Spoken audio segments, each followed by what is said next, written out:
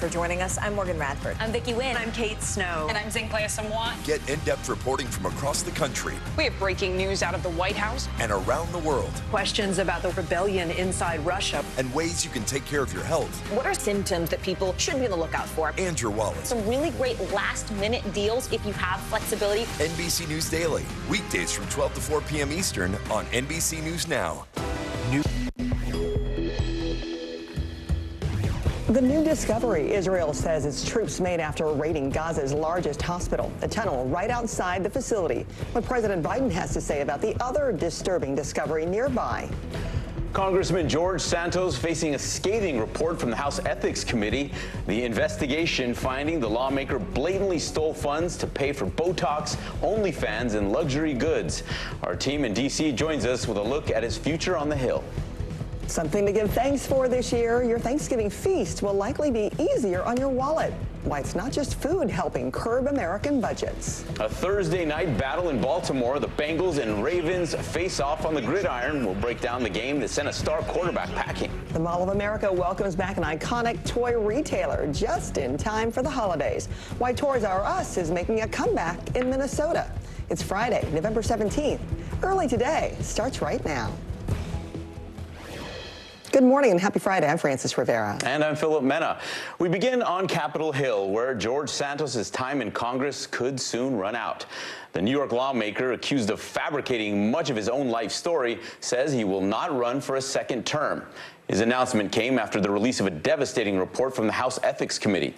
Bree Jackson joins us now from D.C. to break down this report and what happens next. Bree, good morning. Good morning, Philip, Francis. In their 56-page report, the Ethics Committee accuses Santos of a complex web of unlawful activity. They say he exploited his run for office for personal profit, blatantly stole from the campaign, and deceived his donors. The report says he used the money for personal expenses, including thousands of dollars in designer clothing, trips to casinos and resorts, as well as for cosmetic treatments like Botox, and on the website OnlyFans, known for its adult content. Fellow Republican members of the House have been leading the push for Santos to be expelled from Congress. George Santos is a fraud. He should not be a member of Congress. I'm from New York. My district is right next to Santos's district. My voters and I are quite aware of the fraud that he perpetuated. I don't need an ethics report to tell me what I already know. Regardless of what this report says, is your plan to fully serve, stay in Congress, not resign? Like I said before, I'm staying in office for sure. Santos says he will remain steadfast in defending his name. Overnight, he announced he will hold a press conference November 30th. Santos did say he will not run for a second term, but vowed to stay in office for as long as he is allowed. Now, those days may be numbered. The House Ethics Committee chairman plans to file a resolution to expel Santos from Congress today. Santos easily survived an expulsion vote earlier this month.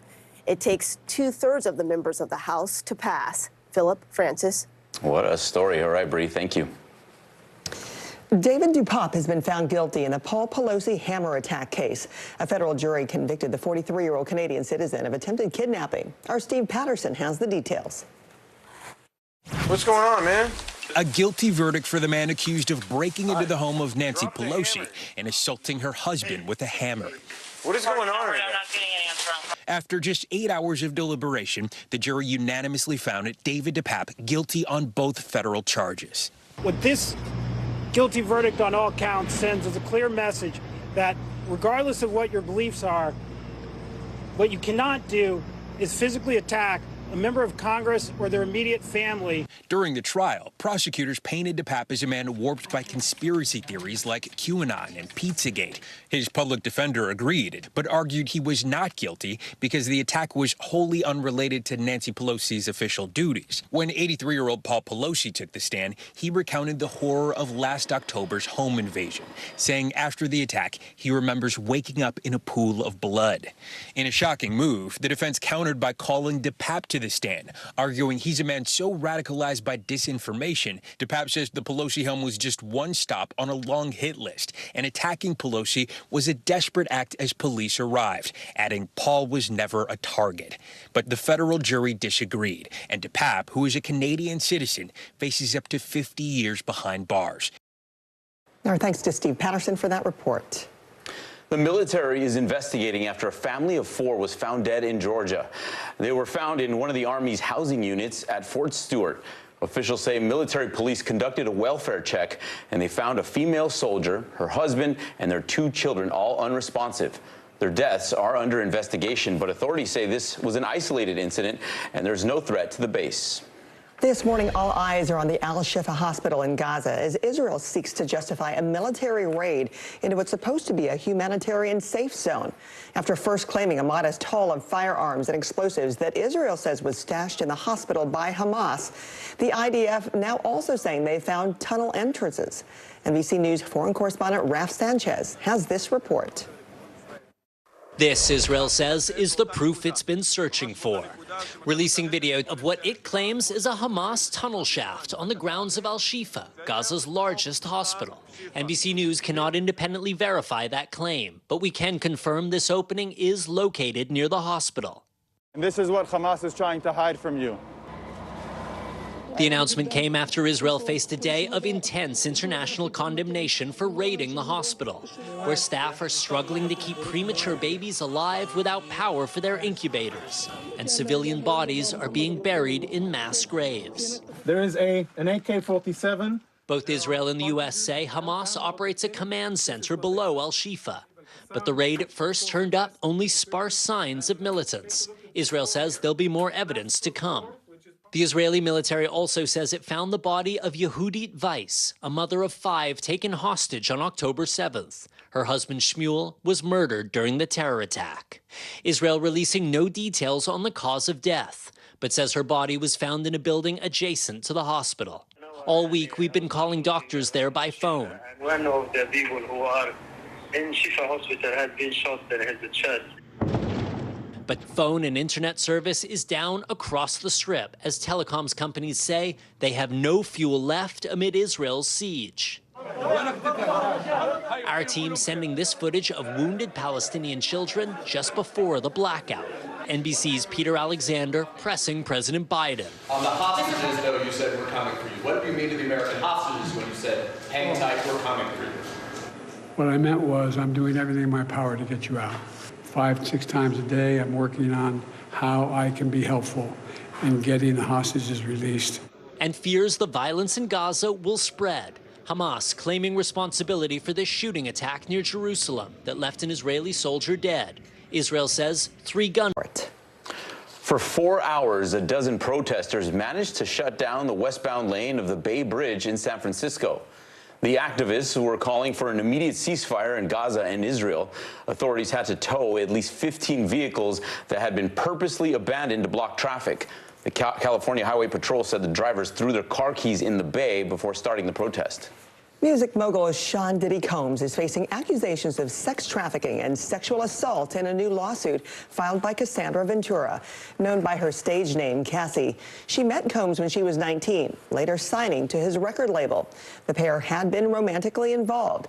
Ventura alleges that Combs not only raped her, but also physically abused her over the course of a decade. She says after years in silence and darkness, she is finally ready to tell her story. Combs' lawyer said in a statement that his client vehemently denies the allegations, calling them baseless and outrageous, and that Ventura had been demanding $30 million, threatening to write a book about their relationship. Dozens of people are recovering at the hospital after a major train crash in Chicago. According to fire officials, a passenger train collided with rail equipment at a rail yard on the city's north side. There have been no reports of anyone killed in the crash, but at least 40 people were hurt, including children. Officials say at least 1 person was trapped and required a special rescue.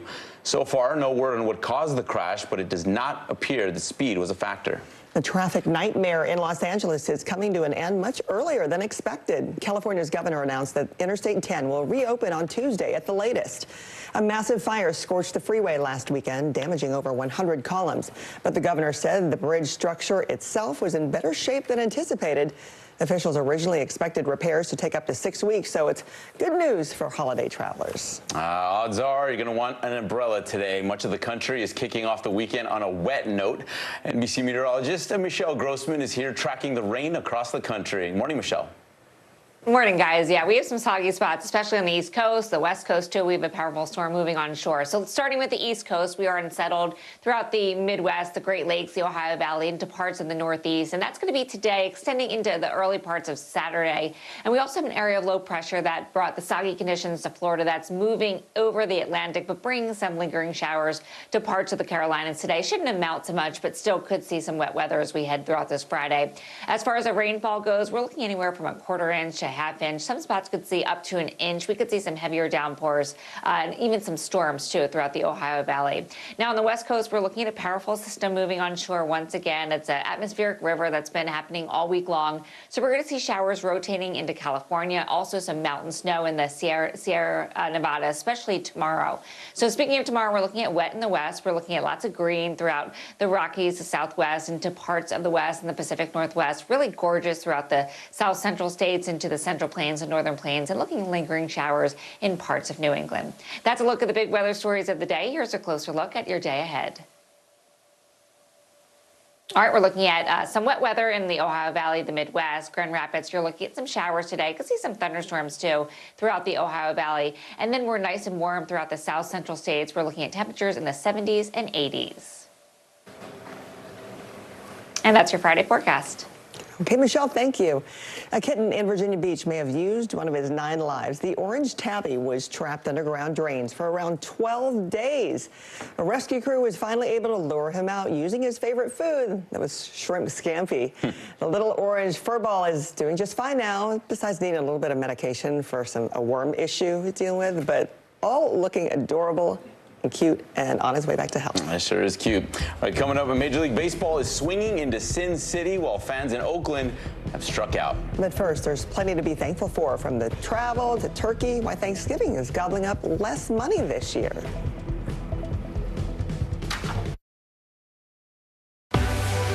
What's the message that you're trying to get out to young people? Know what is in the drug supply. We've got important news this hour about your money. Mental health, big picture, why is it so tough right now? News for the generation of now is NBC News Now.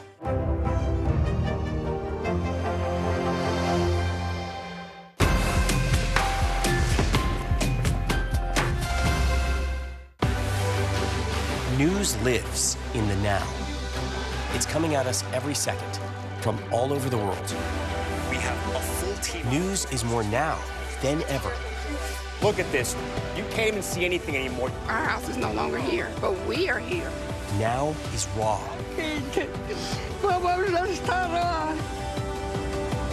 Now is real. The Fed's decision today, help us translate that into very plain English. Is that good news for us? Now is constant. Morning News Now, we're breaking news. NBC News special report. You gotta see this. The future is now. News for the generation of now is NBC News Now. When I think about what the Today Show does, it's not just about the mornings, it's about your whole day. There's a feeling of we're in there with you. Then let's take on this day together. Thanks for tuning in. I'm Gotti Schwartz. Here are the stories we're following tonight. Storms keep coming here in California. The U.S. government just declassified this video. A lot more stories trending like crazy on social media. A controversy pitting lawmakers against young voters. What's the state of crypto today? Is it safe for investors? We've got another mind-bending story on artificial intelligence. This is what my voice sounds like when I clone it. That wasn't me. You gotta see this. Stay tuned now. Weeknights at 8 Eastern, 5 Pacific on NBC News Now. News for the generation of now is NBC News Now. As Thanksgiving fast approaches, prices are a little easier to digest. From traveling to turkeys, many holiday essentials are shaping up to be a little bit less expensive this year. NBC's Vicki Nguyen explains why. This year, something to be thankful for, a feast that won't break the bank. The American Farm Bureau estimates the typical Thanksgiving meal will cost $61.17 this year, a 4.5% decline from last year's record high price tag. That drop thanks to easing inflation.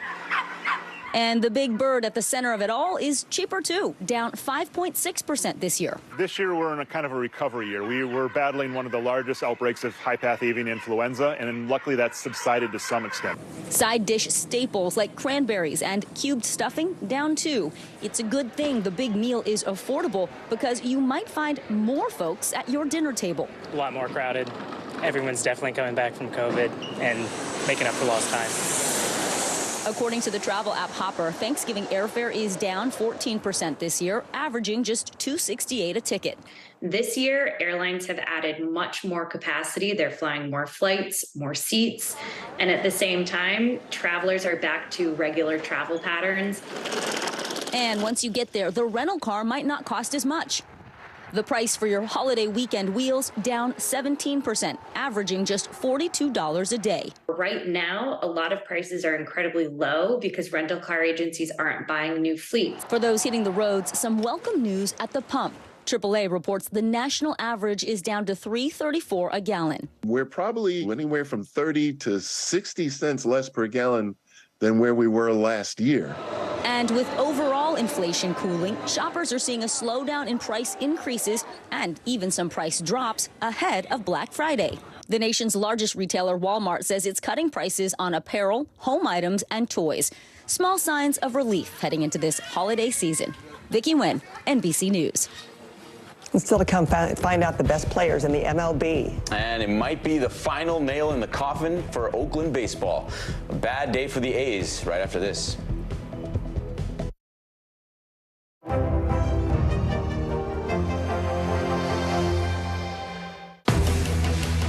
News lives in the now. Israel tonight declaring war against Hamas following the brutal surprise attack within its own borders. Now is raw. We are in the West Bank city of Ramallah. Protesters are on the streets here to denounce Israel. Now is real. Most of the time, the Iron Dome works, but there are rare occasions that a few get through, like here in Ashkelon. News for the generation of now is NBC News Now, streaming free everywhere. Stay on top of breaking news and the biggest stories of the day with NBC News Daily. Thank you so much for joining us. I'm Morgan Radford. I'm Vicki Nguyen. I'm Kate Snow. And I'm Zinklea Samwa. Get in-depth reporting from across the country. We have breaking news out of the White House and around the world. Questions about the rebellion inside Russia. And ways you can take care of your health. What are symptoms that people should be on the lookout for? And your wallet. Some really great last-minute deals if you have flexibility. NBC News Daily, weekdays from 12 to 4 p.m. Eastern on NBC News Now. Nearly a dozen hours after the eye roared ashore. There is some late-breaking news. All right, it is it.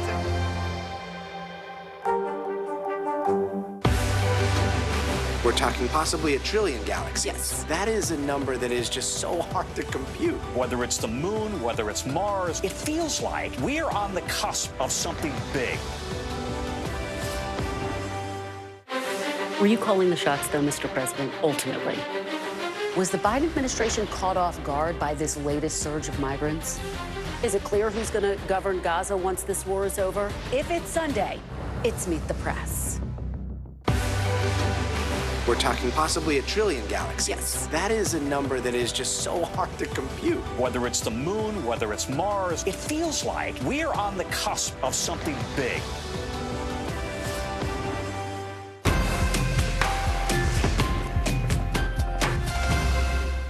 Fire has grown leaps and bounds. What you see behind me is typical. How you doing? Pretty bad. What's the message that you're trying to get out to young people? Know what is in the drug supply. We've got important news this hour about your money. Mental health, big picture, why is it so tough right now? News for the generation of now is NBC News Now.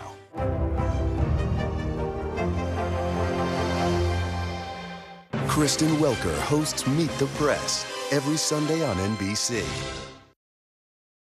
Talking about Baltimore, they could get on a pretty good run. Got to keep number 8 on his feet. Yep. Going deep, open, making the catch. Beckham, one way, then the other, taken down from behind. Look at that. OBJ still got it. On Thursday Night Football, Ravens wide receiver Odell Beckham Jr. recorded his first 100-yard game since the NFC Championship game back in January of 2022. Baltimore easily rebounded from Sunday's last-second loss and had their way with the Cincinnati Bengals after Cincy lost their quarterback Joe Burrow to a mid-game wrist injury. The Ravens get the much-needed divisional win, 34-20. This was such a pivotal game and probably one of the best Thursday night games of the entire year. One team is now sitting on top of the that division, and that's the Ravens. The Bengals lost to their quarterback. Who knows for how long, but they're now in last place in this division. Might not make the playoffs. That is a tough one when you got a sprained wrist. All unknown how serious it is. Okay, how good is LA Angels dual threat Shohei Ohtani? He didn't throw for a pitch for the last 2 months of the season, but was unanimously voted MVP for the second time in his career. Ohtani on Thursday took home the honor of the best player in the American League, while Braves right fielder Ronald Acuna Jr. won his first MVP for the national title. Both were unanimous selections, with Ohtani becoming the first player in history to unanimously win the award more than once. And for a cute factor, too, he accepted that on his couch with a friend, his puppy. His puppy. That's the best way to do it. Now, it kind of ups the stakes in the whole Ohtani sweepstakes. Yeah, sure. yeah, the most coveted free agent that I can think of in a long time. Two of the most electrifying players in baseball. All right, now to another unanimous MLB vote. On Thursday, all Major League Baseball owners voted to allow the owners of the Oakland Athletics to move the team to Las Vegas. This comes after years of failed negotiations between the team and the city of Oakland on a new stadium. The A's, who have resided in Oakland since 1968, would be the first Major League Baseball team to relocate since the Montreal Expos moved to Washington back in 2005. Despite the approval, the A's new stadium in Vegas still faces some political roadblocks. It's expected to be completed in 2028, so there's still 4 more seasons. They got 1 more year in Oakland, and they're still trying to figure out an interim place to play before that new one opens in Vegas. It's going to be a tough last hurrah for those fans and the team this last year and that season. When we come back, we'll hear about the Red Cup rebellion at Starbucks. And why Chuck E. Cheese and friends are taking one final bow. Up next. Nearly a dozen hours after the eye roared ashore. There is some late-breaking news. All right, it just did. Thanks for tuning in. I'm Gotti Schwartz. Here are the stories we're following tonight. Storms keep coming here in California. The U.S. government just declassified this video. A lot more stories trending like crazy on social media. A controversy pitting lawmakers against young voters. What's the state of crypto today? Is it safe for investors? We've got another mind-bending story on artificial intelligence. This is what my voice sounds like when I clone it. That wasn't me. You gotta see this. Stay tuned now. Weeknights at 8 Eastern, 5 Pacific on NBC News Now. What is going to happen now? Going back and forth because This is it, right? News lives in the now. Look at this. You can't even see anything anymore. Let's break down what we know. You gotta see this. News for the generation of now is NBC News Now. What is going to happen now? Going back and forth because This is it, right?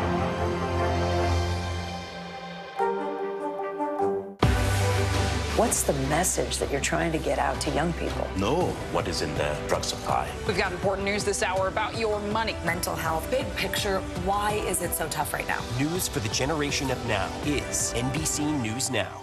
Kristen Welker hosts Meet the Press every Sunday on NBC. Thanks for tuning in. I'm Gotti Schwartz. Here are the stories we're following tonight. Storms keep coming here in California. The U.S. government just declassified this video.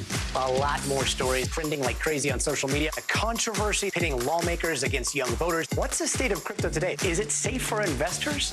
We've got another mind-bending story on artificial intelligence. This is what my voice sounds like when I clone it. That wasn't me. You gotta see this. Stay tuned now. Weeknights at 8 Eastern, 5 Pacific on NBC News Now. News lives in the now. The horrors of war on full display on both sides of the Israel-Gaza border. Protesters are on the streets here. Most of the time, the Iron Dome works, but a few get through. News for the generation of now is NBC News Now.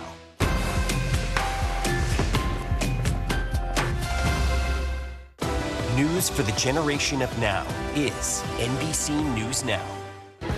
We are back with what you need to know early today. Starbucks baristas are blasting the coffee giant after alleging the company violated several labor laws. Workers at more than 200 locations staged a one-day strike on the company's busiest day of the year, dubbing it the Red Cup Rebellion. YouTube is launching an artificial intelligence tool that allows users to create 30-second musical tracks using the voice of famous musicians. The Dream Track tool offers the voices of 9 artists, including John Legend, Demi Lovato, T-Pain, and more. It is the final curtain call for Munch's make-believe band at Chuck E. Cheese. The company is removing the animatronics band from all but one location near Los Angeles. In the band's place will be an interactive dance floor, giant video walls, and trampoline zones. I always thought it was a bit creepy.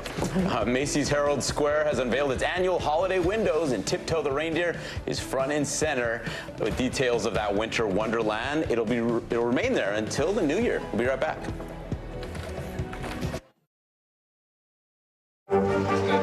What is going to happen now? Going back and forth because they... Oh, yeah, this is it, right?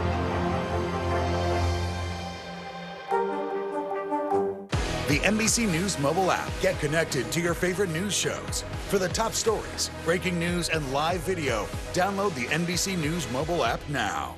News lives in the now. The horrors of war on full display on both sides of the Israel-Gaza border. Protesters are on the streets here. Most of the time, the Iron Dome works, but a few get through. News for the generation of now is NBC News Now.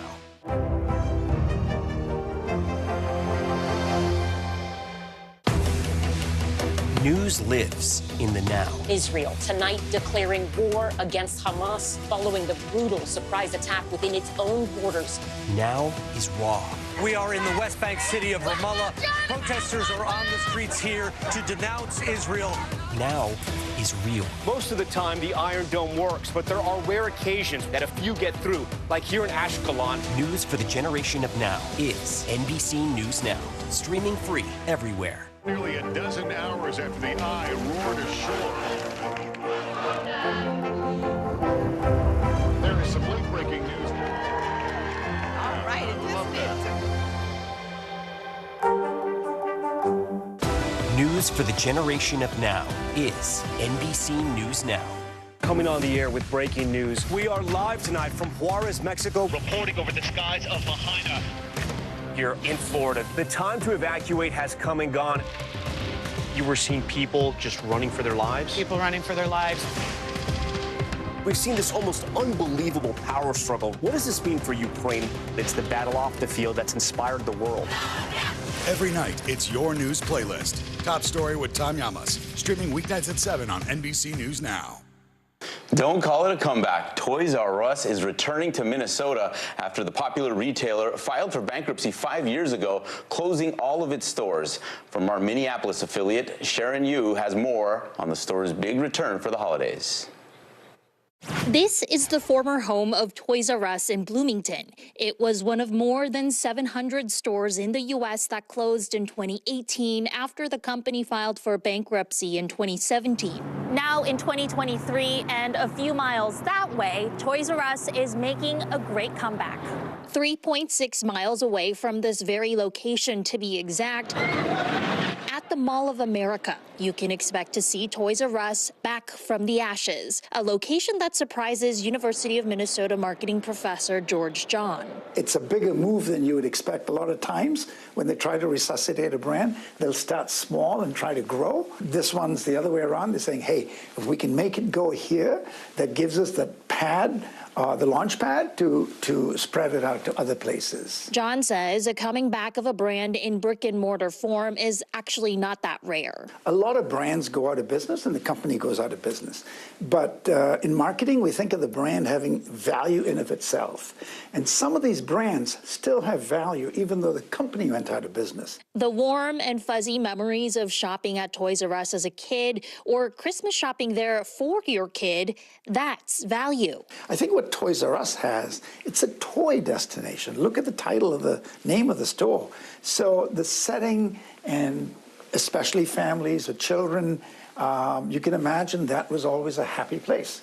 So that particular association fits into nostalgia, fits into being recreated. Nostalgia, which is something online retailers do not ring up. So the key will be, how do I get people to come into my store when I know that I can search online and buy it? What we see brick and mortar people doing now is to make it into an experience. So I'm going to guess, this is purely a guess, they're going to add things like Build-A-Bear and things that have an experience component to it. And whether that, plus the memories, would be lucrative enough is yet to be seen. Our thanks to Sharon Yu for that report. It really was a different feeling rolling up to Toys R Us. It's just a wonderland for kids. Oh, the brand of it too. We saw Jeffrey the giraffe make a cameo. My kids love Jeffrey, and you saw some video there of the carousel. That was the Times Square one. I remember my little kids loving going in there to have a whole carousel inside a Toys R Us store. So one by one, maybe they'll start to come back and rebuild those memories. I hope so. It really was a happy place, and I hope that for a new generation of kids to have that feeling once they walk in. Thanks for watching Early Today. I'm Francis Rivera. And I'm Philip Mena. Have a great weekend.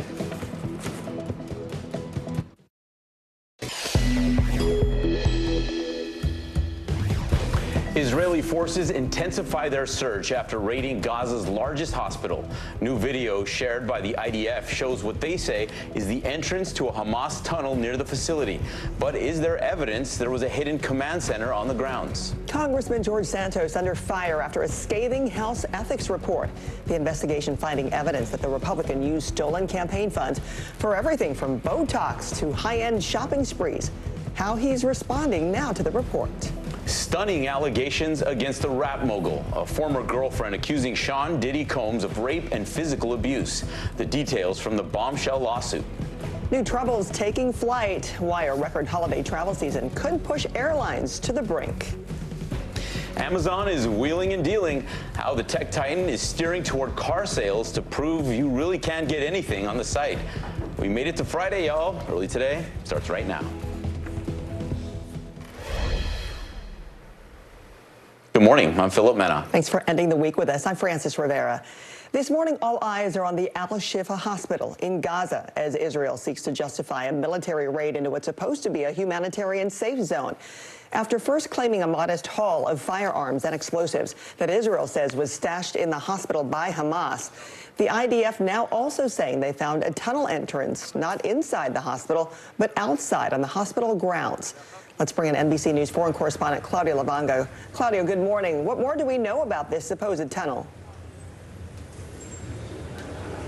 Francis, Philip, good morning. Well, the new video shows a large hole surrounded by concrete and sand. The Israeli military say that that was a tunnel shaft used by Hamas, but it was not found, as you mentioned, inside or under Al-Shifa hospital, but on hospital grounds just outside of the main entrance. Now, this comes a day after in another video handed out by the Israeli military, an Israeli military spokesperson was showed a number of weapons found concealed inside the Al-Shifa hospital. So all these things combined to the Israeli military are just proof that, as they mentioned in the days before, that Al-Shifa has been used as some sort of operational or command center, something that is still being denied by Hamas, which on Thursday issued a statement saying, and I quote, "It's a repetition of a blatantly false narrative demonstrated by the weak and ridiculous performances of the occupation army spokesperson." Now, while searching the grounds around Al-Shifa hospital, the Israeli military said that they found in a house nearby the body of another hostage. Now, this time it was a 65-year-old woman called Judith Weiss. She has been kidnapped in one of the kibbutz that were attacked by Hamas on October the 7th. The cause of death is not clear yet, but this comes literally 3 days after another hostage, another woman, a 19-year-old Israeli soldier, was confirmed dead. In that particular occasion, Hamas claimed that she was killed during an Israeli air raid. Francis, Philip. You know, the outcome so many of the loved ones of those hostages have been dreading. Claudia, thank you. David DePape has been found guilty in the Paul Pelosi hammer attack case. A federal jury found the 43-year-old Canadian citizen guilty of attempted kidnapping of a federal official and assault on the immediate family member of a federal official. Paul Pelosi is the husband of former Democratic House Speaker Nancy Pelosi. The attack happened in late October last year. Jurors did not believe the defense's claim that DePape never intended to kidnap anyone. It's unclear exactly when he will be sentenced, but the next court date is in 2 weeks. He faces up to life in prison. An Ohio man has been sentenced to nearly 5 years for his role in the January 6th Capitol riot. Federal prosecutors say Kenneth Thomas harassed and pushed police officers who were trying to clear the Capitol. They say after the insurrection, Thomas became a, quote, one-man misinformation machine, using social media to spread false information about the attack. Attorneys for Thomas says he takes complete responsibility for his actions. Congressman George Santos could soon see his time on Capitol Hill cut short. The New York lawmaker, accused of fabricating much of his own life story, says he will not run for a second term. His announcement came after the release of a devastating report from the House Ethics Committee. Bree Jackson joins us now from D.C. to break down this report and what happens next. Good morning, Bree. Good morning, Philip. Well, in their 56-page report, the Ethics Committee accuses Santos of a complex web of unlawful activity. They say he exploited his run for office for personal profit, blatantly stole from the campaign, and deceived his donors. The report says he used the money for personal expenses, including thousands of dollars in designer clothing, trips to casinos and resorts, as well as for cosmetic treatments like Botox, and on the website OnlyFans, known for its adult content. Fellow Republican members of the House have been leading the push for Santos to be expelled from Congress. George Santos is a fraud. He should not be a member of Congress. I'm from New York. My district is right next to Santos's district. My voters and I are quite aware of the fraud that he perpetuated. I don't need an ethics report to tell me what I already know. Regardless of what this report says, is your plan to fully serve, stay in Congress, not resign? Like I've said before, I'm staying in office for sure. Santos says he will remain steadfast in defending his name. Overnight, he announced he will hold a press conference November 30th. Santos did say he will not run for a second term, but vowed to stay in office for as long as he is allowed. Now, those days may be numbered. The House Ethics Committee chairman plans to file a resolution to expel Santos from Congress today. Santos easily survived an expulsion vote earlier this month. Now, it takes 2/3 of the members of the House to pass. Philip? Just a wild story. All right, Bree, thank you. Music mogul Sean Diddy Combs is facing accusation of sex trafficking and sexual assault in a new lawsuit filed by Cassandra Ventura. Known by her stage name, Cassie, she met Combs when she was 19, later signing a label to his record deal. The pair had been romantically involved. Ventura alleges that Combs not only raped her, but also physically abused her over the course of a decade. She says after years in silence and darkness, she's finally ready to tell her story. Combs' lawyer said in a statement that his client vehemently denies the allegations, calling them baseless and outrageous, and that Ventura has been demanding $30 million, threatening to write a book about their relationship. A scary warning from a Massachusetts medical facility this morning. Salem Hospital says nearly 450 patients may have been exposed to hepatitis B, hepatitis C, and HIV. The hospital says the potential exposures came from improper IV practices involving endoscopy patients over 2 years. Health experts say the risk of infection is extremely small, but letters were sent to people who were potentially exposed. Staffing woes are plaguing airports ahead of the busy holiday travel season, and after a string of close calls on runways, industry experts are calling for more air traffic control staffers and a total overhaul of the aging technology. NBC's Emily Ikeda reports. Just as the holiday travel season is taking off, new signs that the nation's aviation system is facing mounting stress. The margins of safety are under a lot of pressure. Former FAA Administrator Michael Huerta among the industry experts this week, identifying issues that must be urgently addressed in a 52-page report, calling for overhauling aging technology, securing more funding protected from government shutdowns, and ramping up ATC staffing amid historically high levels of overtime. Even the FAA's goal of hiring 1,800 controllers this year won't significantly move the needle, Huerta says. Staffing leads to a lot of overtime. A lot of overtime leads to a lot of fatigue. And that's why it's important to get at this underlying structural issue. The panel was formed as part of the FAA's response to a flurry of serious close calls at airports, 23 in the past year. In a statement, the current FAA administrator said, "We appreciate the team's time and expertise to help us pursue our goal of 0 serious close calls." Meanwhile, at airports, a holiday rush already underway. The TSA expects to screen 30 million passengers over the next 12 days. And further fueling concerns, next week's stormy weather forecast that could wreak havoc for millions in the eastern half of the country. You will have delays, especially in the middle of the country on Monday, Tuesday into Wednesday, all for the East Coast. As families hope to steer clear of a travel nightmare. And if you can, try to book a direct flight and one that leaves earlier in the day to avoid travel hiccups. And remember, you'll be in good company. The TSA is bracing for a record 2.9 million people to pass through their checkpoints on the Sunday after Thanksgiving alone. Our thanks to Emily Cada for that report. On Iceland, meteorologists say that the probability of a volcanic eruption remains high. The country recently recorded around 800 earthquakes in a short span.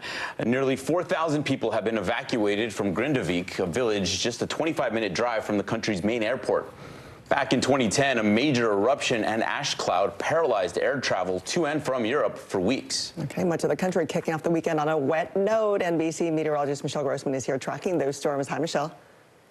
Hi there, guys. Great to see you. Happy Friday. The good news is it's Friday. The bad news is we are soggy in spots along the East Coast, also the West Coast. So starting first along the East Coast, we have a cold front that is stretching from the Ohio Valley into portions of the Tennessee Valley. So we're going to be windy and rainy along this front. That includes the Midwest, the Ohio Valley, the Great Lakes, into parts of the Northeast, the interior parts of the Northeast, all the way south to the Tennessee Valley. That is today. And then it's going to move into the Northeast tomorrow. It's going to kind of dissipate, which is good news, but still seeing some lingering showers in New England tomorrow.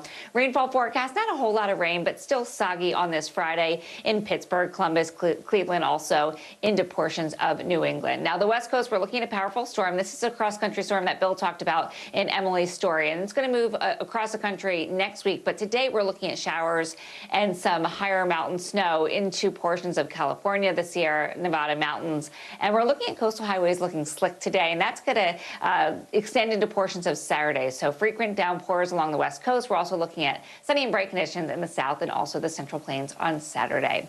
That's a look at the big weather stories of the day. Here's a closer look at your day ahead. All right, we're looking at temperatures nice and mild in the Mid-Atlantic, also the Northeast, but we do have some rain in the interior parts of the Northeast, also the Ohio Valley, and it's warm too with sunshine in parts of the South. We're looking at Houston today, 77 degrees. All right, guys, that's your Friday forecast. All right, Michelle, thank you. Have a great weekend. Big Blue, seeing red. Why IBM says it is pulling its ads off the site formerly known as Twitter. And Amazon in the driver's seat. The tech titan now primed to take on the auto industry. The bold new strategy in 60 seconds. Kristen Welker hosts Meet the Press every Sunday on NBC. Nearly a dozen hours after the eye roared ashore. There is some late-breaking news. All right, it is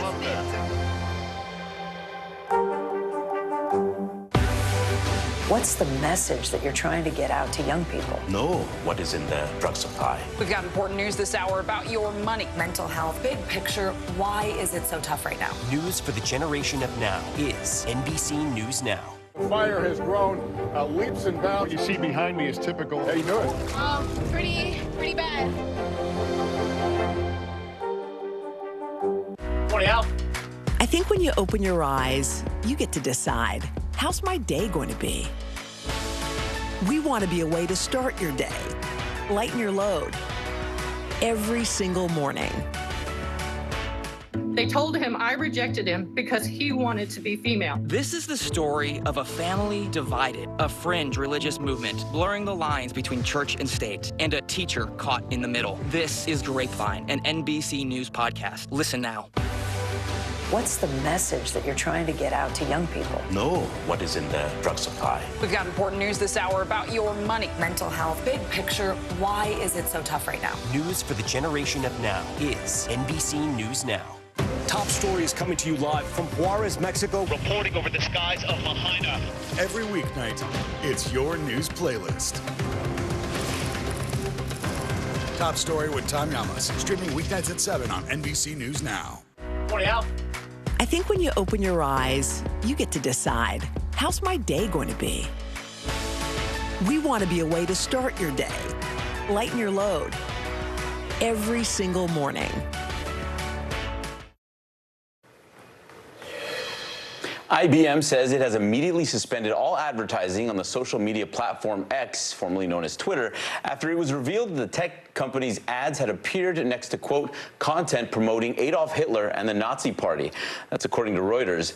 The company commented in a statement, IBM has zero tolerance for hate speech, and we have immediately suspended all advertising on X while we investigate this entirely unacceptable situation. X said its system does not intentionally place brands actively next to this kind of content. Crypto appears to be making a comeback. The price of Bitcoin is now over $36,000. That's the highest level it's seen since prices cratered in 2022. Investors are optimistic right now that the SEC will approve a fund that tracks the price of Bitcoin. The fund would trade on the stock exchange and make it easier for people to start investing in crypto. In the market for a new car, why not just order one on Amazon? The tech titan is muscling its way into the auto industry now. CNBC's Arabila Gumede has the story for us. Arabila, pretty soon we're going to be asking what you can't buy on Amazon. Yeah, I was actually just wondering, might as well buy property on Amazon too, right? I mean, Maybe. It's pretty much the only space they really aren't into right now.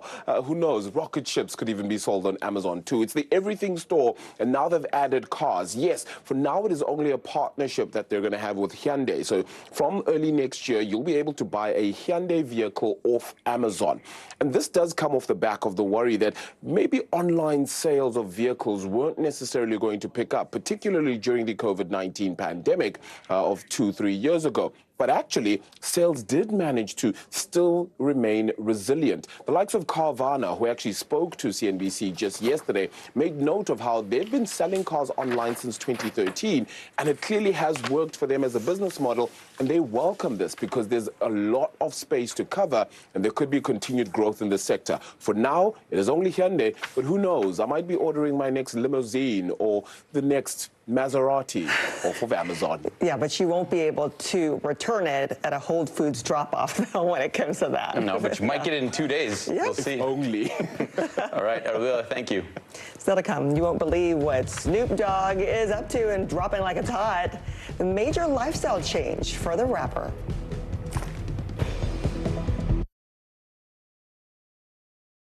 Coming on the air with breaking news. We are live tonight from Juarez, Mexico. Reporting over the skies of Lahaina.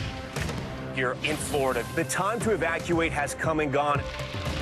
You were seeing people just running for their lives? People running for their lives. We've seen this almost unbelievable power struggle. What does this mean for Ukraine? It's the battle off the field that's inspired the world. Every night, it's your news playlist. Top Story with Tom Llamas. Streaming weeknights at 7 on NBC News Now. News lives in the now. The horrors of the war on full display on both sides of the Israel-Gaza border. Protesters are on the streets here. Most of the time, the Iron Dome works, but a few get through. News for the generation of now is NBC News Now.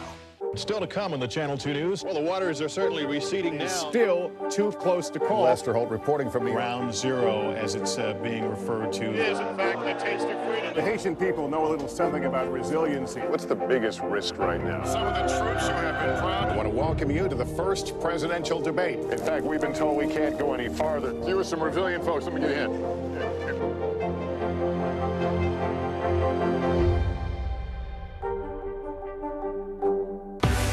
News lives in the now. It's coming at us every second. News is more now than ever. Just outside of the Israeli military headquarters. Now is raw. Now is real. The Fed's decision today, help us translate that into very plain English. Now is constant. You gotta see this. The future is now.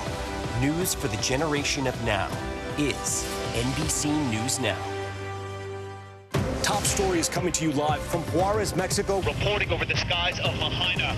Every weeknight, it's your news playlist. Top Story with Tom Llamas. Streaming weeknights at 7 on NBC News Now. Now is raw. How hard is it to see it like this? Our house is no longer here, but we are here. Now is real. Let's break down what we know and then the big questions still outstanding. News for the generation of now is NBC News Now. Top Story is coming to you live from Juarez, Mexico. Reporting over the skies of Lahaina. Every weeknight, it's your news playlist. Top Story with Tom Yamas, streaming weeknights at 7 on NBC News Now. Nearly a dozen hours after the eye roared ashore. There is some late-breaking news. All right,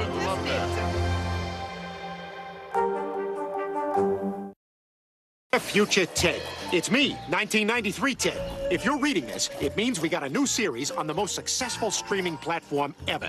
Yeah, we got a new series. Is the future amazing? I bet NASA sends people to the moon all the time. Moon colony, negative. Unlimited porn in our pockets? Check. Anyway, I can't wait to see Here's Ted, and he's coming to Peacock whether he likes it or not.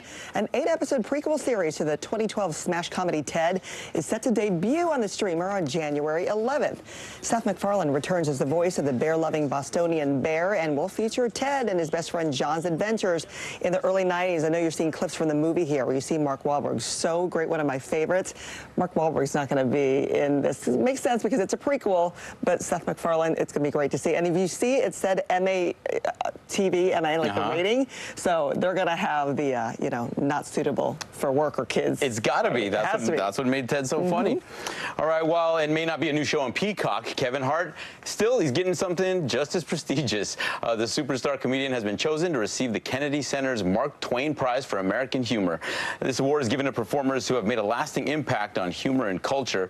In a statement, the Kennedy Center said that Hart has been a source of laughter throughout the world. Hart himself said to be honored for the 25th year of the award feels surreal. He will receive the prize on March 24th, and he's well-deserving. Yeah, well, great company, too. Eddie Murphy, Steve Martin, Leno, Letterman. Always a great show. Adam Sandler, too. All right, is Snoop Dogg going cold turkey? The hip-hop and stoner icon is one of the first celebs most people associate with weed, but a new post to his social media account is raising questions about the future of his drug use. The Thursday post says that after deliberating with his family, he's decided to give up smoke, but it doesn't specify what he means by smoke. So Snoop, who has been on the scene for over 30 years, has claimed to have given up pot several times in the past, but none of them have stuck. Hey, he's not saying anything about edibles, right? So he could go that direction if other people are saying he just needs to give his lungs a break. I say he partners with Martha because Martha and Snoop potluck dinner party takes a new meaning to potluck dinner, especially if he goes the edible route with Martha Stewart. He'll be up to something. High Time said he's still under Mount Cushmore no matter what he does. Like peanut butter and jelly breaking up. All right, when we come back, United Auto Workers members just approved what's being called a record contract. And the Sky is putting on quite a show this weekend. Find out when to look up. Coming on the air with breaking news. We are live tonight from Juarez, Mexico. Reporting over the skies of Lahaina. Here in Florida. The time to evacuate has come and gone. You were seeing people just running for their lives? People running for their lives. We've seen this almost unbelievable power struggle. What does this mean for Ukraine? It's the battle off the field that's inspired the world. Every night, it's your news playlist. Top Story with Tom Yamas, streaming weeknights at 7 on NBC News Now. Were you calling the shots, though, Mr. President, ultimately? Was the Biden administration caught off guard by this latest surge of migrants? Is it clear who's going to govern Gaza once this war is over? If it's Sunday, it's Meet the Press. Hey, I'm Hallie. It's good to be with you tonight. The debt ceiling. Here's why this matters. Please, please don't have your eyeballs glaze over. Here's why this matters. Talk to us about what we're supposed to call this. Is it a bailout? Is it a backstop? There's a difference because it matters whose money is being used to prop up these banks. We think we're getting close to this news conference. I will be honest with people. This is like an awkward moment where we think we're like right there. You're going to have to like tap dance with us maybe a little bit. I do have my tap dancing shoes on, not to worry. Still to come on the Channel 2 News. Well, the waters are certainly receding now. Still too close to call. Lester Holt reporting from Ground Zero, as it's being referred to. It is, in fact, the taste of freedom. The Haitian people know a little something about resiliency. What's the biggest risk right now? Some of the troops who have been proud. I want to welcome you to the first presidential debate. In fact, we've been told we can't go any farther. You were some resilient folks. Let me get a hint.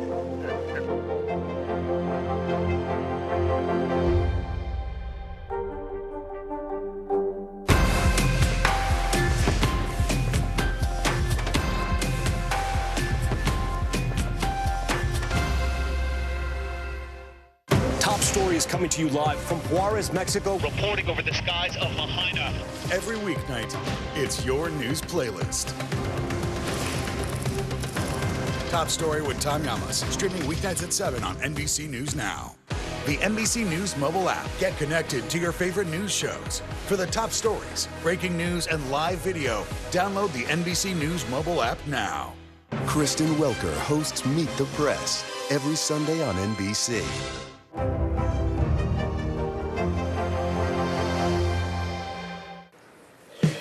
We're back with what you need to know early today. After a 6-week strike, union members at Ford, Stellantis, and GM ratified a new 4.5-year contract. It includes a total pay increase of 25%. Next year, Apple is planning to support the messaging standard Rich Communication Services. This means smoother texting between iPhones and Android devices, which have been notoriously rocky. Meta has made advances in its AI-powered photo and video editing tools for Instagram and Facebook. The platforms will allow you to text descriptions to more precisely edit posts. And don't forget to look up this weekend. The annual Leonid meteor shower is set to peak early Saturday during pre-dawn hours. The celestial show is visible in both northern and southern hemispheres. We'll be right back.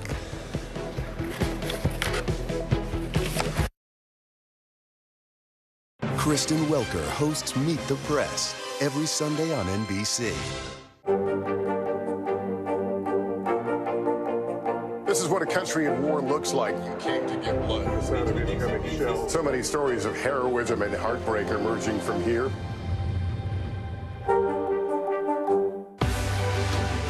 We're talking possibly 1 trillion galaxies. Yes. That is a number that is just so hard to compute. Whether it's the moon, whether it's Mars, it feels like we're on the cusp of something big.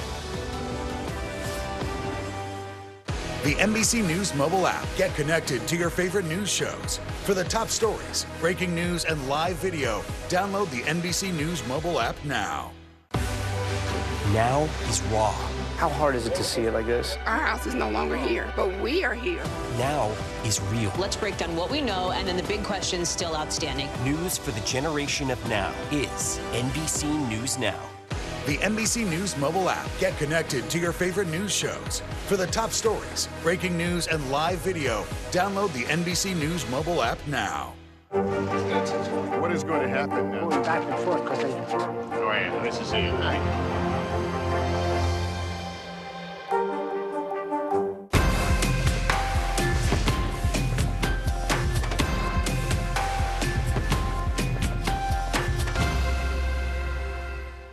Hey, I'm Hallie. It's good to be with you tonight.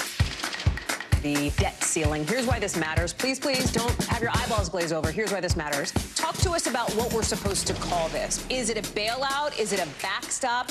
There's a difference because it matters whose money is being used to prop up these banks. We think we're getting close to this news conference. I will be honest with people.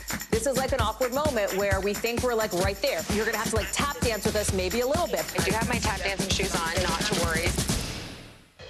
A Kansas City area barber is giving back for Thanksgiving. Officially Chopped is helping to feed 150 families for the holiday. Dia Wall from our Kansas City affiliate has more. Yeah! You just can't miss Fred Dantzler. You see the curls now? Wait till Thanksgiving. You see him? You definitely hear him. Yaga! Regulators! And you feel the energy of everything he does. Yeah, I'm cool. Got this microphone though. I'm gonna hit you back. He's got that microphone on because he wants to share the story of his Feed KC food drive with me. Regulators! Just got all the turkeys that get donated. 2020, COVID hit us pretty hard. So we were only able to feed 12 families, but it was, at that time I was like, okay, we just got to keep pushing this every year and try to take off with it. And 2021, we ended up feeding 27 families. 2022, we hit 96 families, and this year we hit 150, so it's been fire. He got started back in 2018 around his family's Thanksgiving table. I was sitting there, I'm like, dang, I'm looking around and watching everybody open foil, and I'm like, man, there's families out here that ain't got nothing to eat. So he decided to change that by going big. After all, that's who he is. We're gonna provide the turkeys, the cake mix, the butter, eggs, everything that they need to cook meals at home for their families. You can't just have turkey and mashed potatoes and green beans and just think that's a meal. Now, you gotta have some yams, some green bean casserole. Yes, sir! That laugh is contagious, but so is his passion. Every barber and stylist at the Chop Shop is all in. Put the camera on my team and you'll see why we do what we do. And this week, all of his scheduled clients got a text. No turkey, no cut. No turkeys, no cuts. So I was not cutting no hair if you didn't walk in with that bird and not a Cornish hen. I want them big birds. Fred is giving up his salary this week to ensure 150 family tables in his community are full for Thanksgiving. I thought it was just amazing. I didn't think it was for real. So I was like, sure, I want to make sure that I'm here. A couple days ago, I'm posting on all my social media like, hey, guys, we need 133 gallons of Hawaiian Punch. Can you Cash App or go get it yourself, whatever, and Cash App blows up. I went and got all 133 in my two-door car and put them all in there like it's. So, I mean, yeah, it's a good feeling. We're going to bring 3 turkeys and 2 hams. We all loaded these boxes up, so these boxes are actually ready to go to the families. Thanks to Dia Wall for that report. What big hearts on those guys. I love everything about that story, everything about them, his vibe. I love it. I want him here on the show. It would be great. I think that it's only going to get bigger. You can tell that program. I hope so. Thanks for watching. Have a great weekend.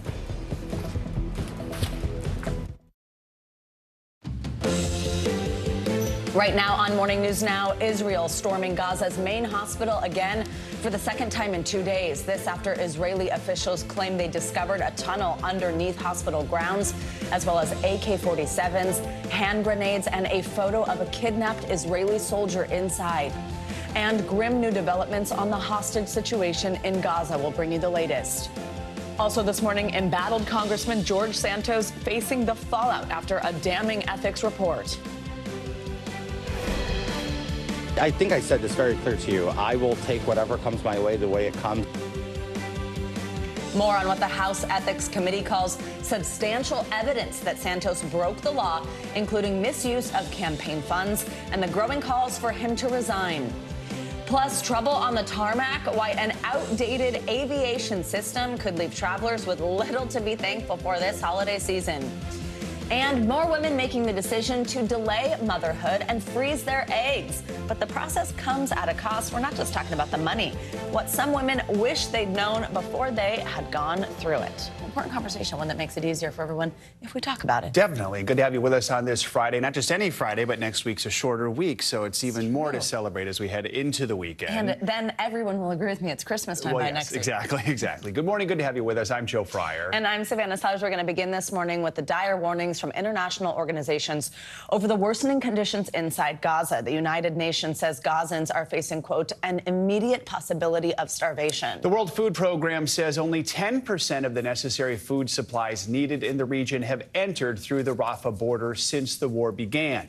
Food production in northern Gaza has come to a halt because of the lack of fuel. That shortage has also created a total communications blackout, which is slowing down aid deliveries. It's making it hard to communicate where deliveries should be made and when. This all comes as Israeli forces continue to carry out their targeted operation against Al-Shifa Hospital. Officials say they've recovered the bodies of 2 hostages near the hospital, 19-year-old Noah Marciano and 65-year-old Yehudit Weiss. NBC News correspondent Aaron McLaughlin joins us now from Tel Aviv with the latest. Aaron, good morning. Let's start right there with those 2 hostages recovered by Israeli forces. How were they located? Where were they found? And how does this impact negotiations for the release of the remaining hostages?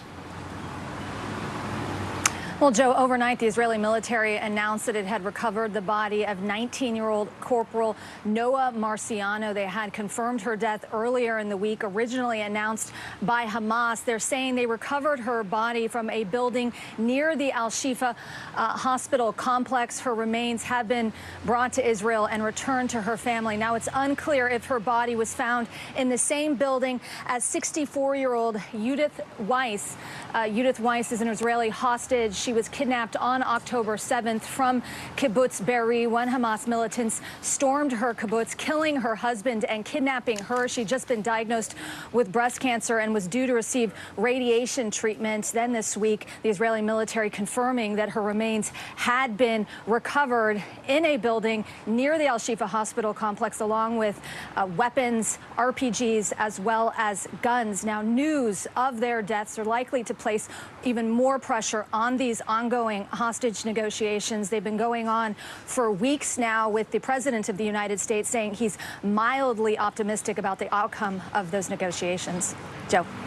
Aaron, meanwhile, the UN human rights chief called on Israel to grant his team access to Gaza to investigate these competing claims about the Al-Shifa hospital yesterday. Let's listen to a little bit of what he said about the deaths at Gaza's largest hospital. Never in my career, working in many crisis situations around the world, have I met such an outpouring of fear, anger, and despair.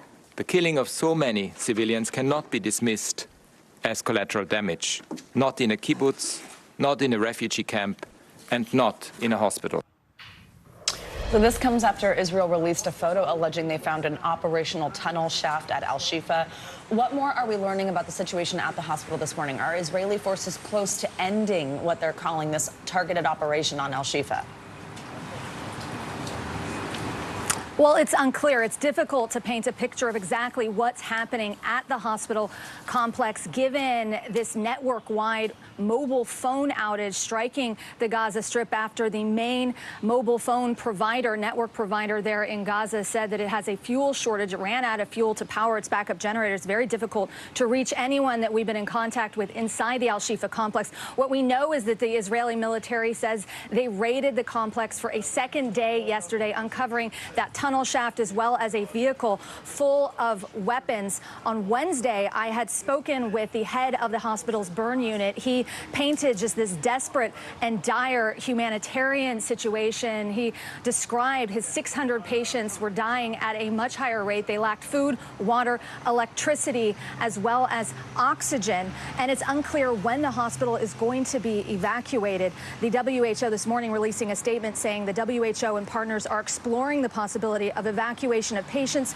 health workers, and IDPs besieged at Al-Shifa Hospital. Safe passage and fuel for the Palestinian Red Crescent ambulances are needed to ensure the evacuation can be carried out. And it seems as though the Israeli military is continuing to try and build its case that there is a Hamas terror cell located underneath the hospital. But it seems that they have found no smoking gun just yet, guys.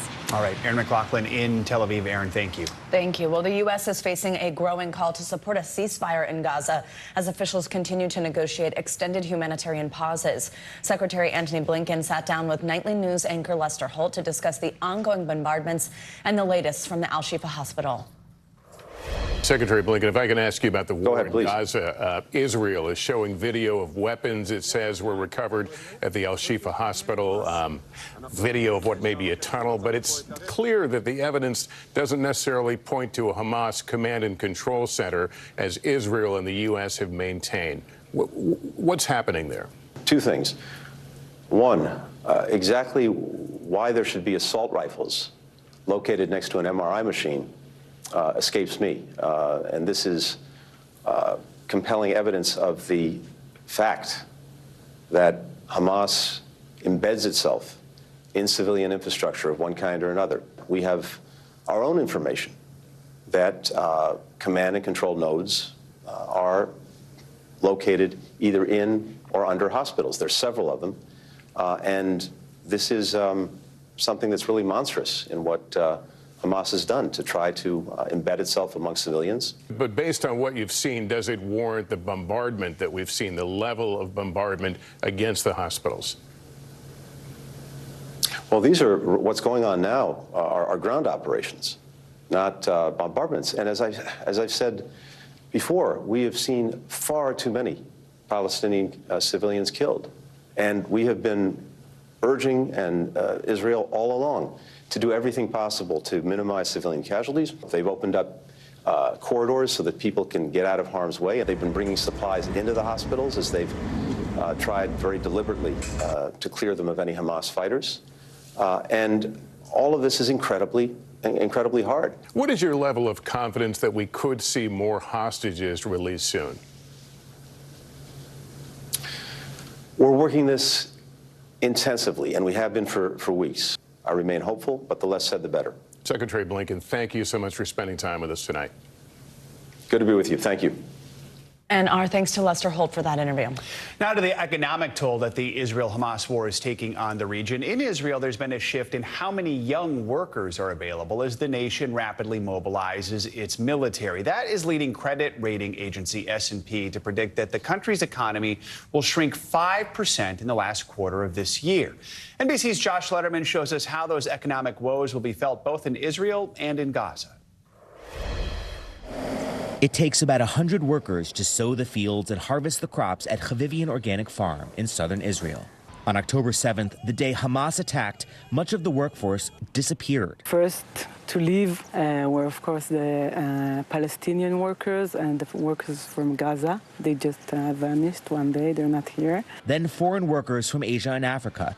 Some of them stayed, but many went home after Hamas killed dozens of Thai workers on October 7th and took others hostage. These days, when Michal wakes up, she doesn't know how many workers will show up that day. Many farms are now relying largely on volunteers. Are there farms here in Israel that may go out of business because of this war? Many farms. Here in the fields just 10 miles from Gaza, as these workers are working the crops, rockets coming from the Gaza Strip being intercepted by the Iron Dome. This is what it's like right now to be working in Israel's economy in the middle of war. Since the war started, Israel has called up more than 350,000 reservists and evacuated hundreds of thousands of others from homes near Gaza and Lebanon.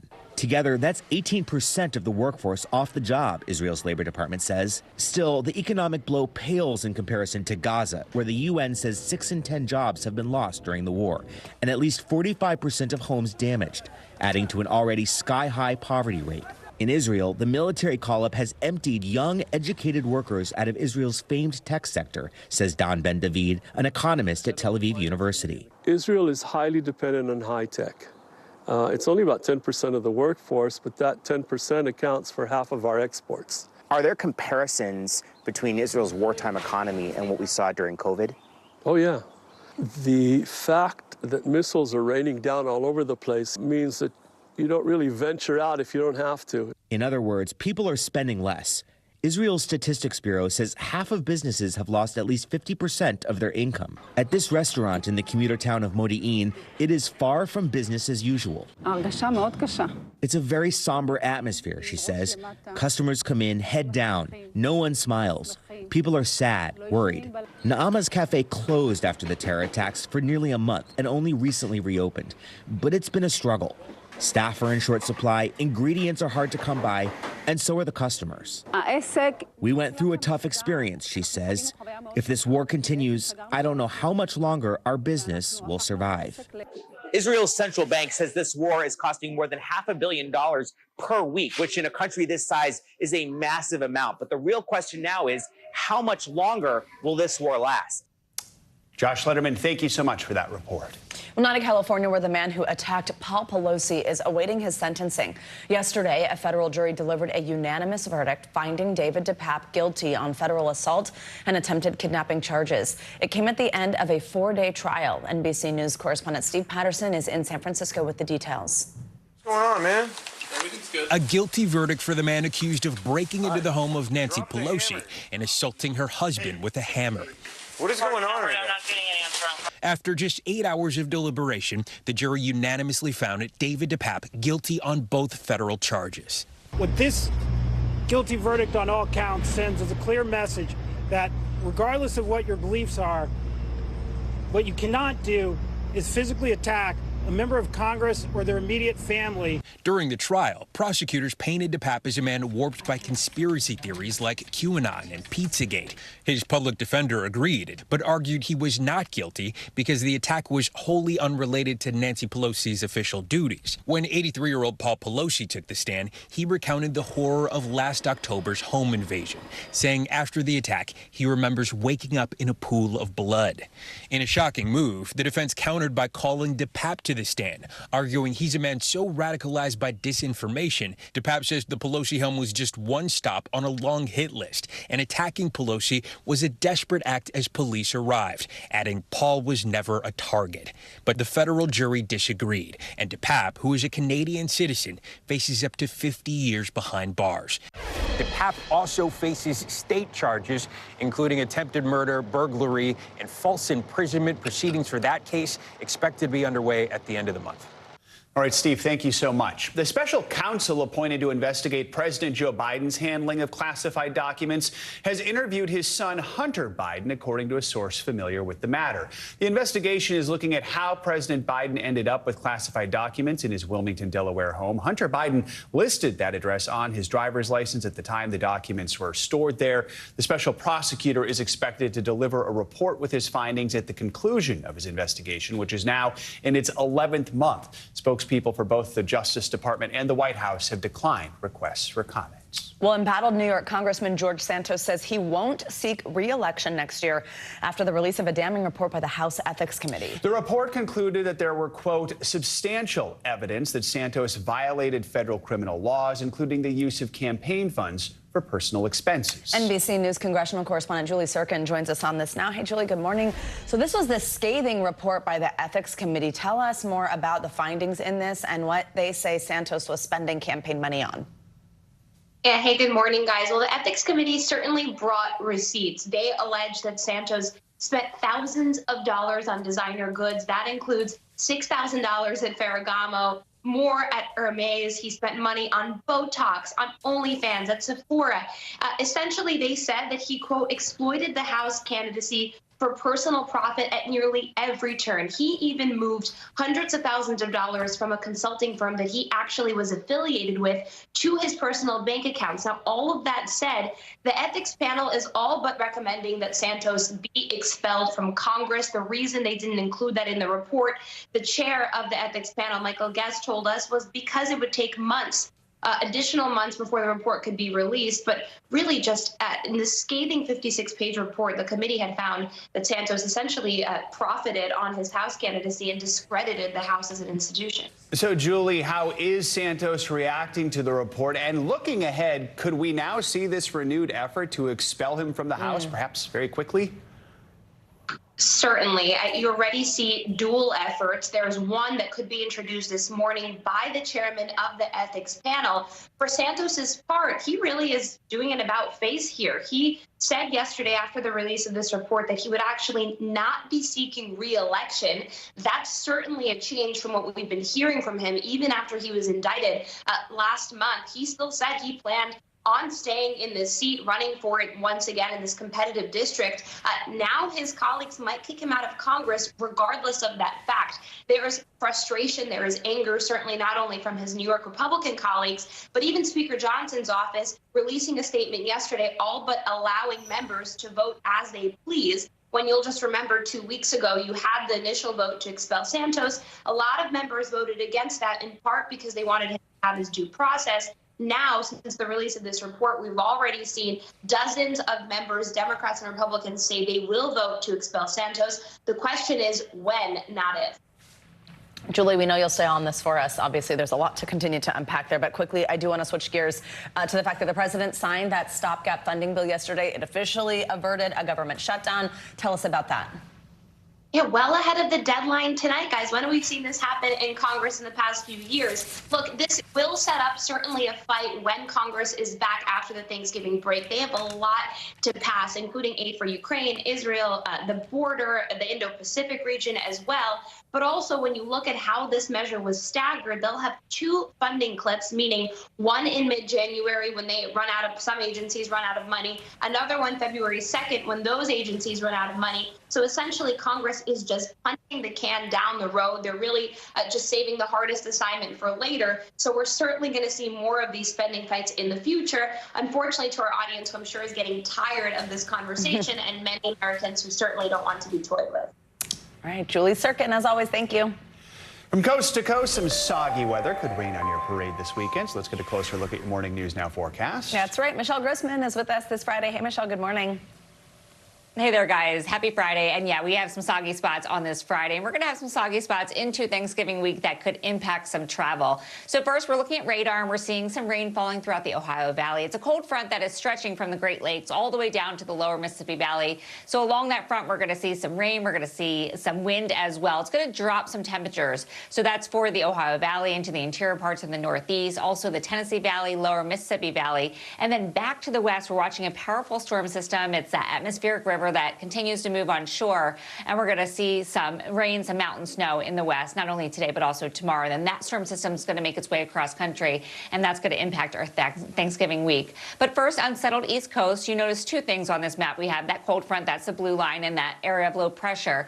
The cold front's going to sweep the area of low pressure out. That's good news. That's what brought all the rain to Florida. We're still seeing some lingering showers in the northern part of Florida, the eastern part of Florida, but that's going to dissipate throughout the day as that cold front pushes it out. We're also seeing some lingering showers along the Carolina coast, but it's really this cold front that's going to bring the wet weather into parts of the interior Northeast, and it's going to change the weather in the mid-Atlantic states and Northeast by tomorrow. We're warm today, and then we're going to be seeing temperatures drop throughout the day tomorrow. The winds are going to pick up, and then we're really chilly on Sunday.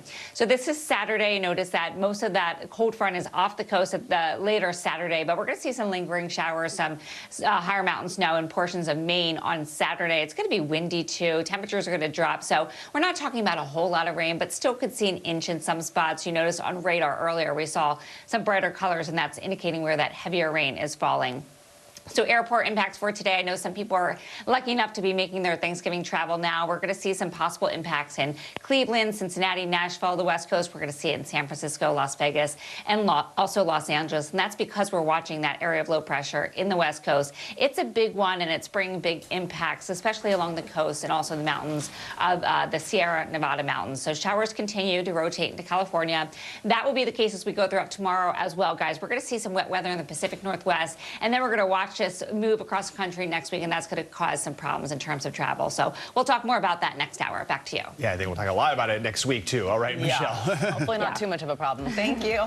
Much more to come here on this hour of Morning News Now. Later, allegations of abuse against music mogul Sean Diddy Combs, the new lawsuit just filed by his former girlfriend, singer Cassie, and why she says she's ready to tell her story after years of silence. First, though, after the break, it's being called the Red Cup Rebellion, how a one-day strike involving thousands of Starbucks workers is energizing a bigger labor movement against the coffee giant. We will be right back.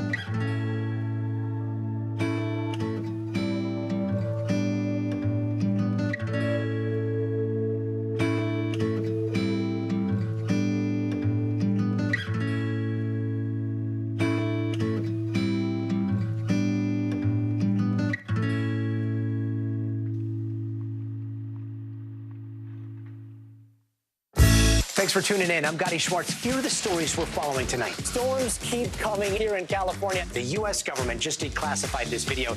A lot more stories trending like crazy on social media. A controversy pitting lawmakers against young voters. What's the state of crypto today? Is it safe for investors?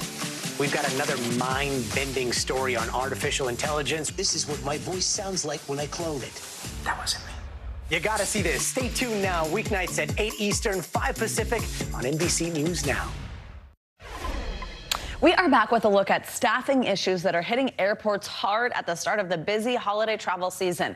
After a string of close calls on runways, industry experts are calling for more air traffic control crews, and they say a total overhaul of aging technology is needed. NBC News correspondent Emily Aketa has more on this.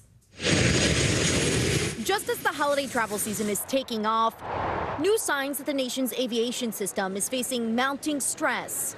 The margins of safety are under a lot of pressure. Former FAA Administrator Michael Huerta among the industry experts this week, identifying issues that must be urgently addressed in a 52-page report, calling for overhauling aging technology, securing more funding protected from government shutdowns, and ramping up ATC staffing amid historically high levels of overtime. Even the FAA's goal of hiring 1,800 controllers this year won't significantly move the needle, Huerta says. Staffing leads to a lot of overtime. A lot of overtime leads to a lot of fatigue. And that's why it's important to get at this underlying structural issue. The panel was formed as part of the FAA's response to a flurry of serious close calls at airports, 23 in the past year. In a statement, the current FAA administrator said, "We appreciate the team's time and expertise to help us pursue our goal of 0 serious close calls." Meanwhile, at airports, a holiday rush already underway. The TSA expects to screen 30 million passengers over the next 12 days. And further fueling concerns, next week's stormy weather forecast that could wreak havoc for millions in the eastern half of the country. You will have delays, especially in the middle of the country on Monday, Tuesday into Wednesday, all for the East Coast. As families hope to steer clear of a travel nightmare. And if you can, try to book a direct flight and one that leaves earlier in the day to avoid travel hiccups. And remember, you'll be in good company. The TSA is bracing for a record 2.9 million people to pass through their checkpoints on the Sunday after Thanksgiving alone. Oh, that's lovely. Emily, thank you so much. It's the Sunday that always gets you. All right, Yeah. Thousands of Starbucks workers are back at work this morning after walking off the job yesterday in what they called a red cup rebellion. It's just the latest call to action in their ongoing 2-year battle with the company over unionization. The one-day strike took place in an effort to protest what workers say is Starbucks' bargaining practices and their scheduling and staffing, especially on days with consumer discounts and giveaways.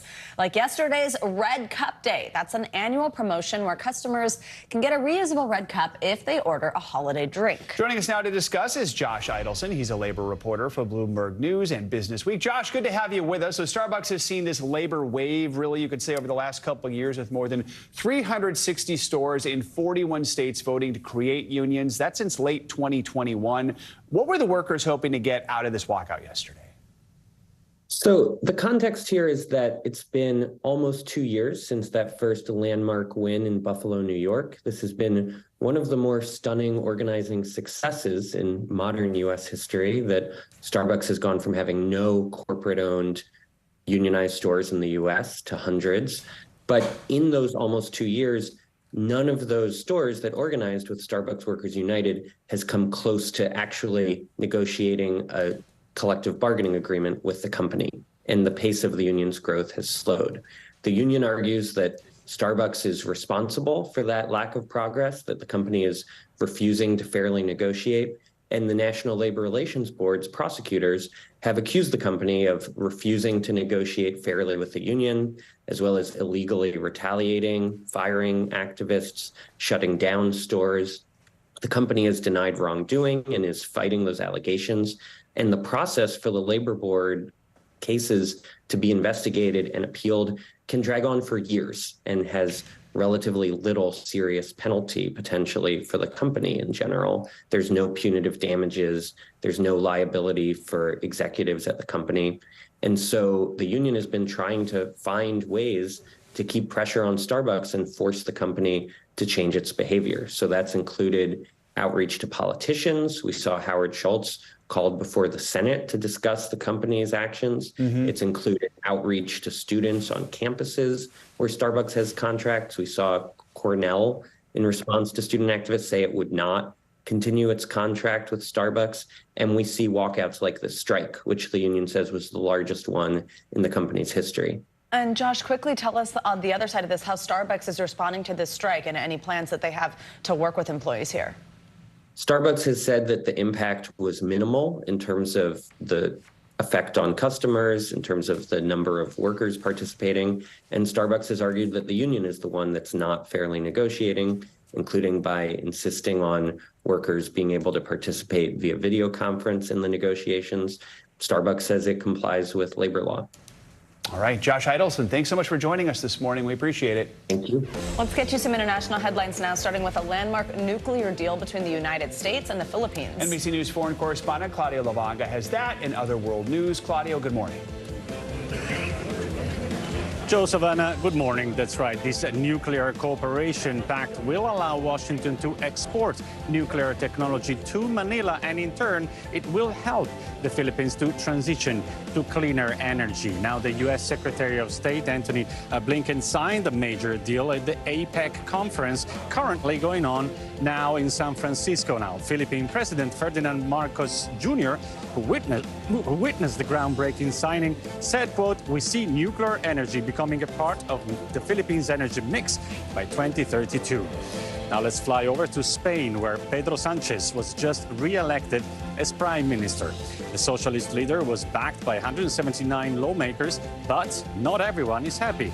Protests have been erupting across Spain over Sánchez's controversial amnesty deal with the Catalan separatists. The newly elected prime minister promised to offer amnesty to secessionists in exchange for political support. Now, political pundits expect that Sánchez's new term, much like his campaign efforts, could come with some turbulence. And we end this short tour of the world with some broken records. We are celebrating Guinness World Records Day. Just yesterday, all of the talented and somewhat strange record holders across the world joined forces to celebrate the 19th annual event. This year's theme was super skills. There were even some records broken on that day, starting in the UK. One driver broke the record for the tightest gap driven through by a pickup truck on two wheels. Another record breaker in China took home the title for, and get this, the most consecutive single leg full twist back somersaults. The winner racked up 11 consecutive backflips, but now if you manage to say 5 times fast consecutive single leg full twist back somersaults, you will also probably make it in the world Guinness record. We're going to induct you, Claudio. Give it a try. That car thing, I bet he's a good parallel parker. Yeah, for both of those, I'm just so amazed by. How is that even possible? Wow, Incredibly useful I don't know how to parallel park on 4 wheels, so that's good. Claudio, thank you so much. Thank you. Coming up, Sean Diddy Combs facing serious allegations made by his former longtime partner, singer Cassie. The disturbing details from a new lawsuit and what the music mogul is saying now. And it's sentencing day for the woman just convicted in a love triangle turned deadly. We're going to bring you the latest from court next on Morning News Now.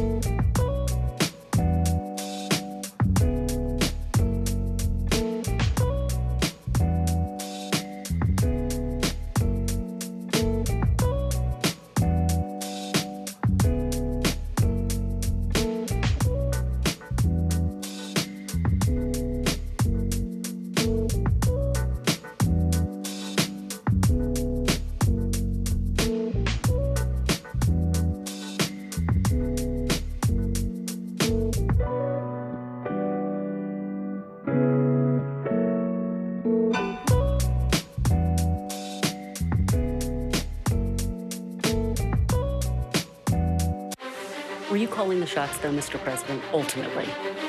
Was the Biden administration caught off guard by this latest surge of migrants? Is it clear who's going to govern Gaza once this war is over? If it's Sunday, it's Meet the Press. News lives in the now. The horrors of the war on full display on both sides of the Israel-Gaza border. Protesters are on the streets here. Most of the time, the Iron Dome works, but a few get through. News for the generation of now is NBC News Now. Welcome back. This morning, music mogul Sean Combs is facing serious allegations of rape and abuse brought forward by his former partner, Cassie. The singer filed a lawsuit yesterday in federal court here in New York. She's alleging that Combs raped and physically abused her, including punching, beating, and kicking her over the course of their 10-year relationship. Cassie released a statement yesterday saying, quote, "After years in silence and darkness, I am finally ready to tell my story and to speak up on behalf of myself and for the benefit of other women who face violence and abuse in their relationships." An attorney representing Combs responded saying, quote, "Mr. Combs vehemently denies these offensive and outrageous allegations." NBC News legal analyst Danny Ceballos joins us now with more on this. Danny, good morning. So Cassie's lawsuit was brought under the Adult Survivors Act. It's called. The window actually to bring cases under this law ends next week. Explain to us what this is and how this came to be. Yeah, this is very similar to the Child Victims Act, which preceded it. And really what it does is generally it opens a one-year window that even if your claim has fallen beyond the statute of limitations, even if it's too old, it happened decades ago, you have 1 year. Bring it now or lose it forever, and we'll take it. And by we, I mean the courts will take it. You can file it. The statute of limitations is essentially waived. And then after that year closes, which is coming up in just a few days, then it's right back to the status quo ante. If the statute of limitations has passed, you're out. And having some of these Child Victims Act cases myself, I can tell you that while it's a good thing that these victims are able to file, once filed, you have the monumental test normally of excavating history and finding evidence and witnesses to prove these cases. This case involving Sean P. Diddy Combs may be different because I have to imagine that even over the last few decades, these are people who have been so surrounded by entourage and digital evidence and video cameras and everywhere they go that maybe this is a case where the plaintiff will have evidence. Let's talk about this case. These are obviously serious allegations. Yeah. What stands out in this lawsuit? It's interesting. The allegations are based on criminal allegations, but this is a civil lawsuit. And so, for example, the plaintiff's claim that she was abused over and along state lines invokes sex trafficking. And, of course, there are allegations of rape. But, again, these are not criminal charges. This is not an indictment. It is a civil complaint. Always interesting to me when a civil complaint precedes a criminal complaint, even if there may never be one, whether or not law enforcement authorities are looking at this saying, hey, maybe this is something we should look into if the statute has not expired. Quickly tell us what comes next here. Not a lot in civil cases. Once it's filed, the next step is effect service. A process server will deliver this to P. Diddy. And after that, then the case moves at snail-like pace along with all the other cases in New York courts, and it will start the discovery process. And eventually down the road, there will be depositions, and that will probably be the most significant next step. All right, Danny Ceballos, thank you. A Texas woman who was convicted of killing a pro cyclist could learn her sentence later today. Yesterday, Caitlin Armstrong was convicted of murdering Anna Mariah Wilson last year. It took a jury less than 3 hours to reach that guilty verdict. NBC News correspondent Morgan Chesky has been following this trial. He joins us from outside the courthouse in Austin with the latest. Morgan, good morning. Yeah, Joe, good morning. And an audible sigh of relief from the Wilson side of the courtroom following this verdict, while Caitlin Armstrong's side sat in absolute silence. And over the course of this nearly 2-week trial, her defense did its best to poke holes in some of the scientific evidence presented, like DNA or GPS. But time and time again, prosecutors reminded the jury that nearly every side pointed back to the 35-year-old who never took the stand. We, the jury, found the defendant, Caitlin Armstrong, guilty of the offense of murder. In a packed Austin courtroom, the final verdict in a murder mystery that captivated the nation. Caitlin Armstrong silent as a jury convicted her of killing 25-year-old Anna Mariah Wilson. The decision coming just 2 hours after powerful closing statements. She stood over her after she shot her in the head twice and put another bullet right in her heart. She fits the story they created, a spurned, jealous lover. The nearly 2 weeks of testimony telling two very different stories. With no eyewitnesses, state prosecutors linked Armstrong to the crime scene repeatedly.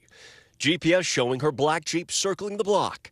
Shell casings fitting the same caliber of handgun Armstrong owned. And DNA on Wilson's own bicycle. Prosecutors also pointing out Armstrong's 43-day Costa Rican getaway, where they say the former yoga instructor used her sister's passport to flee the country before spending nearly $6,000 to alter her appearance with plastic surgery. These are all indications of guilt, ladies and gentlemen. The jury also hearing about an apparent escape attempt while in custody just weeks ago. Cell phone video appearing to show Armstrong running from corrections officers while at a doctor's appointment, leading to additional charges. Connecting both women, Armstrong's longtime on-again, off-again boyfriend, Colin Strickland, a competitive cyclist like Wilson. In testimony, he admitted to changing Wilson's name in his phone and deleting their texts after the two met for dinner and a swim the night she was killed, while stressing his relationship with Wilson was no longer romantic, just friends who both love cycling. It is all Mariah Wilson-ish. Known by friends as Mo, Wilson was a rising talent in competitive cycling. I really put a really hard effort in at the end. This morning, as friends remember a fierce competitor, her family clinging to memories of a beloved daughter as justice was served. And an emotional moment followed the reading of that verdict when Mariah's own mother took the stand, saying that the joy she felt whenever her daughter was born was matched by the incredible sadness when she realized she was no longer here. Meanwhile, Caitlin Armstrong now faces up to 99 years in prison. Joe? All right, Morgan, thank you so much. Coming up, it is a personal and often life-changing decision. More women choosing to delay motherhood by freezing their eggs. When we come back, a candid conversation about the pros and cons of the process and what some women wish they'd known before going through it. This is Morning News Now.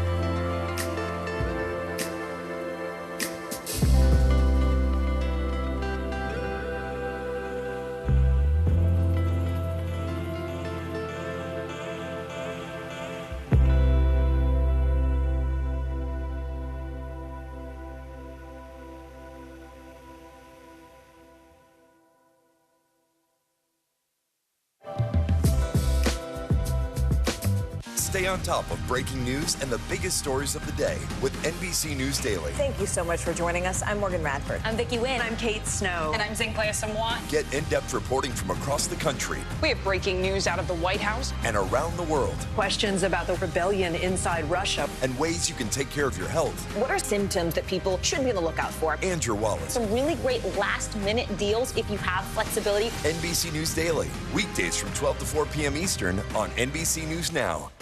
We're back with financial headlines. If you're an iPhone user, that green message bubble headache could soon be over. CNBC's Savannah Henao has details on that and other money headlines. Savannah, good morning. Good morning, Joe. Yep, well, Apple gets the message. The company will adopt a technological standard next year, allowing texting between iPhones and Android devices to run more smoothly. Now, Apple has pushed back on this standard known as RCS for more than a year, even as Google and others pressed it to adopt the technology. Now, RCS allows more text features to be shared over phones on different platforms. Right now, iPhone users know when they're texting another iPhone because the chat bubbles are blue, while Android contacts are the older green style. IBM is pausing ads on X, that's a platform formerly known as Twitter, after a report by Media Matters found the ads were placed next to anti-Semitic content. IBM says it has zero tolerance for hate speech and discrimination.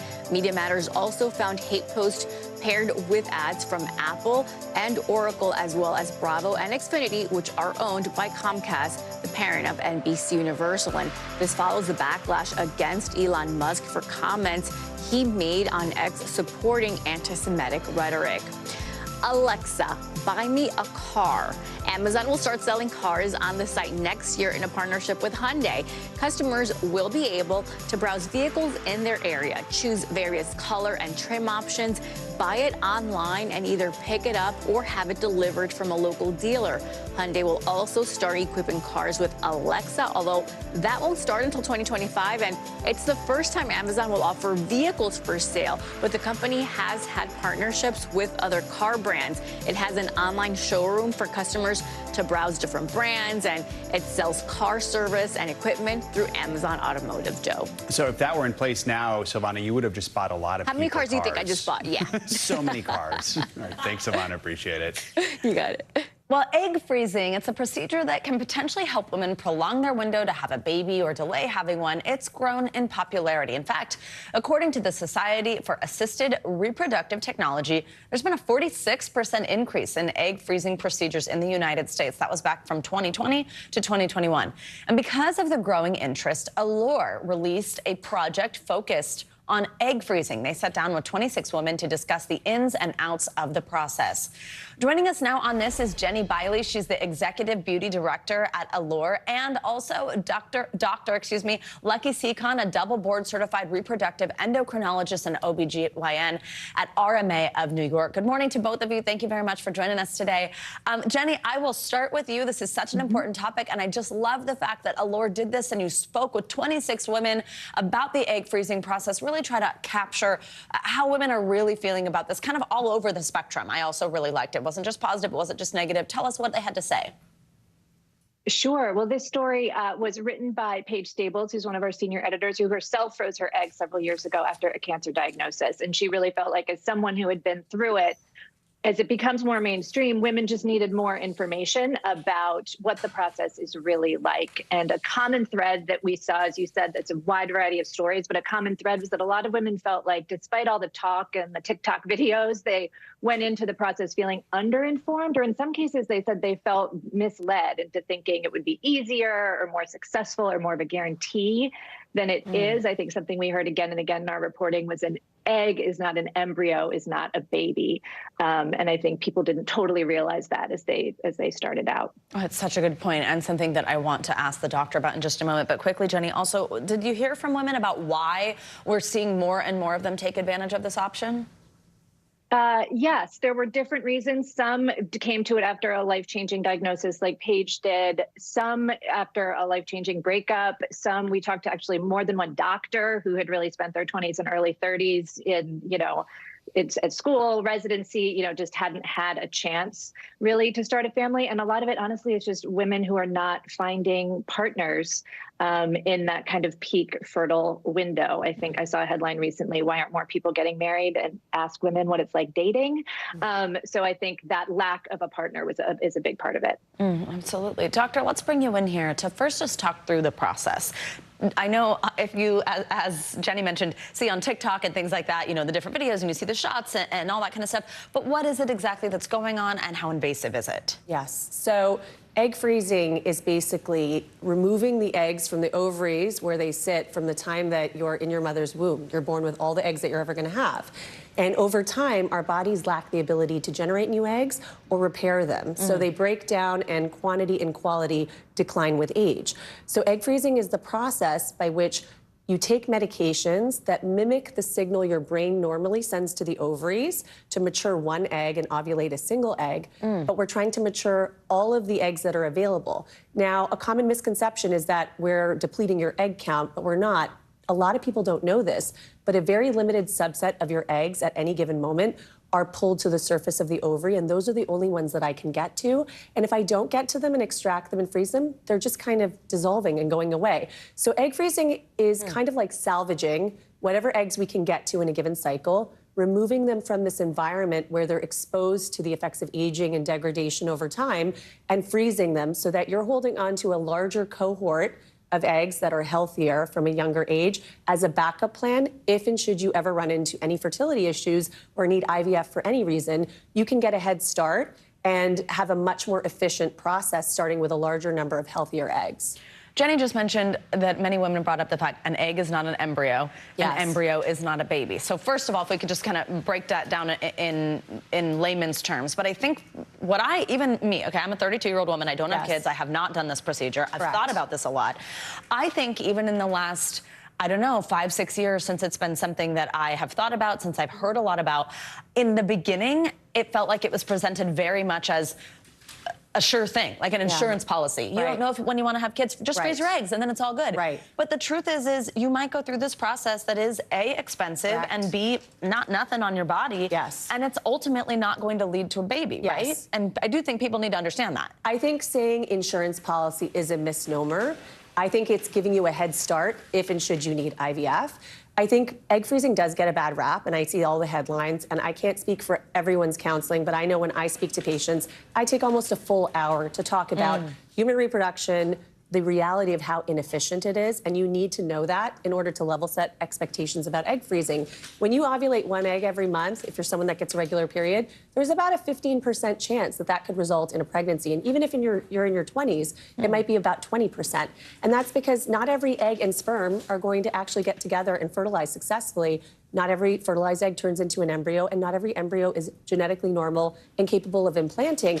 And just because you freeze a larger cohort of eggs, not just one, that inefficiency of human reproduction doesn't go away. So a lot of people just lack that baseline knowledge about what it means to try to get pregnant, and knowing that egg freezing isn't a magical fix for that inefficiency. So you do need to start out with more eggs than you think, because not every egg is going to thaw, fertilize, turn into an embryo, and actually implant. And so counseling about those numbers, which depend on your age and your presumed egg quality and how many eggs you start with, is really important. Yeah, and Jenny, that leads me to my last question, which is talking about what it costs and making sure women are aware of that, especially if they may have to do multiple rounds. We only have a few moments, but just walk us through what that looks like. There's more and more companies are offering insurance coverage for egg freezing, which is great, but most still don't. And it'll run you about $10,000 to $15,000, according to our reporting, for one cycle. But something that I don't think everyone realizes is this is also an ongoing expense. You have to pay to store your eggs. The women we spoke to were paying anywhere from $500 to $2,000 a year to store their eggs. And then obviously, as Dr. Sekhon said, if you do thaw them and use them, then you're entering the IVF process, which is also known for its high price tag. So it's something to budget for really over time if you decide to do it. Plan for it, absolutely. Jenny Biley, Dr. Lucky Sekhon, thank you both so much. Really important conversation. We should keep doing this. We appreciate you coming. Thank you so much. Coming up, we're taking a trip down memory lane in a car that for many takes us back to childhood. When we come back, a look at how the station wagon became the family road trip car for Americans. You're watching Morning News Now.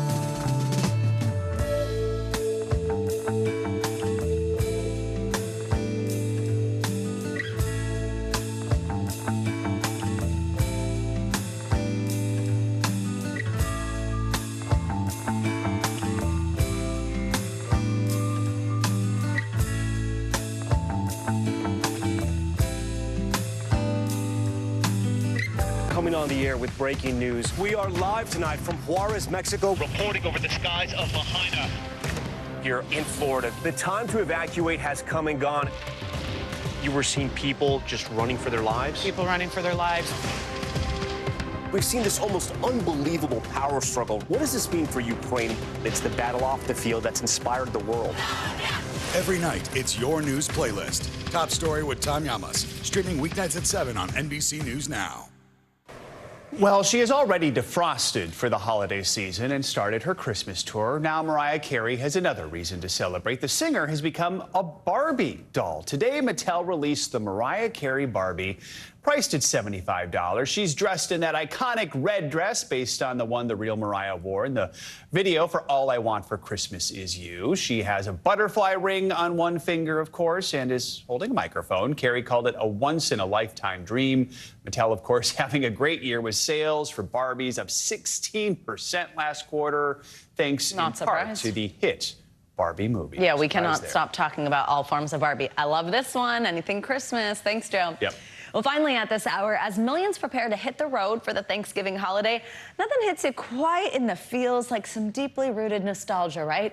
Well, for some, that feeling is delivered on 4 wheels. For generations, the station wagon was more than just the family road trip car, but also a vehicle that drove memories. NBC's Harry Smith got to ride with the American Automotive Trust, who are transporting these cars from the past into the present. Now's an ideal time to get ready for your next trip. Once when families did not travel in Tahoes or Tellurides.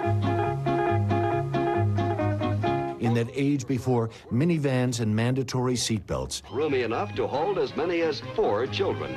The true symbol of middle-class swagger and upward mobility was this. A new family-engineered station wagon. A vehicle that could transport suburban families not just to ball fields, carpools, and school plays, but to exotic locations, destinations of their dreams. New adventures to write about to the folks back home. Yea, verily, even to Wally World.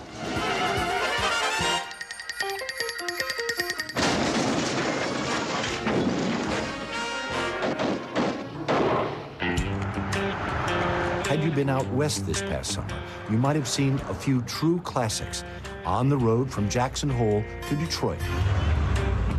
For us, it's get on the road and you don't know what's going to happen. An annual odyssey of the American Automotive Trust. Car museums become irrelevant. Cars are meant to be driven. Keep them on the road. Every year, the Trust chooses a different model car and a different starting point for the journey, always ending in the Motor City, and as much as possible, staying off the interstate. We grew up with family road trips. We said the one we have to do is station wagons. And it's a great adventure, and it's full of problems. You know, you break down, all of a sudden, your Caprice just overheated. Trust Chairman David Madera. If we hadn't broken down, we wouldn't have met this young woman and learned what she wanted to do. What brought you into auto mechanics? I honestly just thought it would be cool. It's probably been the best thing I've ever done. So the breakdown was wonderful. Trust members, perhaps the only people who find breakdowns a blessing. It's still dripping. Kaylee diagnosed the fuel leak on this car. Yeah. And she was so knowledgeable and so cheerful. She did a great job. If that doesn't fix it, hopefully it slows you down enough to get back to Detroit. We caught up with the Trust at Devil's Tower, Wyoming. And if memory serves, wasn't it a crazed Richard Dreyfuss in a station wagon racing to meet the aliens here in Close Encounters of the Third Kind? We encountered neither aliens nor Dreyfuss. You don't see this from an airplane seat, you know? Yeah. And we've got so many places in America like this that people never experience. They never get behind the wheel and just go. Riding in one of these cars is like being in a time machine. The memories come flooding back, says Trust member Diane Fleece Schneider. What a beauty. Are you ready? Especially a station wagon. We could each choose a place to sit. And sure. We argued who would sit in the way back. If you're sitting in the back row, you can wave at the people behind you. Oh, yeah, we did. Oh, yeah, we made all kinds of goofy faces at them. Yeah. A joy indeed. Look at this bad boy. But the trust also serves to encourage young people to take a look under the hood, fall in love with the past. Could you imagine your mom coming to pick you up in this thing? In Sundance, Wyoming, the high school students were plenty curious and plenty knowledgeable. You don't have much in there. Had any of these cars needed work, they'd have been in capable hands. I love what we do at America's Automotive Trust because we're encouraging young people to get involved to learn how to repair these old vehicles. So when I'm dead and gone, you know, we carry that on to a next generation. A blast from the past. No kidding. My friends had the station wagon where you sat in the back and faced out. Yeah, facing back. That was always so fun. Exactly. It's like, oh, I'm on a roller Probably coaster. not safe, but anyway. Thanks to Harry for that. That's going to do it for this hour of Morning News Now. But the news continues right now. Stay with us.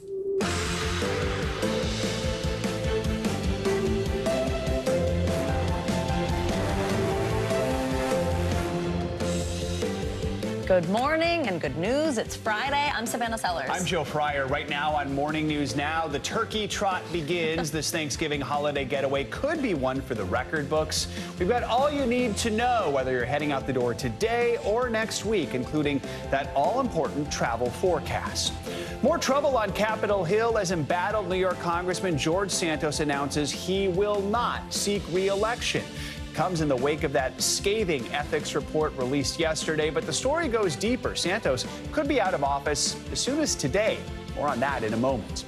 In the Middle East this morning, Israel's military says it has found the body of a hostage held captive by Hamas since last month's assault. Israeli officials say she was in a building near that besieged Al-Shifa hospital in northern Gaza. We're going to bring you the latest as the IDF combs Gaza's medical hubs for Hamas. And later in the hour, we'll bring you our weekly Can't Miss list featuring a look at rapper Andre 3000's first full-length album in nearly 2 decades. Bring back those Outcast Yes, from long ago. Oh, Andre 3000. Looking forward to that. We begin this morning with the big holiday getaway. Americans already preparing to take to the skies, the roads, and the rails to spend Thanksgiving with family and friends. Experts say the next week and a half could be a record breaker with millions of travelers flying this Thanksgiving. NBC News correspondent Tom Costello is at Reagan National Airport with a preview. Yeah, good day from Reagan Airport. So listen, it is starting now. And you think, why now? Why are we doing Thanksgiving already? Because people are now extending their trips. They can work remotely on the front end. They can stay later on the back end. So they're now spreading out the entire trip. We are expecting a lot of people to be flying. It starts today, according to the TSA, as many as 2.5 million people today alone, which means you will have a lot of company if you're flying.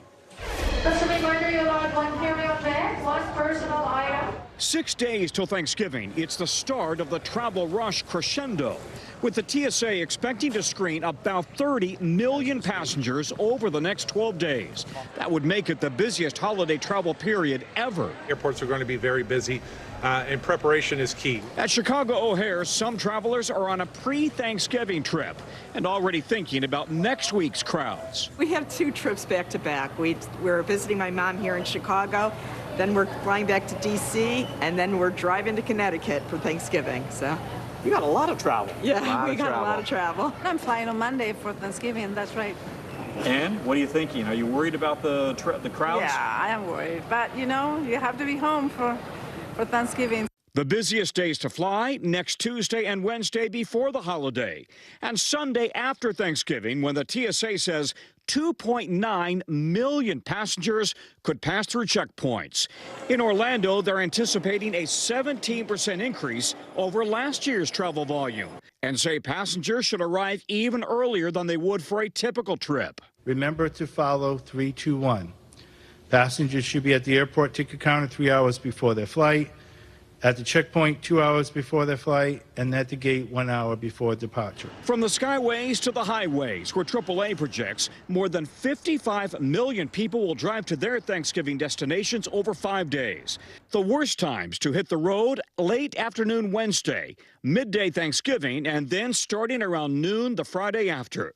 The good news for drivers: gas prices right now are averaging 40 cents cheaper per gallon than this time last year. Even cheaper in the South. You're below $3 right now. We haven't seen that in a long time. Yeah, importantly, TSA PreCheck now has 17 million people signed up, 4 million more than a year ago. They're still keeping the lines for PreCheck at about 10 minutes or so, 30 minutes if you're not PreCheck. So that's the incentive to sign up for PreCheck and get yourself pre-screened and go through that entire background check in advance. Back to you. All right, Tom, thank you so much. Caleb Silver, editor-in-chief at Investopedia, joins us now with more of what you should know if you're hitting the road for the holidays. So, Caleb, we just heard from Tom, gas prices, they're 40 cents cheaper per gallon than this time last year. Can we expect to see this pattern continue through the rest of the holiday season, keeping in mind most folks who are traveling for the holidays are doing so by car? Yeah, as Tom mentioned, more than 50 million people hitting the road. Gas prices, the national average, around $3.33 a gallon. Again, 40 cents cheaper than last year. Very big deal because folks, on average, will travel 60-plus miles for that Thanksgiving meal to be with family. So as you're doing that, we do know gas prices are lower. They kind of will remain low through the winter, actually, because we go to this cheaper blend of gas and there's less demand out there for oil right now. Oil prices down 20% from their highs. So gas prices are going to remain low, and driving is a way a lot of people get around to Thanksgiving, but there's ways to do it to actually save some money too. The other question is, when you are going to do a drive, especially if it's maybe a little bit longer, should you be renting a car or should you be using your own, right? And we have some numbers here. A recent survey conducted by Enterprise Mobility, 48% of road trips between this month and January will take place in a personal vehicle. Just 11% plan to take a rental vehicle, and 2% plan to use a ride-share service. Obviously not an option if you're going kind of far. But let's Uber or just want to waste money. From here to North Carolina or something. So, Caleb, what is the best? I mean, is it cost effective to take your own vehicle or rent a car if people are concerned about putting the miles on their own or anything like that? Yeah, with gas prices this low, it kind of makes sense to take your own car if you can, or if you have an electric vehicle, even cheaper. And rental car prices are actually down 20% from last year, so there is a better deal. But the demand is going to be the issue here between Wednesday and Sunday. Going to be hard to get a car, and those prices are higher in the major cities. So availability might not be there. If you could take your own car with gas prices this cheap and carpool or pack the family into it, it's cheaper, it's more fun. Make your mixes, pack your snacks, make it a game. Enjoy yourself on the road trip. This is what it's all about. Now I want to know about Caleb's mix. What's in Caleb's mix? Hit the road with me this weekend. We'll show you. Oh, a little mystery. I booked a rental car for when I go home to Minnesota for Christmas. It's expensive. It's not cheap right now. So Caleb, wait, you're not driving there though? No, you but mean when I you're get there, got just it. even have it for a few days. So what other money-saving tips should people consider for their holiday road trips? Yeah, as you're hitting that road, have the plan, make the budget, see if you can beat the budget. I'm one of those people that drives my kids crazy trying to avoid the tolls. I like to pack the snacks ahead of time. Even if you pack the snacks, so you find yourself getting hungry within like 15 minutes of leaving the house. So have that snack cooler packed really well, have the drinks packed really well. You're going to make stops. People can't resist themselves a soft ice cream inside a rest stop sometimes, but try to do it on a budget. Try to avoid the tolls if you can, and avoid those busy times Tom was talking about. Wednesday morning, a very busy time to drive. Sunday, also very busy. If you can avoid peaks, avoid tolls and congestion, it's going to be cheaper. It's going to be a lot more fun. I got to say, I think the toll road fee's worth it. When you do that without tolls and it goes up by 45 minutes, I would also be freaking out like your children in the car. Thanks, unless he has a good mix. There you go. All right, Caleb Silver, thank you so much. You won't share with us. All right, now let's get a look at your Morning News Now weather. Meteorologist Michelle Grossman joins us now with more on what to expect this weekend and her holiday mix, right, Michelle? Oh gosh, it's a mix. You know, I have to roll up my window sometimes when I realize what's blaring out of my radio. Do you ever do that? Where you're like, no one can hear this. Yeah, I know what you mean. I'll send you, right? Yes. So embarrassing. Anyway, weather-wise, we're looking a little dicey in some spots as we go throughout the next couple of days, especially Monday and Tuesday. I know that's a big travel day, but as Tom mentioned, it's getting underway now. We're looking at some problems today. We're looking at some soggy spots because we're looking at a cold front moving through portions of the Ohio Valley into the Northeast. That's bringing some rain, and it's bringing some heavy rain in spots, and it's stretching all the way down to the Tennessee Valley. So places along the Ohio Valley, the Northeast, the interior parts of the Northeast, New England, into the lower Mississippi Valley, we'll see some windy conditions and also some rainy conditions. That's going to slow you down on the roadways. Also in the air, rain developing in the west. That's a big powerful system that's moving onshore. We had an atmospheric river event set up all week this week, and we're seeing that once again today. So we're going to see some soggy conditions along the coast of California and then eventually into the Pacific Northwest tomorrow. Also could see some mountain snow in the Sierra Nevada mountains tomorrow. We'll talk more about that. In between between today. We're sunny, we're mild in the south central states. We're free and clear in the northern plains and central plains into portions of the upper Midwest. But in terms of travel in the air, we're looking at some possible delays in Indianapolis. We're looking at likely delays in San Francisco. That's due to wind and also some low visibility. Detroit and Nashville could see some likely delays as well because of that cold front moving through, and that's going to bring some really windy conditions. So as we near Saturday, we're looking quiet in most of the country, much cooler in the Great Lakes, bright sunshine throughout the south, the southeast, into the mid-Atlantic. But notice all that green, yellow, red in the west. We're looking at that powerful system really overspreading the west. So we're looking at rain and wind extending up to the Pacific Northwest, and that mountain snow in the Rockies, also parts of the inner Mountain West. And that's going to delay some travel there. Sunday, we are looking at that mountain snow overtaking the inner Mountain West into the Rockies. That's going to slow you down there. And then, unfortunately, also looking at strong storms in the central and southern plains. That's that warm air and cold air kind of clashing. But we're looking good along the East Coast. It's going to be chilly in some spots along the East Coast, but we're looking at some sunshine. So that's good news if you're traveling on Sunday along the East Coast. The West on Sunday, rain and gusty winds, and that's because we're looking at the chance for likely conditions in Salt Lake City, also Las Vegas, possible delays in Seattle, also Portland. Kansas City, I think you're going to see some possible delays as well. In Dallas, Fort Worth, that's where we're expecting some pretty gusty storms and on Sunday, and that's where we could see some likely delays as well. So let's track next week's system, because what's happening is we have that powerful system moving into California that's going to track across the country. So this becomes our next cross-country storm, and that's what will impact us Monday into Tuesday. This is Sunday into Monday. That storm system really strengthening over the plains. It's going to bring that severe weather on Sunday into the southern plains. And we're looking at the Gulf Coast, too, looking at some storms. Then we near Tuesday, heavy rain spreading into the east, strong winds developing for the Midwest and Northeast. So this is kind of a terrible day on Tuesday, from the Great Lakes to New England, the Northeast and Mid-Atlantic, all the way down to the Southeast. We're looking at spots of heavy rain where you see those brighter colors, looking at some mixture of rain and snow in parts of the interior Northeast, also New England. And that's going to linger as we go throughout Tuesday, and could see some higher elevation snow as well. Wednesday, the good news is we clear out most of that, but we have some leftover Great Lakes snow where you see the blue. Also some precipitation falling in Maine where you see the blue. That's going to be your snow. The pink is your mixed precipitation, and then some heavy rain in northern Maine, and that's going to bring some really gusty winds as well. Let's steer it towards Thanksgiving, because we're looking relatively quiet. Now in New York City, I do think we're going to have some breezy conditions, but we're going to continue to watch that for you. It's going to be cold in the inner Mountain West, cold enough to set the stage for some snow. Sunny and cool in portions of the southern plains, the southeast, but temperatures not bad. 60s in Dallas, 59 in Houston. I think that feels pretty good for Thanksgiving, although cool for that area. Temperatures in the 70s in Florida, and we're looking at temperatures in the 40s along the mid-Atlantic coast, also the Northeast. Right now, we're looking at rain falling in the Great Lakes, the Ohio Valley. You see those bright colors, the reds, the oranges, the yellows in the Ohio Valley, the Great Lakes. That's where some heavy rain is falling. That's where we could add up some totals there. Some lingering rainfall throughout the northern parts of Florida into parts of the eastern peninsula of Florida.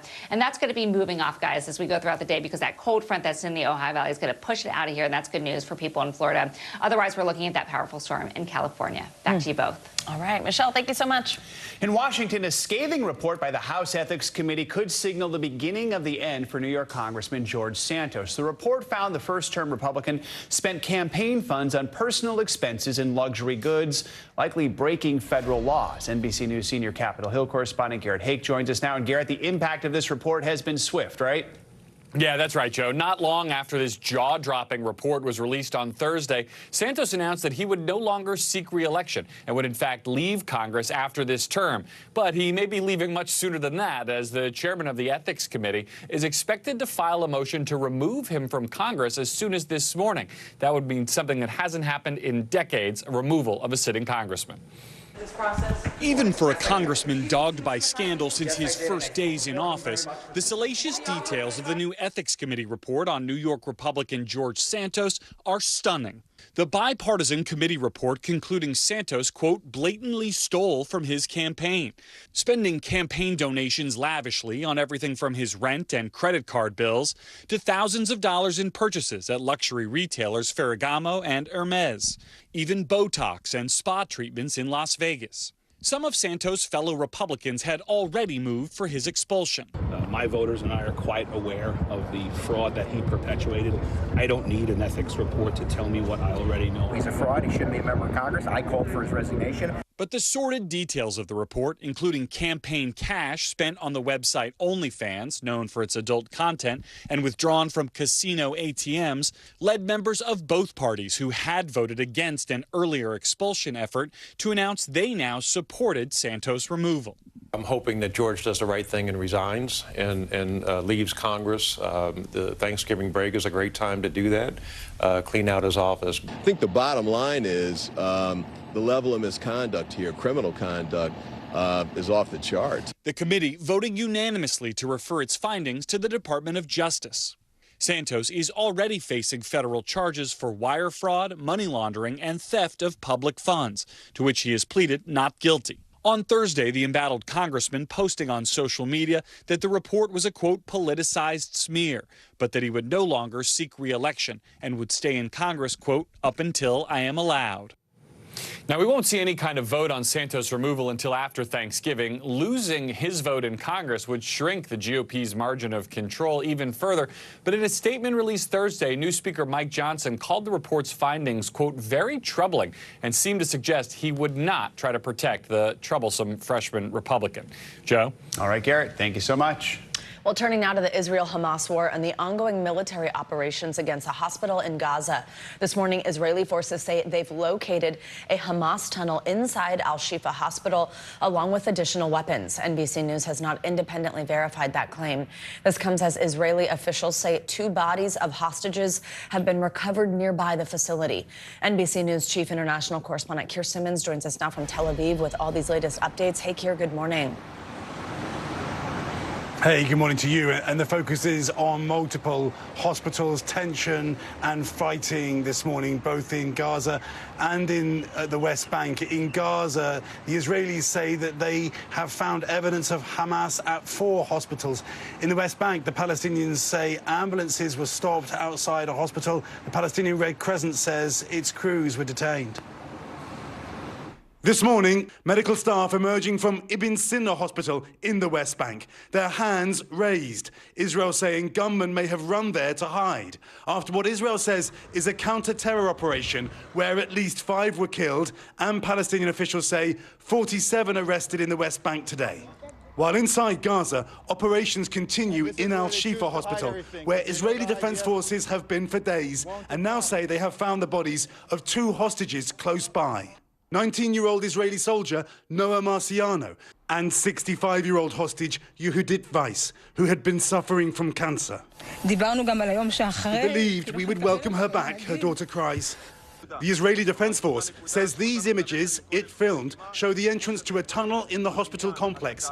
NBC News has not visited the hospital to see for ourselves. The images showing some guns, grenades and computers Israel says were inside. Is it fair to say that you found something there, but not everything you said you'd find? No, we're just scratching the surface. Now, I think we need to be a bit patient, and we are 100% certain that this is a base of operations. The Secretary of State telling Lester Holt last night. Exactly why there should be assault rifles located next to an MRI machine escapes me. And this is compelling evidence of the fact that Hamas embeds itself in civilian infrastructure of one kind or another. Multiple hospitals in Gaza are under siege, lacking fuel and medical supplies, health officials say. These were scenes posted online of the Indonesian hospital in Gaza. Wounded Palestinians lying on the floor. Israel says Hamas was here and at Al-Quds hospital, denied by Hamas. The Palestinian Red Crescent releasing images it says shows patients wheeled south on hospital beds amid destruction. But the Israeli military warns it will soon head south too, where already more hospitals are overwhelmed. Our team this morning filming more chaos and bloodshed. And the World Health Organization this morning saying that civilians in Gaza are at risk of starvation, saying, quote, food and water are practically non-existent there. Of course, Israel would say that it is Hamas that puts civilians in harm's way and that it has allowed in humanitarian aid. All right, Keir Simmons, thank you very much. Here in the U.S., social media sites like TikTok and X are racing to remove the hashtag Letter to America from their platforms. That's because videos about Osama bin Laden's open letter following the 9/11 terrorist attack have now gone viral in the wake of the war between Israel and Hamas. NBC News Now anchor Hallie Jackson has the details. The video's viral this morning. I need you to stop what you're doing and go read A Letter to America. Referencing Osama bin Laden's so-called Letter to America, written by the late terrorist leader about a year after the 9/11 attacks. And now, the propaganda getting new attention on social media in the wake of the Israel-Hamas war. Bin Laden, in the decades-old letter criticizing U.S. support for Israel and its policies on Palestinian territories and citing anti-Semitic and homophobic tropes. The way this letter is going viral right now is giving me the greatest sense of relief. The Guardian, which published the letter in 2002, now removing it, criticizing how it's been widely shared without the full context. And TikTok now stripping the hashtag Letter to America from its search function. New research shows searches for bin Laden up 400% on YouTube, and on X, formerly Twitter, references to him up 4,000% since Tuesday. One journalist's post on that platform, compiling some of the videos, getting more than 25 million views. TikTok saying interest spiked only after tweets and media attention, from fewer than 2 million views to more than 13 million on its app. A spokesperson telling NBC News content promoting this letter clearly violates our rules on supporting any form of terrorism, adding they're proactively and aggressively removing it. YouTube saying our community guidelines apply consistently, guidelines which prohibit terrorist content. X did not respond to our request for comment. The issue reaching even the White House, with the spokesperson saying there is never a justification for spreading the repugnant, evil, and anti-Semitic lies that the leader of al-Qaeda issued just after committing the worst terrorist attack in American history. It all comes as demonstrations, pro-Israeli and pro-Palestinian, stretch coast to coast. Our thanks to Hallie Jackson for that report. The New York Times is reporting that the bin Laden letter came up during a private meeting Wednesday night where Jewish celebrities and content creators asked TikTok to do more to fight anti-Semitism on the app. NBC News has not verified that reporting. Well, we've got much more to cover on this Friday edition of Morning News Now, including a brand new twist in the legal saga of Alec Murdaugh, why the judge who presided over his highly publicized trial is now stepping down from any further hearings. But first, stunning new allegations against music mogul Sean Diddy Combs coming from his former partner, R&B singer Cassie. We're going to bring you her side of the couple's highly publicized relationship and how Combs is responding. That's next.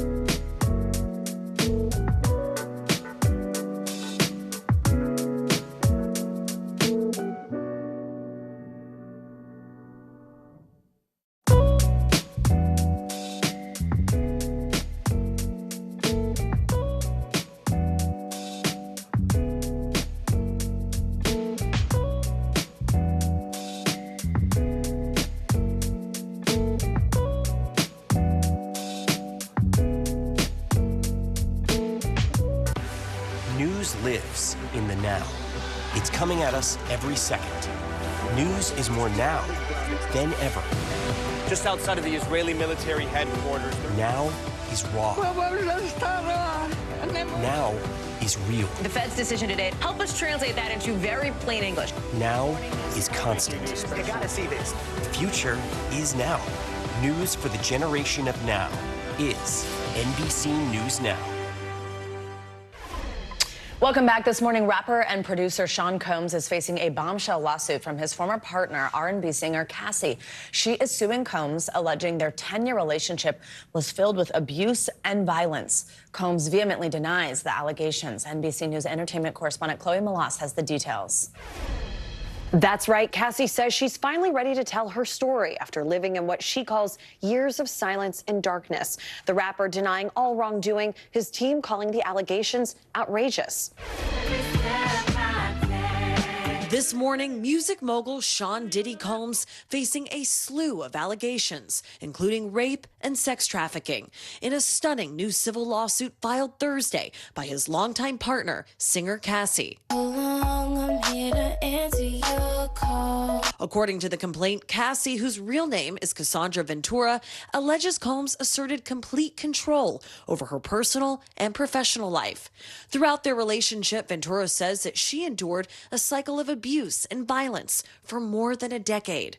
The lawsuit even detailing Combs thanking Ventura during a Lifetime Achievement Award speech on BET last year. Cassie, for holding me down in the dark times. Love. She's also accusing the rapper of forcing her into unwanted sexual encounters with male sex workers through the use of illegal substances and threats of violence, saying Combs allegedly recorded the sex acts to reinforce her inability to escape. The complaint going on to accuse Combs of uncontrollable rage, alleging that he often punched, beat, kicked, and stomped on her, then allegedly used his money to hide evidence of abuse, including putting Ventura up in a hotel for days to heal. Ventura also accusing Combs of rape, saying as their relationship was nearing the end, he forced himself into her apartment in 2018. The acclaimed music producer vehemently denying the allegations, his attorney calling them offensive and outrageous, writing in part, "For the past 6 months, Mr. Combs has been subjected to Miss Ventura's persistent demand of $30 million under the threat of writing a damaging book about their relationship, which was unequivocally rejected as blatant blackmail." In a statement, Cassie's attorneys say that Combs offered their client 8 figures to silence her and prevent the filing of the lawsuit, adding that their client should be applauded for her bravery. NBC News has reached out to Combs' attorney, who responded she should not be applauded, period. Back to you. All right, Chloe, thank you. Now to a new development in the ongoing legal saga of Alec Murdaugh. The former South Carolina attorney is now serving a life sentence for murdering his wife and son. Now the judge who played a critical role in that case is stepping aside. Today, anchor Craig Melvin has the details. Another twist this morning in Alec Murdaugh's ongoing legal battle. Murdaugh was convicted in March of the brutal double murders of his son Paul and wife Maggie. On Thursday, after a motion filed by Murdaugh's defense team requesting the Honorable Clifton Newman be recused from presiding over any further proceedings, the 72-year-old judge, who was already set to retire at the end of the year, officially stepped aside, asking that a new judge be assigned to handle the post-trial motions involving the murder charges. Murdaugh's legal team has been asking for a new judge and a new trial, suggesting in their motion that Judge Newman could be a potential witness to allegations of jury tampering leveled against Colleton County Clerk of Court Becky Hill, and that the judge professed his views on the case in a post-verdict interview he did with us. Do you think that he'll be haunted by his wife and son? No, I think so. I cannot imagine him having a peaceful night knowing what he did. I'm sure if he had an opportunity to do it over again, he'd never do it. After the verdict, the judge publicly expressed his opinion that the defendant was guilty. So the defense argument is that that same judge can't now preside over the issue of whether the defendant got a fair trial. The recusal is a victory for the defense, but they still have a steep hill to climb. Murdoch was sentenced to consecutive life terms in prison. Within your own soul, you have to deal with that. The state has aggressively swatted down the claims of jury tampering, saying in part, never does the law permit highly motivated convicts to put their own jury on trial. Tonight, in a Dateline special, South Carolina Attorney General Alan Wilson says the state is prepared to fight the appeal. They are alleging, among other things, jury tampering. Well, look, defense attorneys are going to do everything that they can to represent their client. I don't begrudge them. Obviously, we're going to defend the trial. We're going to defend our work product. Our thanks to Craig Melvin for that story. All of this is happening as pretrial hearings are getting underway to address state charges related to Murdoch's alleged financial crimes. Despite a separate motion asking Judge Newman to recuse himself from this trial as well, he is still set to preside over that one. Let's get you international headlines now. Sudan is asking the UN to end its years-long political mission in the country. NBC News foreign correspondent Claudio Labanga has the latest on that and other news from around the world. Claudio, good morning. Joe Savannah, good morning. Yeah, all this came out of a letter penned by Sudan's acting Foreign Minister Ali Sadek. Now, they requested that the UN, quote, immediately terminate the United Nations Integrated Transition Assistance Mission in Sudan. It's a program that was established back in 2020 to provide governmental support to Sudan during its political transition to democratic rule. But this letter calls the performance of the mission disappointing. Right now, Sudan is in the middle of a months-long civil war with violent fighting currently happening out of Darfur. Now let's travel over to Iceland, where ongoing tremors are rocking the Nordic island. Residents are evacuating as fears rise over a looming volcanic eruption. The ground has actually moved several feet in a town called Grindavik, which has been completely evacuated. Southwest Iceland has been bracing for days as cracks continue to appear. The Icelandic Meteorological Office warns that there is a significant risk of an eruption in the days ahead. And we end this tour of the world in Spain, where Shakira melted hearts at the Latin Grammy Awards while performing Acróstico, featuring her two sons, Milan and Sasha. In the middle of her song, the camera played pre-recorded footage of her young son singing. It was an emotional surprise for the audience. Other big names like Bad Bunny, Karol G, and Grupo Frontero were all at this year's awards. And this is the first time the Latin Grammy Awards has taken place outside of the United States in 24 years. Joe Savannah. So cool. They got a little bit of the spotlight, too. Awesome. Claudio, thank you so much.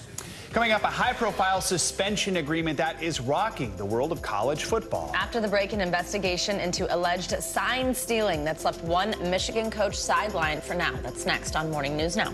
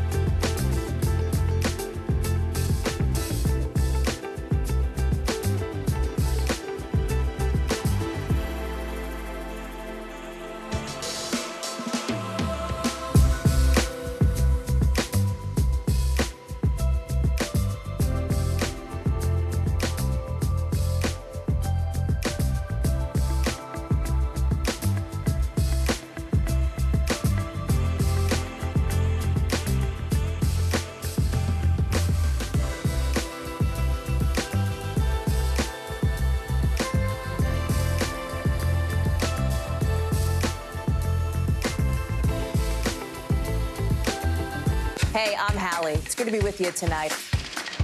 The debt ceiling. Here's why this matters. Please, please don't have your eyeballs glaze over. Here's why this matters. Talk Talk to us about what we're supposed to call this. Is it a bailout? Is it a backstop? There's a difference because it matters whose money is being used to prop up these banks. We think we're getting close to this news conference. I will be honest with people. This is like an awkward moment where we think we're like right there. You're going to have to like tap dance with us maybe a little bit. I do have my tap dancing shoes on, not to worry. The U.S. Supreme Court has rejected a request from Florida to enforce a state law that targets drag show performances. That law was signed by Republican Governor Ron DeSantis this year, but district courts have blocked it from being enforced. The measure makes it illegal to allow a child into a, quote, adult live performance that the state sees as sexually explicit. Opponents of the law say it imposes unlawful restrictions on free speech. In Texas, a school district has reversed a high school's restrictions on its production of the play Oklahoma. Those restrictions caused a transgender teen to lose his role in the show. In a unanimous decision on Monday, the Sherman Independent School District board members voted to reinstate the original cast and script chosen for the production after more than 60 people spoke out in support of the student. After the meeting, they released a statement apologizing, saying, quote, we understand that our decision does not erase the impact this had on our community, but we hope that we will reinforce to everyone, particularly our students, that we do embrace all of our board goals to include addressing the diverse needs of our students. Joining us now is Philip Hightower. He is the father of Max Hightower, the student who was initially removed from the play. Philip, thank you so much for joining us this morning. Just how are you and Max feeling now that he has been reinstated and the show can go on? Well, we're feeling good. Max, luckily, is at a theater retreat festival for the past couple of days, so Max hasn't had to deal with a lot of this, thank God. And I understand, as we mentioned just a moment ago, Philip, that like the community really rallied behind this issue with members speaking up at the school board meeting in support of Max. What has that backing meant to you and your family, and of course to Max? It's been amazing, especially for Max.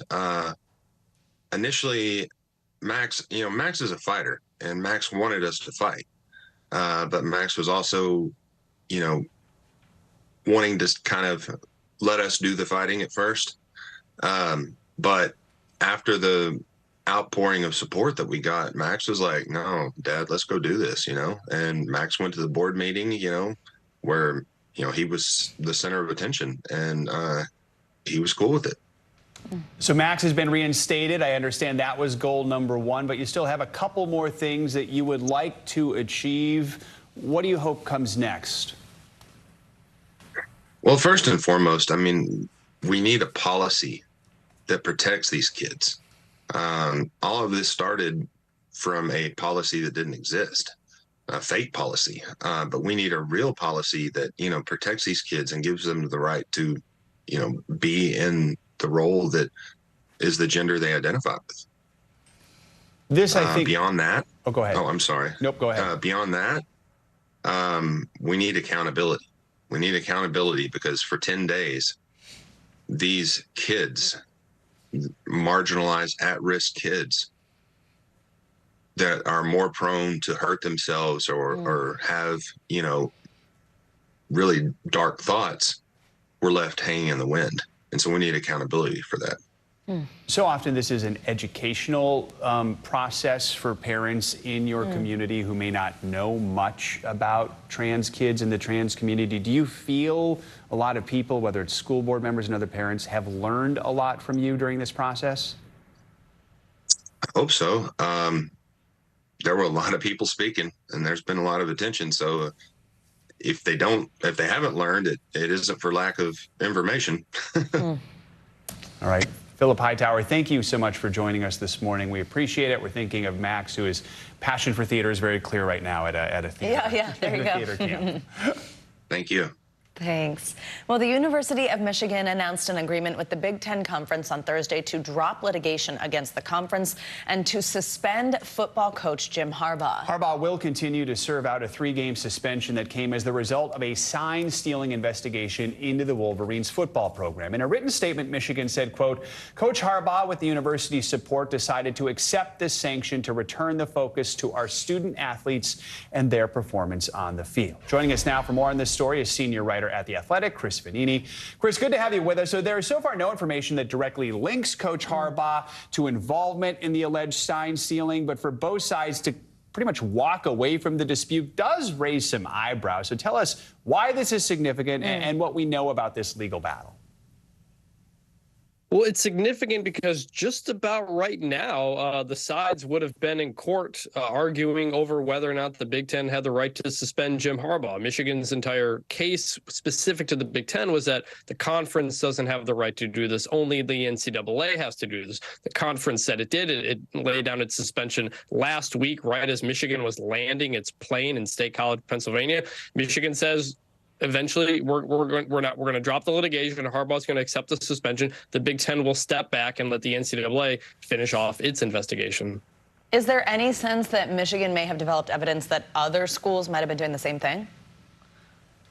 Michigan presented information that other schools had shared signs with each other to use against Michigan, which is not unprecedented, not that unusual. Michigan is mostly in trouble because of a staffer alleged to have bought tickets to games and had people film it on a phone. That is clearly against NCAA rules. In-person scouting is the big part of this. Sign stealing is not exactly against the rules. You can do that off of TV. It's more about what they did or what this one person did in person. So the university still says it's going to continue to cooperate fully with the sign stealing investigation. Talk more about that, where we are in that process.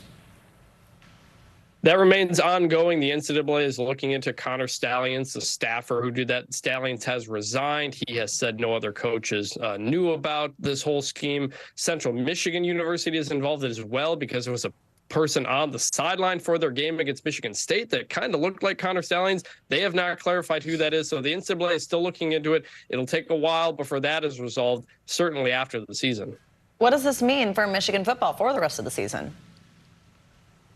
Well, it means they will not have Jim Harbaugh for the next 2 games against Maryland and then the big one against Ohio State. Ultimately, Michigan is used to this. Harbaugh had a self-imposed suspension for the first 3 games this season for an unrelated recruiting violations allegation. So they'll continue. Sharon Moore, the offense coordinator, will be the head coach for the next 2 games. If Michigan wins those 2 games, they'll play in the Big Ten championship, and Jim Harbaugh will be back to coaching it. Chris Vanini, again from The Athletic, thank you very much for joining us on this. Coming up, counterfeit chaos right here in New York City. The massive billion-dollar fake merchandise bust that could be one of the biggest in U.S. history. Stick around.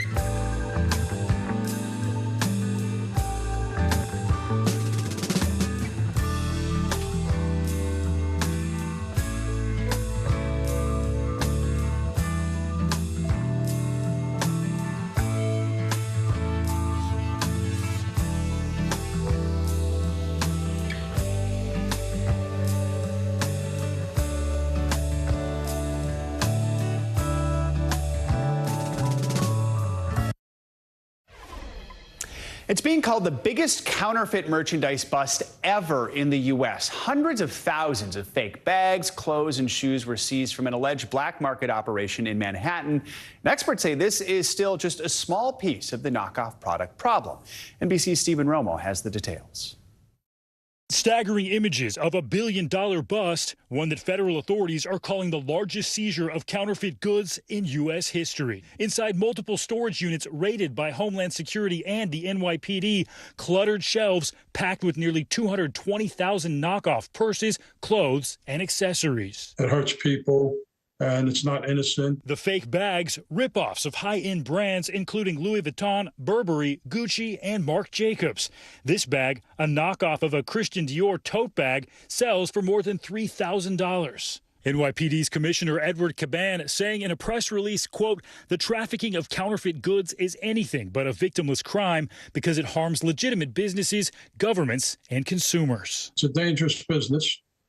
There's some dangerous people involved in it. And to go down there and buy these goods, it's not victimless. You could become a victim. Two people, 38-year-old Adama Sow and 48-year-old Abdullah Jalla, are accused of running the black market business out of this storage facility this year from January to October. The unsealed indictments show they're each charged with trafficking in counterfeit goods, which can carry up to 10 years in prison. An attorney for Sow declined to comment. NBC News has not yet heard back from Jalla's attorney. Counterfeiting experts say they hope consumers think twice before buying any knockoff merchandise because they can't be sure where the money is going or how the products are being produced. You hope that they would think twice of where that money's going. And also, forced child labor. Some of these goods are made in the most squalid conditions. I've been there in China, and they're made in these squalid conditions with sometimes little children working there. They're working 16, 18 hours a day. Our thanks to Stephen Romo for that report. More financial headlines. Here's a question for you. What do AI and climate change have in common? Well, Google CEO seems to have an answer. CNBC Silvana Henao has the latest on that and other money news. Silvana, good morning. Good Friday morning, Joe and Savannah. Yes, so Google CEO says artificial intelligence is like climate change and that it will spread worldwide. And people share responsibility to create rules and regulations. Speaking at the APEC summit in San Francisco, Sundar Pichai says if AI goes wrong in one country, it could impact others, making it difficult to regulate locally. Now, he's seeing some signs of progress, including this week's agreement between President Biden and Chinese President Xi Jinping, who vowed to start a dialogue on AI. Google's next generation AI model is being delayed. The information reports the launch of Gemini is being pushed from this month to the first quarter of next year. Gemini is being touted as a direct competitor to OpenAI's GPT-4. Google co-founder Sergey Brin has reportedly been spending several days a week with Gemini's developers. And the Kelsey brothers are killing it on the football field, podcasting, and now the music world. Travis and Jason have scored a #1 hit on iTunes with their Christmas duet, Fairy Tale of Philadelphia. It's a cover of the classic by the Pogues' Fairy Tale of New York with a few changed lyrics. Proceeds from the song and the album recorded by Jason Kelsey and his fellow Eagles teammates, a Philly Special Christmas, will go towards the Children's Hospital of Philadelphia, guys. Oh, wow. Can't wait to hear it. Silvana, thank you so much. You got it. Coming up, it is Friday, finally, so that, of course, means your weekly can't-miss list just around the corner. That's right. This morning, we've got a preview of Andre 3000's first full-length album in 17 years. Our wonderful friend Darren Karp is here with us on set. Yeah, Darren's here to break down the latest and greatest in music, movies, and streaming next.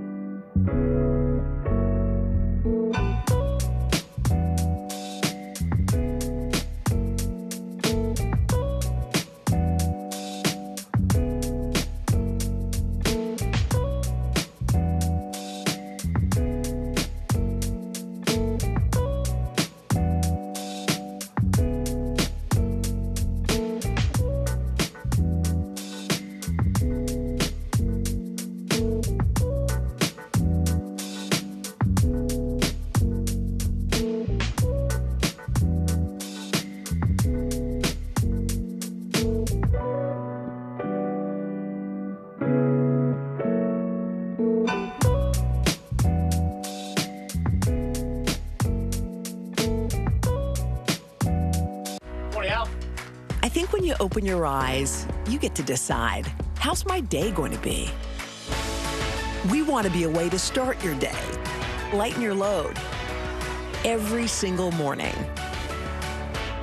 They told him I rejected him because he wanted to be female. This is the story of a family divided, a fringe religious movement blurring the lines between church and state, and a teacher caught in the middle. This is Grapevine, an NBC News podcast. Listen now. Hey, I'm Hallie. It's good to be with you tonight.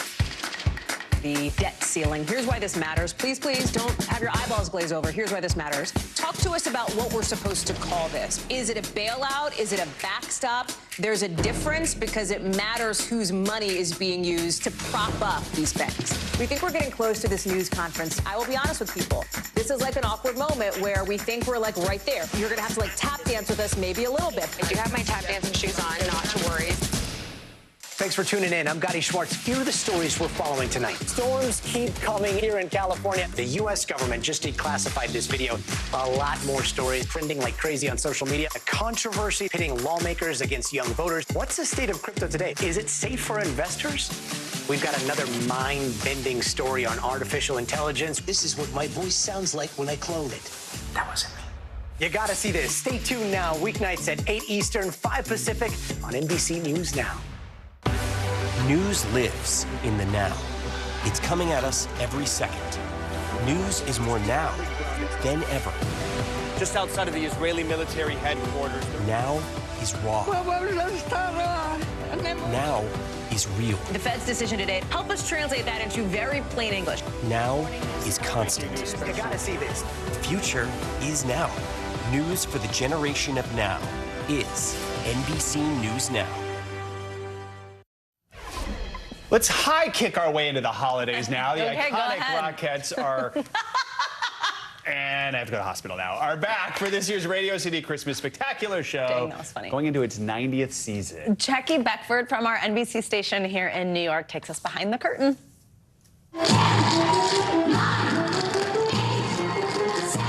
The countdown has begun to kicking off the holiday season. Really excited to bring the holiday spirit to New York this season. Hard to believe, but one of New York City's most beloved holiday traditions The Radio City Rockettes! is almost here. It's just a beautiful, iconic, magical show. The Radio City Music Hall Christmas Spectacular. Come on, we're going for a sleigh ride. Christmas time is here again. Promising to be even more, well, spectacular.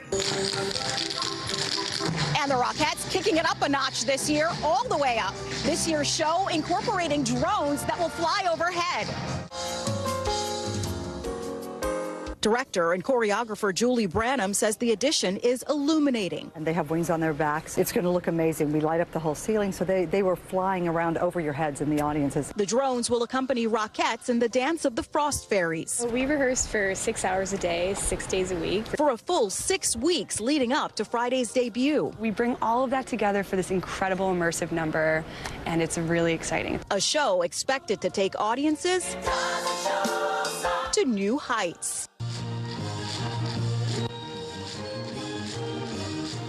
All right, Jackie Beckford, thanks so much. The show opens today and runs, of course, through January 1st. Finally, it is Friday, which means it's time for your weekly can't miss list. From a Hunger Games prequel to a new spin on a classic Santa Claus story, there's a lot you really can't miss this week. That's right. Lucky for us, Darren Karp is here. She's, of course, a Bravo personality and host of Shaken and Disturbed. She's going to break it all down for us. Hi, Darren. Happy Friday. Happy holidays. I wore my Taylor Swift friendship bracelet for you today. What does it say? It's just a group chat I'm on. I made it at BravoCon. Don't worry about it. We'll get that story later. That's a later thing. All right, tell us what's coming to theaters that we can't miss. Okay, so we've got Hunger Games, Ballads of Songbirds and Snakes. Are you a Hunger Games fan? Yes, Joe? huge. Okay, and I read this book. Okay, so this actually takes place decades, about 64 years before the original Hunger Games, when Katniss Everdeen actually volunteered as tribute. So this takes place with a young Coriolanus before he becomes the tyrannical president of wow, this, look at you, first name basis. Do you like, I mean, you... We're not going for President Snow. Excuse me, Mr. Snow. He's young.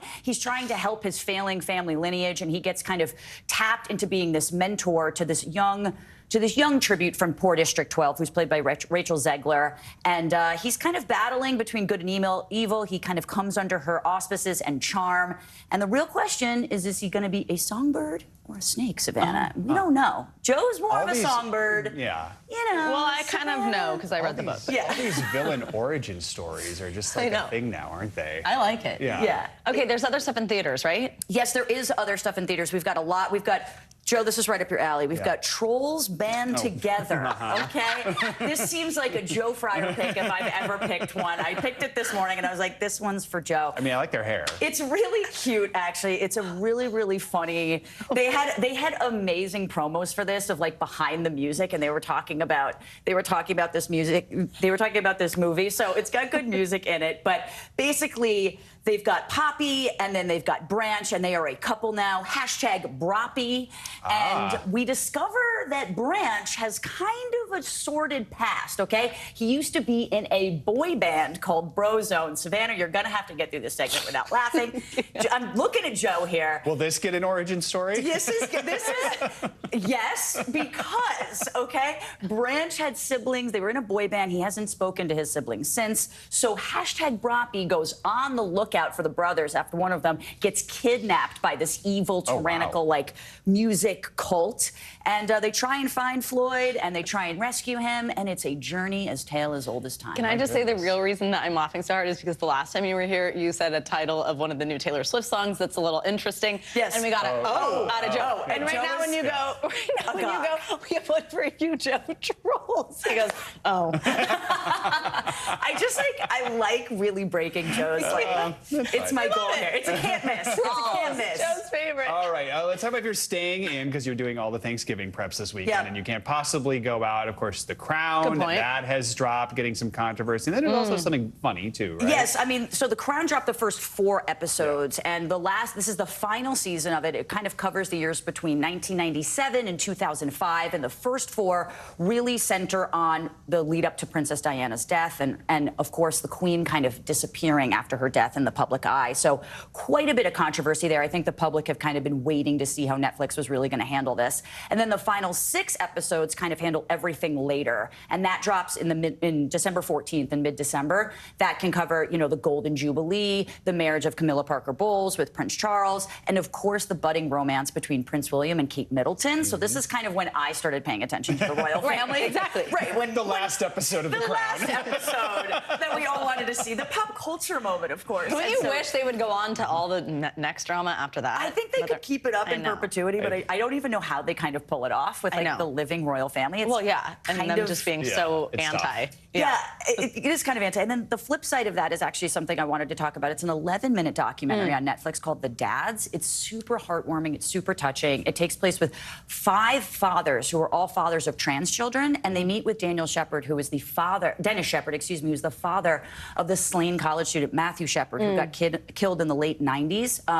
You know, this was one of the first kind of notorious hate crimes that we really heard about, at least in the late 90s. And they all get together to go on a fishing trip in rural Oklahoma and talk about, you know, their geographical differences, the socioeconomic differences, their racial divide, but they all come together to talk about the love of their children. And truthfully, it's one of the sweetest kind of 11 minutes you can get into. Oh, wow. We literally just moments ago had the father of a trans child on talking about an issue in Texas. So 11 minutes, powerful. too. Yeah. That's like really pack a punch. Oh, yeah, you can pack it in. It's a powerful punch. It's definitely good. I highly Finally, we have a little over a minute left here. We want to talk about a Santa Claus story, new take on it with Ludacris. Yeah. Okay, Joe is interested in this. This is dashing through the snow. We've got Ludacris, who's kind of over Christmas. He's over the holidays. And at the suggestion of his separated wife, he takes his daughter out on Christmas Eve and meets Nick, played by Lil Rel, as you can see there. And his attitude starts to change in humor about the idea of Christmas. And it's kind of this magical holiday story. It's really funny for the whole family. And I love seeing Ludacris kind of out of his normal environment and element, you know? I feel like we haven't seen him for a minute either, so that's kind of fun. Yeah, exactly. So it's really cute and good for the whole family. One actually last quick one. Andre 3000. Yes. just dropped an 87-minute entirely flute instrumental album called New Blue Sun. Wow. It's got Mayan flutes. It's got this. He's got cheeky titles in it. Like one of them is about like I wanted to do a rap album, but this is where the wind took me. So it's a little cheeky in the fact that there's no vocals? No vocals at all. There's no rapping at all. It is literally just flute instrumental, channeling Lizzo here. Andre 3000, you can't miss it, guys. Wow. Yes. That is Joe. not what I expected. Joe. So. Oh my God. Me either. Yes. Oh, we got we got an O. There we go. This is our new thing with you. We need an O calculator next time. My suggestions next time are going to be riveting, I can tell you. Darren Garp, thank you. We love you. Good to have you here. Good to Happy have you Thanksgiving, here. guys. All right. That's going to do it for this hour of Morning News Now. But the news continues right now.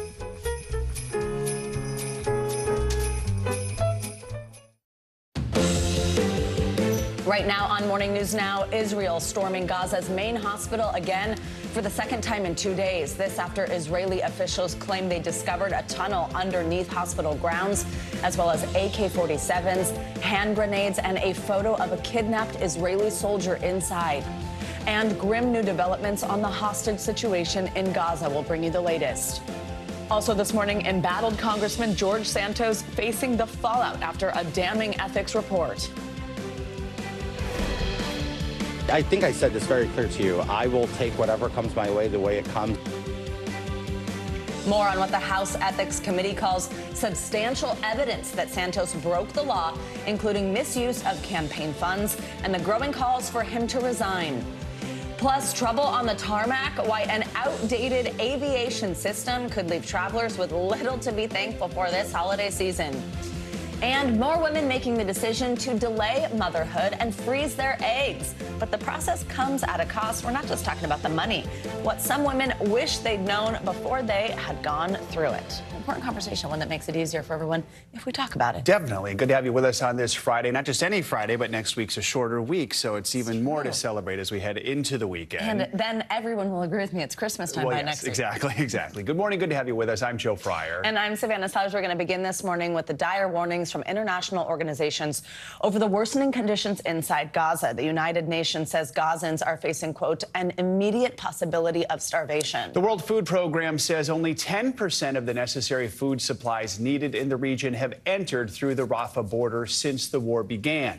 Food production in northern Gaza has come to a halt because of the lack of fuel. That shortage has also created a total communications blackout, which is slowing down aid deliveries. It's making it hard to communicate where deliveries should be made and when. This all comes as Israeli forces continue to carry out their targeted operation against Al-Shifa Hospital. Officials say they've recovered the bodies of 2 hostages near the hospital, 19-year-old Noah Marciano and 65-year-old Yehudit Weiss. NBC News correspondent Aaron McLaughlin joins us now from Tel Aviv with the latest. Aaron, good morning. Let's start right there with those 2 hostages recovered by Israeli forces. How were they located? Where were they found? And how does this impact negotiations for the release of the remaining hostages?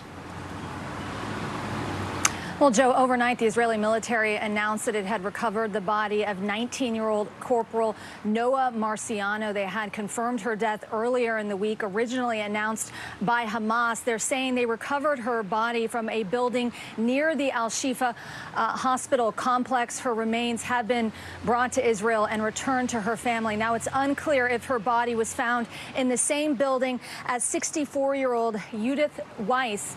Yehudit Weiss is an Israeli hostage. She was kidnapped on October 7th from kibbutz Be'eri when Hamas militants stormed her kibbutz, killing her husband and kidnapping her. She'd just been diagnosed with breast cancer and was due to receive radiation treatment. Then this week, the Israeli military confirming that her remains had been recovered in a building near the Al-Shifa hospital complex, along with weapons, RPGs, as well as guns. Now, news of their deaths are likely to place even more pressure on these ongoing hostage negotiations. They've been going on for weeks now, with the president of the United States saying he's mildly optimistic about the outcome of those negotiations. Joe. Aaron, meanwhile, the UN human rights chief called on Israel to grant his team access to Gaza to investigate these competing claims about the Al-Shifa hospital yesterday. Let's listen to a little bit of what he said about the deaths at Gaza's largest hospital. Never in my career, working in many crisis situations around the world, have I met such an outpouring of fear, anger, and despair. The killing of so many civilians cannot be dismissed as collateral damage, not in a kibbutz, not in a refugee camp, and not in a hospital. So this comes after Israel released a photo alleging they found an operational tunnel shaft at Al-Shifa. What more are we learning about the situation at the hospital this morning? Are Israeli forces close to ending what they're calling this targeted operation on Al-Shifa? Well, it's unclear. It's difficult to paint a picture of exactly what's happening at the hospital complex, given this network-wide mobile phone outage striking the Gaza Strip after the main mobile phone provider, network provider there in Gaza, said that it has a fuel shortage. It ran out of fuel to power its backup generators. Very difficult to reach anyone that we've been in contact with inside the Al-Shifa complex. What we know is that the Israeli military says they raided the complex for a second day yesterday, uncovering that tunnel shaft as well as a vehicle full of weapons. On Wednesday, I had spoken with the head of the hospital's burn unit. He painted just this desperate and dire humanitarian situation. He described his 600 patients were dying at a much higher rate. They lacked food, water, electricity, as well as oxygen. And it's unclear when the hospital is going to be evacuated. The WHO this morning releasing a statement saying the WHO and partners are exploring the possibility of evacuation of patients, health workers, and IDPs besieged at Al-Shifa Hospital. Safe passage and fuel for the Palestinian Red Crescent ambulances are needed to ensure the evacuation can be carried out. And it seems as though the Israeli military is continuing to try and build its case that there is a Hamas terror cell located underneath the hospital. But it seems that they have found no smoking gun just yet, guys. All right, Aaron McLaughlin in Tel Aviv. Aaron, thank you. Thank you. Well, the U.S. is facing a growing call to support a ceasefire in Gaza as officials continue to negotiate extended humanitarian pauses. Secretary Antony Blinken sat down with Nightly News anchor Lester Holt to discuss the ongoing bombardments and the latest from the Al-Shifa hospital. Secretary Blinken, if I can ask you about the war ahead, in Gaza. Israel is showing video of weapons it says were recovered at the Al-Shifa hospital, video of what may be a tunnel, but it's clear that the evidence doesn't necessarily point to a Hamas command and control center, as Israel and the U.S. have maintained. What's happening there? Two things. One, exactly why there should be assault rifles located next to an MRI machine escapes me. And this is compelling evidence of the fact that Hamas embeds itself in civilian infrastructure of one kind or another. We have our own information that command and control nodes are located either in or under hospitals. There's several of them. And this is something that's really monstrous in what Hamas has done to try to embed itself among civilians. But based on what you've seen, does it warrant the bombardment that we've seen, the level of bombardment against the hospitals? Well, these are what's going on now are ground operations, not bombardments. And as I've said before, we have seen far too many Palestinian civilians killed. And we have been urging Israel all along to do everything possible to minimize civilian casualties. They've opened up corridors so that people can get out of harm's way. They've been bringing supplies into the hospitals as they've tried very deliberately to clear them of any Hamas fighters. And all of this is incredibly hard. What is your level of confidence that we could see more hostages released soon? We're working this intensively, and we have been for weeks. I remain hopeful, but the less said, the better. Secretary Blinken, thank you so much for spending time with us tonight. Good to be with you. Thank you. And our thanks to Lester Holt for that interview. Now to the economic toll that the Israel-Hamas war is taking on the region. In Israel, there's been a shift in how many young workers are available as the nation rapidly mobilizes its military. That is leading credit rating agency S&P to predict that the country's economy will shrink 5% in the last quarter of this year. NBC's Josh Letterman shows us how those economic woes will be felt both in Israel and in Gaza. It takes about 100 workers to sow the fields and harvest the crops at Chavivian Organic Farm in southern Israel. On October 7th, the day Hamas attacked, much of the workforce disappeared. First to leave were, of course, the Palestinian workers and the workers from Gaza. They just vanished one day. They're not here. Then foreign workers from Asia and Africa. Some of them stayed, but many went home after Hamas killed dozens of Thai workers on October 7th and took others hostage. These days, when Michal wakes up, she doesn't know how many workers will show up that day. Many farms are now relying largely on volunteers. Are there farms here in Israel that may go out of business because of this war? Many farms. Here in the fields just 10 miles from Gaza, as these workers are working the crops, rockets coming from the Gaza Strip being intercepted by the Iron Dome. This is what it's like right now to be working in Israel's economy in the middle of war. Since the war started, Israel has called up more than 350,000 reservists and evacuated hundreds of thousands of others from homes near Gaza and Lebanon. Together, that's 18% of the workforce off the job, Israel's Labor Department says. Still, the economic blow pales in comparison to Gaza, where the UN says 6 in 10 jobs have been lost during the war, and at least 45% of homes damaged, adding to an already sky-high poverty rate. In Israel, the military call-up has emptied young, educated workers out of Israel's famed tech sector, says Don Ben-David, an economist at Tel Aviv University. Israel is highly dependent on high tech. It's only about 10% of the workforce, but that 10% accounts for half of our exports. Are there comparisons between Israel's wartime economy and what we saw during COVID? Oh, yeah. The fact that missiles are raining down all over the place means that you don't really venture out if you don't have to. In other words, people are spending less. Israel's Statistics Bureau says half of businesses have lost at least 50% of their income. At this restaurant in the commuter town of Modi'in, it is far from business as usual. It's a very somber atmosphere, she says. Customers come in, head down. No one smiles. People are sad, worried. Naama's cafe closed after the terror attacks for nearly a month and only recently reopened. But it's been a struggle. Staff are in short supply, ingredients are hard to come by, and so are the customers. We went through a tough experience, she says. If this war continues, I don't know how much longer our business will survive. Israel's central bank says this war is costing more than $500 million per week, which in a country this size is a massive amount. But the real question now is, how much longer will this war last? Josh Letterman, thank you so much for that report. Well, not in California, where the man who attacked Paul Pelosi is awaiting his sentencing. Yesterday, a federal jury delivered a unanimous verdict finding David DePape guilty on federal assault and attempted kidnapping charges. It came at the end of a 4-day trial. NBC News correspondent Steve Patterson is in San Francisco with the details. What's going on, man? A guilty verdict for the man accused of breaking into the home of Nancy Pelosi and assaulting her husband with a hammer. What is going on right now? After just 8 hours of deliberation, the jury unanimously found David DePape guilty on both federal charges.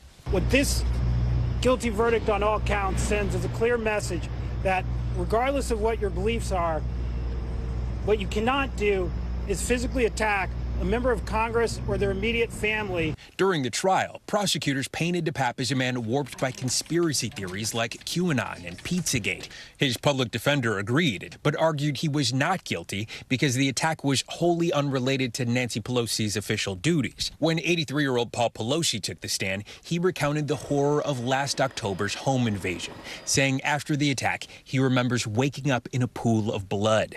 In a shocking move, the defense countered by calling DePape to the stand, arguing he's a man so radicalized by disinformation. DePape says the Pelosi home was just one stop on a long hit list, and attacking Pelosi was a desperate act as police arrived, adding Paul was never a target. But the federal jury disagreed, and DePape, who is a Canadian citizen, faces up to 50 years behind bars. DePape also faces state charges, including attempted murder, burglary, and false imprisonment. Proceedings for that case expected to be underway at the end of the month. All right, Steve, thank you so much. The special counsel appointed to investigate President Joe Biden's handling of classified documents has interviewed his son, Hunter Biden, according to a source familiar with the matter. The investigation is looking at how President Biden ended up with classified documents in his Wilmington, Delaware home. Hunter Biden listed that address on his driver's license at the time the documents were stored there. The special prosecutor is expected to deliver a report with his findings at the conclusion of his investigation, which is now in its 11th month. Spokespeople for both the Justice Department and the White House have declined requests for comments. Well, embattled New York Congressman George Santos says he won't seek re-election next year after the release of a damning report by the House Ethics Committee. The report concluded that there were, quote, substantial evidence that Santos violated federal criminal laws, including the use of campaign funds for personal expenses. NBC News congressional correspondent Julie Sirkin joins us on this now. Hey, Julie, good morning. So this was the scathing report by the Ethics Committee. Tell us more about the findings in this and what they say Santos was spending campaign money on. Yeah, hey, good morning, guys. Well, the Ethics Committee certainly brought receipts. They allege that Santos spent thousands of dollars on designer goods. That includes $6,000 at Ferragamo, more at Hermes. He spent money on Botox, on OnlyFans, at Sephora. Essentially, they said that he, quote, exploited the House candidacy for personal profit at nearly every turn. He even moved hundreds of thousands of dollars from a consulting firm that he actually was affiliated with to his personal bank accounts. Now, all of that said, the ethics panel is all but recommending that Santos be expelled from Congress. The reason they didn't include that in the report, the chair of the ethics panel, Michael Guest, told us was because it would take months, additional months before the report could be released. But really just in the scathing 56-page report, the committee had found that Santos essentially profited on his House candidacy and discredited the House as an institution. So, Julie, how is Santos reacting to the report? And looking ahead, could we now see this renewed effort to expel him from the House, perhaps very quickly?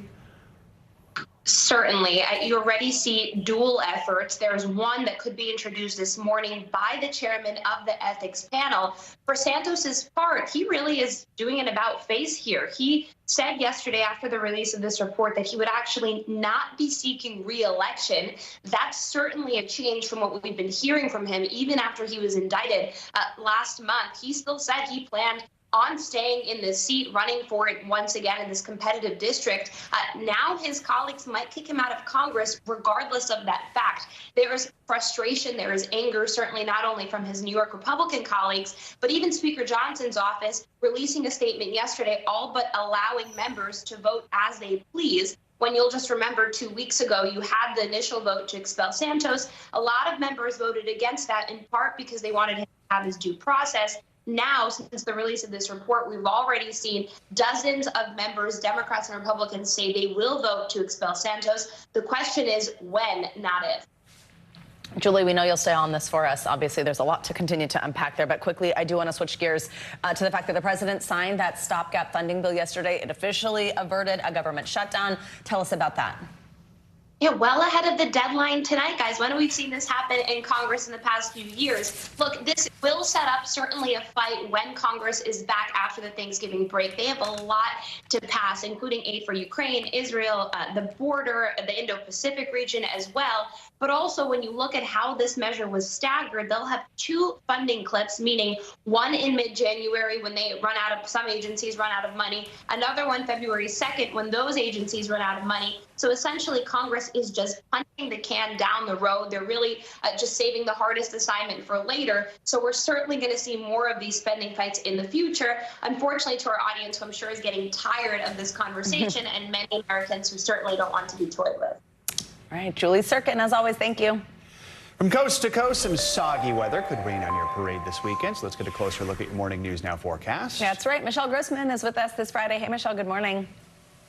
Hey there, guys. Happy Friday. And yeah, we have some soggy spots on this Friday. And we're going to have some soggy spots into Thanksgiving week that could impact some travel. So first, we're looking at radar, and we're seeing some rain falling throughout the Ohio Valley. It's a cold front that is stretching from the Great Lakes all the way down to the lower Mississippi Valley. So along that front, we're going to see some rain. We're going to see some wind as well. It's going to drop some temperatures. So that's for the Ohio Valley into the interior parts of the Northeast, also the Tennessee Valley, lower Mississippi Valley. And then back to the west, we're watching a powerful storm system. It's that atmospheric river however, that continues to move on shore, and we're going to see some rain, some mountain snow in the west, not only today but also tomorrow. Then that storm system is going to make its way across country, and that's going to impact our Thanksgiving week. But first, unsettled East Coast, you notice two things on this map. We have that cold front, that's the blue line, and that area of low pressure.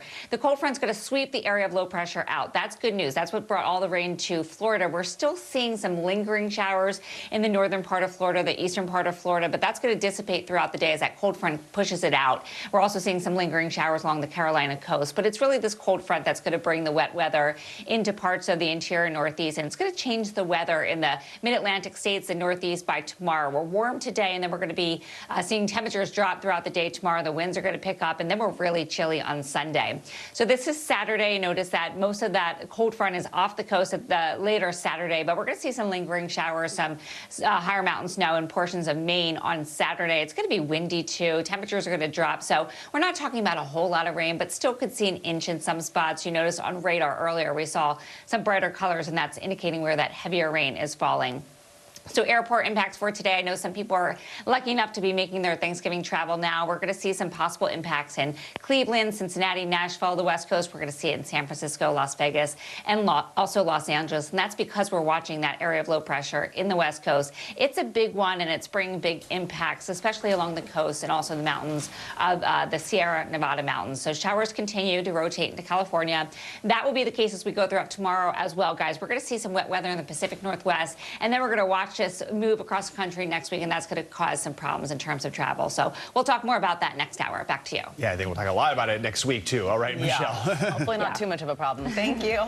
Much more to come here on this hour of Morning News Now. Later, allegations of abuse against music mogul Sean Diddy Combs. The new lawsuit just filed by his former girlfriend, singer Cassie, and why she says she's ready to tell her story after years of silence. Up first, though, after the break, it's being called the Red Cup Rebellion, how a one-day strike involving thousands of Starbucks workers is energizing a bigger labor movement against the coffee giant. We will be right back.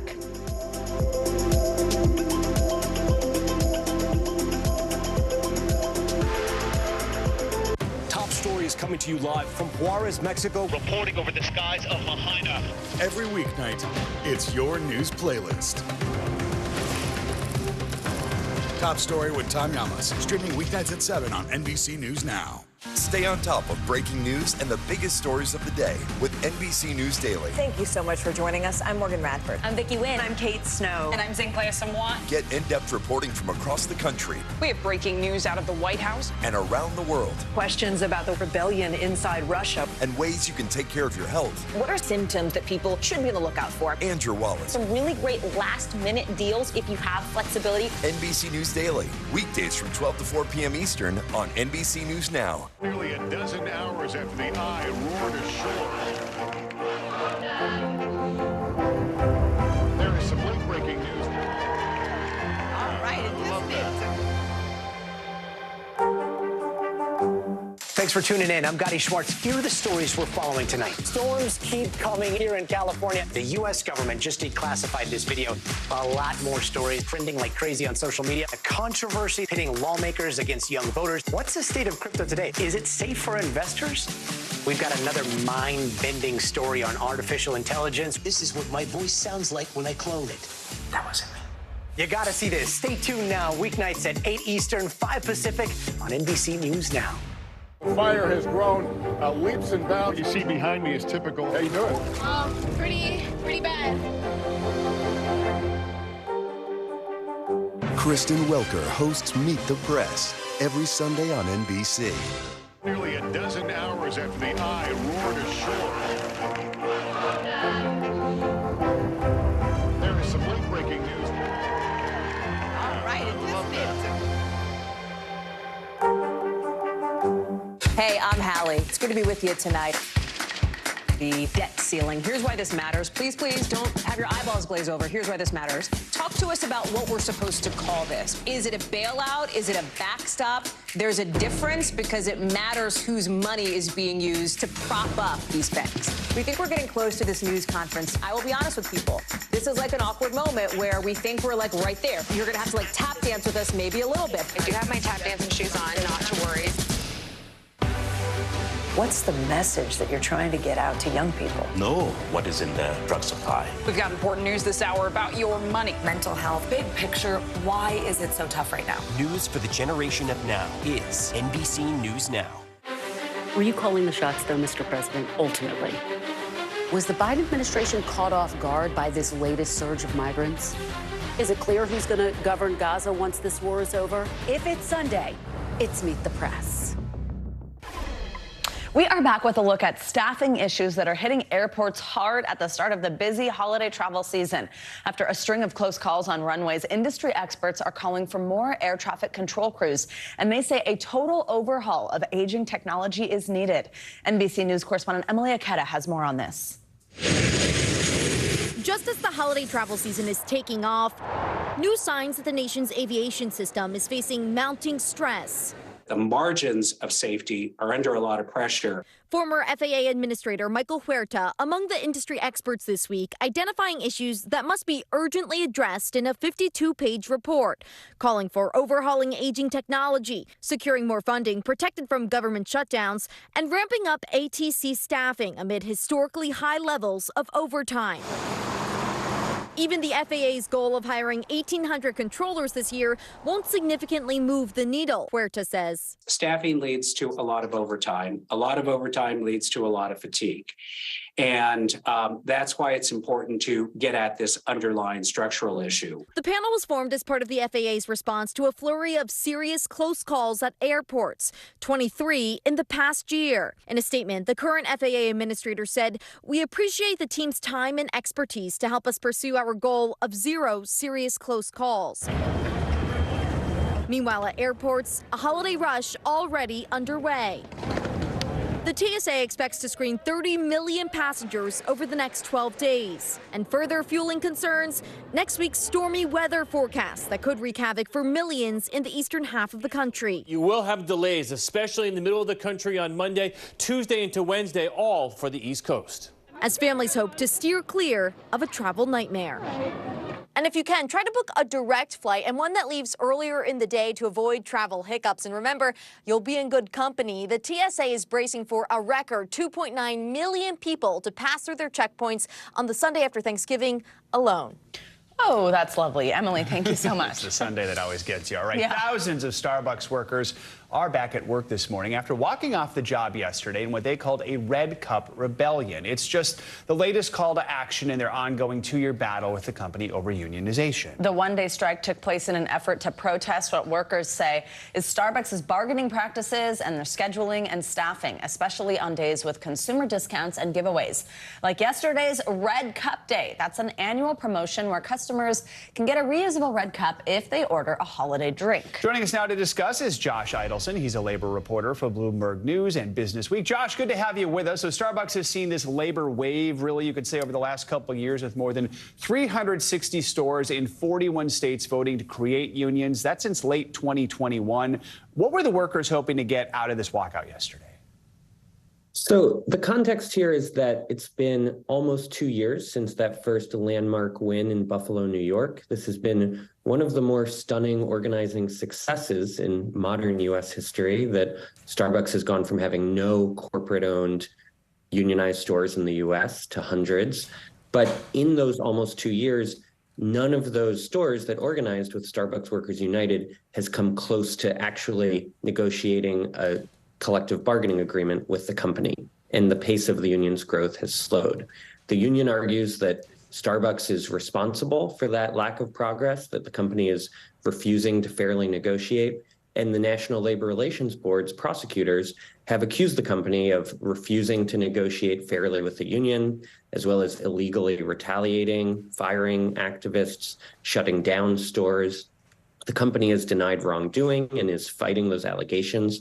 And the process for the labor board cases to be investigated and appealed can drag on for years and has relatively little serious penalty potentially for the company in general. There's no punitive damages. There's no liability for executives at the company. And so the union has been trying to find ways to keep pressure on Starbucks and force the company to change its behavior. So that's included outreach to politicians. We saw Howard Schultz called before the Senate to discuss the company's actions. It's included outreach to students on campuses where Starbucks has contracts. We saw Cornell, in response to student activists, say it would not continue its contract with Starbucks. And we see walkouts like the strike, which the union says was the largest one in the company's history. And Josh, quickly tell us on the other side of this, how Starbucks is responding to this strike and any plans that they have to work with employees here. Starbucks has said that the impact was minimal in terms of the effect on customers, in terms of the number of workers participating. And Starbucks has argued that the union is the one that's not fairly negotiating, including by insisting on workers being able to participate via video conference in the negotiations. Starbucks says it complies with labor law. All right, Josh Idelson, thanks so much for joining us this morning. We appreciate it. Thank you. Let's get you some international headlines now, starting with a landmark nuclear deal between the United States and the Philippines. NBC News foreign correspondent Claudio Lavanga has that and other world news. Claudio, good morning. Joe, Savannah, good morning. That's right. This nuclear cooperation pact will allow Washington to export nuclear technology to Manila, and in turn, it will help the Philippines to transition to cleaner energy. Now, the U.S. Secretary of State Antony Blinken signed a major deal at the APEC conference currently going on now in San Francisco. Now, Philippine President Ferdinand Marcos Jr., who witnessed the groundbreaking signing, said, quote, "We see nuclear energy becoming a part of the Philippines' energy mix by 2032. Now let's fly over to Spain, where Pedro Sánchez was just re-elected as prime minister. The socialist leader was backed by 179 lawmakers, but not everyone is happy. Protests have been erupting across Spain over Sánchez's controversial amnesty deal with the Catalan separatists. The newly elected prime minister promised to offer amnesty to secessionists in exchange for political support. Now, political pundits expect that Sánchez's new term, much like his campaign efforts, could come with some turbulence. And we end this short tour of the world with some broken records. We are celebrating Guinness World Records Day. Just yesterday, all of the talented and somewhat strange record holders across the world joined forces to celebrate the 19th annual event. This year's theme was super skills. There were even some records broken on that day. Starting in the UK, one driver broke the record for the tightest gap driven through by a pickup truck on two wheels. Another record breaker in China took home the title for, and get this, the most consecutive single leg full twist back somersaults. The winner racked up 11 consecutive backflips, but now, if you manage to say 5 times fast consecutive single leg full twist back somersaults, you will also probably make it in the world Guinness record. We're going to induct you, Claudio. Give it a try. That car thing, I bet he's a good parallel parker. Yeah, for both of those, I'm just so amazed by. How is that even possible? Wow, you're incredibly right. useful. I don't know how to parallel park on 4 wheels, so that's good. Yeah. Claudio, thank you so much. Thank you. Coming up, Sean Diddy Combs facing serious allegations made by his former longtime partner, singer Cassie. The disturbing details from a new lawsuit and what the music mogul is saying now. And it's sentencing day for the woman just convicted in a love triangle turned deadly. We're going to bring you the latest from court next on Morning News Now.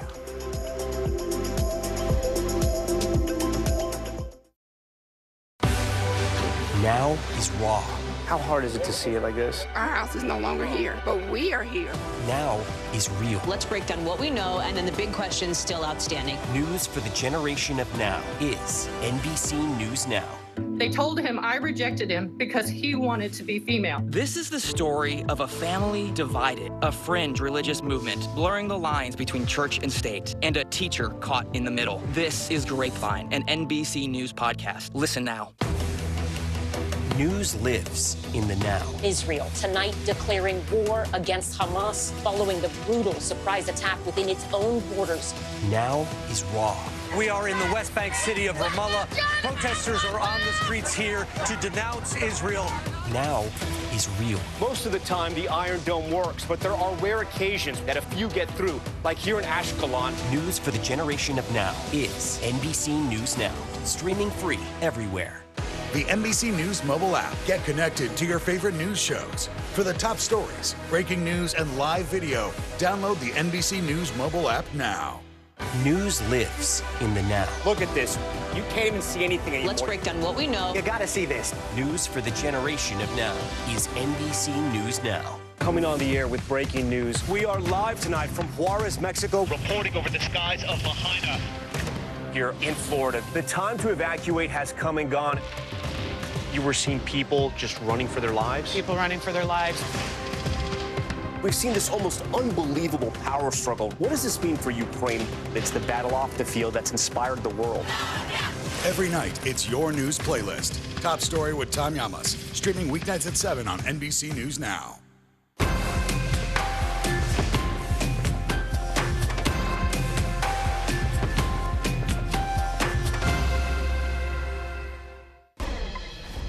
Welcome back. This morning, music mogul Sean Combs is facing serious allegations of rape and abuse brought forward by his former partner, Cassie. The singer filed a lawsuit yesterday in federal court here in New York. She's alleging that Combs raped and physically abused her, including punching, beating, and kicking her over the course of their 10-year relationship. Cassie released a statement yesterday saying, quote, "After years in silence and darkness, I am finally ready to tell my story and to speak up on behalf of myself and for the benefit of other women who face violence and abuse in their relationships." An attorney representing Combs responded saying, quote, "Mr. Combs vehemently denies these offensive and outrageous allegations." NBC News legal analyst Danny Ceballos joins us now with more on this. Danny, good morning. So Cassie's lawsuit was brought under the Adult Survivors Act. It's called. The window actually to bring cases under this law ends next week. Explain to us what this is and how this came to be. Yeah, this is very similar to the Child Victims Act, which preceded it. And really what it does is generally it opens a one-year window that even if your claim has fallen beyond the statute of limitations, even if it's too old, it happened decades ago, you have 1 year. Bring it now or lose it forever, and we'll take it. By we, I mean the courts will take it. You can file it. The statute of limitations is essentially waived. And then after that year closes, which is coming up in just a few days, then it's right back to the status quo ante. If the statute of limitations has passed, you're out. And having some of these Child Victims Act cases myself, I can tell you that while it's a good thing that these victims are able to file, once filed, you have the monumental task normally of excavating history and finding evidence and witnesses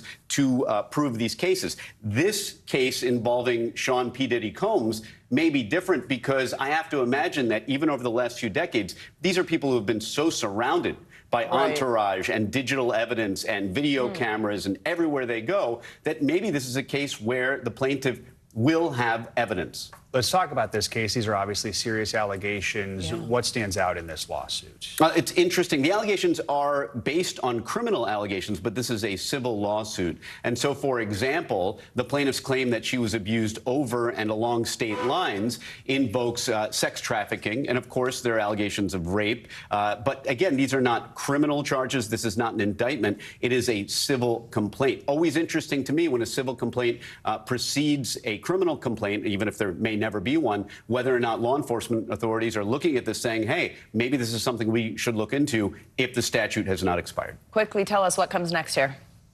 Not a lot in civil cases. Once it's filed, the next step is effect service. A process server will deliver this to P. Diddy. And after that, then the case moves at snail-like pace along with all the other cases in New York courts, and it will start the discovery process. And eventually down the road, there will be depositions, and that will probably be the most significant next step. All right, Danny Ceballos, thank you. A Texas woman who was convicted of killing a pro cyclist could learn her sentence later today. Yesterday, Caitlin Armstrong was convicted of murdering Anna Mariah Wilson last year. It took a jury less than 3 hours to reach that guilty verdict. NBC News correspondent Morgan Chesky has been following this trial. He joins us from outside the courthouse in Austin with the latest. Morgan, good morning. Yeah, Joe, good morning. And an audible sigh of relief from the Wilson side of the courtroom following this verdict, while Caitlin Armstrong's side sat in absolute silence. And over the course of this nearly 2-week trial, her defense did its best to poke holes in some of the scientific evidence presented, like DNA or GPS. But time and time again, prosecutors reminded the jury that nearly every side pointed back to the 35-year-old who never took the stand. We, the jury, find the defendant, Caitlin Armstrong, guilty of the offense of murder. In a packed Austin courtroom, the final verdict in a murder mystery that captivated the nation. Caitlin Armstrong silent as a jury convicted her of killing 25-year-old Anna Mariah Wilson. The decision coming just 2 hours after powerful closing statements. She stood over her after she shot her in the head twice. and put another bullet right in her heart. She fits the story they created, a spurned, jealous lover. The nearly 2 weeks of testimony telling two very different stories. With no eyewitnesses, state prosecutors linked Armstrong to the crime scene repeatedly. GPS showing her black Jeep circling the block. Shell casings fitting the same caliber of handgun Armstrong owned, and DNA on Wilson's own bicycle. Prosecutors also pointing out Armstrong's 43-day Costa Rican getaway, where they say the former yoga instructor used her sister's passport to flee the country before spending nearly $6,000 to alter her appearance with plastic surgery. These are all indications of guilt, ladies and gentlemen. The jury also hearing about an apparent escape attempt while in custody just weeks ago.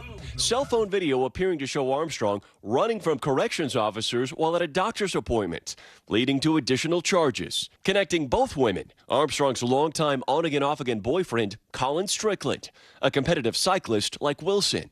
In testimony, he admitted to changing Wilson's name in his phone and deleting their texts after the two met for dinner and a swim the night she was killed, while stressing his relationship with Wilson was no longer romantic, just friends who both love cycling. It is all Mariah Wilson. Known by friends as Mo, Wilson was a rising talent in competitive cycling. I really put a really hard effort in at the end. This morning, as friends remember a fierce competitor, her family clinging to memories of a beloved daughter as justice was served. And an emotional moment followed the reading of that verdict when Mariah's own mother took the stand, saying that the joy she felt whenever her daughter was born was matched by the incredible sadness when she realized she was no longer here. Meanwhile, Caitlin Armstrong now faces up to 99 years in prison.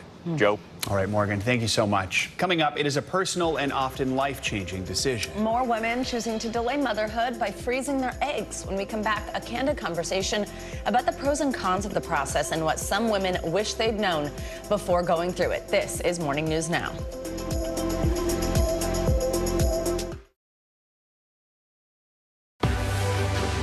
News lives in the now.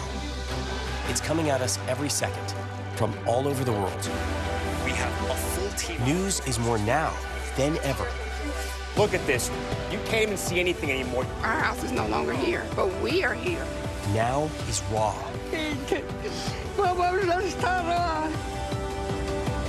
Now is real. The Fed's decision today, help us translate that into very plain English. Is that good news for us? Now is constant. Morning News Now. Or breaking news. NBC News Special Report. You gotta see this. The future is now. News for the generation of now is NBC News Now. The NBC News mobile app. Get connected to your favorite news shows. For the top stories, breaking news, and live video, download the NBC News mobile app now. News lives in the now. The horrors of the war on full display on both sides of the Israel-Gaza border. Protesters are on the streets here. Most of the time, the Iron Dome works, but a few get through. News for the generation of now is NBC News Now. Top story is coming to you live from Juarez, Mexico. Reporting over the skies of Lahaina. Every weeknight, it's your news playlist. Top Story with Tom Yamas, streaming weeknights at 7 on NBC News Now. When I think about what the Today Show does, it's not just about the mornings, it's about your whole day. There's a feeling of we're in there with you. Then let's take on this day together. News lives in the now. Look at this. You can't even see anything anymore. Let's break down what we know. You gotta see this. News for the generation of now is NBC News Now. Stay on top of breaking news and the biggest stories of the day with NBC News Daily. Thank you so much for joining us. I'm Morgan Radford. I'm Vicki Wynn. I'm Kate Snow. And I'm Zinklea Samwan. Get in-depth reporting from across the country. We have breaking news out of the White House and around the world. Questions about the rebellion inside Russia. And ways you can take care of your health. What are symptoms that people should be on the lookout for? And your wallet. Some really great last-minute deals if you have flexibility. NBC News Daily. Weekdays from 12 to 4 p.m. Eastern on NBC News Now. Hey, I'm Hallie. It's good to be with you tonight. The debt ceiling. Here's why this matters. Please, please don't have your eyeballs glaze over. Here's why this matters. Talk to us about what we're supposed to call this. Is it a bailout? Is it a backstop? There's a difference because it matters whose money is being used to prop up these banks. We think we're getting close to this news conference. I will be honest with people. This is like an awkward moment where we think we're like right there. You're going to have to like tap dance with us maybe a little bit. I do have my tap dancing shoes on, not to worry.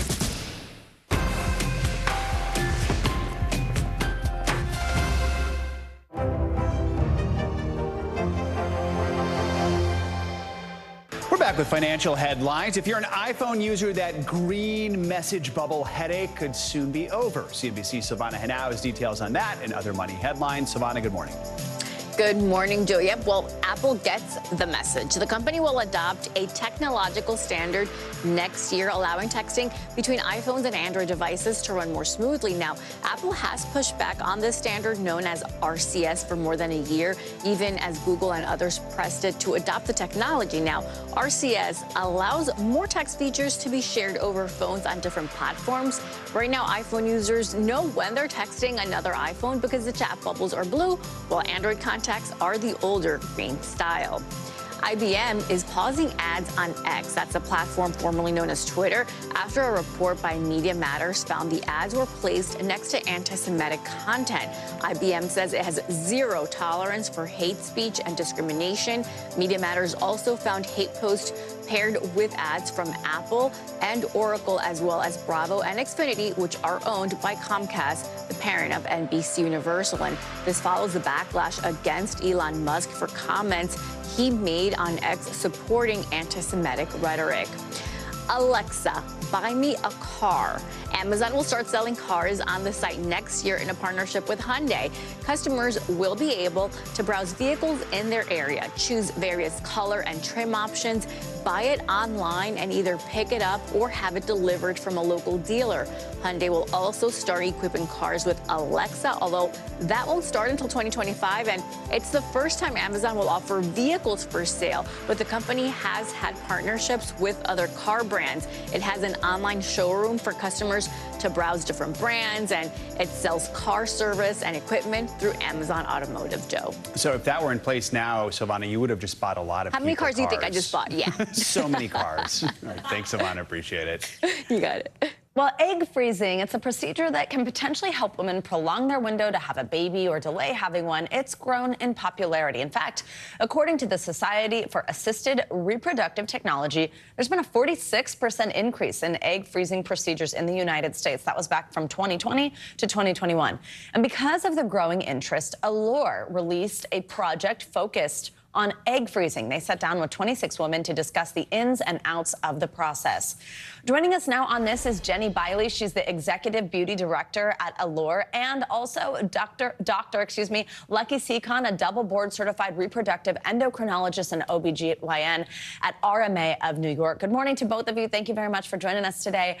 Jenny, I will start with you. This is such an important topic, and I just love the fact that Allure did this and you spoke with 26 women about the egg freezing process, really try to capture how women are really feeling about this, kind of all over the spectrum. I also really liked it. It wasn't just positive, it wasn't just negative. Tell us what they had to say.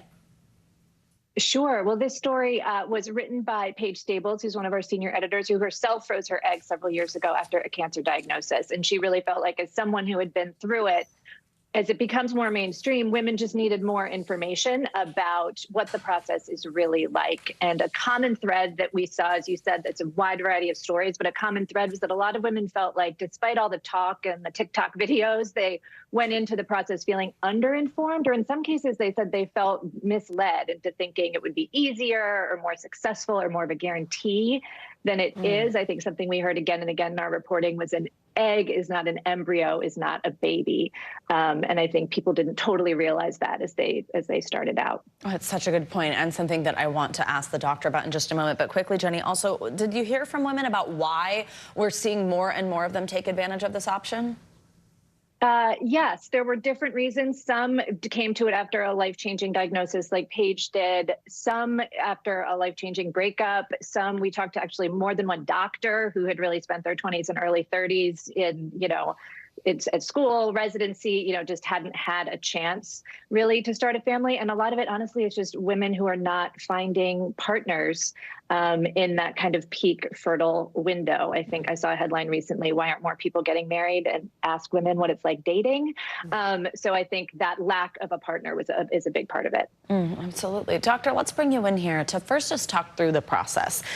I know if you, as Jenny mentioned, see on TikTok and things like that, the different videos and you see the shots and all that kind of stuff. But what is it exactly that's going on and how invasive is it? Yes. So egg freezing is basically removing the eggs from the ovaries where they sit from the time that you're in your mother's womb. You're born with all the eggs that you're ever going to have. And over time, our bodies lack the ability to generate new eggs or repair them. So they break down and quantity and quality decline with age. So egg freezing is the process by which you take medications that mimic the signal your brain normally sends to the ovaries to mature one egg and ovulate a single egg, but we're trying to mature all of the eggs that are available. Now, a common misconception is that we're depleting your egg count, but we're not. A lot of people don't know this, but a very limited subset of your eggs at any given moment are pulled to the surface of the ovary, and those are the only ones that I can get to. And if I don't get to them and extract them and freeze them, they're just kind of dissolving and going away. So egg freezing is kind of like salvaging whatever eggs we can get to in a given cycle, removing them from this environment where they're exposed to the effects of aging and degradation over time, and freezing them so that you're holding on to a larger cohort of eggs that are healthier from a younger age as a backup plan. If and should you ever run into any fertility issues or need IVF for any reason, you can get a head start and have a much more efficient process starting with a larger number of healthier eggs. Jenny just mentioned that many women brought up the fact an egg is not an embryo, an embryo is not a baby. So first of all, if we could just kind of break that down in layman's terms. But I think even me, okay, I'm a 32-year-old woman, I don't have kids, I have not done this procedure, I've thought about this a lot. I think even in the last, I don't know, 5-6 years since it's been something that I have thought about, since I've heard a lot about, in the beginning, it felt like it was presented very much as a sure thing, like an insurance policy. You don't know if when you want to have kids, just freeze your eggs and then it's all good. But the truth is you might go through this process that is A, expensive, and B, not nothing on your body. And it's ultimately not going to lead to a baby, right? And I do think people need to understand that. I think saying insurance policy is a misnomer. I think it's giving you a head start if and should you need IVF. I think egg freezing does get a bad rap, and I see all the headlines, and I can't speak for everyone's counseling, but I know when I speak to patients, I take almost a full hour to talk about human reproduction, the reality of how inefficient it is, and you need to know that in order to level set expectations about egg freezing. When you ovulate one egg every month, if you're someone that gets a regular period, there's about a 15% chance that that could result in a pregnancy. And even if you're in your 20s, it might be about 20%. And that's because not every egg and sperm are going to actually get together and fertilize successfully. Not every fertilized egg turns into an embryo, and not every embryo is genetically normal and capable of implanting. And just because you freeze a larger cohort of eggs, not just one, that inefficiency of human reproduction doesn't go away. So a lot of people just lack that baseline knowledge about what it means to try to get pregnant, and knowing that egg freezing isn't a magical fix for that inefficiency. So you do need to start out with more eggs than you think, because not every egg is going to thaw, fertilize, turn into an embryo, and actually implant. And so counseling about those numbers, which depend on your age and your presumed egg quality and how many eggs you start with, is really important. Yeah, and Jenny, that leads me to my last question, which is talking about what it costs and making sure women are aware of that, especially if they may have to do multiple rounds. We only have a few moments, but just walk us through what that looks like. There's more and more companies are offering insurance coverage for egg freezing, which is great, but most still don't. And it'll run you about $10,000 to $15,000, according to our reporting, for one cycle. But something that I don't think everyone realizes is this is also an ongoing expense. You have to pay to store your eggs. The women we spoke to were paying anywhere from $500 to $2,000 a year to store their eggs. And then obviously, as Dr. Seekon said, if you do thaw them and use them, then you're entering the IVF process, which is also known for its high price tag. So it's something to budget for really over time if you decide to do it. Plan for it, absolutely. Jenny Biley, Dr. Lucky Seekon, thank you both so much. Really important conversation. We should keep doing this. We appreciate you coming.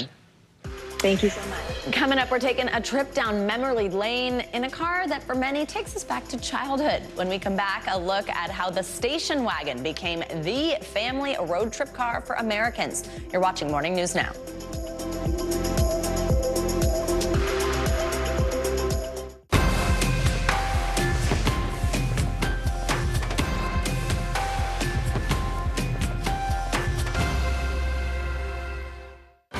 News lives in the now. Look at this.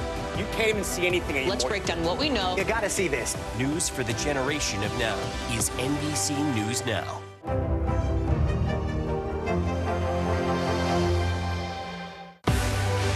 Now is raw. How hard is it to see it like this? Our house is no longer here, but we are here. Now is real. Let's break down what we know and then the big questions still outstanding. News for the generation of now is NBC News Now. Top story is coming to you live from Juarez, Mexico. Reporting over the skies of Lahaina. Every weeknight, it's your news playlist. Top Story with Tom Llamas, streaming weeknights at 7 on NBC News Now. People really don't know what's going to happen. Nearly a dozen hours after the eye roared ashore. More good people than bad people, you know, right? There is some late-breaking news 4 hours into the Iowa caucuses by the All right, it just did too.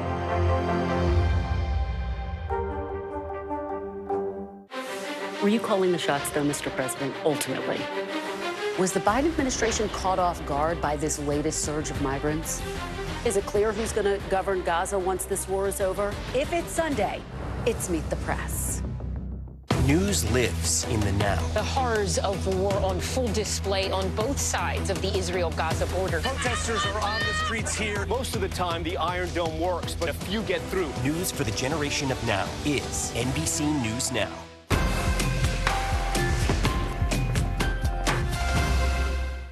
Well, she is already defrosted for the holiday season and started her Christmas tour. Now Mariah Carey has another reason to celebrate. The singer has become a Barbie doll. Today, Mattel released the Mariah Carey Barbie, priced at $75. She's dressed in that iconic red dress based on the one the real Mariah wore in the video for All I Want for Christmas Is You. She has a butterfly ring on one finger, of course, and is holding a microphone. Carey called it a once-in-a-lifetime dream. Mattel, of course, having a great year with sales for Barbies up 16% last quarter, thanks in part to the hit Barbie movie. Yeah, we cannot stop talking about all forms of Barbie. I love this one. Anything Christmas. Thanks, Joe. Yep. Well, finally at this hour, as millions prepare to hit the road for the Thanksgiving holiday, nothing hits you quite in the feels like some deeply rooted nostalgia, right? Well, for some, that feeling is delivered on 4 wheels. For generations, the station wagon was more than just the family road trip car, but also a vehicle that drove memories. NBC's Harry Smith got to ride with the American Automotive Trust, who are transporting these cars from the past into the present. Now's an ideal time to get ready for your next trip. Once when families did not travel in Tahoes or Tellurides. In that age before minivans and mandatory seatbelts. Roomy enough to hold as many as 4 children. The true symbol of middle-class swagger and upward mobility was this. A new family-engineered station wagon. A vehicle that could transport suburban families not just to ball fields, carpools, and school plays, but to exotic locations, destinations of their dreams. New adventures to write about to the folks back home. Yea, verily, even to Wally World.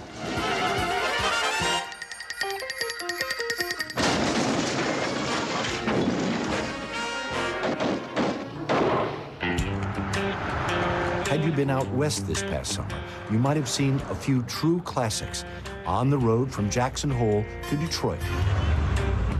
For us, it's get on the road and you don't know what's going to happen. An annual odyssey of the American Automotive Trust. Car museums become irrelevant. Cars are meant to be driven. Keep them on the road. Every year, the Trust chooses a different model car and a different starting point for the journey, always ending in the Motor City, and as much as possible, staying off the interstate.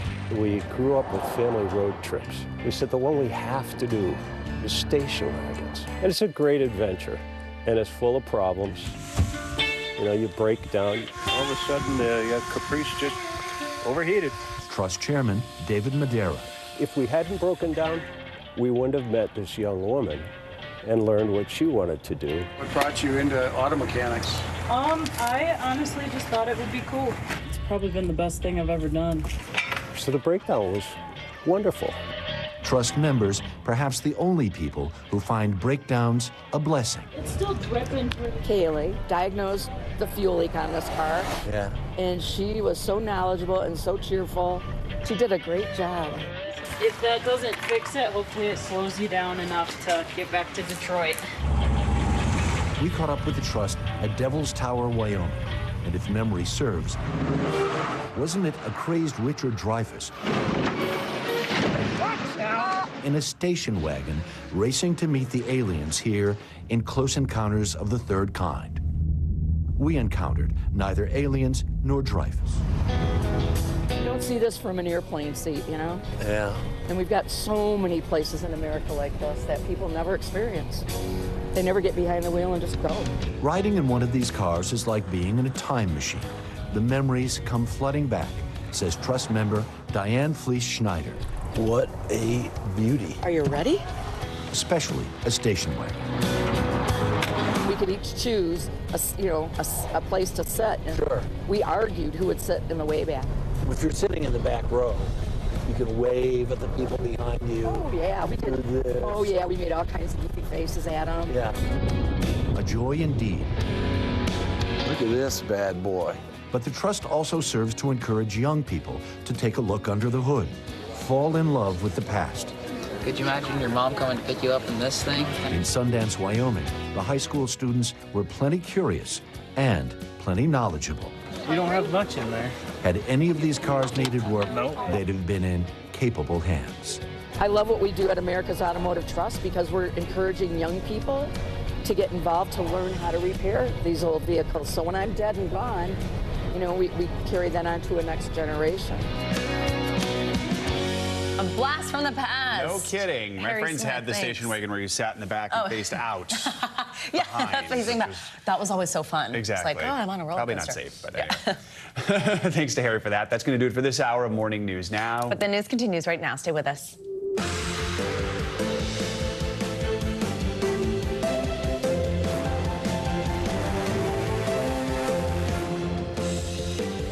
Good morning and good news. It's Friday. I'm Savannah Sellers. I'm Joe Fryer. Right now on Morning News Now, the turkey trot begins. This Thanksgiving holiday getaway could be one for the record books. We've got all you need to know whether you're heading out the door today or next week, including that all-important travel forecast. More trouble on Capitol Hill as embattled New York Congressman George Santos announces he will not seek re-election.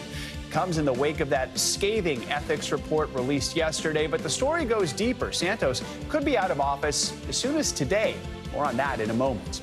In the Middle East this morning, Israel's military says it has found the body of a hostage held captive by Hamas since last month's assault. Israeli officials say she was in a building near that besieged Al-Shifa hospital in northern Gaza. We're going to bring you the latest as the IDF combs Gaza's medical hubs for Hamas.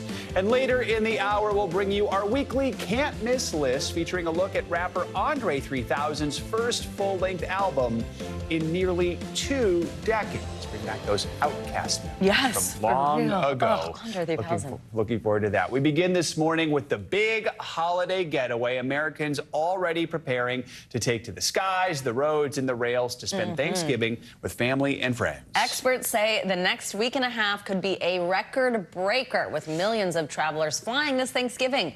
NBC News correspondent Tom Costello is at Reagan National Airport with a preview. Yeah, good day from Reagan Airport. So listen, it is starting now. And you think, why now? Why are we doing Thanksgiving already? Because people are now extending their trips. They can work remotely on the front end. They can stay later on the back end. So they're now spreading out the entire trip. We are expecting a lot of people to be flying. It starts today, according to the TSA, as many as 2.5 million people today alone, which means you will have a lot of company if you're flying. Just a reminder, you're allowed one carry-on bag, one personal item. 6 days till Thanksgiving. It's the start of the travel rush crescendo, with the TSA expecting to screen about 30 million passengers over the next 12 days. That would make it the busiest holiday travel period ever. Airports are going to be very busy, and preparation is key. At Chicago O'Hare, some travelers are on a pre-Thanksgiving trip and already thinking about next week's crowds. We have 2 trips back to back. We're visiting my mom here in Chicago, then we're flying back to D.C., and then we're driving to Connecticut for Thanksgiving. So You got a lot of travel. Yeah, we got a lot of travel. I'm flying on Monday for Thanksgiving, that's right. And what are you thinking? Are you worried about the crowds? Yeah, I am worried. But, you know, you have to be home for Thanksgiving. The busiest days to fly next Tuesday and Wednesday before the holiday, and Sunday after Thanksgiving, when the TSA says 2.9 million passengers could pass through checkpoints.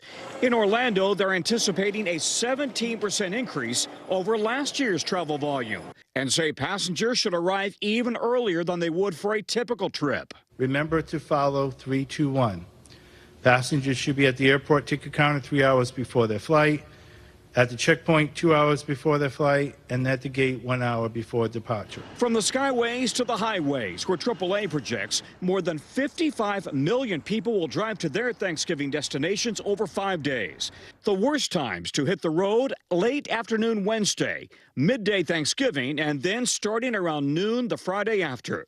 The good news for drivers: gas prices right now are averaging 40 cents cheaper per gallon than this time last year, even cheaper in the South. You're below $3 right now. We haven't seen that in a long time. Yeah, importantly, TSA PreCheck now has 17 million people signed up, 4 million more than a year ago. They're still keeping the lines for PreCheck at about 10 minutes or so, 30 minutes if you're not PreCheck. So that's the incentive to sign up for PreCheck and get yourself pre-screened and go through that entire background check in advance. Back to you. All right, Tom, thank you so much. Caleb Silver, editor-in-chief at Investopedia, joins us now with more of what you should know if you're hitting the road for the holidays. So, Caleb, we just heard from Tom, gas prices, they're 40 cents cheaper per gallon than this time last year. Can we expect to see this pattern continue through the rest of the holiday season, keeping in mind most folks who are traveling for the holidays are doing so by car? Yeah, as Tom mentioned, more than 50 million people hitting the road. Gas prices, the national average, around $3.33 a gallon. Again, 40 cents cheaper than last year. Very big deal because folks on average will travel 60+ miles for that Thanksgiving meal to be with family. So as you're doing that, we do know gas prices are lower. They kind of will remain low through the winter, actually, because we go to this cheaper blend of gas and there's less demand out there for oil right now. Oil prices down 20% from their highs. So gas prices are going to remain low, and driving is a way a lot of people get around to Thanksgiving, but there's ways to do it to actually save some money too. The other question is, when you are going to do a drive, especially if it's maybe a little bit longer, should you be renting a car or should you be using your own, right? And we have some numbers here. A recent survey conducted by Enterprise Mobility, 48% of road trips between this month and January will take place in a personal vehicle. Just 11% plan to take a rental vehicle, and 2% plan to use a ride-share service. Obviously not an option if you're going kind of far. Let's Uber just want to waste money. From here to North Carolina or something. So, Caleb, what is the best? I mean, is it cost effective to take your own vehicle or rent a car if people are concerned about putting the miles on their own or anything like that? Yeah, with gas prices this low, it kind of makes sense to take your own car if you can, or if you have an electric vehicle, even cheaper. And rental car prices are actually down 20% from last year, so there is a better deal. But the demand is going to be the issue here between Wednesday and Sunday. Going to be hard to get a car, and those prices are higher in the major cities, so availability might not be there. If you could take your own car with gas prices this cheap and carpool it or pack the family into it, it's cheaper, it's more fun. Make your mixes, pack your snacks, make it a game, enjoy yourself on the road trip. This is what it's all about. Now I want to know about Caleb's mix. What's in Caleb's mix? Hit the road with me this weekend.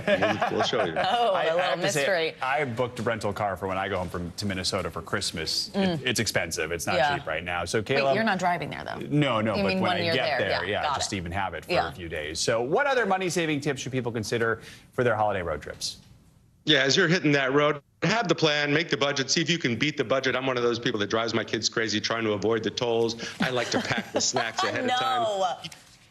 Even if you pack the snacks, so you find yourself getting hungry within like 15 minutes of leaving the house. So have that snack cooler packed really well, have the drinks packed really well. You're going to make stops. People can't resist themselves a soft ice cream inside a rest stop sometimes, but try to do it on a budget. Try to avoid the tolls if you can, and avoid those busy times Tom was talking about. Wednesday morning, a very busy time to drive. Sunday, also very busy. If you can avoid peaks, avoid tolls and congestion, it's going to be cheaper. It's going to be a lot more fun. I got to say, I think the toll road fee's worth it. When you do that without tolls and it goes up by 45 minutes, I would also be freaking out like your children in the car. Thanks, unless he has a good mix. There you go. All right, Caleb Silver, thank you so much. Which you won't share with us. All right. right, now let's get a look at your morning news now weather. Meteorologist Michelle Grossman joins us now with more on what to expect this weekend and her holiday mix, right, Michelle?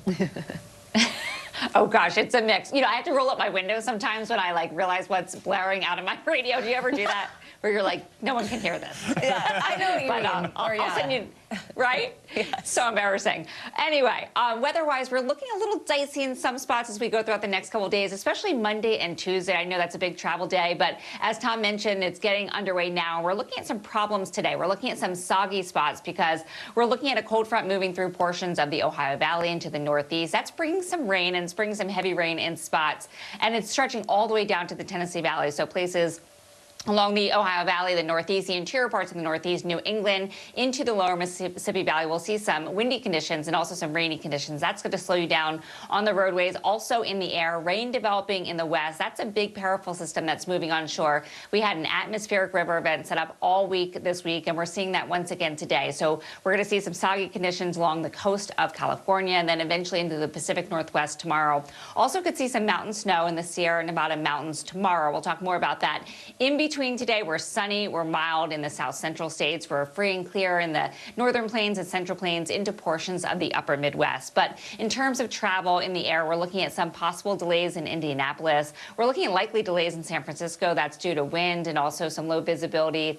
Detroit and Nashville could see some likely delays as well because of that cold front moving through, and that's going to bring some really windy conditions. So as we near Saturday, we're looking quiet in most of the country, much cooler in the Great Lakes, bright sunshine throughout the south, the southeast, into the mid-Atlantic. But notice all that green, yellow, red in the west. We're looking at that powerful system really overspreading the west.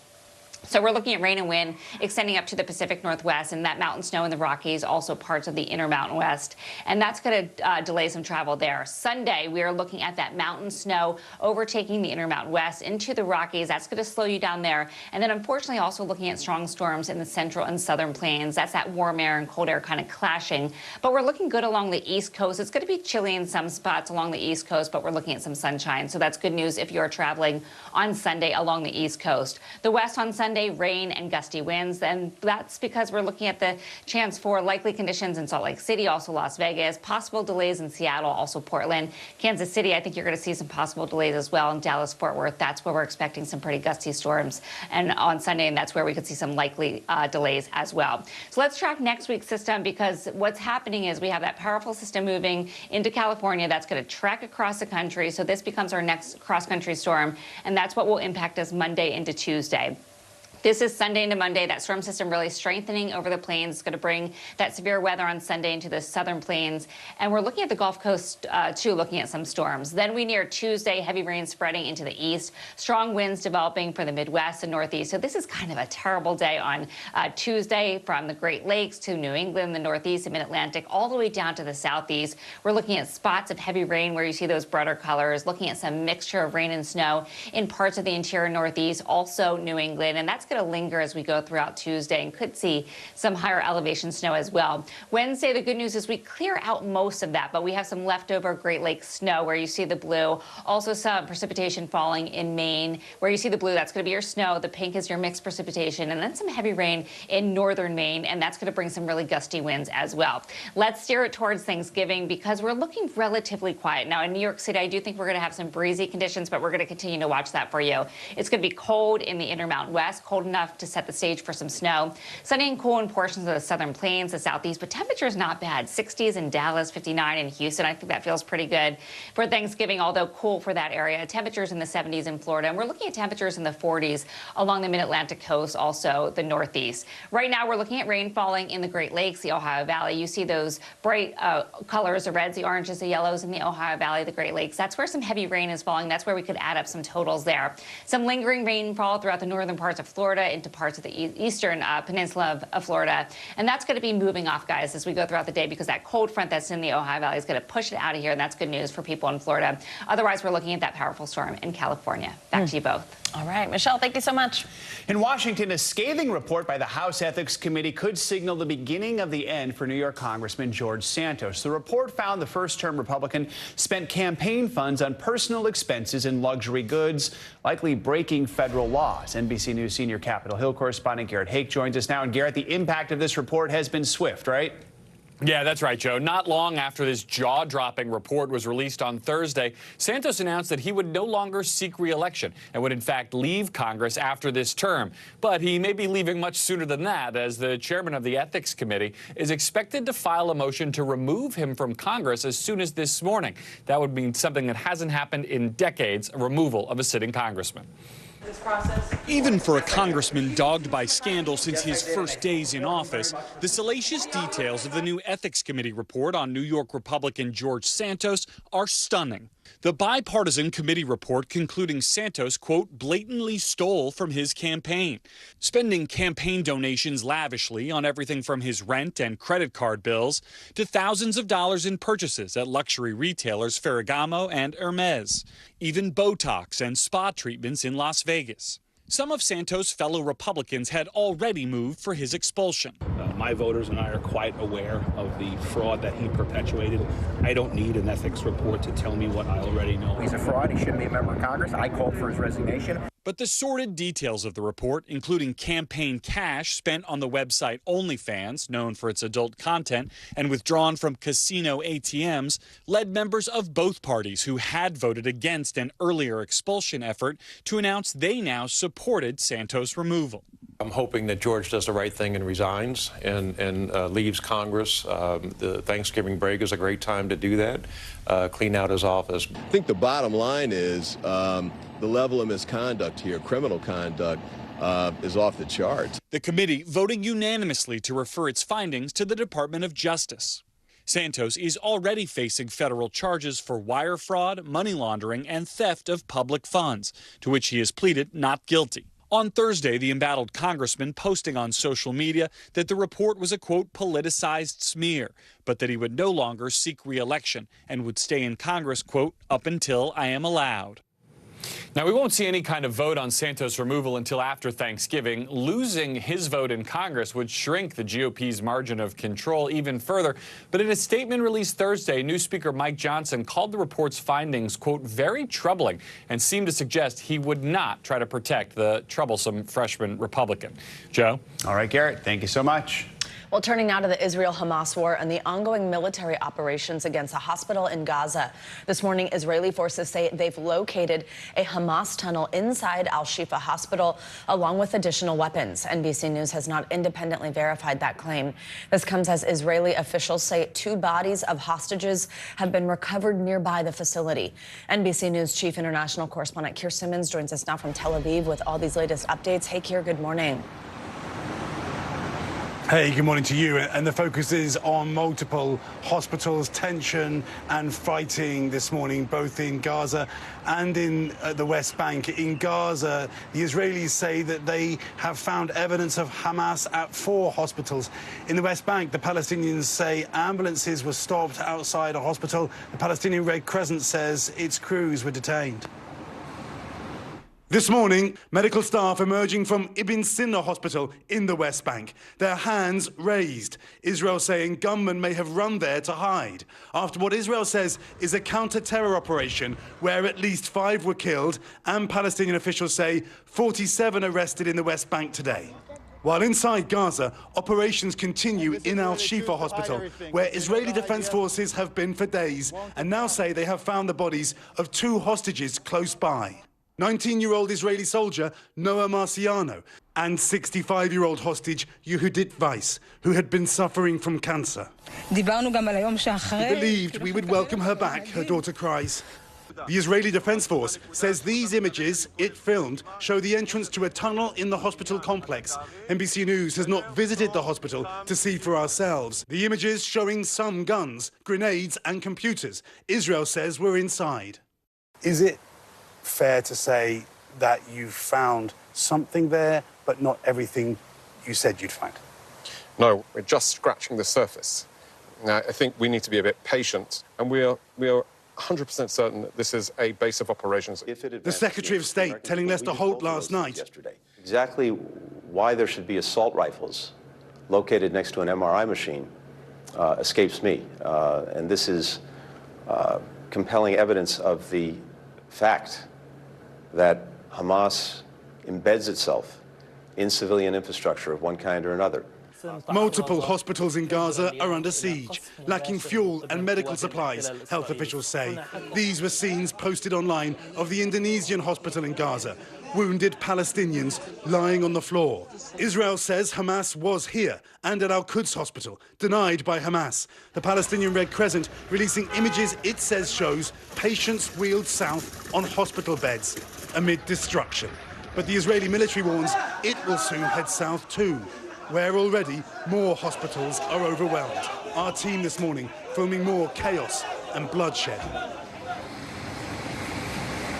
And the World Health Organization this morning saying that civilians in Gaza are at risk of starvation, saying, quote, food and water are practically non-existent there. Of course, Israel would say that it is Hamas that puts civilians in harm's way and that it has allowed in humanitarian aid. All right, Kirsten Mintz, thank you very much. Here in the U.S., social media sites like TikTok and X are racing to remove the hashtag Letter to America from their platforms. That's because videos about Osama bin Laden's open letter following the 9/11 terrorist attack have now gone viral in the wake of the war between Israel and Hamas. NBC News Now anchor Hallie Jackson has the details. The video's viral this morning. I need you to stop what you're doing and go read A Letter to America. Referencing Osama bin Laden's so-called Letter to America, written by the late terrorist leader about a year after the 9/11 attacks. And now, the propaganda getting new attention on social media in the wake of the Israel-Hamas war. Bin Laden, in the decades-old letter, criticizing U.S. support for Israel and its policies on Palestinian territories and citing anti-Semitic and homophobic tropes. The way this letter is going viral right now is giving me the greatest sense of relief. The Guardian, which published the letter in 2002, now removing it, criticizing how it's been widely shared without the full context. And TikTok now stripping the hashtag Letter to America from its search function. New research shows searches for bin Laden up 400% on YouTube, and on X, formerly Twitter, references to him up 4,000% since Tuesday. One journalist's post on that platform, compiling some of the videos, getting more than 25 million views. TikTok saying interest spiked only after tweets and media attention, from fewer than 2 million views to more than 13 million on its app. A spokesperson telling NBC News content promoting this letter clearly violates our rules on supporting any form of terrorism, adding they're proactively and aggressively removing it. YouTube saying our community guidelines apply consistently, guidelines which prohibit terrorist content. X did not respond to our request for comment. The issue reaching even the White House, with the spokesperson saying there is never a justification for spreading the repugnant, evil, and anti-Semitic lies that the leader of al-Qaeda issued just after committing the worst terrorist attack in American history. It all comes as demonstrations, pro-Israeli and pro-Palestinian, stretch coast to coast. Our thanks to Hallie Jackson for that report. The New York Times is reporting that the bin Laden letter came up during a private meeting Wednesday night where Jewish celebrities and content creators asked TikTok to do more to fight anti-Semitism on the app. NBC News has not verified that reporting. Well, we've got much more to cover on this Friday edition of Morning News Now, including a brand new twist in the legal saga of Alec Murdaugh, why the judge who presided over his highly publicized trial is now stepping down from any further hearings. But first, stunning new allegations against music mogul Sean Diddy Combs coming from his former partner, R&B singer Cassie. We're going to bring you her side of the couple's highly publicized relationship and how Combs is responding. That's next. They told him I rejected him because he wanted to be female. This is the story of a family divided, a fringe religious movement blurring the lines between church and state, and a teacher caught in the middle. This is Grapevine, an NBC News podcast. Listen now. Kristen Welker hosts Meet the Press every Sunday on NBC. What is going to happen now? Going back and forth because they... Oh, yeah, this is it.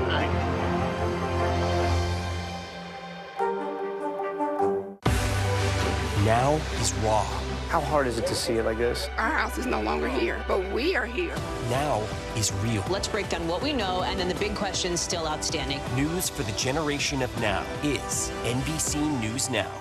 The NBC News mobile app. Get connected to your favorite news shows. For the top stories, breaking news, and live video, download the NBC News mobile app now. Hey, I'm Hallie. It's good to be with you tonight. the debt ceiling. Here's why this matters. Please, please don't have your eyeballs glaze over. Here's why this matters. Talk to us about what we're supposed to call this. Is it a bailout? Is it a backstop? There's a difference because it matters whose money is being used to prop up these banks. We think we're getting close to this news conference. I will be honest with people. This is like an awkward moment where we think we're like right there. You're going to have to like tap dance with us maybe a little bit. I do have my tap dancing shoes on, not to worry. They told him I rejected him because he wanted to be female. This is the story of a family divided, a fringe religious movement blurring the lines between church and state, and a teacher caught in the middle. This is Grapevine, an NBC News podcast. Listen now. Morning, Al. I think when you open your eyes, you get to decide, how's my day going to be? We want to be a way to start your day, lighten your load, every single morning. Were you calling the shots, though, Mr. President, ultimately? Was the Biden administration caught off guard by this latest surge of migrants? Is it clear who's going to govern Gaza once this war is over? If it's Sunday, it's Meet the Press. Thanks for tuning in. I'm Gotti Schwartz. Here are the stories we're following tonight. Storms keep coming here in California. The U.S. government just declassified this video. A lot more stories trending like crazy on social media. A controversy pitting lawmakers against young voters. What's the state of crypto today? Is it safe for investors? We've got another mind-bending story on artificial intelligence. This is what my voice sounds like when I clone it. That wasn't me. You gotta see this. Stay tuned now. Weeknights at 8 Eastern, 5 Pacific on NBC News Now. Fire has grown leaps and bounds. You see behind me is typical. How you doing? Pretty bad.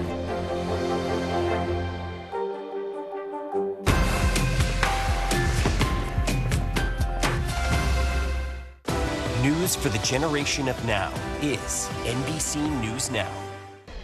Welcome back. This morning, rapper and producer Sean Combs is facing a bombshell lawsuit from his former partner, R&B singer Cassie. She is suing Combs, alleging their 10-year relationship was filled with abuse and violence. Combs vehemently denies the allegations. NBC News entertainment correspondent Chloe Malas has the details. That's right. Cassie says she's finally ready to tell her story after living in what she calls years of silence and darkness. The rapper denying all wrongdoing, his team calling the allegations outrageous. This morning, music mogul Sean Diddy Combs facing a slew of allegations, including rape and sex trafficking, in a stunning new civil lawsuit filed Thursday by his longtime partner, singer Cassie.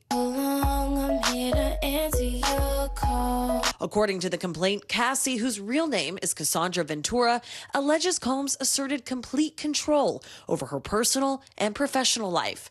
Throughout their relationship, Ventura says that she endured a cycle of abuse and violence for more than a decade. The lawsuit even detailing Combs thanking Ventura during a Lifetime Achievement Award speech on BET last year. Cassie, for holding me down in the dark times. Love. She's also accusing the rapper of forcing her into unwanted sexual encounters with male sex workers through the use of illegal substances and threats of violence, saying Combs allegedly recorded the sex acts to reinforce her inability to escape. The complaint going on to accuse Combs of uncontrollable rage, alleging that he often punched, beat, kicked, and stomped on her, then allegedly used his money to hide evidence of abuse, including putting Ventura up in a hotel for days to heal. Ventura also accusing Combs of rape, saying as their relationship was nearing the end, he forced himself into her apartment in 2018. The acclaimed music producer vehemently denying the allegations, his attorney calling them offensive and outrageous, writing in part, "For the past 6 months, Mr. Combs has been subjected to Ms. Ventura's persistent demand of $30 million under the threat of writing a damaging book about their relationship, which was unequivocally rejected as blatant blackmail." In a statement, Cassie's attorneys say that Combs offered their client 8 figures to silence her and prevent the filing of the lawsuit, adding that their client should be applauded for her bravery. NBC News has reached out to Combs' attorney, who responded she should not be applauded, period. Back to you. All right, Chloe, thank you.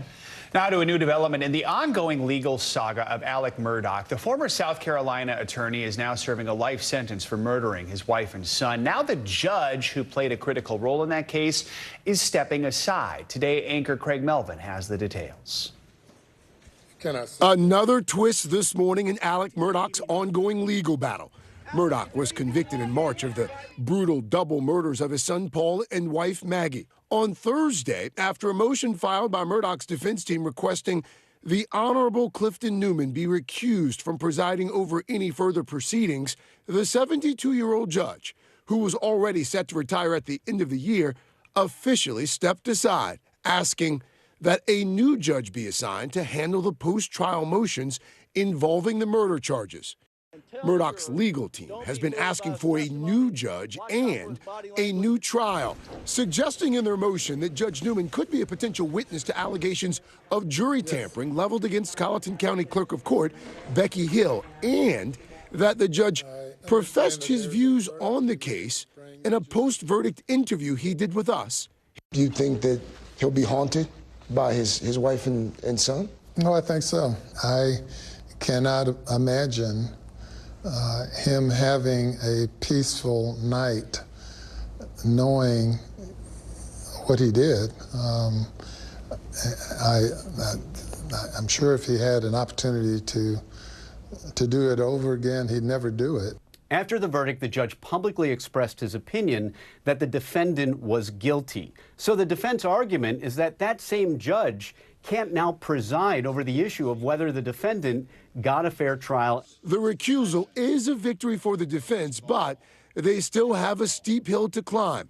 Murdaugh was sentenced to consecutive life terms in prison. Within your own soul, you have to deal with that. The state has aggressively swatted down the claims of jury tampering, saying in part, never does the law permit highly motivated convicts to put their own jury on trial.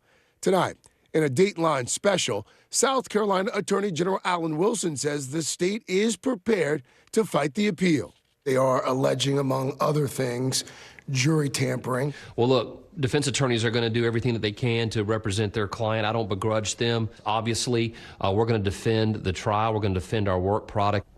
Thanks to Craig Melvin for that story. All of this is happening as pretrial hearings are getting underway to address state charges related to Murdaugh's alleged financial crimes. Despite a separate motion asking Judge Newman to recuse himself from this trial as well, he is still set to preside over that one. Let's get you international headlines now. Sudan is asking the UN to end its years-long political mission in the country. NBC News foreign correspondent Claudio Lavanga has the latest on that and other news from around the world. Claudio, good morning. Joe Savannah, good morning. Yeah, all this came out of a letter penned by Sudan's acting Foreign Minister Ali Sadek. Now, they requested that the UN, quote, immediately terminate the United Nations Integrated Transition Assistance Mission in Sudan. It's a program that was established back in 2020 to provide governmental support to Sudan during its political transition to democratic rule. But this letter calls the performance of the mission disappointing. Right now, Sudan is in the middle of a months-long civil war with violent fighting currently happening out of Darfur. Now let's travel over to Iceland, where ongoing tremors are rocking the Nordic island. Residents are evacuating as fears rise over a looming volcanic eruption. The ground has actually moved several feet in a town called Grindavik, which has been completely evacuated. Southwest Iceland has been bracing for days as cracks continue to appear.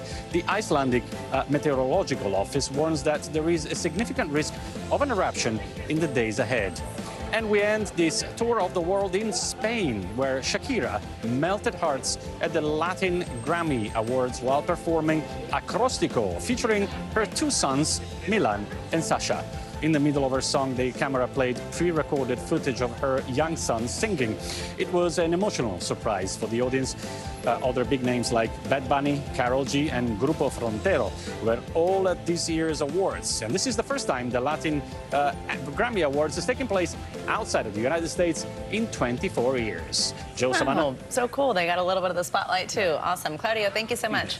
Coming up, a high-profile suspension agreement that is rocking the world of college football. After the break, an investigation into alleged sign stealing that's left one Michigan coach sidelined for now. That's next on Morning News Now.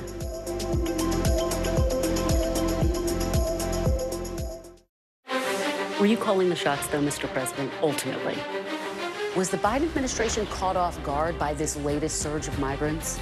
Is it clear who's going to govern Gaza once this war is over? If it's Sunday, it's Meet the Press. News lives in the now. It's coming at us every second from all over the world. We have a full team. News is more now than ever. Look at this. You can't even see anything anymore. Our house is no longer here, but we are here. Now is raw.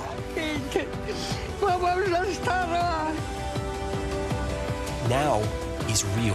The Fed's decision today, help us translate that into very plain English. Is that good news for us? Now is constant. Morning News Now, or breaking news. NBC News special report. You gotta see this. The future is now. News for the generation of now is NBC News Now. Morning, Al. I think when you open your eyes, you get to decide, how's my day going to be? We want to be a way to start your day, lighten your load, every single morning. News for the generation of now is NBC News Now.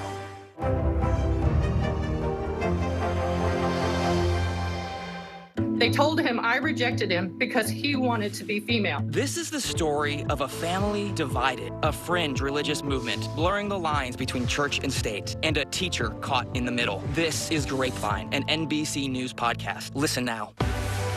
What's the message that you're trying to get out to young people? Know what is in the drug supply. We've got important news this hour about your money. Mental health, big picture, why is it so tough right now? News for the generation of now is NBC News Now.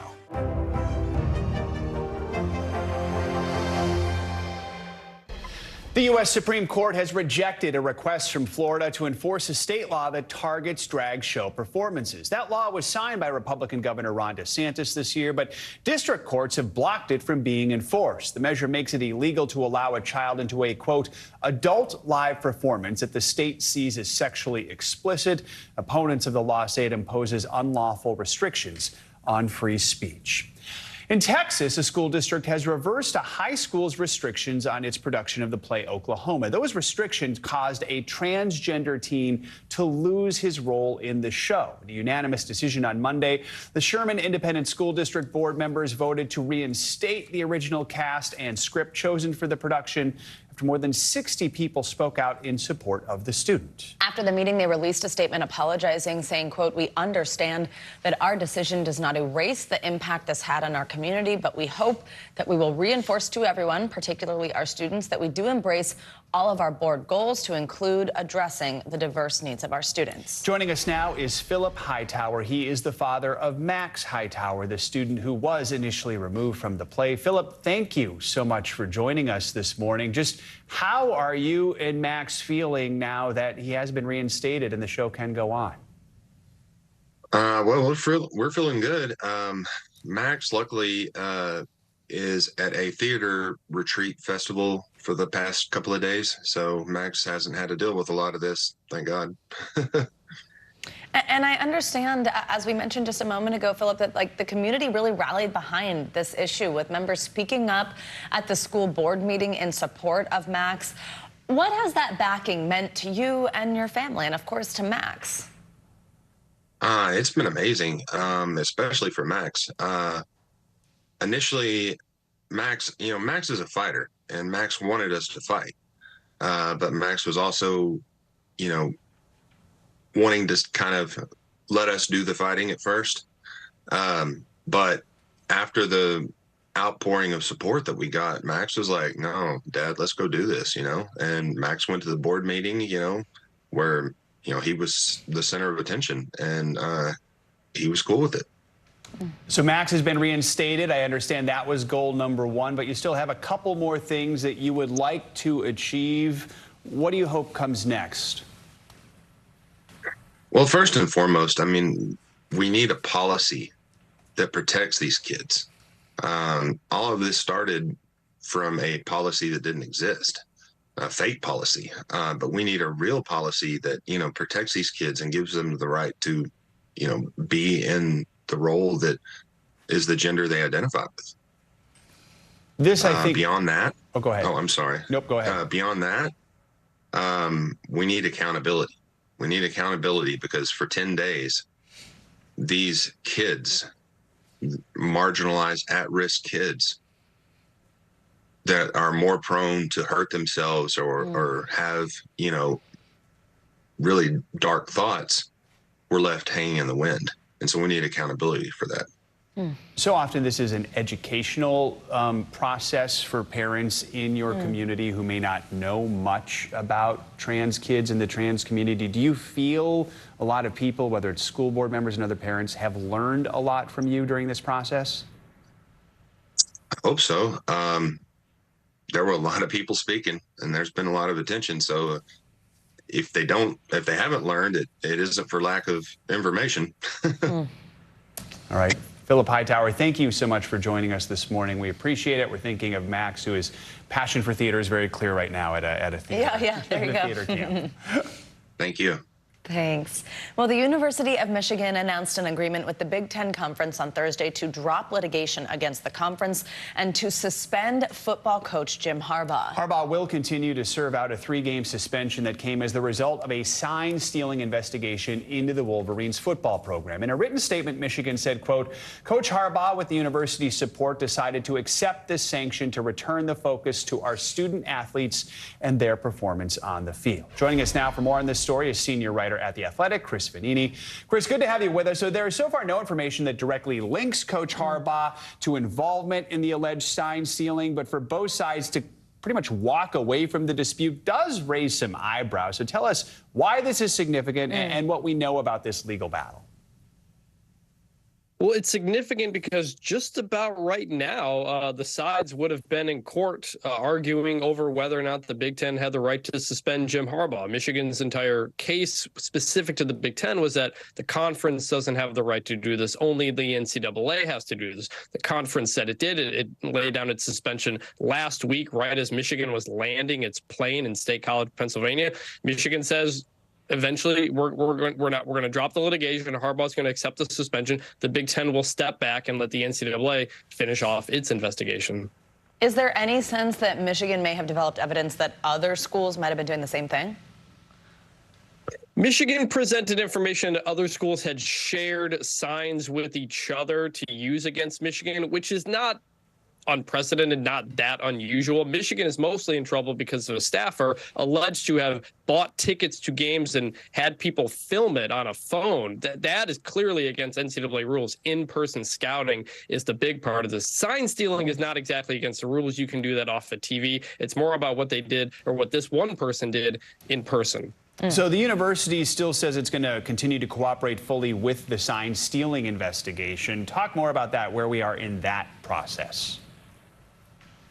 That remains ongoing. The NCAA is looking into Connor Stallions, the staffer who did that. Stallions has resigned. He has said no other coaches knew about this whole scheme. Central Michigan University is involved as well because there was a person on the sideline for their game against Michigan State that kind of looked like Connor Stallions. They have not clarified who that is, so the NCAA is still looking into it. It'll take a while before that is resolved, certainly after the season.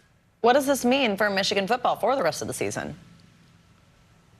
Well, it means they will not have Jim Harbaugh for the next 2 games against Maryland and then the big one against Ohio State. Ultimately, Michigan is used to this. Harbaugh had a self-imposed suspension for the first 3 games this season for an unrelated recruiting violations allegation. So they'll continue. Sharon Moore, the offense coordinator, will be the head coach for the next 2 games. If Michigan wins those 2 games, they'll play in the Big Ten championship, and Jim Harbaugh will be back to coaching it. Chris Vanini, again from The Athletic, thank you very much for joining us on this. Coming up, counterfeit chaos right here in New York City. The massive billion-dollar fake merchandise bust that could be one of the biggest in U.S. history. Stick around.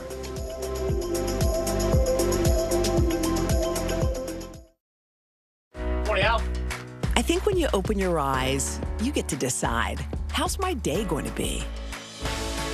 We want to be a way to start your day, lighten your load, every single morning.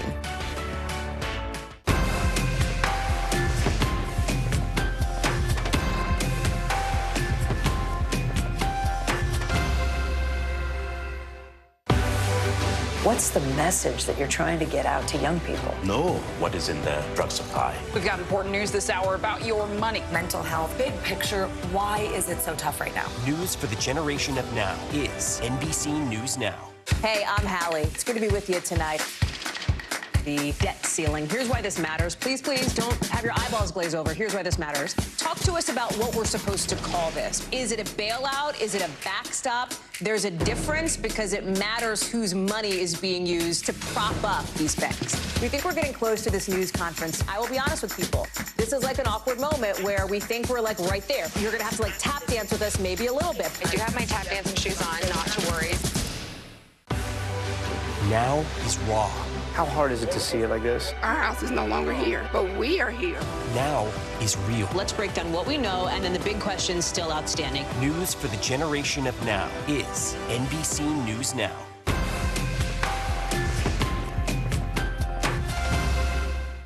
Top story is coming to you live from Juarez, Mexico. Reporting over the skies of Lahaina.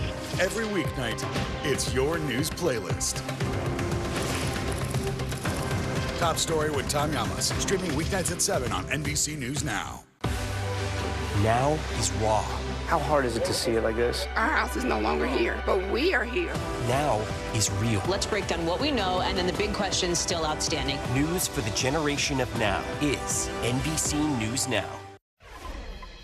It's being called the biggest counterfeit merchandise bust ever in the U.S. Hundreds of thousands of fake bags, clothes, and shoes were seized from an alleged black market operation in Manhattan. And experts say this is still just a small piece of the knockoff product problem. NBC's Stephen Romo has the details. Staggering images of $1 billion bust, one that federal authorities are calling the largest seizure of counterfeit goods in U.S. history. Inside multiple storage units raided by Homeland Security and the NYPD, cluttered shelves packed with nearly 220,000 knockoff purses, clothes, and accessories. It hurts people. And it's not innocent. The fake bags, rip-offs of high-end brands, including Louis Vuitton, Burberry, Gucci, and Marc Jacobs. This bag, a knockoff of a Christian Dior tote bag, sells for more than $3,000. NYPD's Commissioner Edward Caban saying in a press release, quote, "The trafficking of counterfeit goods is anything but a victimless crime because it harms legitimate businesses, governments, and consumers." It's a dangerous business. There's some dangerous people involved in it. And to go down there and buy these goods, it's not victimless. You could become a victim. Two people, 38-year-old Adama Sow and 48-year-old Abdullah Jalla, are accused of running the black market business out of this storage facility this year from January to October. The unsealed indictments show they're each charged with trafficking in counterfeit goods, which can carry up to 10 years in prison. An attorney for Sow declined to comment. NBC News has not yet heard back from Jalla's attorney. Counterfeiting experts say they hope consumers think twice before buying any knockoff merchandise because they can't be sure where the money is going or how the products are being produced. You hope that they would think twice of where that money's going. And also, forced child labor. Some of these goods are made in the most squalid conditions. I've been there in China, and they're made in these squalid conditions with sometimes little children working there. They're working 16, 18 hours a day. Our thanks to Stephen Romo for that report. More financial headlines. Here's a question for you. What do AI and climate change have in common? Well, Google CEO seems to have an answer. CNBC Silvana Henao has the latest on that and other money news. Silvana, good morning. Good Friday morning, Joe and Savannah. Yes, so Google CEO says artificial intelligence is like climate change in that it will spread worldwide, and people share responsibility to create rules and regulations. Speaking at the APEC summit in San Francisco, Sundar Pichai says if AI goes wrong in one country, it could impact others, making it difficult to regulate locally. Now, he's seeing some signs of progress, including this week's agreement between President Biden and Chinese President Xi Jinping, who vowed to start a dialogue on AI.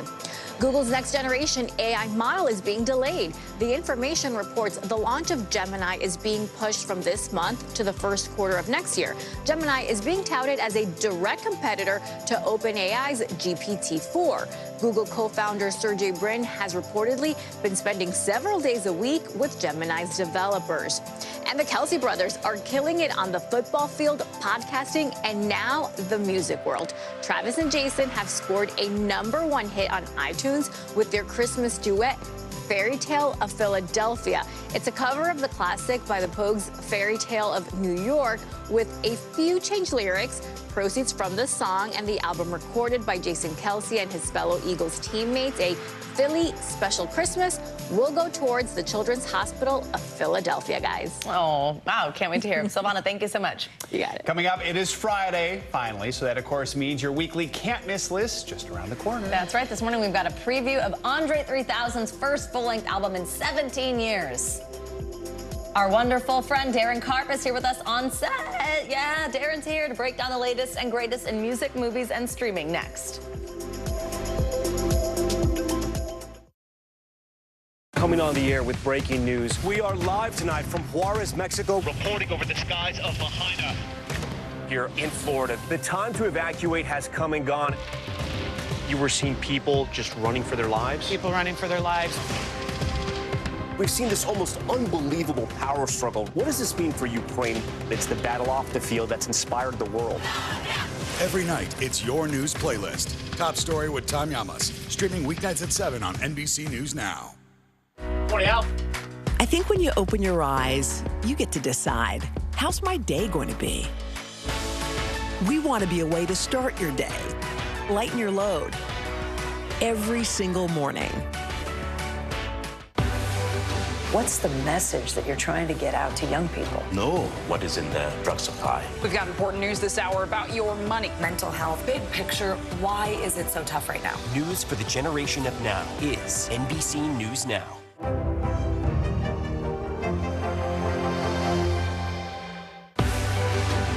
We're talking possibly 1 trillion galaxies. Yes. That is a number that is just so hard to compute. Whether it's the moon, whether it's Mars, it feels like we're on the cusp of something big.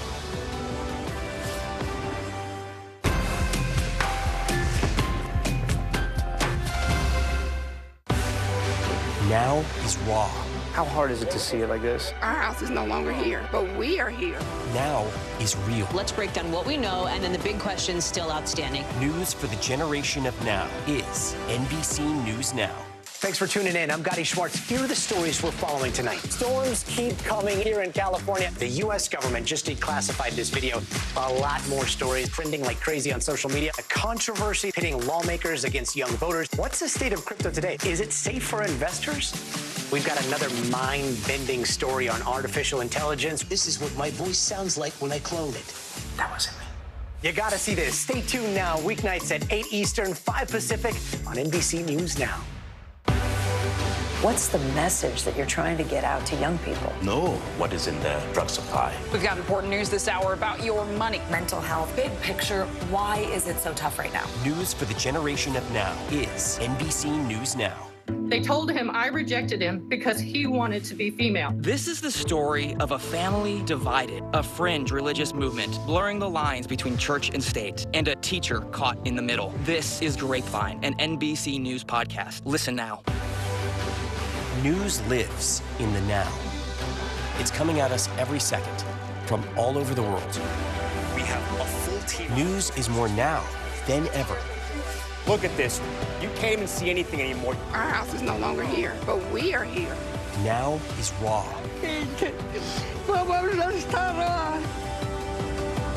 Now is real. The Fed's decision today, help us translate that into very plain English. Is that good news for us? Now is constant. Morning News Now or breaking news. NBC News Special Report. You gotta see this. The future is now. News for the generation of now is NBC News Now. Kristen Welker hosts Meet the Press every Sunday on NBC. Let's high kick our way into the holidays now. The Okay, iconic Rockettes are... And I have to go to the hospital now. Are back for this year's Radio City Christmas Spectacular show. Dang, that was funny. Going into its 90th season. Jackie Beckford from our NBC station here in New York takes us behind the curtain.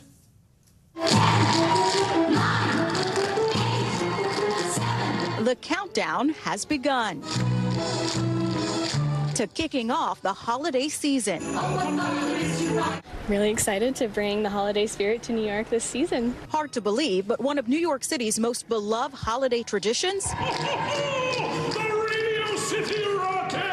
is almost here. It's just a beautiful, iconic, magical show. The Radio City Music Hall Christmas Spectacular. Come on, we're going for a sleigh ride.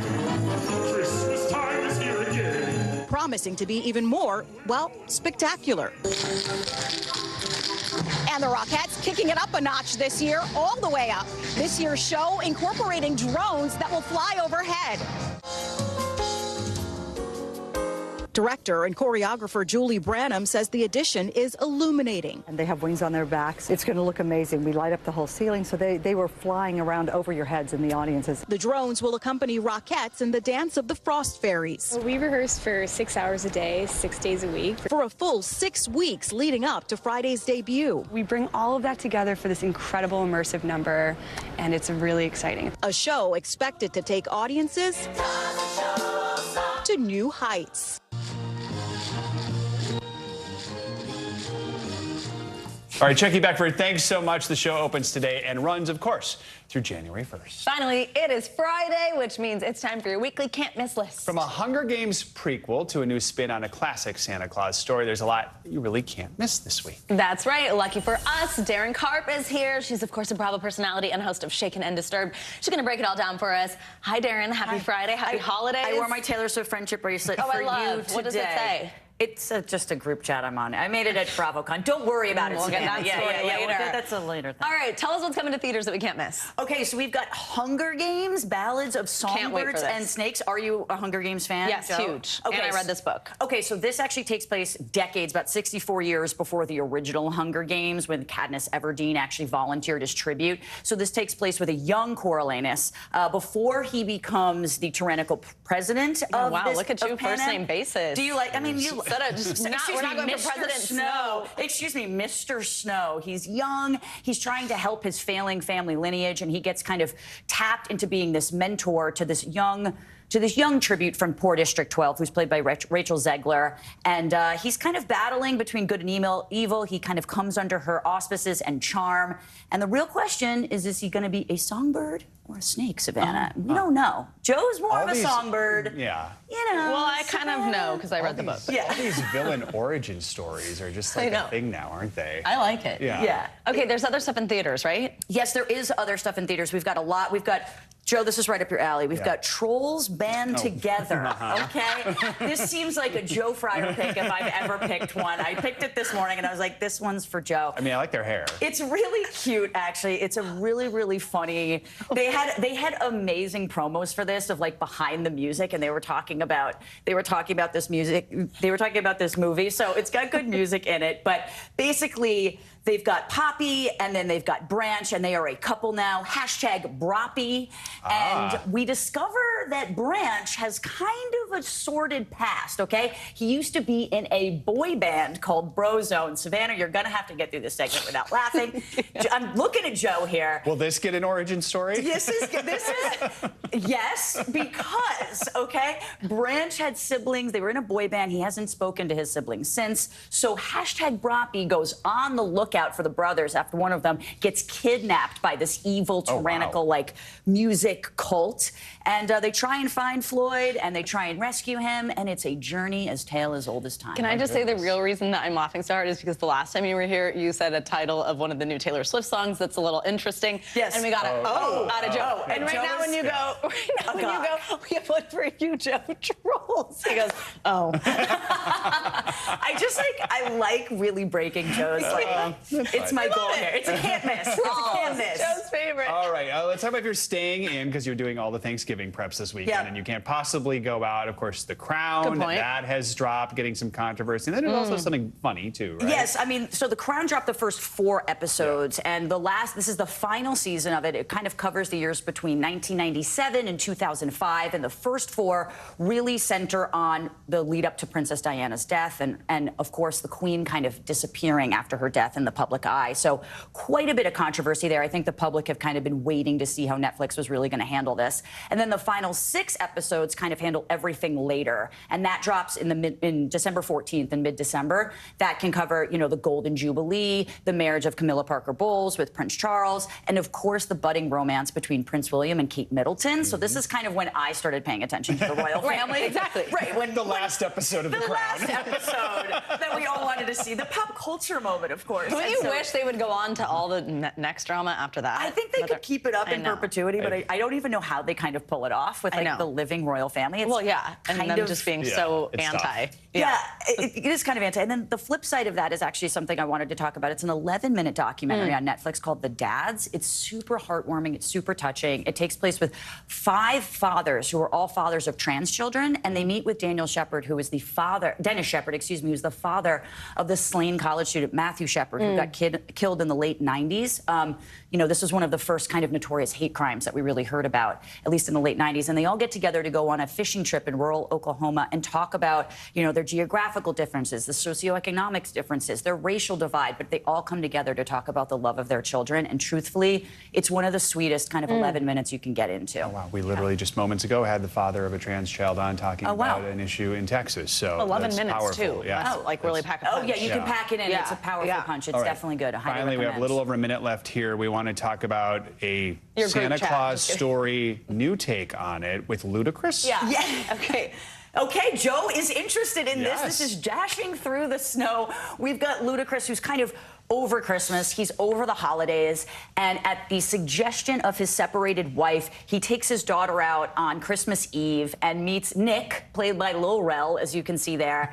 And his attitude starts to change in humor about the idea of Christmas. And it's kind of this magical holiday story. It's really funny for the whole family. And I love seeing Ludacris kind of out of his normal environment and element, you know? I feel like we haven't seen him for a minute either, so that's kind of fun. Yeah, exactly. So it's really cute and good for the whole family. One actually last quick one. Andre 3000.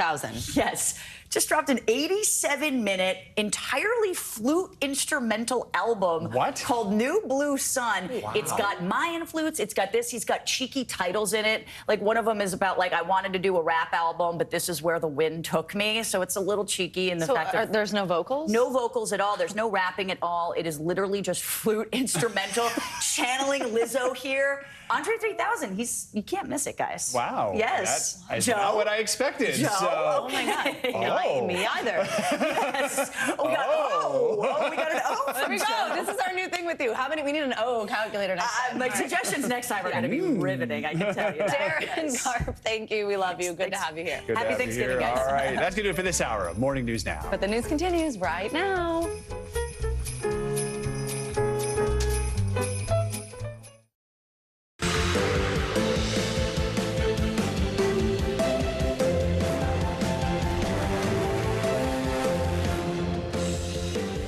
Good morning and good news. It's Friday. I'm Savannah Sellers. I'm Joe Fryer. Right now on Morning News Now, the turkey trot begins. This Thanksgiving holiday getaway could be one for the record books. We've got all you need to know whether you're heading out the door today or next week, including that all-important travel forecast. More trouble on Capitol Hill as embattled New York Congressman George Santos announces he will not seek re-election. Comes in the wake of that scathing ethics report released yesterday, but the story goes deeper. Santos could be out of office as soon as today. More on that in a moment.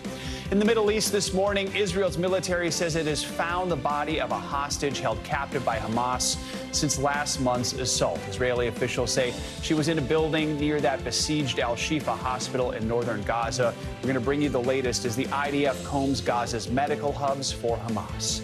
And later in the hour, we'll bring you our weekly Can't Miss list featuring a look at rapper Andre 3000's first full-length album in nearly 2 decades. Bring back those Outcast yes, from long ago. Oh, Andre 3000. Looking forward to that. We begin this morning with the big holiday getaway. Americans already preparing to take to the skies, the roads, and the rails to spend Thanksgiving with family and friends. Experts say the next week and a half could be a record breaker with millions of travelers flying this Thanksgiving.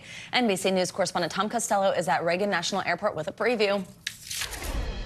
Yeah, good day from Reagan Airport. So listen, it is starting now. And you think, why now? Why are we doing Thanksgiving already? Because people are now extending their trips. They can work remotely on the front end. They can stay later on the back end. So they're now spreading out the entire trip. we are expecting a lot of people to be flying. It starts today, according to the TSA, as many as 2.5 million people today alone, which means you will have a lot of company if you're flying. Just a reminder, you're allowed one carry-on bag, one personal item. 6 days till Thanksgiving. It's the start of the travel rush crescendo, with the TSA expecting to screen about 30 million passengers over the next 12 days. That would make it the busiest holiday travel period ever. Airports are going to be very busy, and preparation is key. At Chicago O'Hare, some travelers are on a pre-Thanksgiving trip and already thinking about next week's crowds. We have 2 trips back to back. We're visiting my mom here in Chicago, then we're flying back to D.C., and then we're driving to Connecticut for Thanksgiving. So we got a lot of travel. Yeah, we got a lot of travel. I'm flying on Monday for Thanksgiving, that's right. And what are you thinking? Are you worried about the crowds? Yeah, I am worried. But, you know, you have to be home for Thanksgiving. The busiest days to fly, next Tuesday and Wednesday before the holiday, and Sunday after Thanksgiving, when the TSA says 2.9 million passengers could pass through checkpoints. In Orlando, they're anticipating a 17% increase over last year's travel volume, and say passengers should arrive even earlier than they would for a typical trip. Remember to follow 321. Passengers should be at the airport ticket counter 3 hours before their flight, at the checkpoint 2 hours before their flight, and at the gate 1 hour before departure. From the skyways to the highways, where AAA projects more than 55 million people will drive to their Thanksgiving destinations over 5 days. The worst times to hit the road: late afternoon Wednesday, midday Thanksgiving, and then starting around noon the Friday after.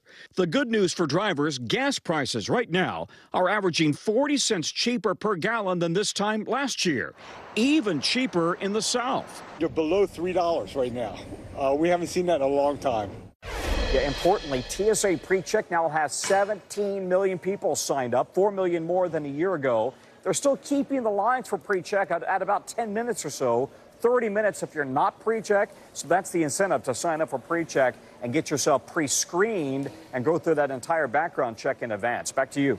All right, Tom, thank you so much. Caleb Silver, editor-in-chief at Investopedia, joins us now with more of what you should know if you're hitting the road for the holidays. So, Caleb, we just heard from Tom, gas prices, they're 40 cents cheaper per gallon than this time last year. Can we expect to see this pattern continue through the rest of the holiday season, keeping in mind most folks who are traveling for the holidays are doing so by car? Yeah, as Tom mentioned, more than 50 million people hitting the road. Gas prices, the national average, around $3.33 a gallon. Again, 40 cents cheaper than last year. Very big deal because folks, on average, will travel 60-plus miles for that Thanksgiving meal to be with family. So as you're doing that, we do know gas prices are lower. They kind of will remain low through the winter, actually, because we go to this cheaper blend of gas, and there's less demand out there for oil right now. Oil prices down 20% from their highs. So gas prices are going to remain low, and driving is a way a lot of people get around to Thanksgiving, but there's ways to do it to actually save some money, too. The other question is, when you are going to do a drive, especially if it's maybe a little bit longer, should you be renting a car or should you be using your own, right? And we have some numbers here. A recent survey conducted by Enterprise Mobility, 48% of road trips between this month and January will take place in a personal vehicle. Just 11% plan to take a rental vehicle, and 2% plan to use a ride-share service. Obviously not an option if you're going kind of far. Let's Uber or just want to waste money. From here to North Carolina or something. So, Caleb, what is the best? I mean, is it cost effective to take your own vehicle or rent a car if people are concerned about putting the miles on their own or anything like that? Yeah, with gas prices this low, it kind of makes sense to take your own car if you can, or if you have an electric vehicle, even cheaper. And rental car prices are actually down 20% from last year, so there is a better deal. But the demand is going to be the issue here between Wednesday and Sunday. Going to be hard to get a car, and those prices are higher in the major cities. So availability might not be there. If you could take your own car with gas prices this cheap and carpool it or pack the family into it, it's cheaper, it's more fun. Make your mixes, pack your snacks, make it a game. Enjoy yourself on the road trip. This is what it's all about. Now I want to know about Caleb's mix. What's in Caleb's mix? Hit the road with me this weekend. We'll show you. Oh, a little mystery. I booked a rental car for when I go home to Minnesota for Christmas. It's expensive. It's not cheap right now. So Caleb, wait, you're not driving there though. No, you but mean when I you're get there, just to even have it for a few days. So what other money-saving tips should people consider for their holiday road trips? Yeah, as you're hitting that road, have the plan, make the budget, see if you can beat the budget. I'm one of those people that drives my kids crazy trying to avoid the tolls. I like to pack the snacks ahead of time. Even if you pack the snacks, so you find yourself getting hungry within like 15 minutes of leaving the house. So have that snack cooler packed really well, have the drinks packed really well. You're going to make stops. People can't resist themselves a soft ice cream inside a rest stop sometimes, but try to do it on a budget. Try to avoid the tolls if you can and avoid those busy times Tom was talking about. Wednesday morning, a very busy time to drive. Sunday, also very busy. If you can avoid peaks, avoid tolls and congestion, it's going to be cheaper. It's going to be a lot more fun. I got to say, I think the toll road fee's worth it. When you do that without tolls and it goes up by 45 minutes, I would also be freaking out like your children in the car.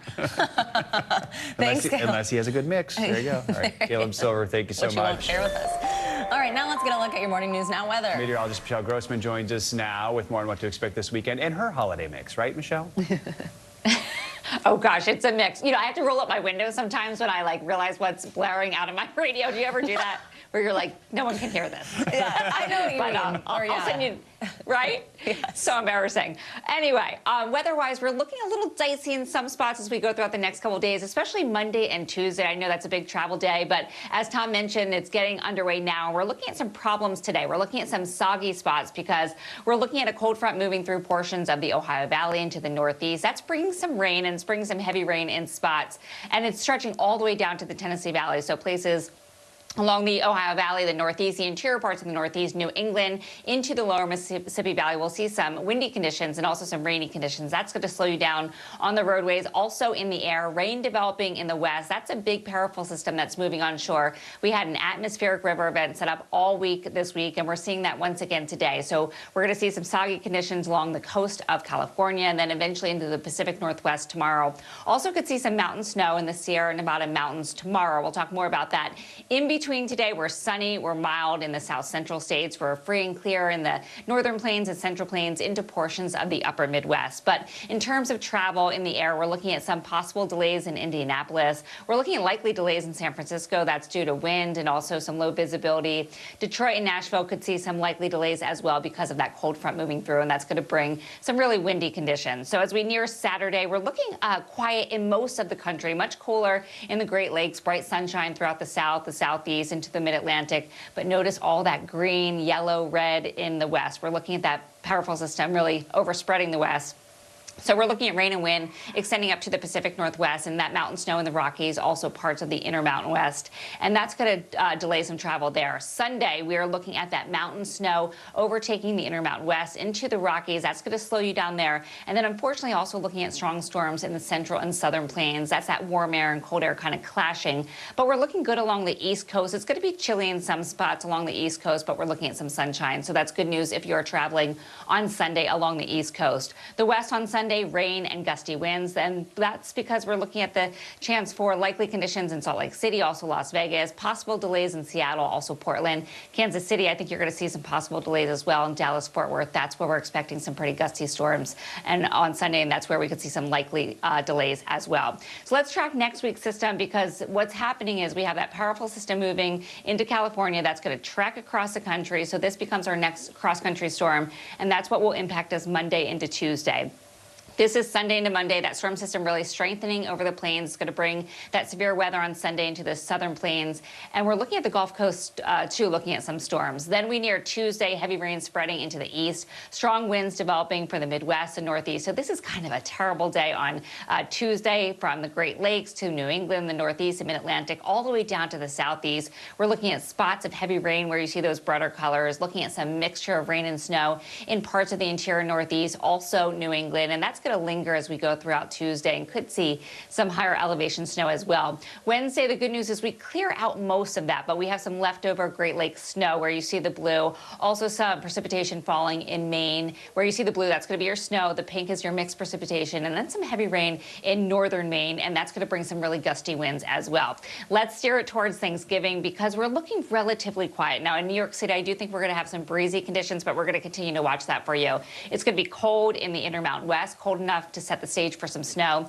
Sunny and cool in portions of the southern plains, the southeast, but temperatures not bad. 60s in Dallas, 59 in Houston. I think that feels pretty good for Thanksgiving, although cool for that area. Temperatures in the 70s in Florida, and we're looking at temperatures in the 40s along the mid-Atlantic coast, also the Northeast. Right now, we're looking at rain falling in the Great Lakes, the Ohio Valley. You see those bright colors, the reds, the oranges, the yellows in the Ohio Valley, the Great Lakes. That's where some heavy rain is falling. That's where we could add up some totals there. Some lingering rainfall throughout the northern parts of Florida into parts of the eastern peninsula of Florida. And that's going to be moving off, guys, as we go throughout the day, because that cold front that's in the Ohio Valley is going to push it out of here, and that's good news for people in Florida. Otherwise, we're looking at that powerful storm in California. Back to you both. All right, Michelle, thank you so much. In Washington, a scathing report by the House Ethics Committee could signal the beginning of the end for New York Congressman George Santos. The report found the first-term Republican spent campaign funds on personal expenses and luxury goods, likely breaking federal laws. NBC News senior Capitol Hill correspondent Garrett Hake joins us now. And Garrett, the impact of this report has been swift, right? Yeah, that's right, Joe. Not long after this jaw-dropping report was released on Thursday, Santos announced that he would no longer seek re-election and would in fact leave Congress after this term. But he may be leaving much sooner than that, as the chairman of the Ethics Committee is expected to file a motion to remove him from Congress as soon as this morning. That would mean something that hasn't happened in decades, a removal of a sitting congressman. Even for a congressman dogged by scandal since his first days in office, the salacious details of the new Ethics Committee report on New York Republican George Santos are stunning. The bipartisan committee report concluding Santos, quote, blatantly stole from his campaign, spending campaign donations lavishly on everything from his rent and credit card bills to thousands of dollars in purchases at luxury retailers Ferragamo and Hermes, even Botox and spa treatments in Las Vegas. Some of Santos' fellow Republicans had already moved for his expulsion. My voters and I are quite aware of the fraud that he perpetuated. I don't need an ethics report to tell me what I already know. He's a fraud. He shouldn't be a member of Congress. I called for his resignation. But the sordid details of the report, including campaign cash spent on the website OnlyFans, known for its adult content, and withdrawn from casino ATMs, led members of both parties who had voted against an earlier expulsion effort to announce they now supported Santos' removal. I'm hoping that George does the right thing and resigns and leaves Congress. The Thanksgiving break is a great time to do that, clean out his office. I think the bottom line is the level of misconduct here, criminal conduct, is off the charts. The committee voting unanimously to refer its findings to the Department of Justice. Santos is already facing federal charges for wire fraud, money laundering, and theft of public funds, to which he has pleaded not guilty. On Thursday, the embattled congressman posting on social media that the report was a, quote, politicized smear, but that he would no longer seek re-election and would stay in Congress, quote, up until I am allowed. Now, we won't see any kind of vote on Santos' removal until after Thanksgiving. Losing his vote in Congress would shrink the GOP's margin of control even further. But in a statement released Thursday, new Speaker Mike Johnson called the report's findings, quote, very troubling, and seemed to suggest he would not try to protect the troublesome freshman Republican. Joe? All right, Garrett, thank you so much. Well, turning now to the Israel-Hamas war and the ongoing military operations against a hospital in Gaza. This morning, Israeli forces say they've located a Hamas tunnel inside Al-Shifa Hospital, along with additional weapons. NBC News has not independently verified that claim. This comes as Israeli officials say 2 bodies of hostages have been recovered nearby the facility. NBC News chief international correspondent Keir Simmons joins us now from Tel Aviv with all these latest updates. Hey, Keir, good morning. Hey, good morning to you. And the focus is on multiple hospitals, tension and fighting this morning, both in Gaza and in the West Bank. In Gaza, the Israelis say that they have found evidence of Hamas at 4 hospitals. In the West Bank, the Palestinians say ambulances were stopped outside a hospital. The Palestinian Red Crescent says its crews were detained. This morning, medical staff emerging from Ibn Sina Hospital in the West Bank, their hands raised. Israel saying gunmen may have run there to hide after what Israel says is a counter-terror operation where at least 5 were killed, and Palestinian officials say 47 arrested in the West Bank today. While inside Gaza, operations continue in Al-Shifa Hospital, where Israeli Defense Forces have been for days and now say they have found the bodies of 2 hostages close by. 19-year-old Israeli soldier Noah Marciano, and 65-year-old hostage Yehudit Weiss, who had been suffering from cancer. We believed we would welcome her back, her daughter cries. The Israeli Defense Force says these images it filmed show the entrance to a tunnel in the hospital complex. NBC News has not visited the hospital to see for ourselves. The images showing some guns, grenades and computers Israel says were inside. Is it fair to say that you found something there, but not everything you said you'd find? No, we're just scratching the surface. Now, I think we need to be a bit patient, and we are 100% certain that this is a base of operations. The Secretary of State telling Lester Holt last night. Exactly why there should be assault rifles located next to an MRI machine escapes me. And this is compelling evidence of the fact that Hamas embeds itself in civilian infrastructure of one kind or another. Multiple hospitals in Gaza are under siege, lacking fuel and medical supplies, health officials say. These were scenes posted online of the Indonesian hospital in Gaza. Wounded Palestinians lying on the floor. Israel says Hamas was here and at Al-Quds hospital, denied by Hamas. The Palestinian Red Crescent releasing images it says shows patients wheeled south on hospital beds amid destruction. But the Israeli military warns it will soon head south too, where already more hospitals are overwhelmed. Our team this morning filming more chaos and bloodshed. And the World Health Organization this morning saying that civilians in Gaza are at risk of starvation, saying, quote, food and water are practically non-existent there. Of course, Israel would say that it is Hamas that puts civilians in harm's way and that it has allowed in humanitarian aid. All right, Kirsten Mintz, thank you very much. Here in the U.S., social media sites like TikTok and X are racing to remove the hashtag Letter to America from their platforms. That's because videos about Osama bin Laden's open letter following the 9/11 terrorist attack have now gone viral in the wake of the war between Israel and Hamas. NBC News Now anchor Hallie Jackson has the details. The video's viral this morning. I need you to stop what you're doing and go read A Letter to America. Referencing Osama bin Laden's so-called Letter to America, written by the late terrorist leader about a year after the 9/11 attacks. And now, the propaganda getting new attention on social media in the wake of the Israel-Hamas war. Bin Laden, in the decades-old letter criticizing U.S. support for Israel and its policies on Palestinian territories and citing anti-Semitic and homophobic tropes. The way this letter is going viral right now is giving me the greatest sense of relief.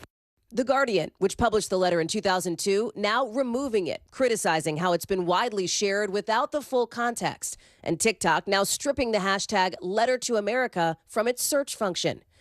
New research shows searches for bin Laden up 400% on YouTube, and on X, formerly Twitter, references to him up 4,000% since Tuesday.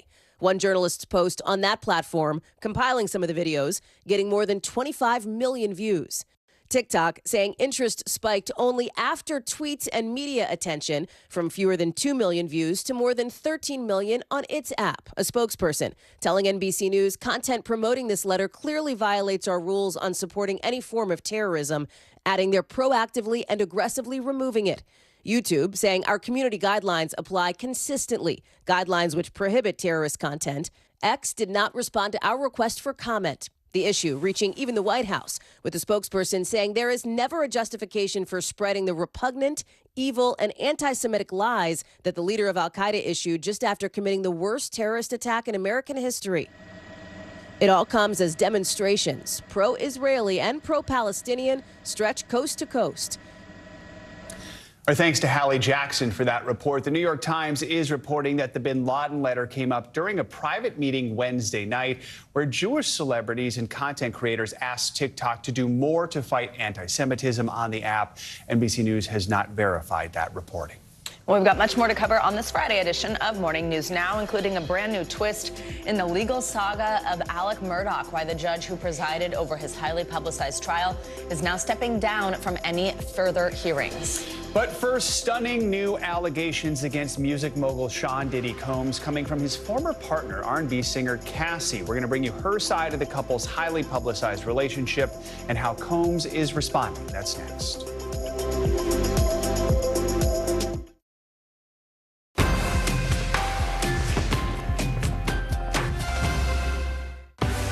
News lives in the now.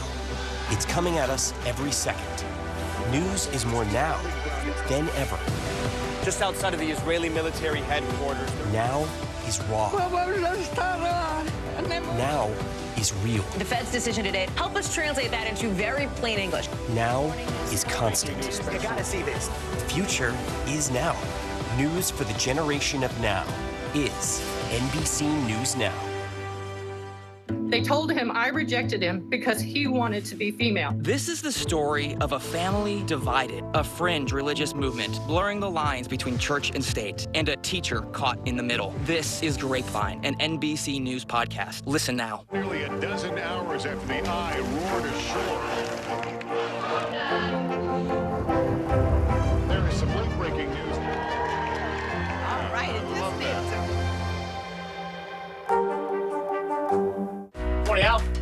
I think when you open your eyes, you get to decide, how's my day going to be? We want to be a way to start your day, lighten your load, every single morning. What is going to happen now? Going back and forth because they... Oh, yeah, nice to see you.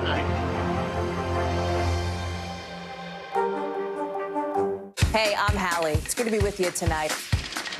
The debt ceiling. Here's why this matters. Please, please don't have your eyeballs glaze over. Here's why this matters. Talk to us about what we're supposed to call this. Is it a bailout? Is it a backstop? There's a difference because it matters whose money is being used to prop up these banks. We think we're getting close to this news conference. I will be honest with people.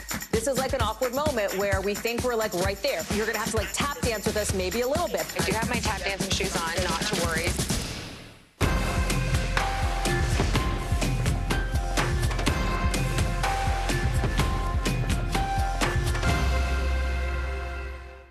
Stay on top of breaking news and the biggest stories of the day with NBC News Daily. Thank you so much for joining us. I'm Morgan Radford. I'm Vicki Wynn. I'm Kate Snow. And I'm Zinclair Samwat. Get in-depth reporting from across the country We have breaking news out of the White House. and around the world, Questions about the rebellion inside Russia. and ways you can take care of your health What are symptoms that people should be on the lookout for? and your wallet. Some really great last-minute deals if you have flexibility. NBC News Daily, weekdays from 12 to 4 p.m. Eastern on NBC News Now.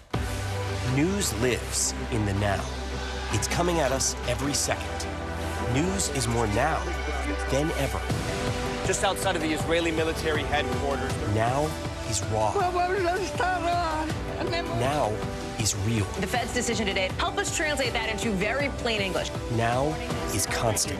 You gotta see this. The future is now. News for the generation of now is NBC News Now. Welcome back. This morning, rapper and producer Sean Combs is facing a bombshell lawsuit from his former partner, R&B singer Cassie. She is suing Combs, alleging their 10-year relationship was filled with abuse and violence. Combs vehemently denies the allegations. NBC News entertainment correspondent Chloe Malas has the details. That's right. Cassie says she's finally ready to tell her story after living in what she calls years of silence and darkness. The rapper denying all wrongdoing, his team calling the allegations outrageous. This morning, music mogul Sean Diddy Combs facing a slew of allegations, including rape and sex trafficking, in a stunning new civil lawsuit filed Thursday by his longtime partner, singer Cassie. According to the complaint, Cassie, whose real name is Cassandra Ventura, alleges Combs asserted complete control over her personal and professional life. Throughout their relationship, Ventura says that she endured a cycle of abuse and violence for more than a decade. The lawsuit even detailing Combs thanking Ventura during a Lifetime Achievement Award speech on BET last year. Cassie for holding me down in the dark times. Love.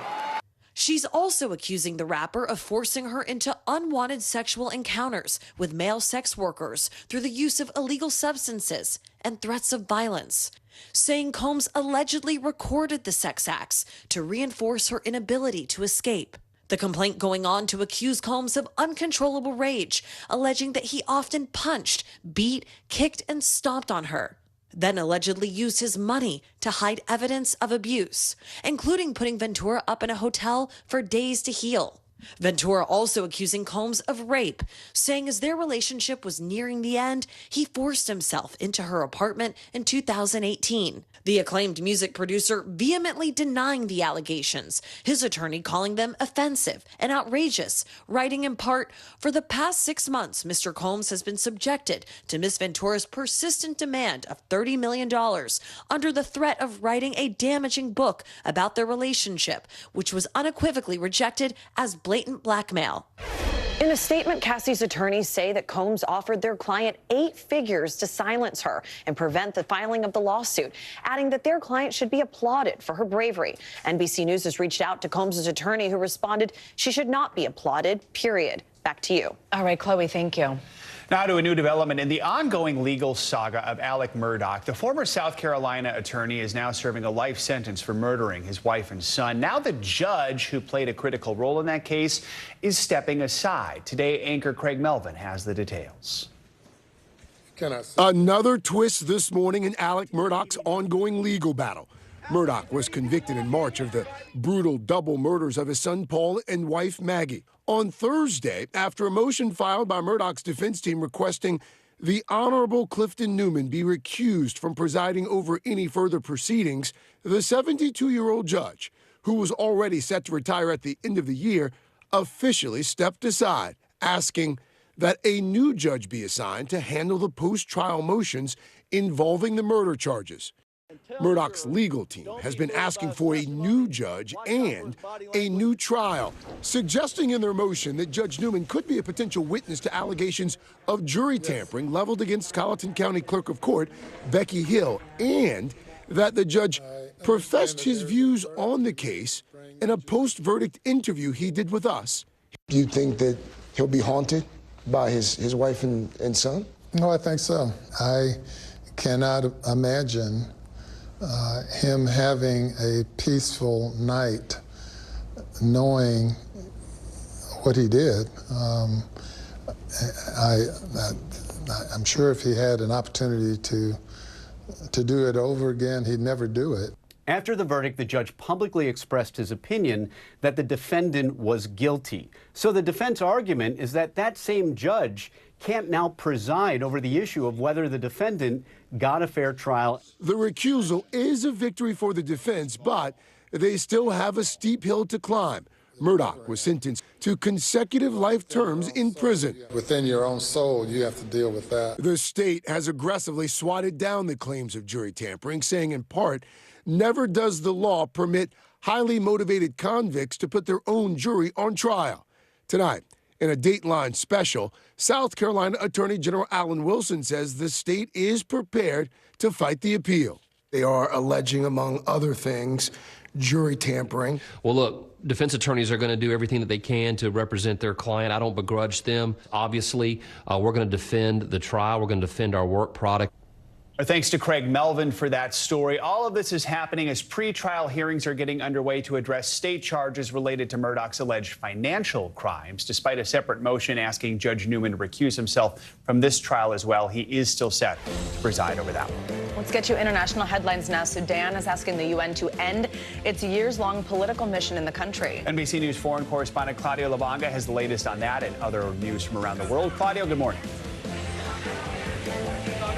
Joe Savannah, good morning. Yeah, all this came out of a letter penned by Sudan's acting Foreign Minister Ali Sadek. Now, they requested that the UN, quote, immediately terminate the United Nations Integrated Transition Assistance Mission in Sudan. It's a program that was established back in 2020 to provide governmental support to Sudan during its political transition to democratic rule.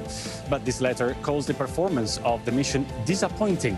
Right now, Sudan is in the middle of a months-long civil war with violent fighting currently happening out of Darfur. Now let's travel over to Iceland, where ongoing tremors are rocking the Nordic island. Residents are evacuating as fears rise over a looming volcanic eruption. The ground has actually moved several feet in a town called Grindavik, which has been completely evacuated. Southwest Iceland has been bracing for days as cracks continue to appear. The Icelandic Meteorological Office warns that there is a significant risk of an eruption in the days ahead. And we end this tour of the world in Spain, where Shakira melted hearts at the Latin Grammy Awards while performing Acróstico, featuring her two sons, Milan and Sasha. In the middle of her song, the camera played pre-recorded footage of her young son singing. It was an emotional surprise for the audience. Other big names like Bad Bunny, Karol G, and Grupo Frontero were all at this year's awards. And this is the first time the Latin Grammy Awards is taking place outside of the United States in 24 years. Joe Savannah. So cool. They got a little bit of the spotlight, too. Awesome. Claudio, thank you so much.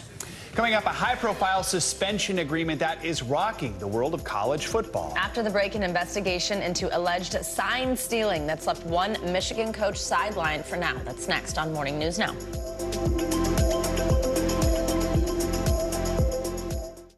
Thanks for tuning in. I'm Gotti Schwartz. Here are the stories we're following tonight. Storms keep coming here in California. The U.S. government just declassified this video. A lot more stories trending like crazy on social media. A controversy pitting lawmakers against young voters. What's the state of crypto today? Is it safe for investors? We've got another mind-bending story on artificial intelligence. This is what my voice sounds like when I clone it. That wasn't me. You gotta see this. Stay tuned now, weeknights at 8 Eastern, 5 Pacific on NBC News Now. Were you calling the shots, though, Mr. President, ultimately? Was the Biden administration caught off guard by this latest surge of migrants? Is it clear who's going to govern Gaza once this war is over? If it's Sunday, it's Meet the Press.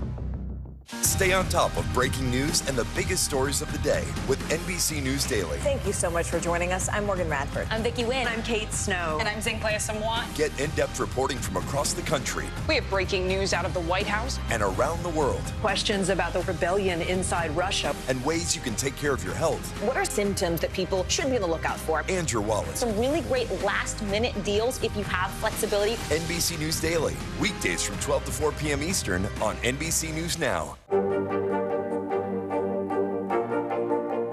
This is what a country in war looks like. You came to get blood. It's not an incoming shell. So many stories of heroism and heartbreak emerging from here.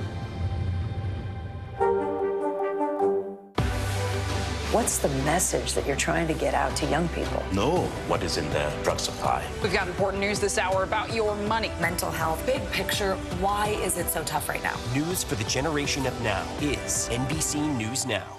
Top story is coming to you live from Juarez, Mexico. Reporting over the skies of Lahaina. Every weeknight, it's your news playlist. Top story with Tom Llamas, streaming weeknights at 7 on NBC News Now. The U.S. Supreme Court has rejected a request from Florida to enforce a state law that targets drag show performances. That law was signed by Republican Governor Ron DeSantis this year, but district courts have blocked it from being enforced. The measure makes it illegal to allow a child into a, quote, adult live performance that the state sees as sexually explicit. Opponents of the law say it imposes unlawful restrictions on free speech. In Texas, a school district has reversed a high school's restrictions on its production of the play Oklahoma. Those restrictions caused a transgender teen to lose his role in the show. In a unanimous decision on Monday, the Sherman Independent School District board members voted to reinstate the original cast and script chosen for the production. More than 60 people spoke out in support of the student. After the meeting, they released a statement apologizing, saying, quote, we understand that our decision does not erase the impact this had on our community, but we hope that we will reinforce to everyone, particularly our students, that we do embrace all of our board goals to include addressing the diverse needs of our students. Joining us now is Philip Hightower. He is the father of Max Hightower, the student who was initially removed from the play. Philip, thank you so much for joining us this morning. Just how are you and Max feeling now that he has been reinstated and the show can go on? Well, we're feeling good. Max, luckily, is at a theater retreat festival for the past couple of days. So Max hasn't had to deal with a lot of this, thank God. And I understand, as we mentioned just a moment ago, Philip, that like the community really rallied behind this issue with members speaking up at the school board meeting in support of Max. What has that backing meant to you and your family, and of course to Max?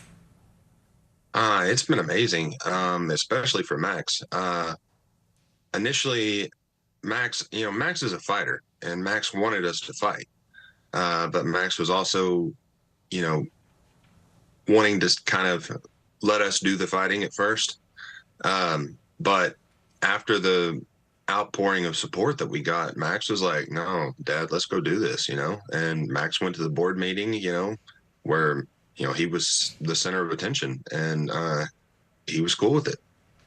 So Max has been reinstated. I understand that was goal number one, but you still have a couple more things that you would like to achieve. What do you hope comes next? Well, first and foremost, we need a policy that protects these kids. All of this started from a policy that didn't exist, a fake policy. But we need a real policy that, protects these kids and gives them the right to, be in the role that is the gender they identify with. This, I think. Beyond that. Oh, go ahead. Oh, I'm sorry. Nope, go ahead. Beyond that, we need accountability. We need accountability because for 10 days, these kids, marginalized, at-risk kids that are more prone to hurt themselves or have, really dark thoughts, were left hanging in the wind. And so we need accountability for that. So often this is an educational process for parents in your community who may not know much about trans kids in the trans community. Do you feel a lot of people, whether it's school board members and other parents, have learned a lot from you during this process? I hope so. There were a lot of people speaking, and there's been a lot of attention. So if they haven't learned it, it isn't for lack of information. All right. Philip Hightower, thank you so much for joining us this morning. We appreciate it. We're thinking of Max, who his passion for theater is very clear right now at a theater. Yeah, there you go. Theater camp. Thank you. Thanks. Well, the University of Michigan announced an agreement with the Big Ten Conference on Thursday to drop litigation against the conference and to suspend football coach Jim Harbaugh. Harbaugh will continue to serve out a 3-game suspension that came as the result of a sign-stealing investigation into the Wolverines football program. In a written statement, Michigan said, quote, Coach Harbaugh, with the university's support, decided to accept this sanction to return the focus to our student athletes and their performance on the field. Joining us now for more on this story is senior writer at The Athletic, Chris Vanini. Chris, good to have you with us. So there is so far no information that directly links Coach Harbaugh to involvement in the alleged sign stealing, but for both sides to pretty much walk away from the dispute does raise some eyebrows. So tell us why this is significant and what we know about this legal battle. Well, it's significant because just about right now, the sides would have been in court arguing over whether or not the Big Ten had the right to suspend Jim Harbaugh. Michigan's entire case specific to the Big Ten was that the conference doesn't have the right to do this. Only the NCAA has to do this. The conference said it did. It laid down its suspension last week, right as Michigan was landing its plane in State College, Pennsylvania. Michigan says, eventually, we're going to drop the litigation. Harbaugh's going to accept the suspension. The Big Ten will step back and let the NCAA finish off its investigation. Is there any sense that Michigan may have developed evidence that other schools might have been doing the same thing? Michigan presented information that other schools had shared signs with each other to use against Michigan, which is not unprecedented, not that unusual. Michigan is mostly in trouble because of a staffer alleged to have bought tickets to games and had people film it on a phone. That is clearly against NCAA rules. In-person scouting is the big part of this. Sign stealing is not exactly against the rules. You can do that off of TV. It's more about what they did or what this one person did in person. So the university still says it's going to continue to cooperate fully with the sign stealing investigation. Talk more about that, where we are in that process. That remains ongoing. The NCAA is looking into Connor Stalions, the staffer who did that. Stalions has resigned. He has said no other coaches knew about this whole scheme. Central Michigan University is involved as well because there was a person on the sideline for their game against Michigan State that kind of looked like Connor Stalions. They have not clarified who that is, so the NCAA is still looking into it. It'll take a while before that is resolved, certainly after the season. What does this mean for Michigan football for the rest of the season? Well, it means they will not have Jim Harbaugh for the next 2 games against Maryland and then the big one against Ohio State. Ultimately, Michigan is used to this. Harbaugh had a self-imposed suspension for the first 3 games this season for an unrelated recruiting violations allegation. So they'll continue. Sharon Moore, the offense coordinator, will be the head coach for the next 2 games. If Michigan wins those 2 games, they'll play in the Big Ten championship, and Jim Harbaugh will be back to coaching it. Chris Vanini, again from The Athletic, thank you very much for joining us on this. Coming up, counterfeit chaos right here in New York City. The massive billion-dollar fake merchandise bust that could be one of the biggest in U.S. history. Stick around.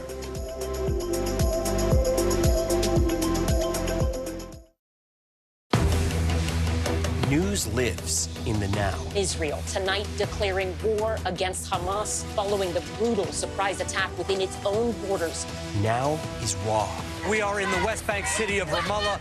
Protesters are on the streets here to denounce Israel. Now is real. Most of the time, the Iron Dome works, but there are rare occasions that a few get through, like here in Ashkelon. News for the generation of now is NBC News Now, streaming free everywhere. Fire has grown leaps and bounds. What you see behind me is typical. How you doing? Pretty bad.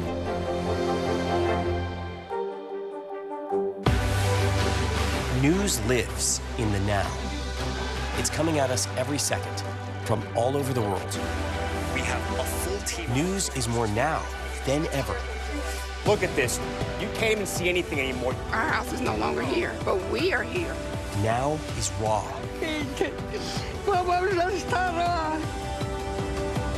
Now is real. The Fed's decision today, help us translate that into very plain English. Is that good news for us? Now is constant. Morning News Now, we're breaking news. NBC News special report. You gotta see this. The future is now. News for the generation of now is NBC News Now.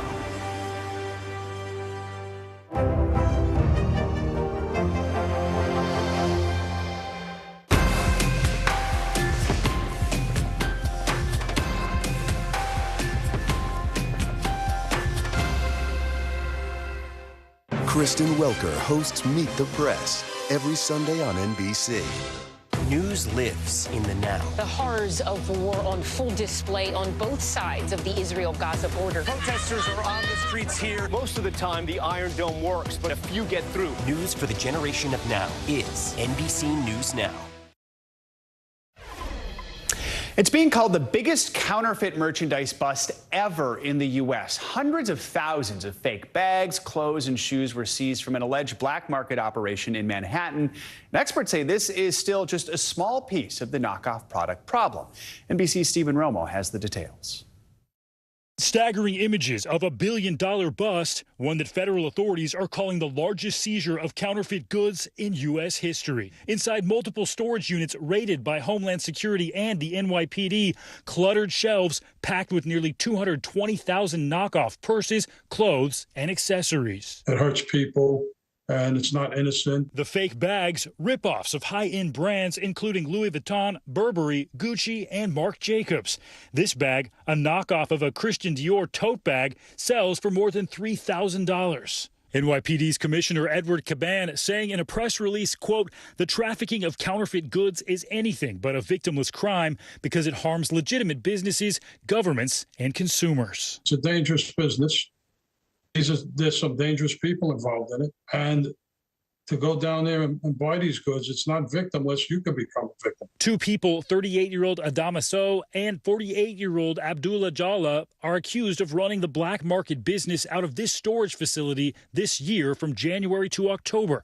The unsealed indictments show they're each charged with trafficking in counterfeit goods, which can carry up to 10 years in prison. An attorney for Sow declined to comment. NBC News has not yet heard back from Jalla's attorney. Counterfeiting experts say they hope consumers think twice before buying any knockoff merchandise because they can't be sure where the money is going or how the products are being produced. You hope that they would think twice of where that money's going. And also, forced child labor. Some of these goods are made in the most squalid conditions. I've been there in China, and they're made in these squalid conditions with sometimes little children working there. They're working 16, 18 hours a day. Our thanks to Stephen Romo for that report. More financial headlines. Here's a question for you. What do AI and climate change have in common? Well, Google CEO seems to have an answer. CNBC Silvana Henao has the latest on that and other money news. Silvana, good morning. Good Friday morning, Joe and Savannah. Yes, so Google CEO says artificial intelligence is like climate change in that it will spread worldwide, and people share responsibility to create rules and regulations. Speaking at the APEC summit in San Francisco, Sundar Pichai says if AI goes wrong in one country, it could impact others, making it difficult to regulate locally. Now, he's seeing some signs of progress, including this week's agreement between President Biden and Chinese President Xi Jinping, who vowed to start a dialogue on AI. Google's next generation AI model is being delayed. The information reports the launch of Gemini is being pushed from this month to the first quarter of next year. Gemini is being touted as a direct competitor to OpenAI's GPT-4. Google co-founder Sergey Brin has reportedly been spending several days a week with Gemini's developers. And the Kelsey brothers are killing it on the football field, podcasting, and now the music world. Travis and Jason have scored a #1 hit on iTunes with their Christmas duet, Fairy Tale of Philadelphia. It's a cover of the classic by the Pogues' Fairy Tale of New York with a few changed lyrics. Proceeds from the song and the album recorded by Jason Kelsey and his fellow Eagles teammates, a Philly Special Christmas, will go towards the Children's Hospital of Philadelphia, guys. Oh, wow. Can't wait to hear. Silvana, thank you so much. You got it. Coming up, it is Friday, finally, so that, of course, means your weekly can't-miss list just around the corner. That's right. This morning, we've got a preview of Andre 3000's first full-length album in 17 years. Our wonderful friend Darren Karp is here with us on set. Yeah, Darren's here to break down the latest and greatest in music, movies, and streaming next.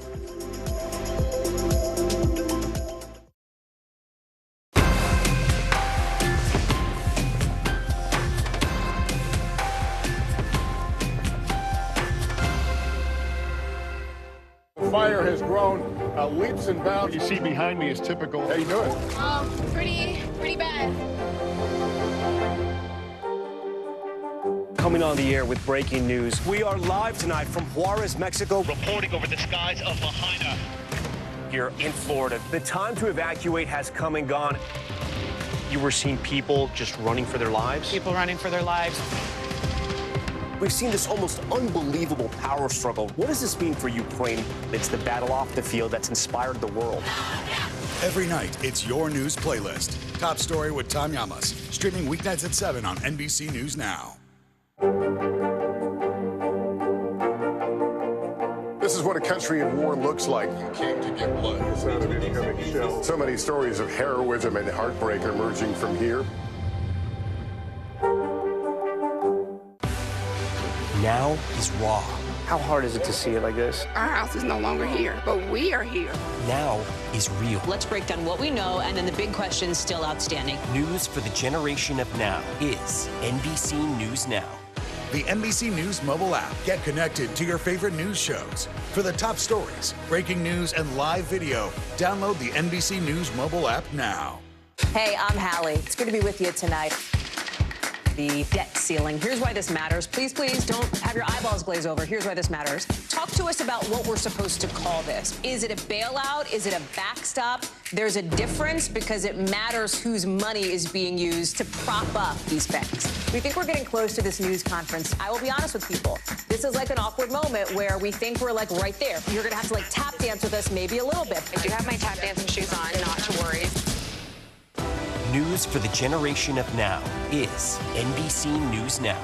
They told him I rejected him because he wanted to be female. This is the story of a family divided, a fringe religious movement blurring the lines between church and state, and a teacher caught in the middle. This is Grapevine, an NBC News podcast. Listen now. Morning, Al. I think when you open your eyes, you get to decide, how's my day going to be? We want to be a way to start your day. Lighten your load every single morning. News lives in the now. It's coming at us every second, from all over the world. We have a full team. News is more now than ever. Look at this. You can't even see anything anymore. Our house is no longer here, but we are here. Now is raw.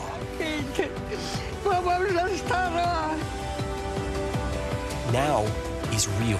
The Fed's decision today, help us translate that into very plain English. Is that good news for us? Now is constant. Morning News Now or breaking news. NBC News special report. You gotta see this. The future is now. News for the generation of now is NBC News Now.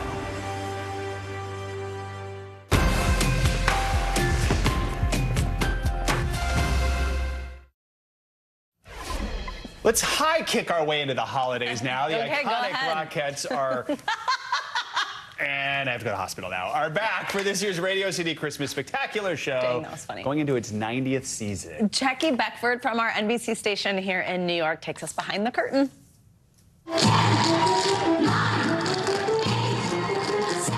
The countdown has begun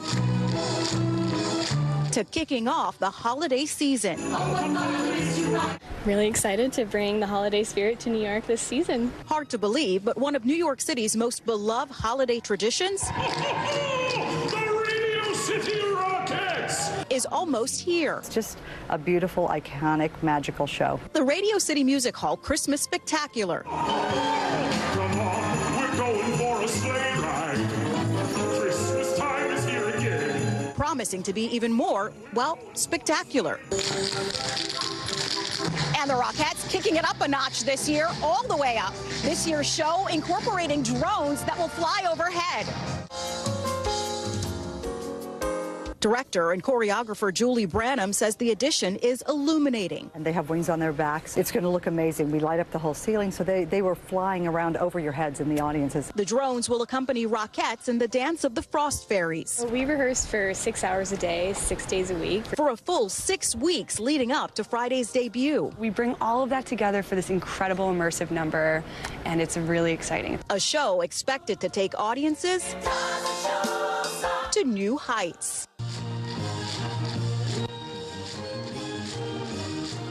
All right, Jackie Beckford, thanks so much. The show opens today and runs, of course, through January 1st. Finally, it is Friday, which means it's time for your weekly can't miss list. From a Hunger Games prequel to a new spin on a classic Santa Claus story, there's a lot you really can't miss this week. That's right. Lucky for us, Darren Karp is here. She's, of course, a Bravo personality and host of Shaken and Disturbed. She's going to break it all down for us. Hi, Darren. Happy Friday. Happy holidays. I wore my Taylor Swift friendship bracelet for you today. What does it say? It's just a group chat I'm on. I made it at BravoCon. Don't worry about it. We'll get that story later. That's a later thing. All right, tell us what's coming to theaters that we can't miss. Okay, so we've got Hunger Games, Ballads of Songbirds and Snakes. Are you a Hunger Games fan? Yes, Joe? huge. Okay, and I read this book. Okay, so this actually takes place decades, about 64 years before the original Hunger Games, when Katniss Everdeen actually volunteered as tribute. So this takes place with a young Coriolanus before he becomes the tyrannical president of wow, this, look at you, of first Panem. name basis. Do you like, I mean, you said it just we're not going for President Snow. Excuse me, Mr. Snow. He's young. He's trying to help his failing family lineage, and he gets kind of tapped into being this mentor to this young tribute from Poor District 12, who's played by Rachel Zegler. And he's kind of battling between good and evil. He kind of comes under her auspices and charm. And the real question is he going to be a songbird or a snake, Savannah? We don't know. Joe's more of a songbird. Yeah. You know. Well, I kind of know because I read the book. All these villain origin stories are just like a thing now, aren't they? I like it. Yeah. Okay, there's other stuff in theaters, right? Yes, there is other stuff in theaters. We've got a lot. We've got, Joe, this is right up your alley. We've got Trolls Band Together, okay? This seems like a Joe Fryer pick if I've ever picked one. I picked it this morning, and I was like, this one's for Joe. I mean, I like their hair. It's really cute, actually. It's a really, really funny. They had amazing promos for this of like behind the music, and they were talking about this music. They were talking about this movie, so it's got good music in it. But basically, they've got Poppy, and then they've got Branch, and they are a couple now. Hashtag Broppy. And we discover that Branch has kind of a sordid past, okay? He used to be in a boy band called Brozone. Savannah, you're going to have to get through this segment without laughing. I'm looking at Joe here. Will this get an origin story? This is yes, because, okay, Branch had siblings. They were in a boy band. He hasn't spoken to his siblings since. So hashtag Broppy goes on the lookout out for the brothers after one of them gets kidnapped by this evil, tyrannical, like, music cult. And they try and find Floyd, and they try and rescue him, and it's a journey as tale as old as time. Can I just say the real reason that I'm laughing so hard is because the last time you were here, you said a title of one of the new Taylor Swift songs that's a little interesting. Yes. And we got out of Joe. And right now when you go, we have one for you, Joe, trolls. He goes, oh. I like really breaking Joe's.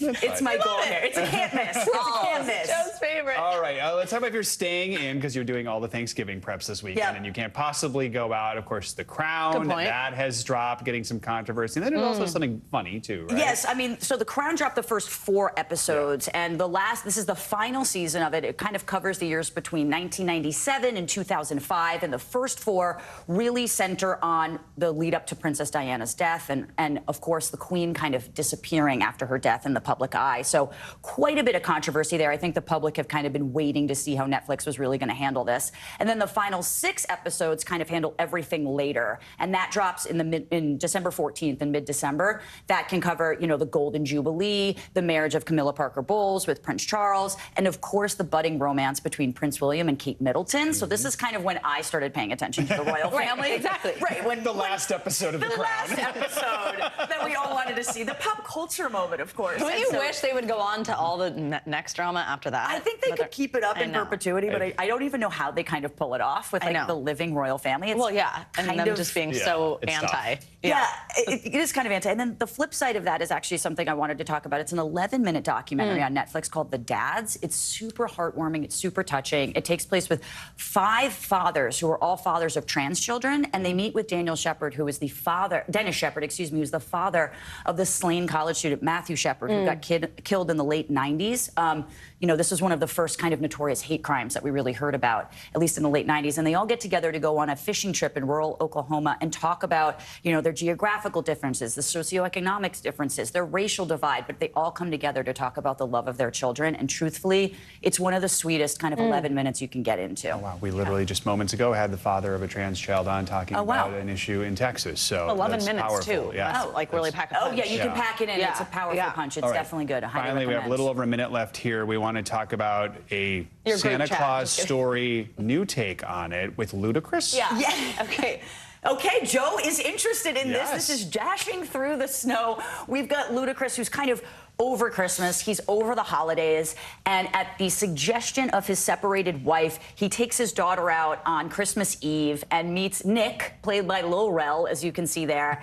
And his attitude starts to change in humor about the idea of Christmas. And it's kind of this magical holiday story. It's really funny for the whole family. And I love seeing Ludacris kind of out of his normal environment and element, you know? I feel like we haven't seen him for a minute either, so that's kind of fun. Yeah, exactly. So it's really cute and good for the whole family. One actually last quick one. Andre 3000. Yes.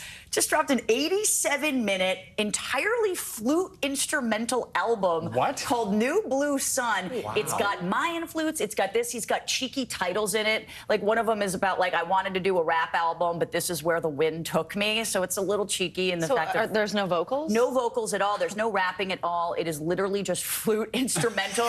Channeling Lizzo here. Andre 3000, you can't miss it, guys. Wow. Yes. That's not what I expected. Joe. So. Oh my God. Me either. Yes. Oh, we got we got an O. There we go. This is our new thing with you. We need an O calculator next time. Like suggestions next time are going to be riveting, I can tell you that. Darren Garp, thank you. We love you. Good to have you here. Good Happy Thanksgiving, guys. All right. That's going to do it for this hour of Morning News Now. But the news continues right now.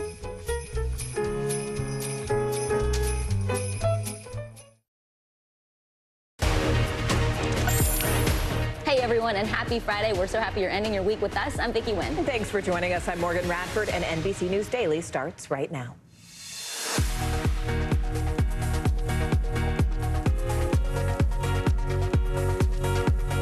Today is Friday, November 17th. Bombshell lawsuit. Music mogul Sean Diddy Combs is facing a slew of damning allegations from his former longtime partner, R&B singer Cassie. Why she says the relationship was filled with years of abuse and violence. Holiday getaway. Right now, Americans are heading out the door to beat the Thanksgiving travel rush. How you should prepare during what could be the busiest travel period of all time.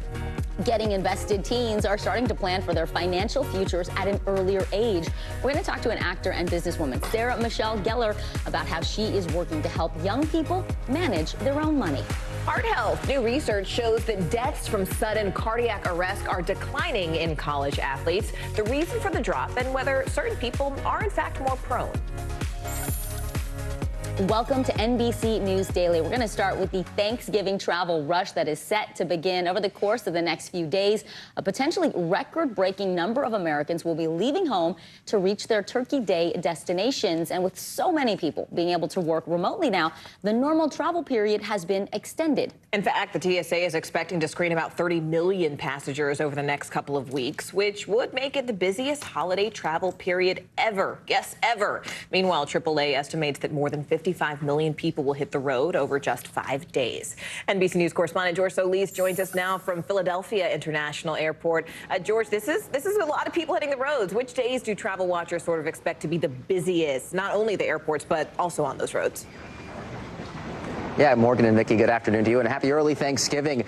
Busiest, of course, are going to be right before Thanksgiving, that Wednesday before, and then the Sunday after Thanksgiving. Best times, of course, to get early on the road, and then after the travel rush, after 6 p.m. or so, is usually when the experts suggest going. I gotta tell you, though, today here at the airport, as we start this early rush of people, the 30 million or so expected to be screened through TSA, a lot of smiles, not a lot of misery. That's because a lot of people have signed up for TSA pre-check, about 17 million. It's about 4 million more than this time last year. So people that have been in some long queues here saying, even so, it is moving fast, and people expect that to continue, even with some turbulent weather expected leading up to Thanksgiving. People are very optimistic about the travel holiday. They know it's going to be busy. They know that there's a lot of demand on the airports, on the staffing out here, but overall, people are feeling pretty confident about their travel experience. They've been listening to a lot of the advice from the experts about traveling light, getting here early, just your general know-how. And overall, though, things looking pretty good for people that are trying to get away for the Thanksgiving holiday, guys. George, talk to us about the good news when it comes to travel this year, and also any tips you have to make things go seamlessly. Yeah, of course, there's always a good number of tips about getting here to the airport early, making sure that you don't pack any liquids or anything too large. And I think we have some tips here that we can put on screen that'll just give you a better sense of what you need to do when getting to the airport. We want to make sure that we remind people that overall things are cheaper as far as airfare, gas prices, and flights. Generally speaking, I think I mentioned gas prices. They're about 40 cents cheaper than they were this time last year. Airfare, about 14% down. The price of renting a car, about 17% down. $3.33 a gallon. You really can't beat that. It's actually kind of incredible to talk about that when you think about gas prices and what they have been historically over the last several years. A lot of people very excited for this Thanksgiving holiday, myself included. A little travel on the way, and I'm looking here at the airport. The TSA pre-check line right now, 3 to 5 minutes, guys. You really can't beat that. 3 to 5 minutes. All right. NBC News correspondent George Solis for us. George, thanks. All right, well, music mogul Sean Diddy Combs is denying disturbing allegations of rape and sex trafficking. According to a lawsuit filed by his former partner, singer Cassie, Combs allegedly asserted complete control over her personal and professional life. Cassie, whose real name is Cassandra Ventura, claims that throughout their relationship, she endured a cycle of abuse and violence for more than a decade. NBC News entertainment correspondent Chloe Malas joins us now. Chloe, first, just tell us about what exactly this lawsuit entails. What are the allegations? These allegations are incredibly disturbing. So Cassie is saying in this lawsuit that she was repeatedly kicked and punched and beat up to the point that Diddy allegedly put her in a hotel room at one point to allow her to heal. She also claims that she was raped by him. She claims that allegedly she was forced to have sex with male sex workers while he filmed it, while she was given drugs, illicit drugs, against her will. She says in this suit that Diddy even allegedly blew up someone's car when he thought that she was flirting with somebody and interested in somebody else. These allegations are very serious, and Cassandra says, Cassie, that she is bringing this forward because of the New York Adult Survivors Act, Act expiring next week. And this is a law in New York that was put into place that for any adult that has experienced sexual abuse, that you could report it, you know, at any point, despite the statute of limitations. And that's expiring next week. And that's why she says she's filing this suit now. How about that timing? Well, obviously, Diddy's legal team has responded. Chloe, what are they saying? Diddy's legal team has told NBC News in a statement that these allegations are outrageous. They claim that this is a shakedown for money and that Cassie actually was going to be writing a tell-all book and that she was demanding allegedly $30 million from Diddy or else she was going to write it. And they claim that this was, you know, blatant blackmail and that they refused to pay it. But now her legal team says that she was offered 8 figures to stay silent and that she turned that down and that she has wanted to come forward, and she's coming forward now and stands by that. So this is a developing story, and we're going to stay on it. All right, Chloe Malas for us there. Chloe, thanks so much. Well, Starbucks stores are back up and running today after workers went on strike yesterday, protesting scheduling and staffing issues. Employees walked off the job on Red Cup Day. This is one of the coffee chain's most popular promotions where they give away a special reusable holiday cup. Now, this strike is the latest labor action in a 2-year battle over unionizing. More than 360 stores across 41 different states have voted to unionize as the company has come under fire for allegations of union busting. NBC News senior business correspondent Christine Romans joins us now.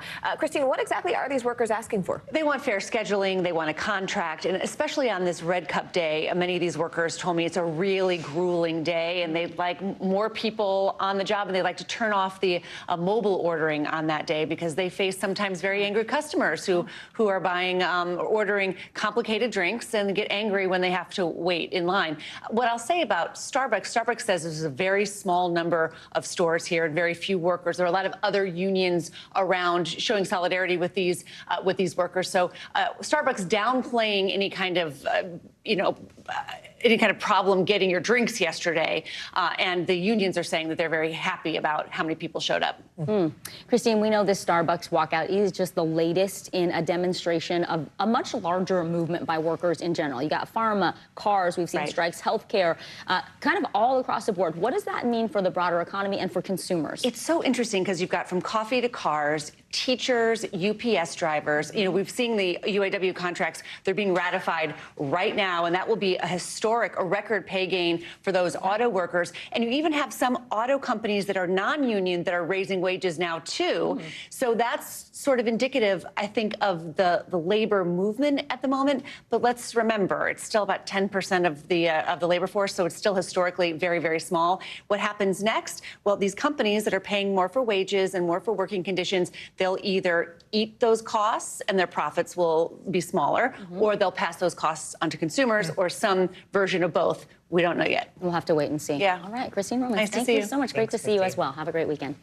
Well, speaking of business, it's time now for our CNBC Money Minute. Amazon says that employees who do not comply with the company's return to office mandate, they may not actually get promoted. This all comes after the company announced new guidelines back in May requiring staff to work in the office for at least 3 days a week. CNBC Tech Check anchor Deirdre Bosa joins us now. So Deirdre, let's talk about the reasoning behind this decision and really what's the reaction from Amazon employees?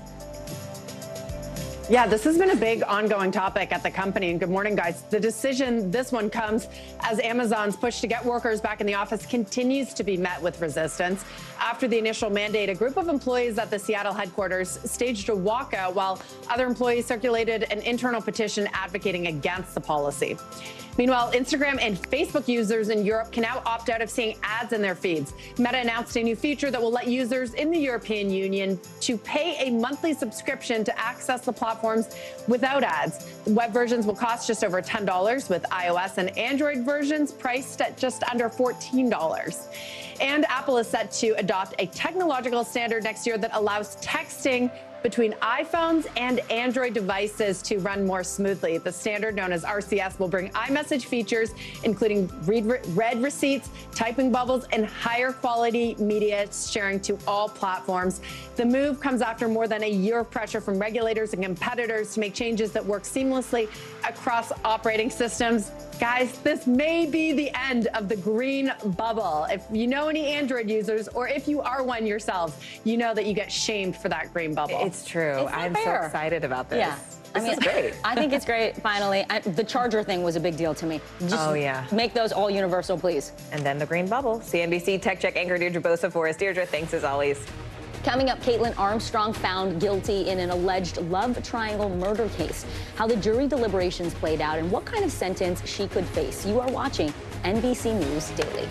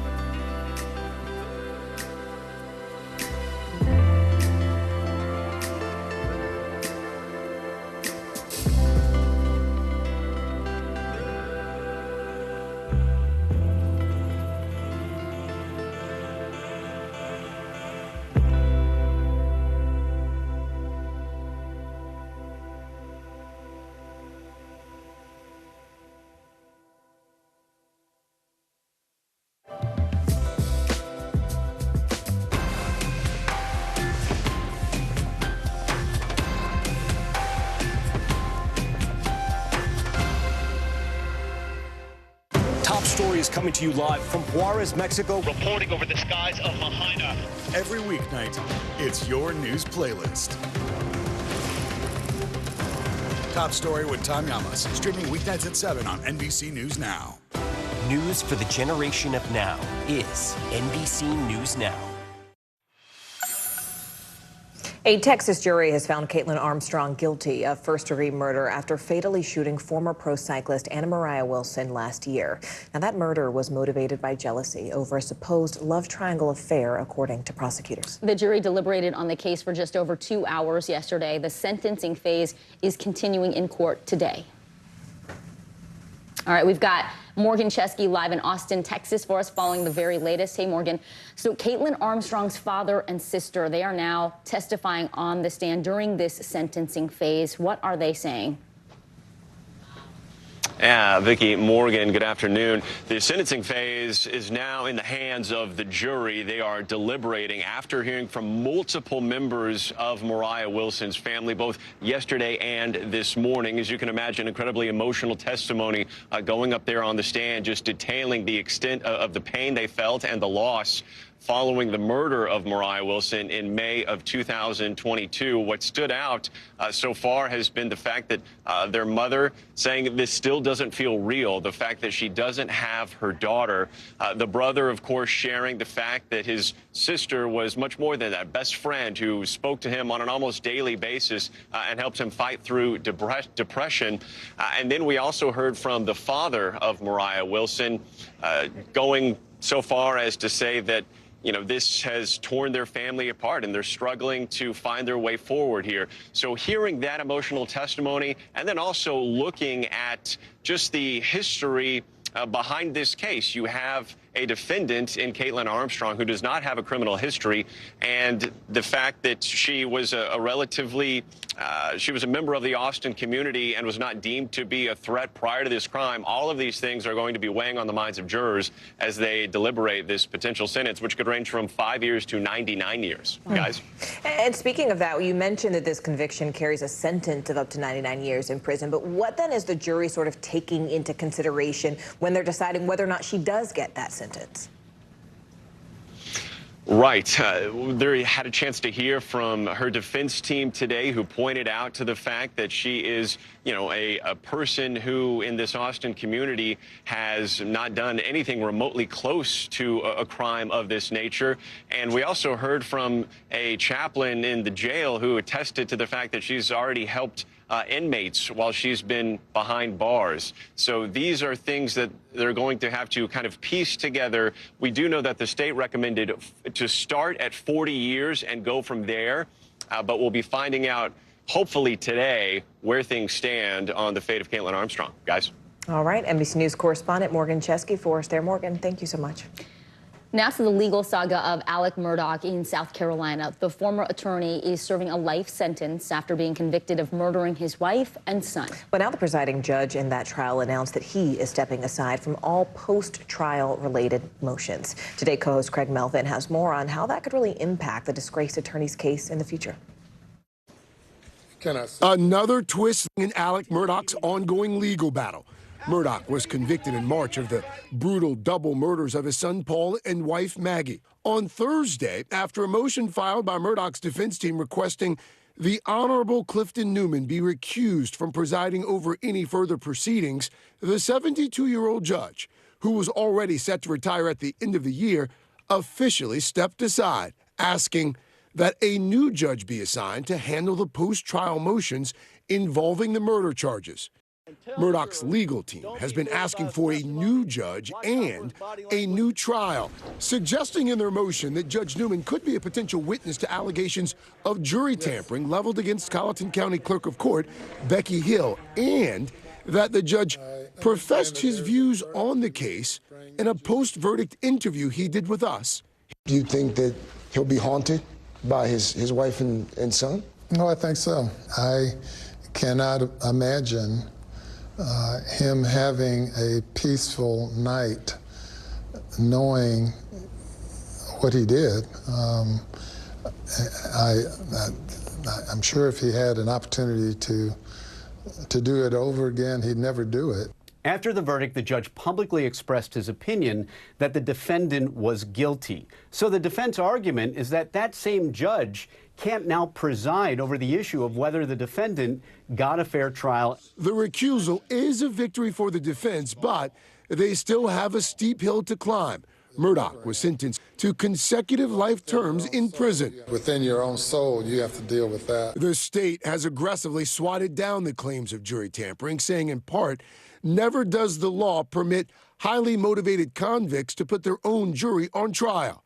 Tonight, in a Dateline special, South Carolina Attorney General Alan Wilson says the state is prepared to fight the appeal. They are alleging, among other things, jury tampering. Well, look, defense attorneys are going to do everything that they can to represent their client. I don't begrudge them. Obviously, we're going to defend the trial. We're going to defend our work product. Craig Melvin, NBC News. Later on this hour, how a burnout epidemic is now weighing down firefighters, nurses, and police officers. Plus, how you can avoid running out of steam at your own job. You're watching NBC News Daily.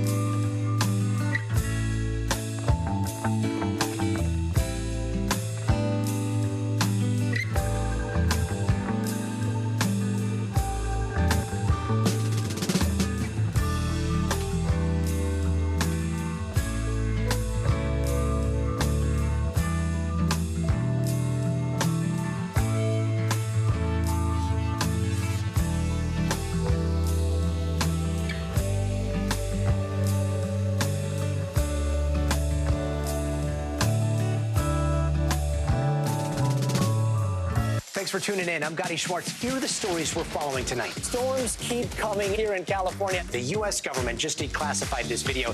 A lot more stories trending like crazy on social media. A controversy pitting lawmakers against young voters. What's the state of crypto today? Is it safe for investors? We've got another mind-bending story on artificial intelligence. This is what my voice sounds like when I clone it. That wasn't me. You gotta see this. Stay tuned now, weeknights at 8 Eastern, 5 Pacific on NBC News Now. It is being described as the biggest counterfeit merchandise bust in U.S. history. Authorities in New York confiscated an estimated $1 billion worth of fake designer bags, clothes, and shoes. NBC News correspondent Stephen Romo has details on the bust and the warning for shoppers. Staggering images of a $1 billion bust, one that federal authorities are calling the largest seizure of counterfeit goods in U.S. history. Inside multiple storage units raided by Homeland Security and the NYPD, cluttered shelves packed with nearly 220,000 knockoff purses, clothes, and accessories. It hurts people, and it's not innocent. The fake bags, rip-offs of high-end brands including Louis Vuitton, Burberry, Gucci, and Marc Jacobs.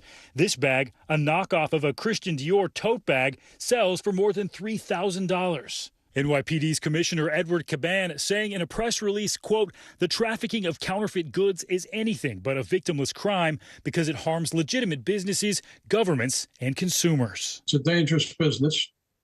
There's some dangerous people involved in it. And to go down there and buy these goods, it's not victimless. You could become a victim. Two people, 38-year-old Adama Sow and 48-year-old Abdullah Jalla, are accused of running the black market business out of this storage facility this year from January to October.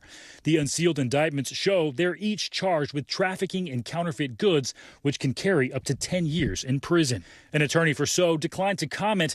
NBC News has not yet heard back from Jalla's attorney. Counterfeiting experts say they hope consumers think twice before buying any knockoff merchandise because they can't be sure where the money is going or how the products are being produced. You hope that they would think twice of where that money's going. And also, forced child labor. Some of these goods are made in the most squalid conditions. I've been there in China, and they're made in these squalid conditions with sometimes little children working there. they're working 16, 18 hours a day. Stephen Romo, NBC News. For the 5th year in a row, a barber in Kansas is helping feed dozens of families for Thanksgiving. Dia Wall with our Kansas City affiliate KSHB explains how he uses the promise of a fresh cut to bring in donations.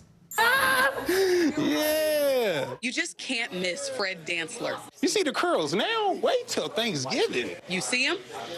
You definitely hear him. Yaga! Regulators! And you feel the energy of everything he does. Yeah, I'm cool. Got this microphone though. I'm gonna hit you back. He's got that microphone on because he wants to share the story of his Feed KC food drive with me. Regulators! Just got all the turkeys that get donated. 2020, COVID hit us pretty hard.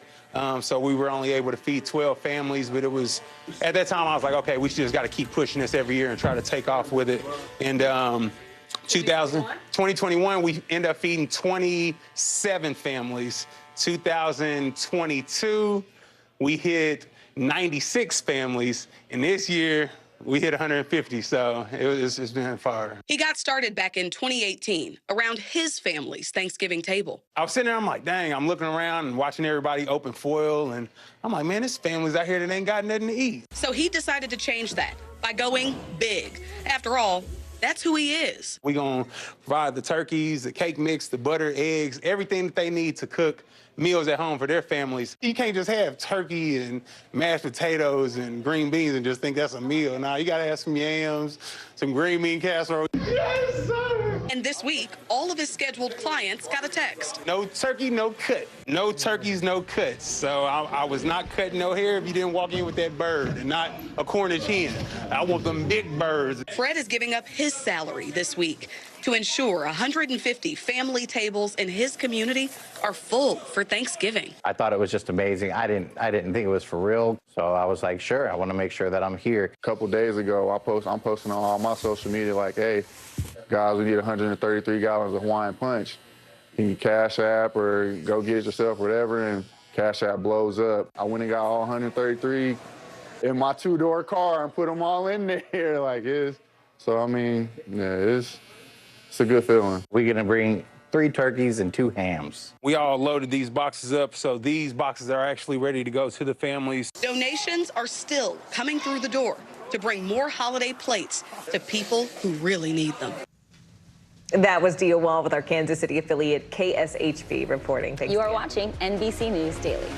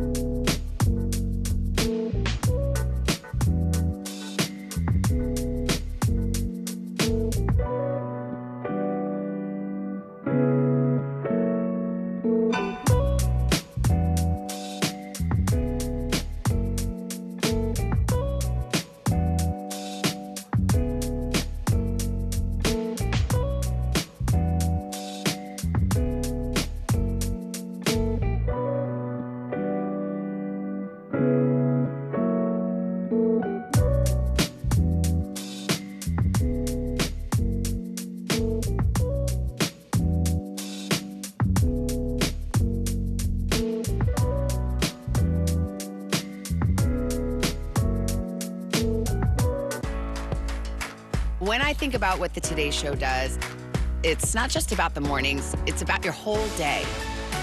There's a feeling of we're in there with you. Then let's take on this day together.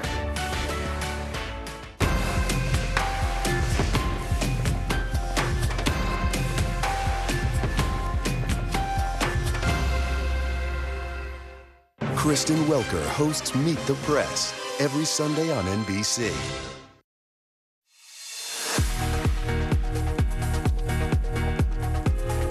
Welcome back to the half hour, and thanks so much for joining us. I'm Morgan Radford. I'm Vicki Wynn. Here's what's making news right now. The House Ethics Committee chairman has filed a resolution to expel New York Representative George Santos from Congress. This all comes after a report from the committee found Santos violated federal criminal laws. That includes using campaign funds towards everything from luxury shoes to weekends in Atlantic City. Earlier this month, Santos survived an effort to remove him from Congress. In order to pass, this will now require a 2/3 vote. The earliest this new vote to expel can be held is after the House returns from its Thanksgiving break on November 28th. Santos said he will not be running for re-election. After nearly a decade, a Chinese court will hold hearings on the Malaysia Airlines plane that went missing back in 2014. The son of a passenger on that flight said court hearings for compensation are set to begin on the 27th. Many theories have been floated over the years on what exactly happened, but the fate of the plane and its more than 200 passengers still remains a mystery. Comedian Dana Carvey's son has died of an accidental drug overdose. Dana Carvey and his wife announced the news in a statement on Instagram last night. 32-year-old Dex Carvey, he was also a comedian and the eldest son of the Saturday Night Live alum. In the Instagram post, Dana and his wife said their heart and prayers are with anyone struggling with addiction. Absolutely. Well, earlier today, Israeli forces announced they're close to dismantling Hamas's military system in the northern Gaza Strip. Israeli troops are pushing forward with their operations there and searching hospitals that are in that area. And this all comes as there are growing concerns about the humanitarian crisis in Gaza. A United Nations official is now warning that food and water there are practically non-existent. She says shelters are so overcrowded that many civilians are now at risk of starvation. NBC News correspondent Aaron McLaughlin is live in Tel Aviv for us again today. And Aaron, we know you have been speaking with doctors inside Al-Shifa Hospital all week. There still appears to be a communication blackout in all of Gaza. Have you been able to get in touch with anyone there for an update? Well, given that telecommunications blackout, which appears to be the result of the fuel shortage hitting Gaza right now, we were unable to reach hospital staff yesterday. We called relentlessly today, finally briefly connecting with the director of the Al-Shifa Hospital's burns unit, who confirmed to us that the Israeli military operation is still ongoing. He says that today it seems that the Israeli military was focusing on the basement of the surgical unit as it searches for more evidence to bolster its claim that Hamas has been exploiting the hospital as a shield, as cover. Now, he said that last night the Israeli military provided the hundreds of patients inside the hospital, the staff, as well as those sheltering inside the hospital with food and water, although he said it wasn't enough food or water. He confirmed that the Israeli military's assertion that not a single shot was fired as a result of this raid.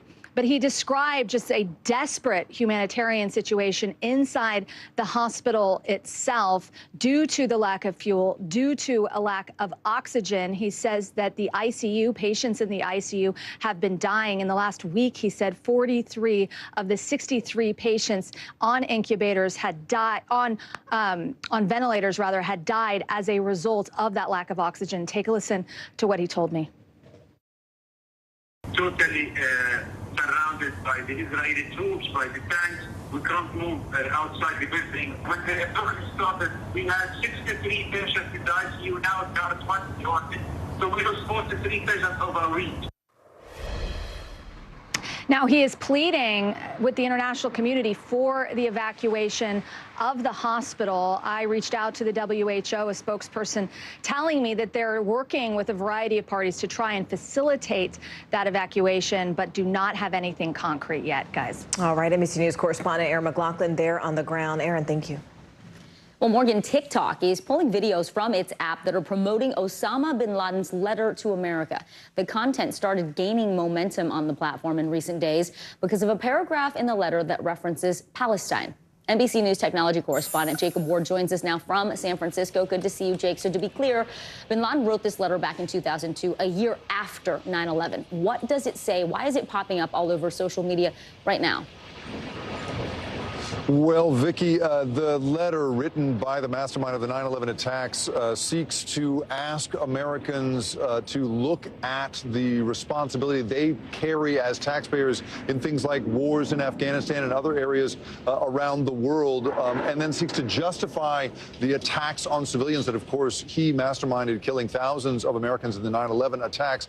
And influencers and just everyday posters on TikTok had begun posting a very little sort of specific excerpt of it, and it set off an enormous amount of interest, especially after it was posted by a particular journalist on Twitter. We saw X references to bin Laden jump by 4,300%. We saw searches on YouTube jump by 400%, and that's just between Tuesday and Thursday of this week. It seems to have gone much, much further than anyone would have expected nearly 20 years after Osama bin Laden wrote that letter, Vicky. Jake, as we know, TikTok is responding by taking down these videos, but that has reignited criticism of the platform for censorship. What else is the company saying about this trend?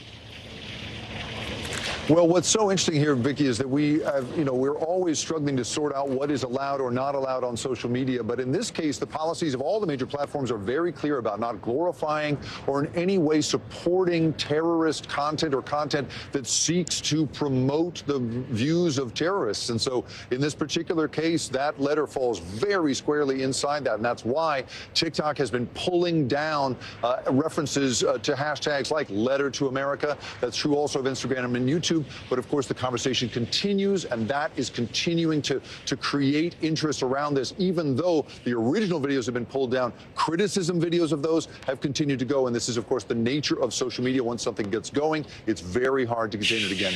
Yeah, you can't put that genie back in the bottle. NBC News technology correspondent Jacob Ward. Thank you so much, Jacob. Well, Vicki, are you feeling burned out? Because if so, you are not alone. More and more Americans say they're struggling with work-life balance. In fact, according to a recent survey from Deloitte, more than half of workers said they feel exhausted, 49% feel stressed, and others say they are overwhelmed and even angry. Some employees in the public sector, including firefighters, nurses, and police officers, are blaming overtime hours for their burnout. They tell NBC News that ever since the pandemic, severe understaffing has led to longer work hours and very little rest. NBC News senior policy reporter Shannon Pettypiece joins us now. Shannon, I know that you had a chance to speak with workers in the public sector who say they're really, doing a lot of juggling, and that juggling is becoming unmanageable, especially when it comes to their demands and those longer work hours. How is overtime sort of affecting them? Right. And, Morgan, we've talked a lot about these labor shortages in different areas of the economy that really just show no signs of letting up. And the workers who are caught in these professions from, transportation, manufacturing, healthcare, they say that the level of work that they're having to put in through mandatory overtime hours is really having a crippling effect on them and really with no relief apparently on the horizon. I'll give you a few examples. There you can see a chart. This is the mandatory overtime hours that firefighters in Virginia Beach have had to work since the start of the pandemic. That's a six-fold increase in required overtime hours. One firefighter there told me that he routinely has to work 36-hour shifts. I talked to police officers in Boston who said that it is the norm to now work 16-hour shifts 4 days in a row before getting 2 days off. And nurses, we've heard a lot about a lack of nurses in the workforce right now. I talked to a number of nurses across the country who said, they're working 12-hour shifts that are now getting extended to 14, 15 hours, and sometimes only having an 8-hour break in between. And it is something that has been going on for years for these workers, and it is pushing many of them to the breaking point, they say. And Shannon, just briefly, what does that mean? What's the consequence of a burnout? Well, obviously, there is the emotional impact, the toll it takes on people's family, having to rearrange childcare obligations, missing birthdays, holidays, vacations. But there's also a real physical toll here as well. Not only are these jobs physically demanding, but extreme hours in the workplace can lead to things like heart disease, diabetes, even substance abuse and depression. So it's not only an emotional thing, but a very physical issue that workers are dealing with as well. Wow. All right. NBC News senior policy reporter Shannon Petty-Peace. Shannon, thank you. Well, when it comes to money and their future, teenagers are invested. In fact, a recent study by Fidelity shows nearly 3 in 4 teens plan to start investing before they graduate college. That's cool. That is really cool. Yeah. But as eager as teens are to start planning for their future, close to 1/3 of them think they're too young, and more than 20% of them say they wouldn't know where to start. Businesswoman, actor, producer, and mom of 2 teenagers, Sarah Michelle Gellar joins us now, and many of you may know her from her iconic roles, including Buffy the Vampire Slayer, Daphne, and Scooby-Doo. Sarah, thank you so much for joining us. We really appreciate your time this Friday. I know that you've been talking to your kids about money, about investing, really since they were young. Why did you choose to start those conversations so young, and when did you do it? Well, I think it's never too young to start because money is always a fascination with kids, but they don't really have comprehension about it. And they're sometimes scared to ask. And for us, you know, we teach algebra 2 and geometry and all these things that maybe our children will use when they get older and maybe they won't, but they graduate high school and they don't know how to write a check or balance a checkbook or invest. And so I think that you start demystifying it early. We started probably around 5. And, you know, when they started getting birthday money from relatives, and we had the 3 jars, right? We had the jar that was spend, the jar that was save, and the jar that was donate. So they understood that there's different uses for money and that when you want something, to actually work hard to get it. That's pretty cool. I love that. And it sounds very age appropriate too at 5, because those are easy concepts to teach. We know, Sarah, that you partnered with Fidelity for a new app that recently launched called Fidelity Youth. It is designed to help teens and young people with investing. Talk to us more about that, why you partnered with them. Because they were that next step for parents when kids need to go out in the world, they need to start spending. And Fidelity really makes it easy both for parents and kids. So there's this parent side of it where you can have, you know, controls on it. You can see where they're spending. But for the kids, they really incentivize them to save money, to take extra courses. And when just for joining, they give you $50 to start spending. And there's all these studies that show that girls in particular are really afraid to start investing and start. And so again, hitting them where they are. They like apps. They like doing these game tutorials. They can earn more money. And it's a really safe space for them to do it in. It sounds very cool, especially the $50 sign up, but it also really, you know, hurts to hear that young women are feeling more reticent to do this. Why do you think, Sarah, you know, if you could just speak to parents out there, what would be your one message to them to encourage them to have this conversation with their kid? Well, this is their future, right? It's our job to prepare them for the world. And we prepare them in so many ways, but discussing money so often is considered taboo. And they get out in the world and they don't know how to save and they don't know how to safely spend or invest. And it's our job to help them with their future. And I think this is the really important way to start that. And Fidelity makes it easy for parents, easy for kids, easy for teens. We have just a few seconds left, Sarah, but it doesn't cost money to sign up, right? This is a free app to use. No. And you can sign up right online, open your Fidelity account, get the card. There's no money. It's up to you how much you put on. And you really get to itemize and see where your kids are spending and how they're spending. All right. Businesswoman, actor, producer, and mom, Sarah Michelle Gellar. Great to see you. Thank you so much. Great to see you, too. Thank you. Of course. And coming up next, some welcome news for college athletics. Deaths due to cardiac arrest, they're steadily declining. Why we're seeing this trend and what parents need to know about it. More NBC News Daily right after this.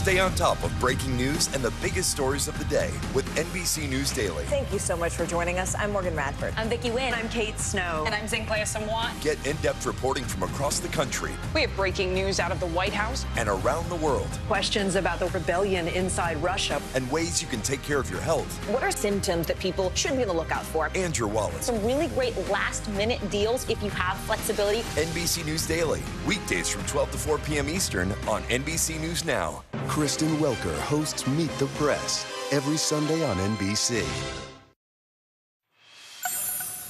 New research shows deaths caused by cardiac arrest among college athletes, they've been on the decline. This is according to the American Heart Association. Well, now the condition is relatively rare, and in any given year, only 1 in 63,000 college athletes will die from it.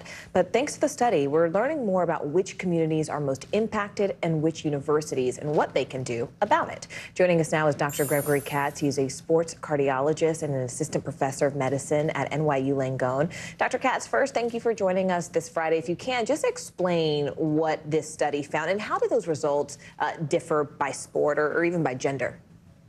So this study is looking at a registry of basically all people in college-age athletics who had a sudden cardiac death. And so it's studying patients, or studying students who are playing sports and suddenly pass away. It's a breakdown of across sports, across ages, across genders, across ethnicities and races, and it gives us a cross-section about a small number of overall deaths that seem to be highest in when folks are exerting themselves, but can happen in even sports where there isn't a whole lot of movement. You know, this study, doctor, found that deaths among black athletes were 3 times higher than white athletes. Can you contextualize this for us? So I think that it's important to look at this, that these are small numbers, and the total number of deaths is that a couple more across either one of the races would really skew those numbers quite a bit. And so when you're dealing with such a small number of bad things happening, I think it's tough to it's easy to over conclude that it has a lot more to do with race than maybe it does. And I'm not suggesting that one group is at higher risk than another, but I think that this is a situation where a small number of deaths is tough to interpret what it actually means across a population. But we don't have any sense based on the numbers that we do have. Do we have any, or are there any connections that were being made even preliminarily? So there's a whole mix of different things that can cause sudden cardiac death. And when we say cardiac arrest, that only tells us the end result. It doesn't tell us what caused that. And that can be a problem with the blood vessel. It can be a problem with the heart's electrical system. It can be a problem with the heart muscle itself. And so understanding that it's a spectrum of the different things that can potentially cause it, and there's different screenings that we can do to figure out who may or may not be at risk. There's just a lot of different people that would be involved in a group like this. Doctor, speaking of screenings, what about an EKG? I think some parents are watching this. They're worried about their kids playing sports. Should kids have an EKG before they go to college, and would that come out of pocket? So in general, for most people who are playing sports at like recreational level, you don't need a screening EKG before you go and do something. The things that would be red flags to me are somebody who's having chest pain when they're doing exercise, somebody who's passed out or felt lightheaded when they're doing physical activity, or somebody who has a family history where people die suddenly, unexpectedly, or at a young age. In general, before college sports, a lot of folks are going to just do a screening EKG because that's become the standard practice for a lot of, especially Division I athletes, but not everybody needs an EKG. We just learned a lot from that segment. Sports cardiologist Dr. Greg Katz, thank you so much. And you are watching NBC News Daily.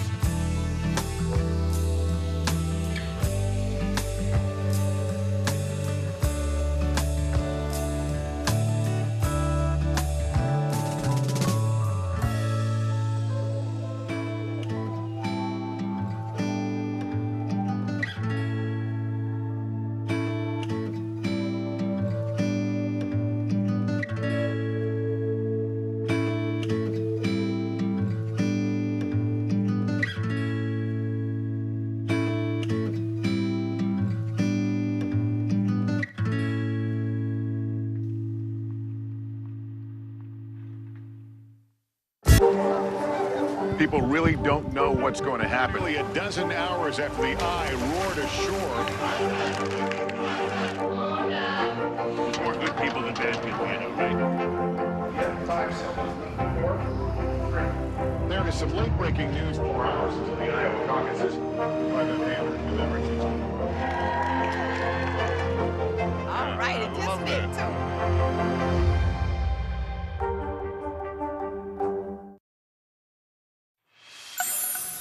The station wagon is a hallmark of many American childhoods. And this year, one group is working to preserve those iconic cars and teach the next generation all about their history. I wish I grew up with one. Just With getting the piled back up in the seat, back. you know, you could turn the back could seat lay around, down. yeah. NBC News correspondent Harry Smith going along for the ride. Now's an ideal time to get ready for your next trip. Once when families did not travel in Tahoes or Tellurides. In that age before minivans and mandatory seatbelts, Roomy enough to hold as many as 4 children. the true symbol of middle-class swagger and upward mobility was this. A new family-engineered station wagon.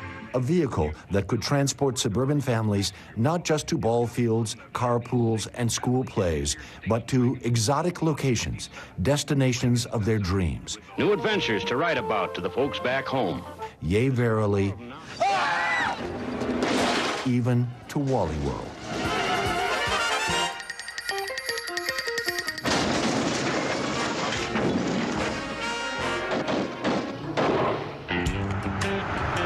Had you been out west this past summer, you might have seen a few true classics on the road from Jackson Hole to Detroit. For us, it's get on the road and you don't know what's going to happen. An annual odyssey of the American Automotive Trust. Car museums become irrelevant. Cars are meant to be driven. Keep them on the road. Every year, the Trust chooses a different model car and a different starting point for the journey, always ending in the Motor City, and as much as possible, staying off the interstate. We grew up with family road trips. We said the one we have to do is station wagons. And it's a great adventure, and it's full of problems. You know, you break down, all of a sudden, your Caprice just overheated. Trust Chairman David Madera. If we hadn't broken down, we wouldn't have met this young woman and learned what she wanted to do. What brought you into auto mechanics? I honestly just thought it would be cool. It's probably been the best thing I've ever done. So the breakdown was wonderful. Trust members, perhaps the only people who find breakdowns a blessing. It's still dripping. Kaylee diagnosed the fuel leak on this car. Yeah. And she was so knowledgeable and so cheerful. She did a great job. If that doesn't fix it, hopefully it slows you down enough to get back to Detroit. We caught up with the Trust at Devil's Tower, Wyoming. And if memory serves, wasn't it a crazed Richard Dreyfuss in a station wagon racing to meet the aliens here in Close Encounters of the Third Kind? We encountered neither aliens nor Dreyfuss. You don't see this from an airplane seat, you know? Yeah. And we've got so many places in America like this that people never experience. They never get behind the wheel and just go. Riding in one of these cars is like being in a time machine. The memories come flooding back, says Trust member Diane Fleece Schneider. What a beauty. Are you ready? Especially a station wagon. We could each choose a place to sit. And Sure. We argued who would sit in the way back. If you're sitting in the back row, you can wave at the people behind you. Oh, yeah, we did. Do this. Oh, yeah, we made all kinds of goofy faces at them. Yeah. A joy indeed. Look at this bad boy. But the Trust also serves to encourage young people to take a look under the hood, fall in love with the past. Could you imagine your mom coming to pick you up in this thing? In Sundance, Wyoming, the high school students were plenty curious and plenty knowledgeable. We don't have much in there. Had any of these cars needed work, No. they'd have been in capable hands. I love what we do at America's Automotive Trust because we're encouraging young people to get involved to learn how to repair these old vehicles. So when I'm dead and gone, you know, we carry that on to a next generation. Harry Smith, NBC News. A travel agency is organizing a Taylor Swift-themed Caribbean cruise. Swift herself will not be on it. She's not affiliated with it, but people are saying it'll be enchanted. Enchanted. The agency says the 4-night cruise will take place on the Royal Caribbean Allure of the Seas. It's scheduled to set sail from the Port of Miami on October 21st, 2024. And prices start at about $1,500. Wow, not cheap. Listen, at least you'll be among people that you know you share music taste with. Yeah, I just hope there's no bad blood on that cruise Oh, ship. All right. look at, we are turning her one song at a time, I'm guys. telling you, I'm Morgan Radford. I'm Vicki Wynn. You are watching NBC News Daily. Stay with us. Your news continues right after this.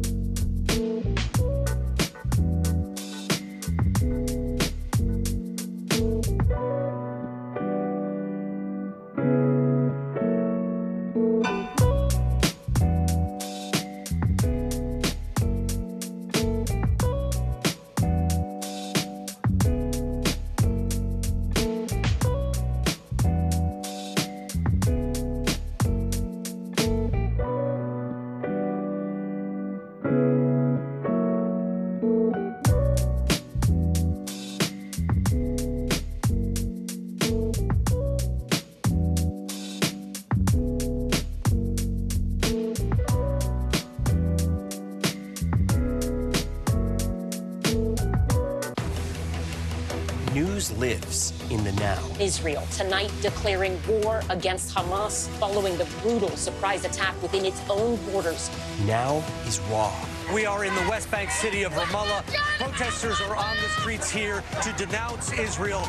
Now is real. Most of the time, the Iron Dome works, but there are rare occasions that a few get through, like here in Ashkelon. News for the generation of now is NBC News Now, streaming free everywhere.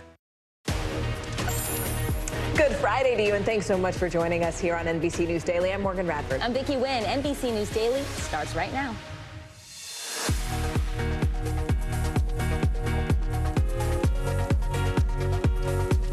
Today is Friday, November 17th. Holiday rush. Millions of Americans expected to be on the move ahead of Thanksgiving next week, but severe weather could cause some major headaches for travelers at airports and on the roads. We'll tell you how to avoid the biggest travel nightmares next.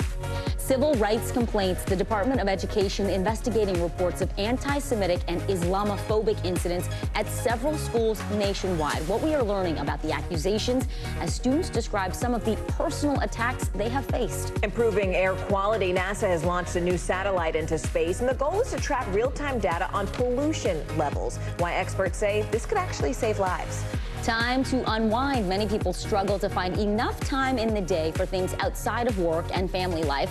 Later this hour, why picking up a new hobby could have a big impact on your mental well-being. I look forward to that. I do too. Yeah. I want to know, how do you find the time? Where do you find the time? And what hobbies are people doing? Yeah, I know, apparently it's really good for you. To be discussed. Welcome to NBC News Daily, where we start with the surge of Thanksgiving travel. That, believe it or not, is actually starting today. Americans are heading out the door in what could end up being some record numbers numbers there. That's because the normal travel period is actually longer this year since so many people have the ability to work remotely. We mentioned those high estimates from both the TSA and AAA. Experts are expecting 30 million air travelers over the next couple of weeks and more than 55 million road trippers over just 5 days. NBC News correspondent George Solis joins us now from Philadelphia International Airport. George, it is great to see you this Friday. So what are you hearing from the airlines and the passengers?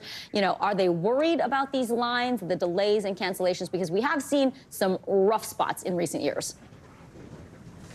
That's right, Morgan and Vicky. Right now, the FlightAware misery map, not a lot of misery, a lot of smiles, and a lot of passengers hoping it stays that way. I have to tell you, though, at airports, not just here at Philly International, but across the country, the story is TSA PreCheck. TSA reporting a record-breaking 17 million people signed up. It's 4 million than last year. I have to tell you, it really does seem to make a difference at some of the busiest airports across the country. Here in Philadelphia, for instance, the wait line, 3 to 5 minutes, as opposed to the TSA General line, which is about 22 to almost half an hour. Yeah, taking your shoes off, taking your belt off, going through that security screening, a huge difference. Earlier this morning during the early rush period, saw a number of people in line here, and that number did go up a little bit by a few minutes, but still, though, you have to listen to what travelers are actually saying about how thankful they are to have that ability to get in and out of some of these airports as we approach that Thanksgiving rush of people at the airports. Take a listen. What do you guys make of this pre-check line? It's a little bit longer than it usually is. It's not bad, but yeah, it's usually a little shorter. What does that tell you about just the return of people traveling for this holiday?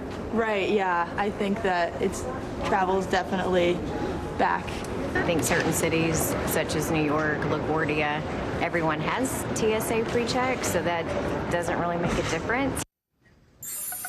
Guys, 2.9 million expected to be screened the Sunday after Thanksgiving. Some weather to be concerned about there, but people overall very optimistic about what they expect at the airports this year because they know staffing is there this year too. So a lot of metrics, if you will, that are shaping up a pretty good picture over this holiday period. A lot of metrics there. NBC News correspondent George Solis following all of those metrics for us. We appreciate it, George. Well, so how can you make these busy travel days a little easier on yourself? NBC News correspondent Noah Pransky explains how to avoid some long lines, delays, and maybe even land the best deals this holiday season. There are vacations and there are family trips, and they are not the same. So I'm going to give you 5 quick tips on how to avoid the worst of the worst part of the holiday season. Number 1, the new best days to travel. See, remote work has changed holiday habits. No longer do all travelers hit the road simultaneously the Wednesday before Turkey Day. Experts say the airport rush starts the weekend before now and should really be bad both Tuesday and Wednesday.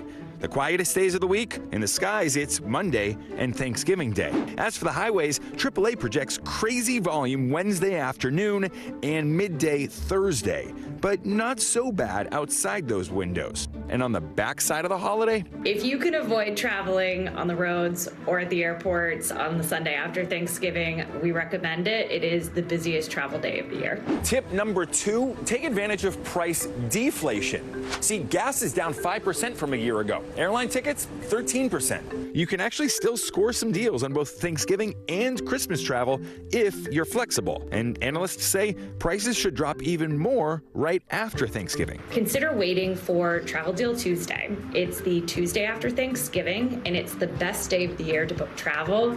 There are widespread deals on airfare, hotels, rental cars, you name it. Tip number 3, reduce your risk of flight delays. By taking flights earlier in the day before little scheduling disruptions snowball into major disruptions. And security lines, they also tend to be shorter in the morning too. Speaking of those security lines, tip number 4, get to the airport 30 minutes or more earlier than normal, even if you have expedited access. For those travelers who have security speed-up programs like Clear, TSA PreCheck, keep in mind that doesn't guarantee a short line. It's too late to add TSA Pre now if you don't already have it before Thanksgiving, but it's a good time to get it going ahead of 2024 possible travel or a possible 2024 government shutdown.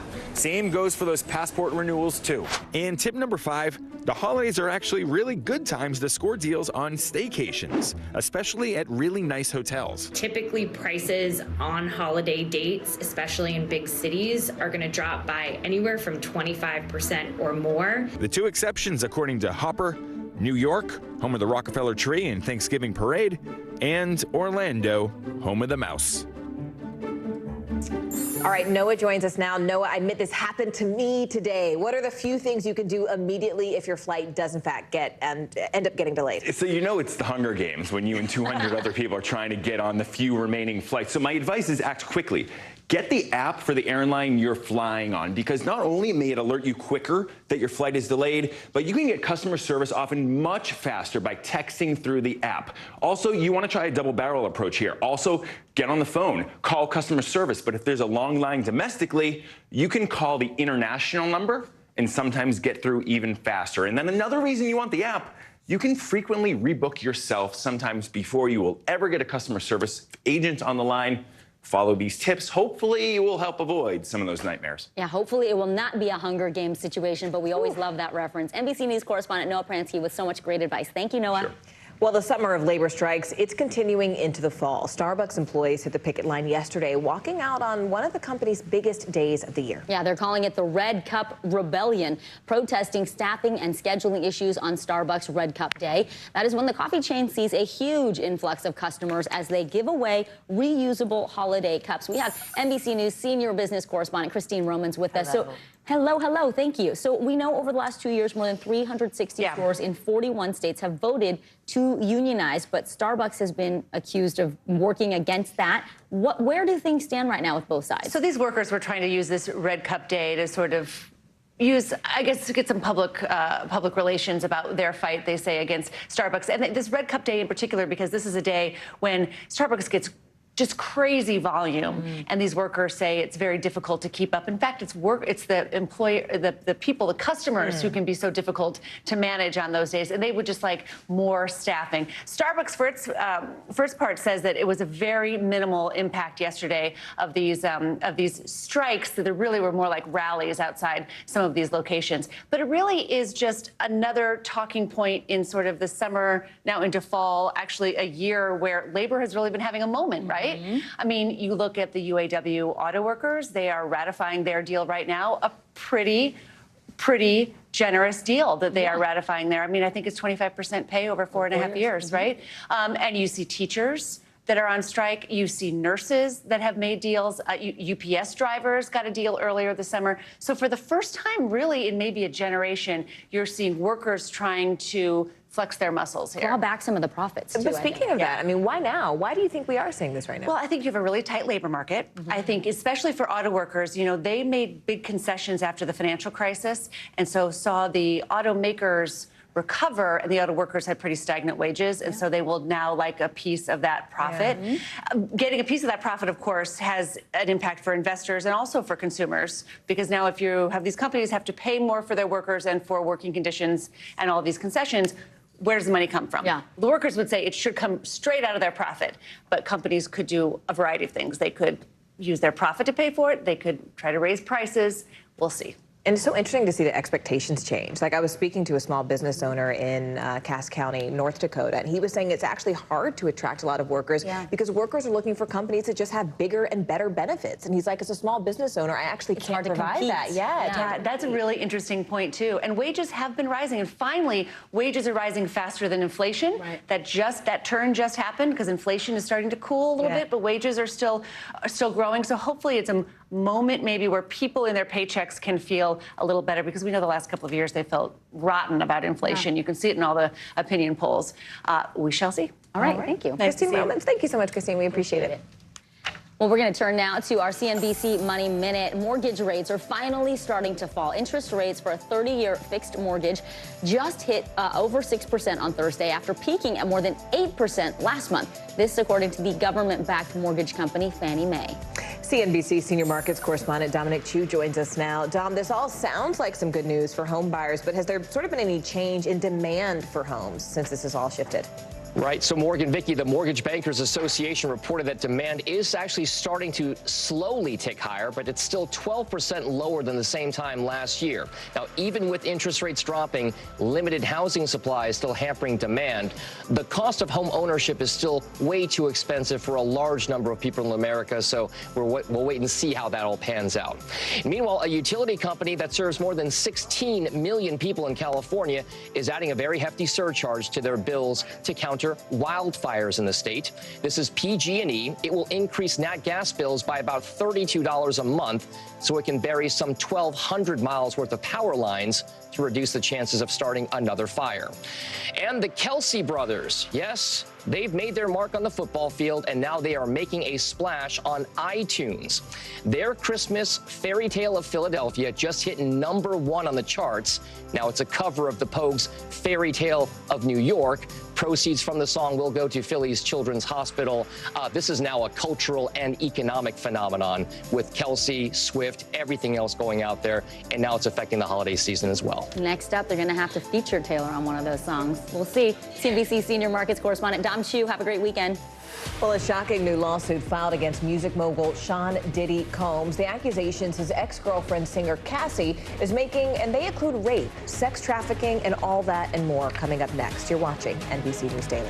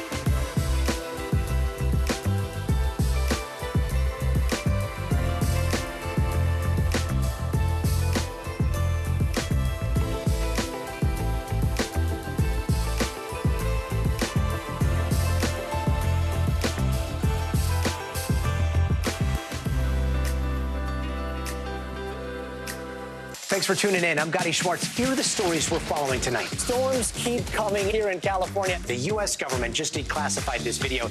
A lot more stories trending like crazy on social media. A controversy pitting lawmakers against young voters. What's the state of crypto today? Is it safe for investors? We've got another mind-bending story on artificial intelligence. This is what my voice sounds like when I clone it. That wasn't me. You gotta see this. Stay tuned now. Weeknights at 8 Eastern, 5 Pacific on NBC News Now. The judge who ruled over the Alec Murdaugh murder trial is now asking to step down from all post-trial motions. Today, co-host Craig Belvin explains how the judge's decision could impact Murdaugh's future cases. Another twist in Alec Murdaugh's ongoing legal battle. Murdaugh was convicted in March of the brutal double murders of his son Paul and wife Maggie. On Thursday, after a motion filed by Murdaugh's defense team requesting the Honorable Clifton Newman be recused from presiding over any further proceedings, the 72-year-old judge, who was already set to retire at the end of the year, officially stepped aside, asking that a new judge be assigned to handle the post-trial motions involving the murder charges. Murdaugh's legal team has been asking for a new judge and a new trial, suggesting in their motion that Judge Newman could be a potential witness to allegations of jury tampering leveled against Colleton County Clerk of Court Becky Hill, and that the judge professed his views on the case in a post-verdict interview he did with us. Do you think that he'll be haunted by his wife and son? No, I think so. I cannot imagine him having a peaceful night knowing what he did. I'm sure if he had an opportunity to do it over again, he'd never do it. After the verdict, the judge publicly expressed his opinion that the defendant was guilty. So the defense argument is that that same judge can't now preside over the issue of whether the defendant got a fair trial. The recusal is a victory for the defense, but they still have a steep hill to climb. Murdaugh was sentenced to consecutive life terms in prison. Within your own soul, you have to deal with that. The state has aggressively swatted down the claims of jury tampering, saying in part, never does the law permit highly motivated convicts to put their own jury on trial. Tonight, in a Dateline special, South Carolina Attorney General Alan Wilson says the state is prepared to fight the appeal. They are alleging, among other things, jury tampering. Well, look, defense attorneys are going to do everything that they can to represent their client. I don't begrudge them. Obviously, we're going to defend the trial. We're going to defend our work product. Craig Melvin, NBC News. Now to the bombshell allegations against music mogul Sean Diddy Combs. His ex-girlfriend, singer Cassie, filed a lawsuit claiming she endured rape, physical abuse, sex trafficking at the hands of the rapper. Diddy denies any wrongdoing. Here's NBC's Chloe Malas. Music mogul Sean Diddy Combs facing a slew of allegations, including rape and sex trafficking, in a stunning new civil lawsuit filed Thursday by his longtime partner, singer Cassie. According to the complaint, Cassie, whose real name is Cassandra Ventura, alleges Combs asserted complete control over her personal and professional life. Throughout their relationship, Ventura says that she endured a cycle of abuse and violence for more than a decade. The lawsuit even detailing Combs thanking Ventura during a Lifetime Achievement Award speech on BET last year. Cassie, for holding me down in the dark times. Love. She's also accusing the rapper of forcing her into unwanted sexual encounters with male sex workers through the use of illegal substances and threats of violence, saying Combs allegedly recorded the sex acts to reinforce her inability to escape. The complaint going on to accuse Combs of uncontrollable rage, alleging that he often punched, beat, kicked, and stomped on her, then allegedly used his money to hide evidence of abuse, including putting Ventura up in a hotel for days to heal. Ventura also accusing Combs of rape, saying as their relationship was nearing the end, he forced himself into her apartment in 2018. The acclaimed music producer vehemently denying the allegations, his attorney calling them offensive and outrageous, writing in part, "For the past 6 months, Mr. Combs has been subjected to Ms. Ventura's persistent demand of $30 million under the threat of writing a damaging book about their relationship, which was unequivocally rejected as blatant blackmail." Chloe Malas, NBC News. Well, there are a series of robots helping to make sure all the Thanksgiving ingredients are ready for you. We're going to show you an exclusive first look into how the nation's largest grocery chain keeps its store shelves stocked. That's coming up. You won't want to miss it. You're watching NBC News Daily.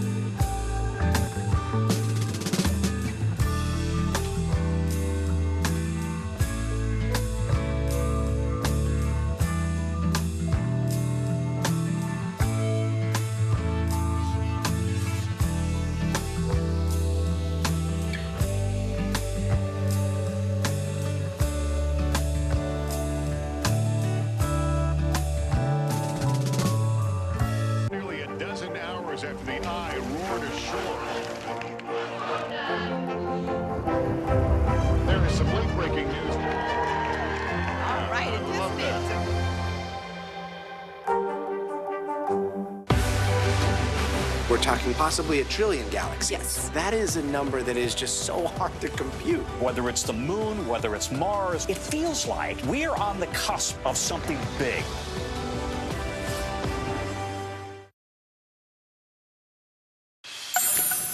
It is being described as the biggest counterfeit merchandise bust in U.S. history. Authorities in New York confiscated an estimated $1 billion worth of fake designer bags, clothes, and shoes. NBC News correspondent Stephen Romo has details on the bust and the warning for shoppers. Staggering images of a $1 billion bust, one that federal authorities are calling the largest seizure of counterfeit goods in U.S. history. Inside multiple storage units raided by Homeland Security and the NYPD, cluttered shelves packed with nearly 220,000 knockoff purses, clothes, and accessories. It hurts people. And it's not innocent. The fake bags, ripoffs of high-end brands, including Louis Vuitton, Burberry, Gucci, and Marc Jacobs. This bag, a knockoff of a Christian Dior tote bag, sells for more than $3,000. NYPD's Commissioner Edward Caban saying in a press release, quote, "The trafficking of counterfeit goods is anything but a victimless crime because it harms legitimate businesses, governments, and consumers." It's a dangerous business. There's some dangerous people involved in it. And to go down there and buy these goods, it's not victimless. You could become a victim. Two people, 38-year-old Adama Sow and 48-year-old Abdullah Jalla, are accused of running the black market business out of this storage facility this year from January to October. The unsealed indictments show they're each charged with trafficking in counterfeit goods, which can carry up to 10 years in prison. An attorney for Sow declined to comment. NBC News has not yet heard back from Jalla's attorney. Counterfeiting experts say they hope consumers think twice before buying any knockoff merchandise because they can't be sure where the money is going or how the products are being produced. You hope that they would think twice of where that money's going. And also, forced child labor. Some of these goods are made in the most squalid conditions. I've been there in China, and they're made in these squalid conditions with sometimes little children working there. They're working 16, 18 hours a day. Stephen Romo, NBC News. For the 5th year in a row, a barber in Kansas is helping feed dozens of families for Thanksgiving. Dia Wall with our Kansas City affiliate KSHB explains how he uses the promise of a fresh cut to bring in donations. Yeah! You just can't miss Fred Dantzler. You see the curls now? Wait till Thanksgiving. You see him? You definitely hear him. Yaga! Regulators! And you feel the energy of everything he does. Yeah, I'm cool. Got this microphone though. I'm gonna hit you back. He's got that microphone on because he wants to share the story of his Feed KC food drive with me. Regulators! Just got all the turkeys that get donated. 2020, COVID hit us pretty hard, so we were only able to feed 12 families, but it was, at that time I was like, okay, we just got to keep pushing this every year and try to take off with it. And 2021, we ended up feeding 27 families. 2022, we hit 96 families, and this year we hit 150, so it's been fire. He got started back in 2018 around his family's Thanksgiving table. I was sitting there, I'm like, dang, I'm looking around and watching everybody open foil, and I'm like, man, this family's out here that ain't got nothing to eat. So he decided to change that by going big. After all, that's who he is. We're going to provide the turkeys, the cake mix, the butter, eggs, everything that they need to cook meals at home for their families. You can't just have turkey and mashed potatoes and green beans and just think that's a meal. Now, you got to have some yams, some green bean casserole. Yes, sir! And this week, all of his scheduled clients got a text. No turkey, no cut. No turkeys, no cuts. So I was not cutting no hair if you didn't walk in with that bird and not a Cornish hen. I want them big birds. Fred is giving up his salary this week to ensure 150 family tables in his community are full for Thanksgiving. I thought it was just amazing. I didn't think it was for real. So I was like, sure, I want to make sure that I'm here. A couple days ago, I'm posting on all my social media like, hey, guys, we need 133 gallons of Hawaiian Punch. Can you Cash App or go get it yourself, whatever, and Cash App blows up. I went and got all 133 in my two-door car and put them all in there like it's.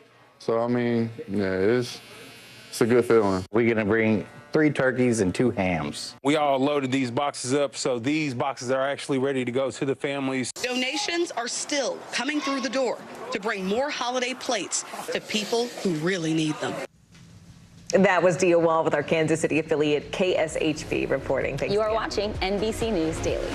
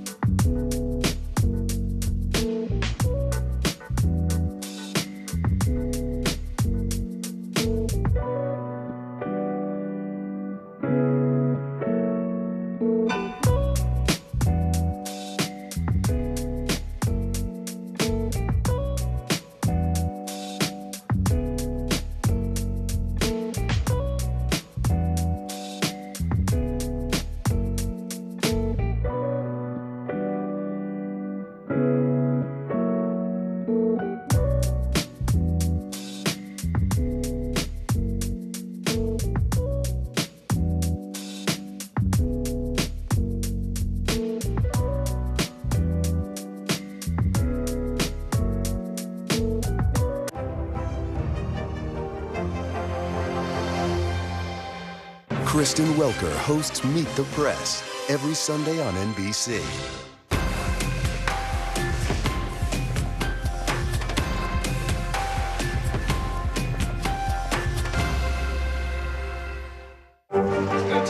What is going to happen now? Going back and forth because Go ahead. This is it.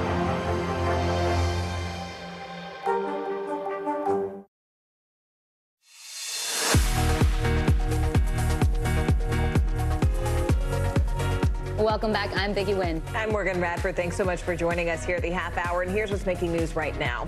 The man who violently attacked the husband of former U.S. House Speaker Nancy Pelosi has been found guilty.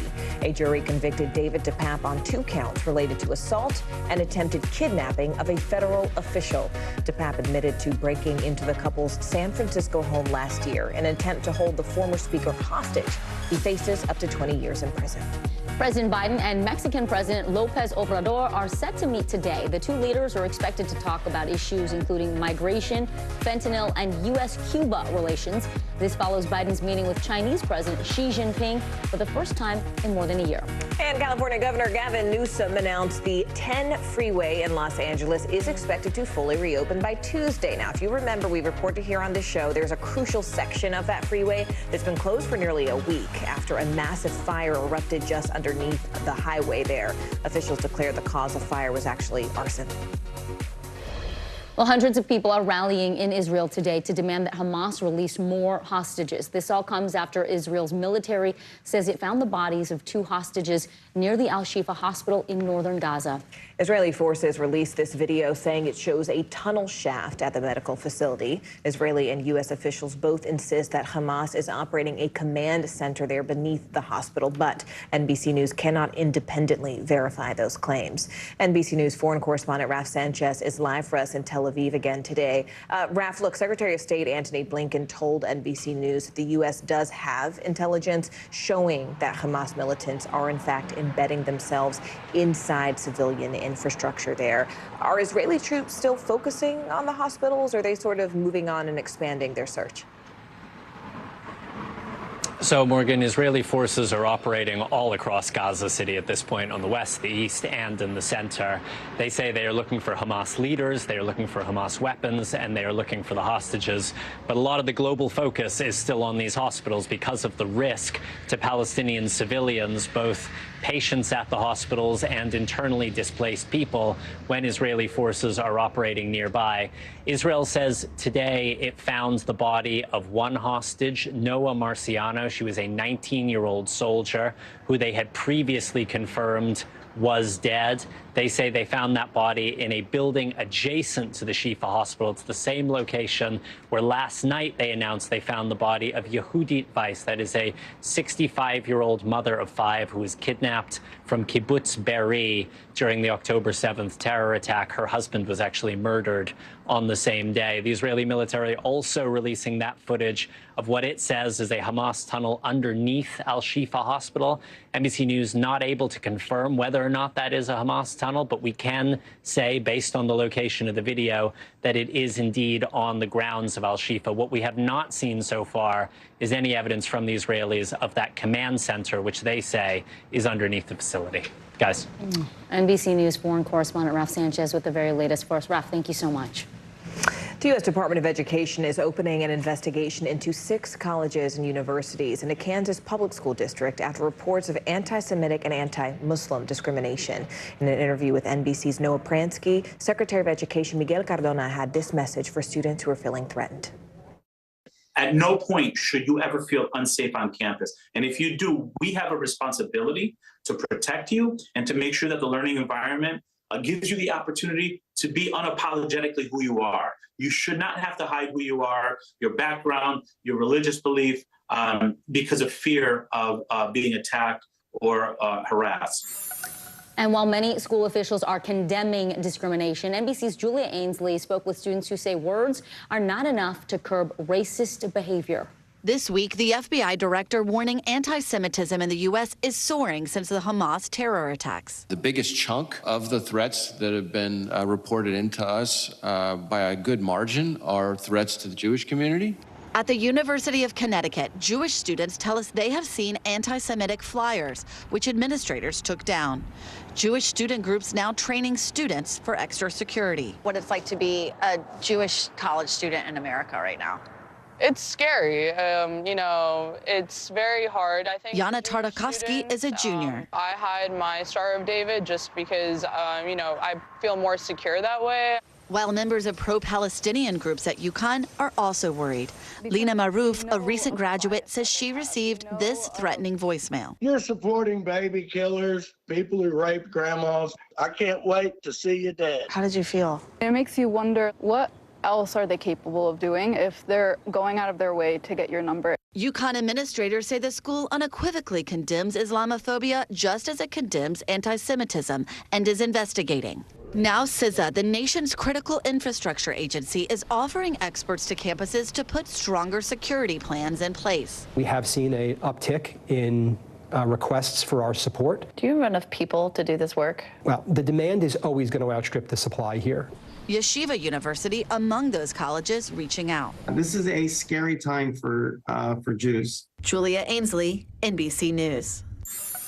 A revolutionary new satellite is tracking air pollution like never before. As NBC News medical fellow Dr. Akshay Sayal reports, the satellite will work with ground monitors placed around the country to watch for any potential danger. 3, 2, a rocket launch like no other. And liftoff. Its mission, to launch a revolutionary satellite that could improve air quality for millions of Americans. It's called TEMPO, run by NASA and the Harvard-Smithsonian Center for Astrophysics, and for the first time ever, will track pollution in North America in real time, down to the local community level. How much of a game changer is this?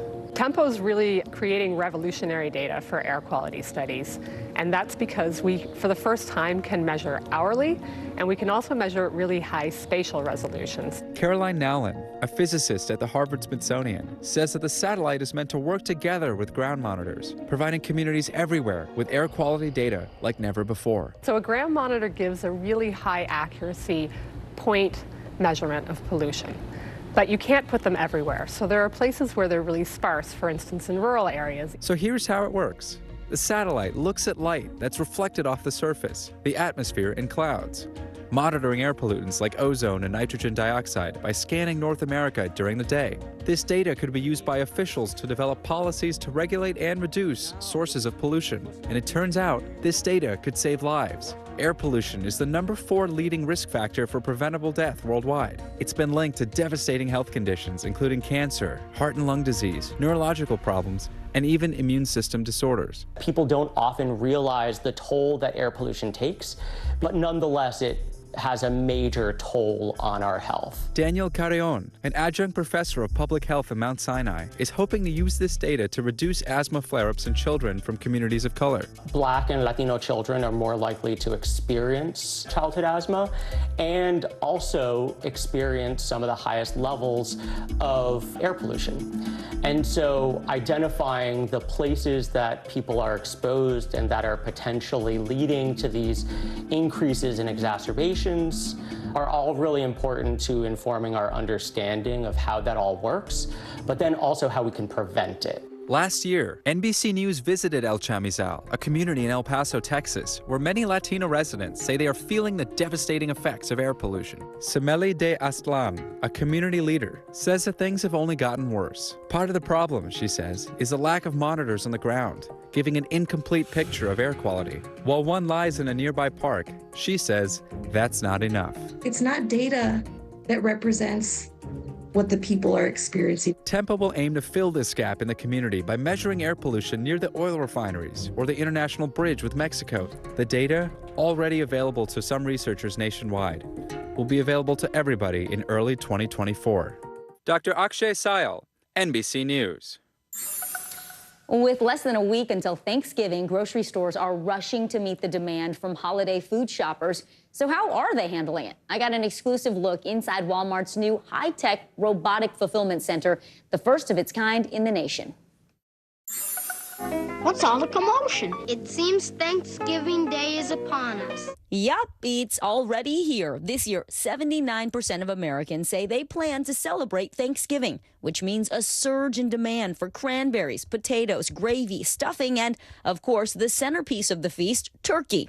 Major chains like Kroger, Whole Foods, and Stop & Shop have invested in new technologies in stores and behind the scenes. We are at Walmart's most advanced automated facility near Bakersfield, California. This is where they distribute fresh and frozen food, and we are getting an exclusive first look at how the nation's largest grocery chain keeps its store shelves stocked.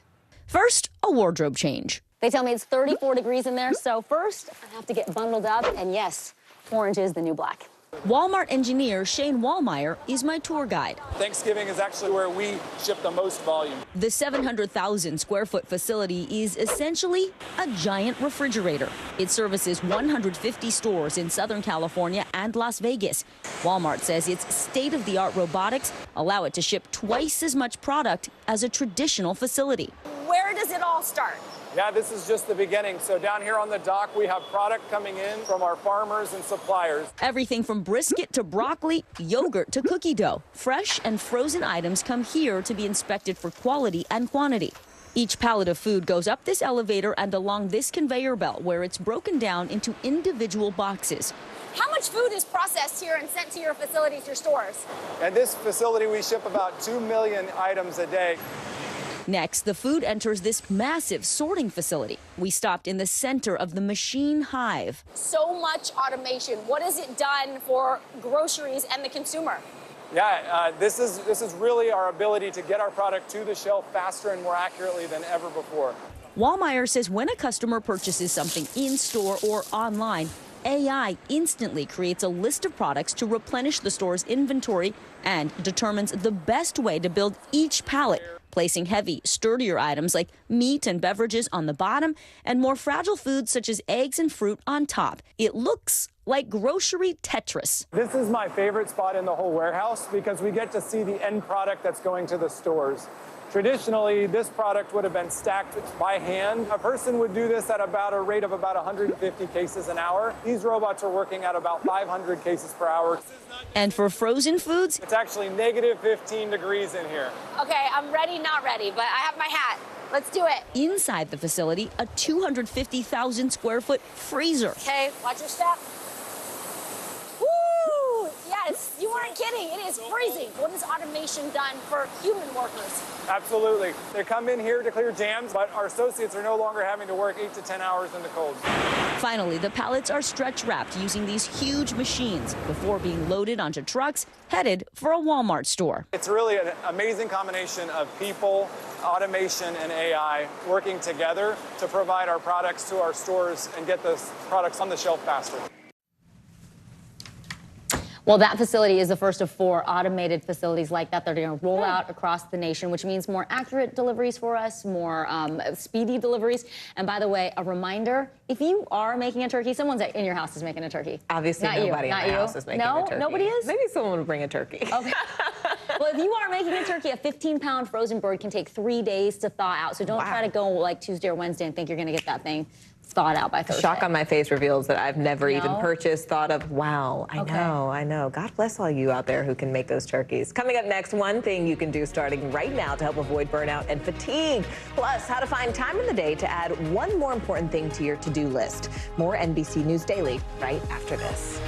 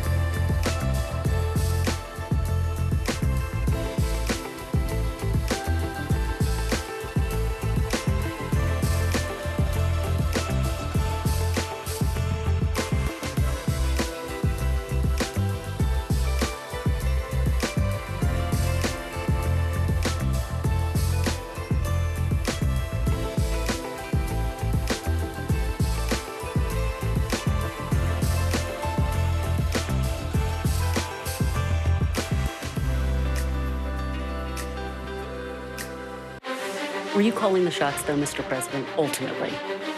Was the Biden administration caught off guard by this latest surge of migrants? Is it clear who's going to govern Gaza once this war is over? If it's Sunday, it's Meet the Press.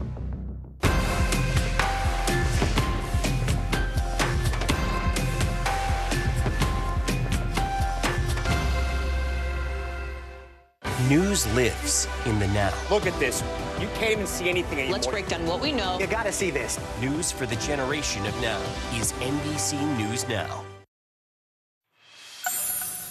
In today's mental health check, we're focusing on the benefits of hobbies. According to the study in the British Journal of Sports Medicine, people who engage in physical leisure activities for at least 20 minutes a week, they're less likely to feel tired or worn out. That sounds like exercise, not a hobby.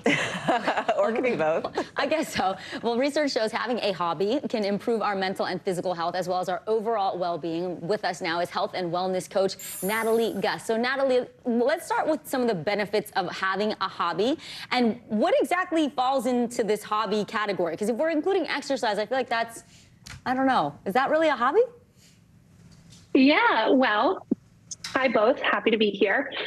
So a hobby can really be anything that you're passionate about. So if exercise is that, great, get some exercise. Otherwise, it can be anything from knitting to crocheting to cooking, baking, include your kids in that.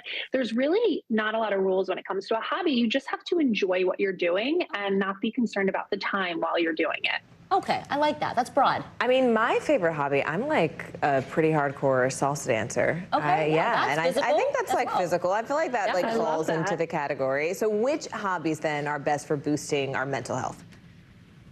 Yeah, so I will always say getting outside is a great way to boost your hobby or have the best type of hobby. And that can, again, be anything, even if you're taking your knitting outside, salsa dancing outside.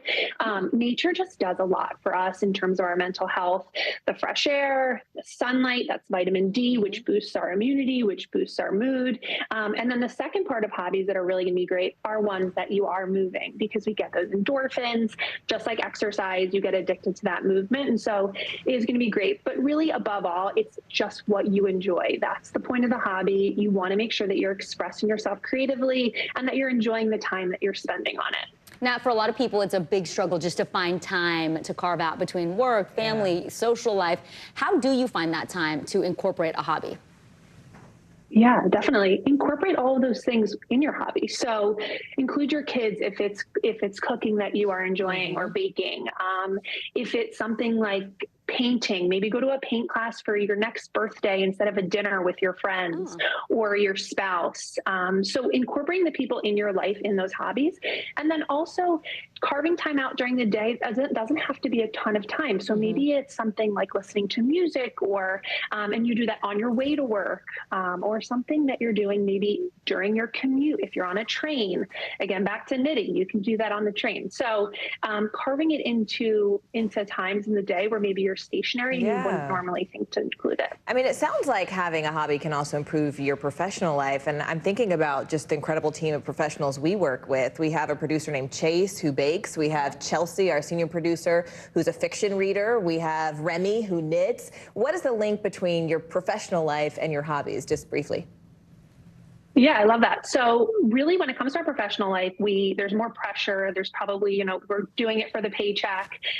We certainly, hopefully we enjoy it. But the great thing that the hobby does, it kind of fulfills that need of, the happiness in your life, something that gives you energy. And so it enhances you indirectly in your professional life because you come to work happy. You're able to express yourself outside of work. So you don't feel as tied down when you get to work. You're still able to kind of express yourself, even though there's no pressure associated with your hobby, so that when it comes to work, work is work. It's not kind of everything for you. And it gives you a chance to connect. Exactly. I like that. Vicky over here, she's like a chef, a superstar chef. I can follow a recipe. That's it. Better than most. Health and wellness coach Natalie Gus. Natalie, thanks so much. Thank you. And you are watching NBC News Daily. Make that a hobby. Yeah.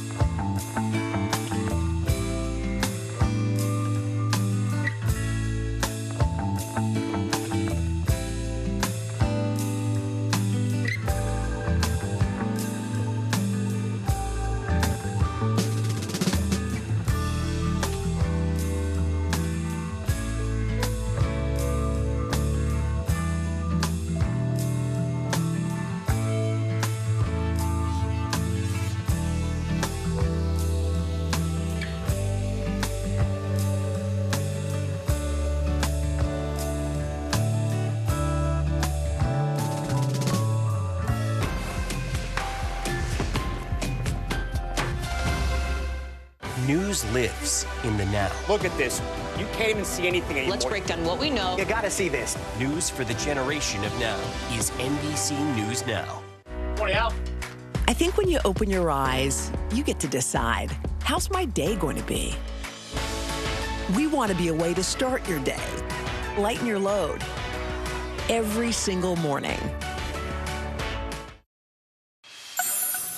The station wagon is a hallmark of many American childhoods. And this year, one group is working to preserve those iconic cars and teach the next generation all about their history. I wish I grew up with one. Just With getting the piled up in the seat, back. you know, you could turn the back could seat lay around. down. Yeah. NBC News correspondent Harry Smith going along for the ride. Now's an ideal time to get ready for your next trip. Once when families did not travel in Tahoes or Tellurides. In that age before minivans and mandatory seatbelts. Roomy enough to hold as many as 4 children. The true symbol of middle-class swagger and upward mobility was this. A new family-engineered station wagon. A vehicle that could transport suburban families not just to ball fields, carpools, and school plays, but to exotic locations, destinations of their dreams. New adventures to write about to the folks back home. Yea, verily, even to Wally World.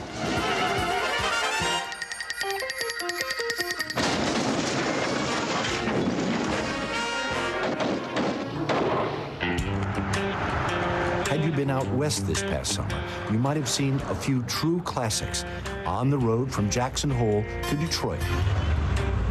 For us, it's get on the road and you don't know what's going to happen. An annual odyssey of the American Automotive Trust. Car museums become irrelevant. Cars are meant to be driven. Keep them on the road.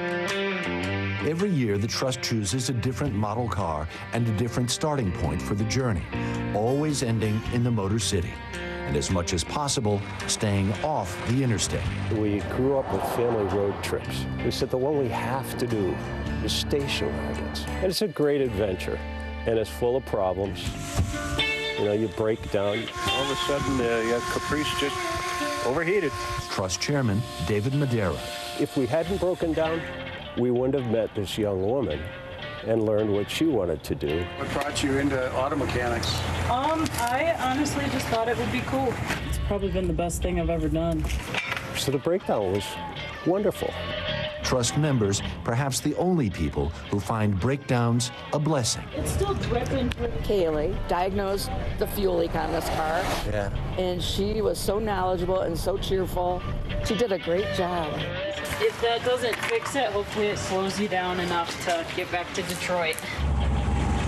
We caught up with the Trust at Devil's Tower, Wyoming.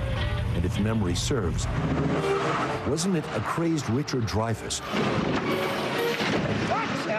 in a station wagon racing to meet the aliens here in Close Encounters of the Third Kind? We encountered neither aliens nor Dreyfuss. You don't see this from an airplane seat, you know? Yeah. And we've got so many places in America like this that people never experience. They never get behind the wheel and just go. Riding in one of these cars is like being in a time machine. The memories come flooding back, says Trust member Diane Fleece Schneider. What a beauty. Are you ready? Especially a station wagon. We could each choose a place to sit. And sure. We argued who would sit in the way back. If you're sitting in the back row, you can wave at the people behind you. Oh, yeah, we did. Oh, yeah, we made all kinds of goofy faces at them. Yeah. A joy indeed. Look at this bad boy. But the Trust also serves to encourage young people to take a look under the hood, fall in love with the past. Could you imagine your mom coming to pick you up in this thing? In Sundance, Wyoming, the high school students were plenty curious and plenty knowledgeable. We don't have much in there. Had any of these cars needed work, no, they'd have been in capable hands. I love what we do at America's Automotive Trust because we're encouraging young people to get involved to learn how to repair these old vehicles. So when I'm dead and gone, you know, we carry that on to a next generation. Harry Smith, NBC News. A travel agency is organizing a Taylor Swift-themed Caribbean cruise. Swift herself will not be on it. She's not affiliated with it, but people are saying it'll be enchanted. Enchanted. The agency says the 4-night cruise will take place on the Royal Caribbean Allure of the Seas. It's scheduled to set sail from the port of Miami on October 21st, 2024. And prices start at about $1,500. Wow, not cheap. Listen, at least you'll be among people that you know you share music taste with. Yeah, I just hope there's no bad blood on that cruise ship. All right. Look we are turning her one song at a time, I'm guys. telling you, I'm Morgan Radford. I'm Vicki Wynn. You are watching NBC News Daily. Stay with us. Your news continues right after this.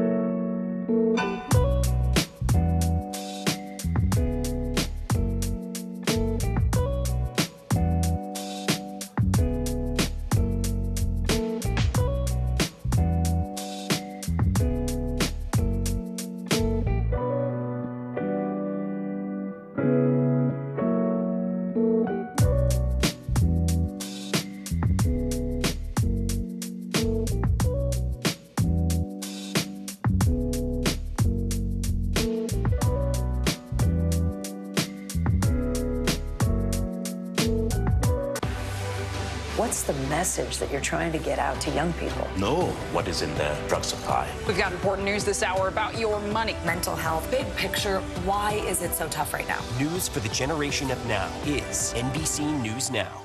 Morning, Al. I think when you open your eyes, you get to decide, how's my day going to be? We want to be a way to start your day, lighten your load, every single morning. Hey everyone, I'm Tom Yamas. Kate and Zing Clay are off. NBC News Daily starts right now.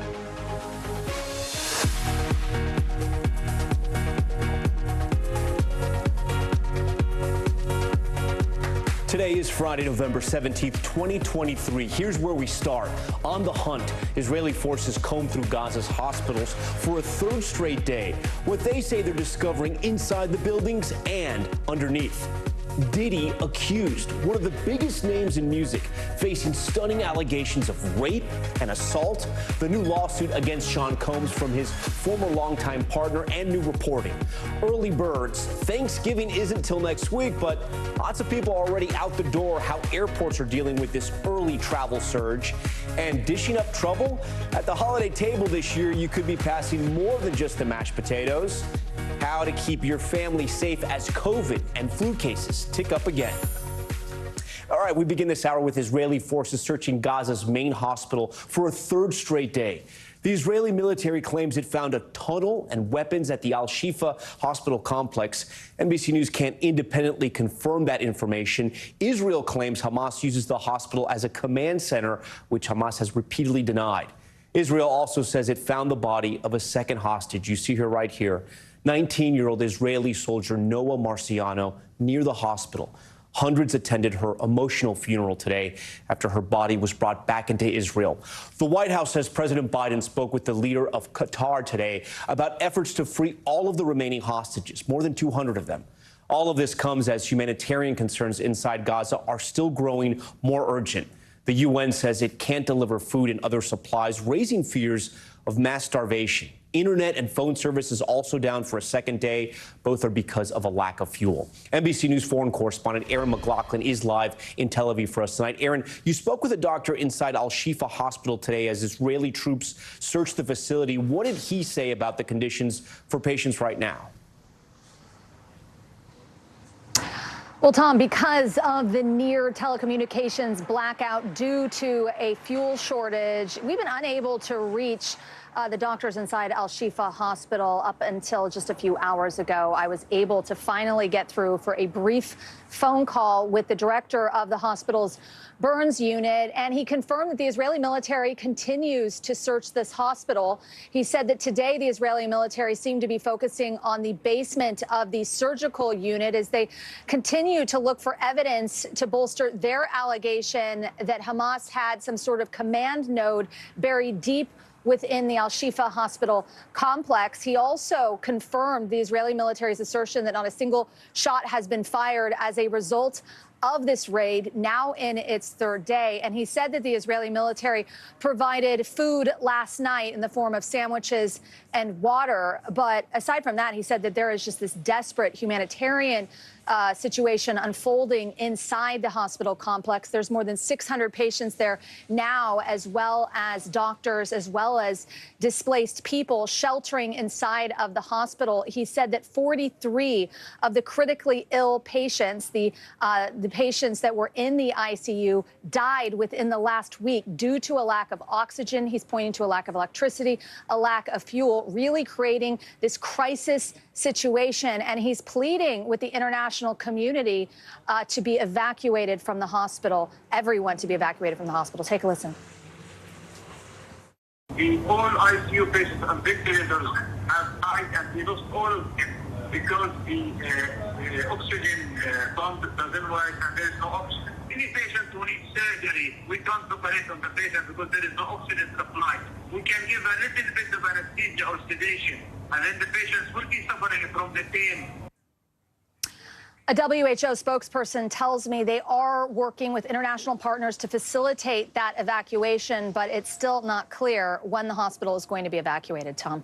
Yeah, so many questions there. Aaron, I know you have some new reporting about the fuel situation. Yeah, that's right. The fuel situation is absolutely desperate in Gaza right now. It's led to some 70% of Palestinians in southern Gaza not being able to have access to clean water. The desalination plants rely on fuel. Also, the sewer system, the World Health Organization is reporting that sewage is running through the streets of Rafah because there's not enough fuel for the sewage pumps. We are hearing some news from the border crossing. Just in the last hour, they confirmed that 17,000 liters of fuel were allowed in, specifically for that telecommunication situation that I was talking about, but appears to be a drop in the bucket of the overall needs. The Israeli military holds that fuel, if they allowed fuel in larger quantities, that fuel would be exploited by Hamas for its military operations, Tom. Okay, Aaron McLaughlin leading us off here at this hour. Aaron, we appreciate it. As war rages in the Middle East, college students in the U.S. are pleading with their schools to do more to protect them on campus. At the University of Connecticut, both Muslim and Jewish students say they've seen a rise in threats. It's gotten so bad, one group is even banding together to create their own student-run security force. Now, the federal government is working to help campuses beef up security, but it could have trouble meeting the demand. NBC's Homeland Security correspondent Julia Ainsley is following this for us. Julia, you spoke with some of those students at UConn. What kind of threats are they dealing with specifically? Yeah, I've really spent the day learning from these students. Jewish students, those are the ones who have hired their own security force, a student-run security force to protect their Hillel house. They say that they have gotten angry Instagram comments on posts they've put up, and they also have seen their posters of Israeli hostages being taken down mysteriously overnight. They think they were torn down. And some of the pro-Palestinian students have gotten some really disturbing emails and voicemails. I spoke to one student who a recent graduate who is the former head of the Students for Freedom of Palestine, and she received a very troubling voicemail. Take a listen. You're supporting baby killers, people who rape grandmas. I can't wait to see you dead. How did you feel? It makes you wonder, what else are they capable of doing if they're going out of their way to get your number? Now, I've also spoken to some people here in Washington, particularly at CISA, that critical infrastructure agency run by DHS, because they're offering free help to colleges to look at their security and try to provide them with security plans should things escalate even further. And, you know, while that's being offered, some of the students I spoke to, including Lena, said Muslim students really don't want more DHS because they have a troubled history with that agency. All right, Julia, we thank you for that. We want to switch gears here now. We're officially less than 1 week away from Thanksgiving, and people are already starting their holidays. Today is the official start of the holiday travel season, and the TSA predicts this year could be the busiest ever for the millions of people flying. They've already been preparing, trying to avoid scenes like this from last year. NBC's Bill Cairns is tracking the Thanksgiving forecast, but we want to start with George Solis at the Philadelphia International Airport. Well, the holiday travel rush is well underway. AAA expecting more than 55 million people to get on the road for this Thanksgiving, the bulk of them driving. The good news there, that gas is about 40 cents cheaper than it was this time last year. Here at Philadelphia International Airport, the story as it is around much of the nation's airports, TSA PreCheck and how much of a game changer that is. The TSA expecting to screen some 30 million passengers over the next 12 days. That could be a record-breaking number. Good news here, more Americans, more than ever, are signed up for TSA PreCheck, an estimated 17 million, about 4 million than this time last year. We caught up with some travelers who are taking full advantage of this as they are getting a head start on their Thanksgiving travel. Listen to how thankful they were to be able to move through these lines pretty quickly. So what do you guys make of this PreCheck line? It's a little bit longer than it usually is. Not bad, but yeah, it's usually a little shorter. What does that tell you about just the return of people traveling for this holiday?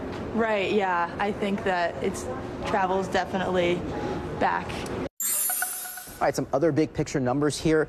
Airfare, rental cars, down dramatically from where they were this time last year, meaning it's cheaper for people to drive right now, get a rental car, or even book a hotel. Very good news for those trying to get a head start on their holiday travel, which a lot of people are because they are working remotely, so they're able to start early and extend those vacations for an extended period of time. Staffing, TSA says they are prepared for the influx of people, especially as we approach the Thanksgiving holiday day before and, of course, the days after, where they expect the most people to be traveling. But overall, people feeling pretty optimistic about the outlook. There is some weather concerns here or there, but post-Thanksgiving, weather is looking pretty good.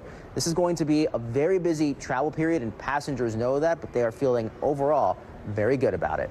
Tom? All right, George Solis, we appreciate that. Let's get right over to Bill Cairns. Bill, walk us through what we can expect on the weather throughout the Thanksgiving holiday. Yeah, over the next 3 days, we're going to see minor problems. Not perfect. It's pretty good, but there's a few trouble spots out there. So let's first go into the Friday. This afternoon, what we're going to deal with as we head through this evening, we will be watching a cold front sliding to the east. It has some rain with it. Anyone traveling West Virginia, western portions of New York State, also areas of Ohio, a little bit of rain developing in California. All of the major airport hubs look really good right now. No major delays. Later today, possibly with the winds in Detroit and also Nashville. As we head into Saturday's forecast, not too many issues. The rain will be exiting the Northeast pretty early. Then all our attention goes to the West Coast. This is where a pretty good-sized storm will be coming in, mostly with rain. So you get some delays possibly on the roads at the airports, but we won't see a lot of cancellations. And by the time we get to Sunday's forecast, that's when the storm will be moving through the Intermountain West. Also, late in the day, we could see some isolated strong storms, especially in Dallas and in areas around Oklahoma. So that storm system Sunday, Monday in the middle of the country, the worst travel days will be Tuesday and Wednesday. As this storm heads to the East Coast, it gets a little more juice to it. There'll be more rain, and we're going to see a widespread rain, especially Tuesday, from Atlanta all the way up the I-95 corridor into New York. So that will definitely cause delays because of volume and because of the rain. Northern New England gets a little bit of snow. By the time we get to Wednesday, Tom, that storm kicks out. Everyone should get to their final destination on time.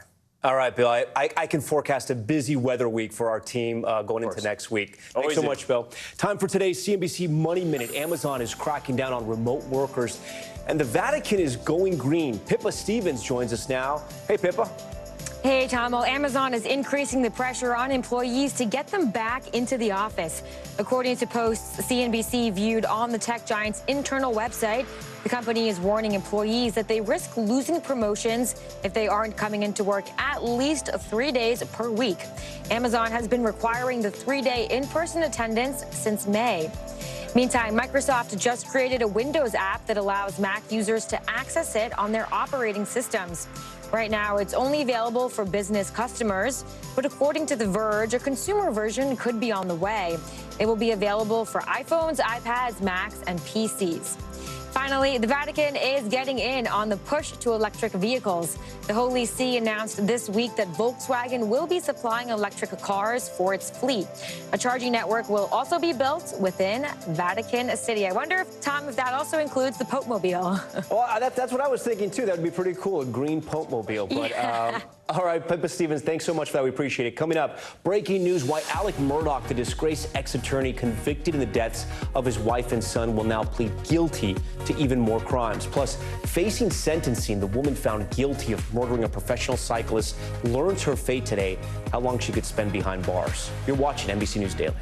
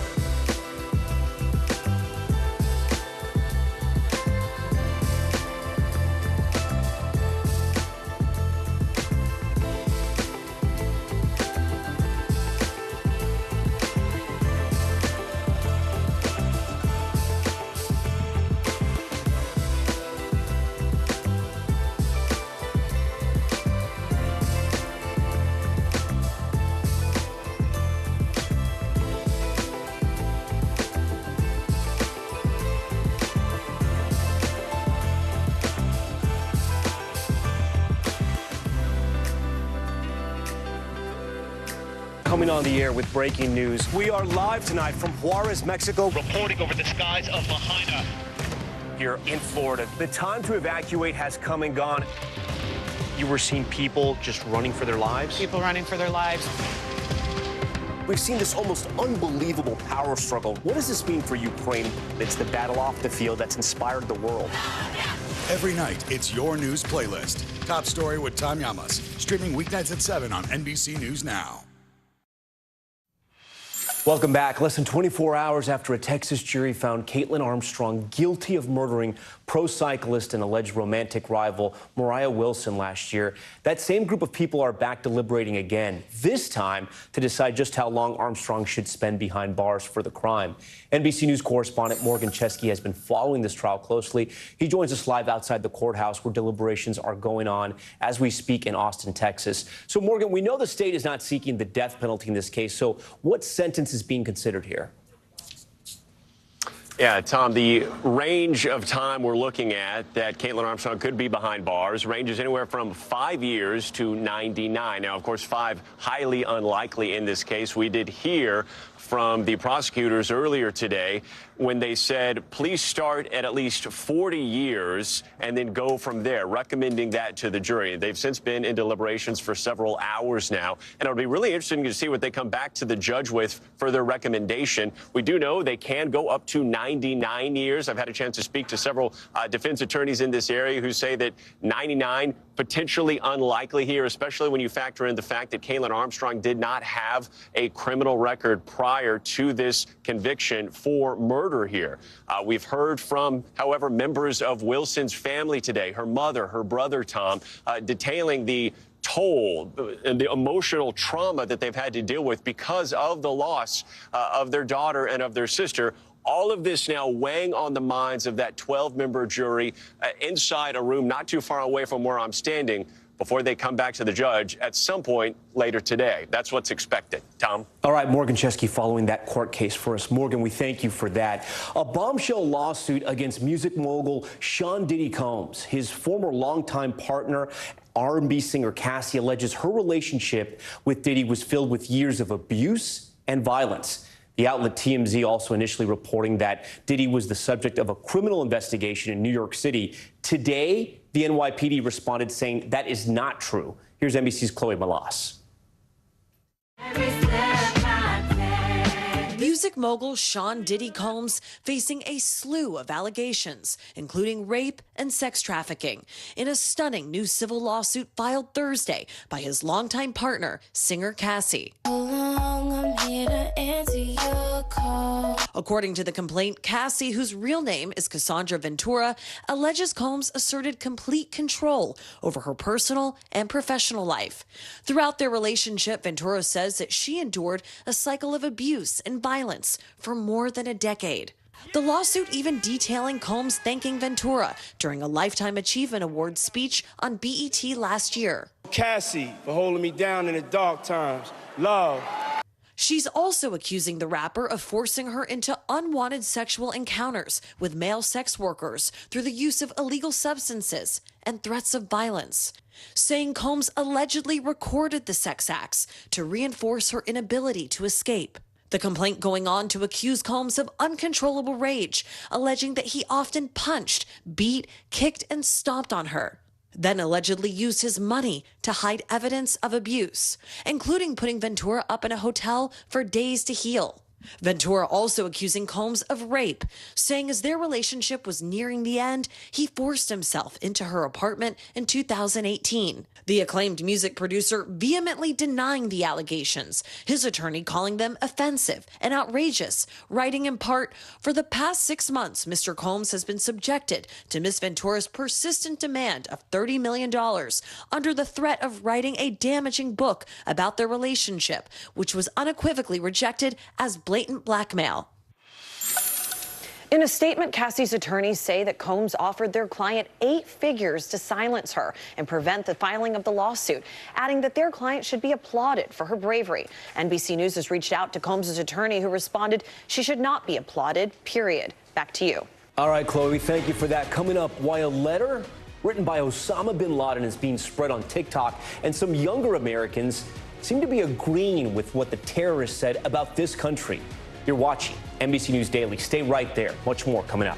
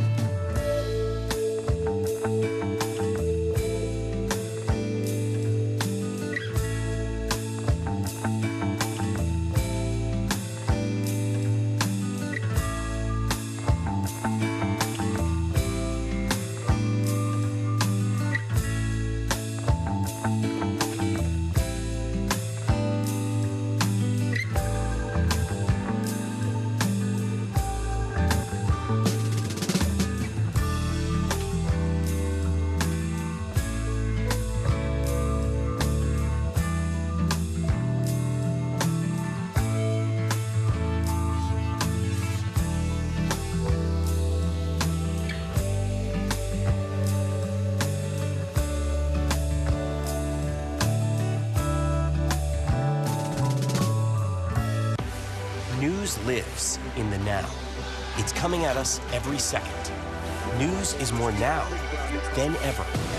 Just outside of the Israeli military headquarters. Now is raw.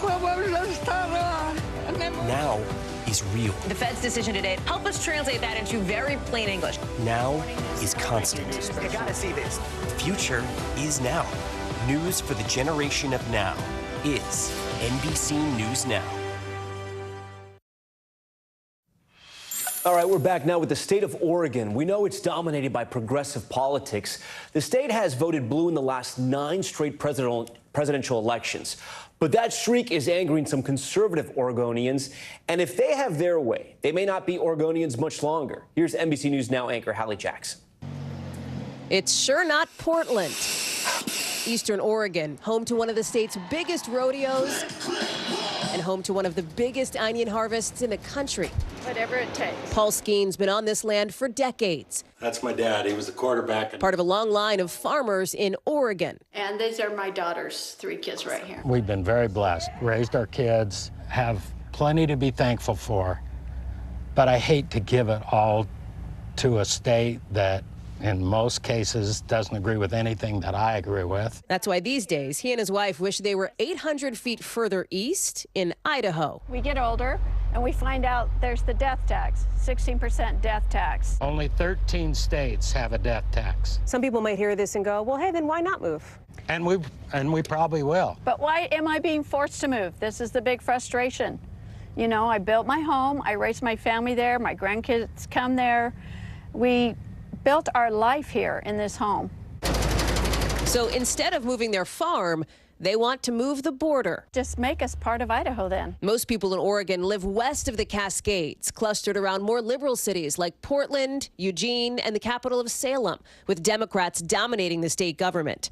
Out east, most of the land, but fewer people. People in Eastern Oregon simply don't have the numbers to stop any policy coming from the west side of the state. It's why Matt McCaw is helping to lead the Greater Idaho Push, an initiative to try to secede or split off parts of Eastern Oregon to join their more conservative neighbor. 12 of Oregon's 36 counties have already voted to start formal discussions about joining Idaho, a state with looser gun laws and environmental regulations and tighter abortion restrictions. We have this cultural divide.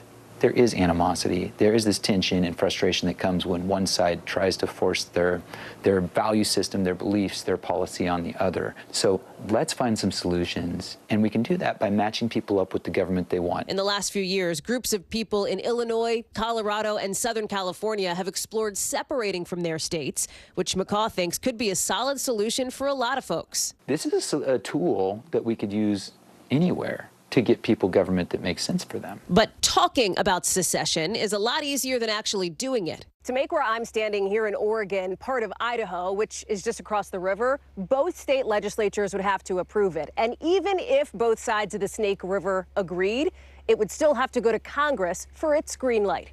The national conversation right now is just sort of talking about the divide and not the way to come together. Journalist Leah Sotilli covers the Pacific Northwest, watching plenty of national media parachute in to cover this secession initiative over the last year. In the reporting that I've done, that shows that it really is in line with past secession movements that have happened in Oregon and the Northwest, which have been informed by racial politics, by identity politics of the day. Some secession advocates acknowledge they may be railing at windmills here, but the publicity's part of the point, to try to get the attention of people like Oregon Governor Tina Kotek on a listening tour across the state. We are thrilled to have you all here today. In an interview with the local CBS station earlier this year, she made clear she wants to address frustrations and move forward as one state. I want to reset this relationship with rural Oregonians so they feel heard, that they are part of the decision making, and making sure that their communities can be successful. Back in Eastern Oregon at a county meeting. But your website acts like we voted to join Idaho. You're not being honest. Far from universal support to split off. Our country is divided enough as it is. If you did that in the United States and tried to move borders all over, I mean, what a chaotic thing you have there. Yet another shifting fault line in our divided states. If all the population gets all the vote and has all the power, what does that say for the rest of us? why even go vote? It sounds like some of what this is that you feel powerless. We are. We are totally powerless. Hallie Jackson, NBC News. All right, coming up, it wouldn't be Thanksgiving without the big Thanksgiving meal, of course. How the nation's largest grocery chain is getting ready. You're watching NBC News Daily. We're also streaming free 24/7 on NBC News Now. Watch us wherever you stream live. The news continues right after this break.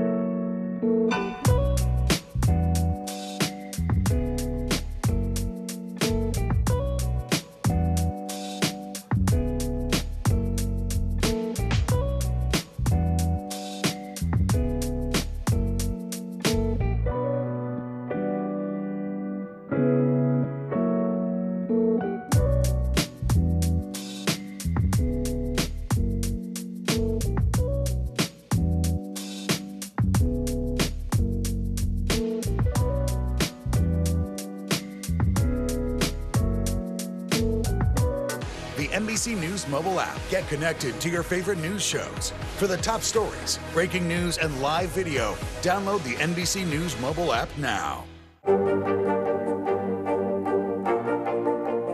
This is what a country in war looks like. You came to get blood. The sound of incoming shells. So many stories of heroism and heartbreak emerging from here.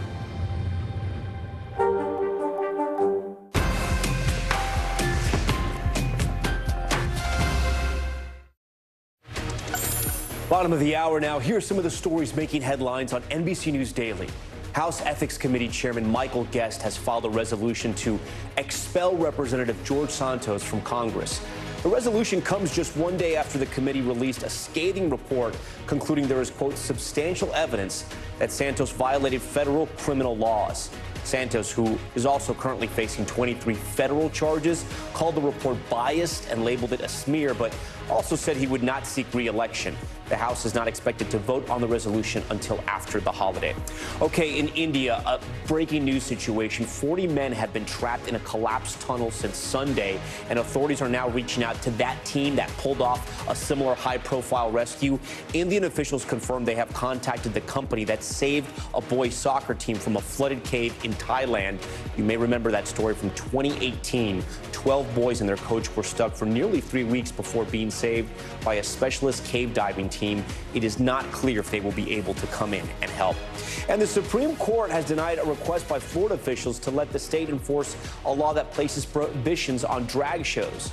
The law signed by Governor Ron DeSantis last year aimed to restrict drag shows where children were present. The law was challenged by Hamburger Mary's, a drag brunch spot in the Orlando area, which claimed those restrictions violated the First Amendment. A spokesperson for DeSantis' office called the ruling disappointing.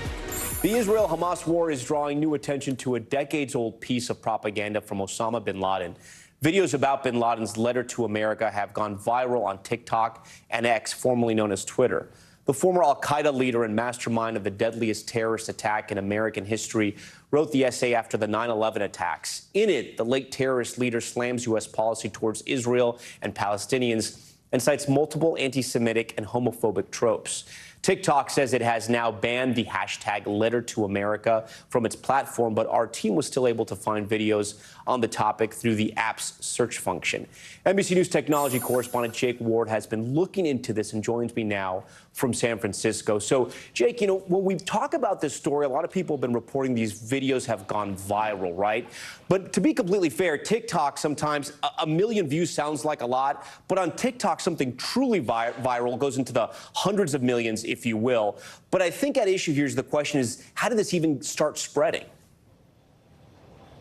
Well, the general circumstances, Tom, seem to have to do with the general ecosystem of the attention economy we're in right now. At a moment when young people are struggling to make sense of the events in the Middle East, you also, of course, have the potential for drawing on the most incendiary stuff possible to get the most views possible, really driving so much of this attention. So earlier this week, one journalist put together a very quiet little compilation of a handful of videos that had made reference to this 21-year-old letter from the late terrorist leader, and suddenly huge interest spiked. Since then, we've seen references to bin Laden on X, formerly Twitter, go up by 4,300%. We've seen searches for it go up on YouTube by more than 400%.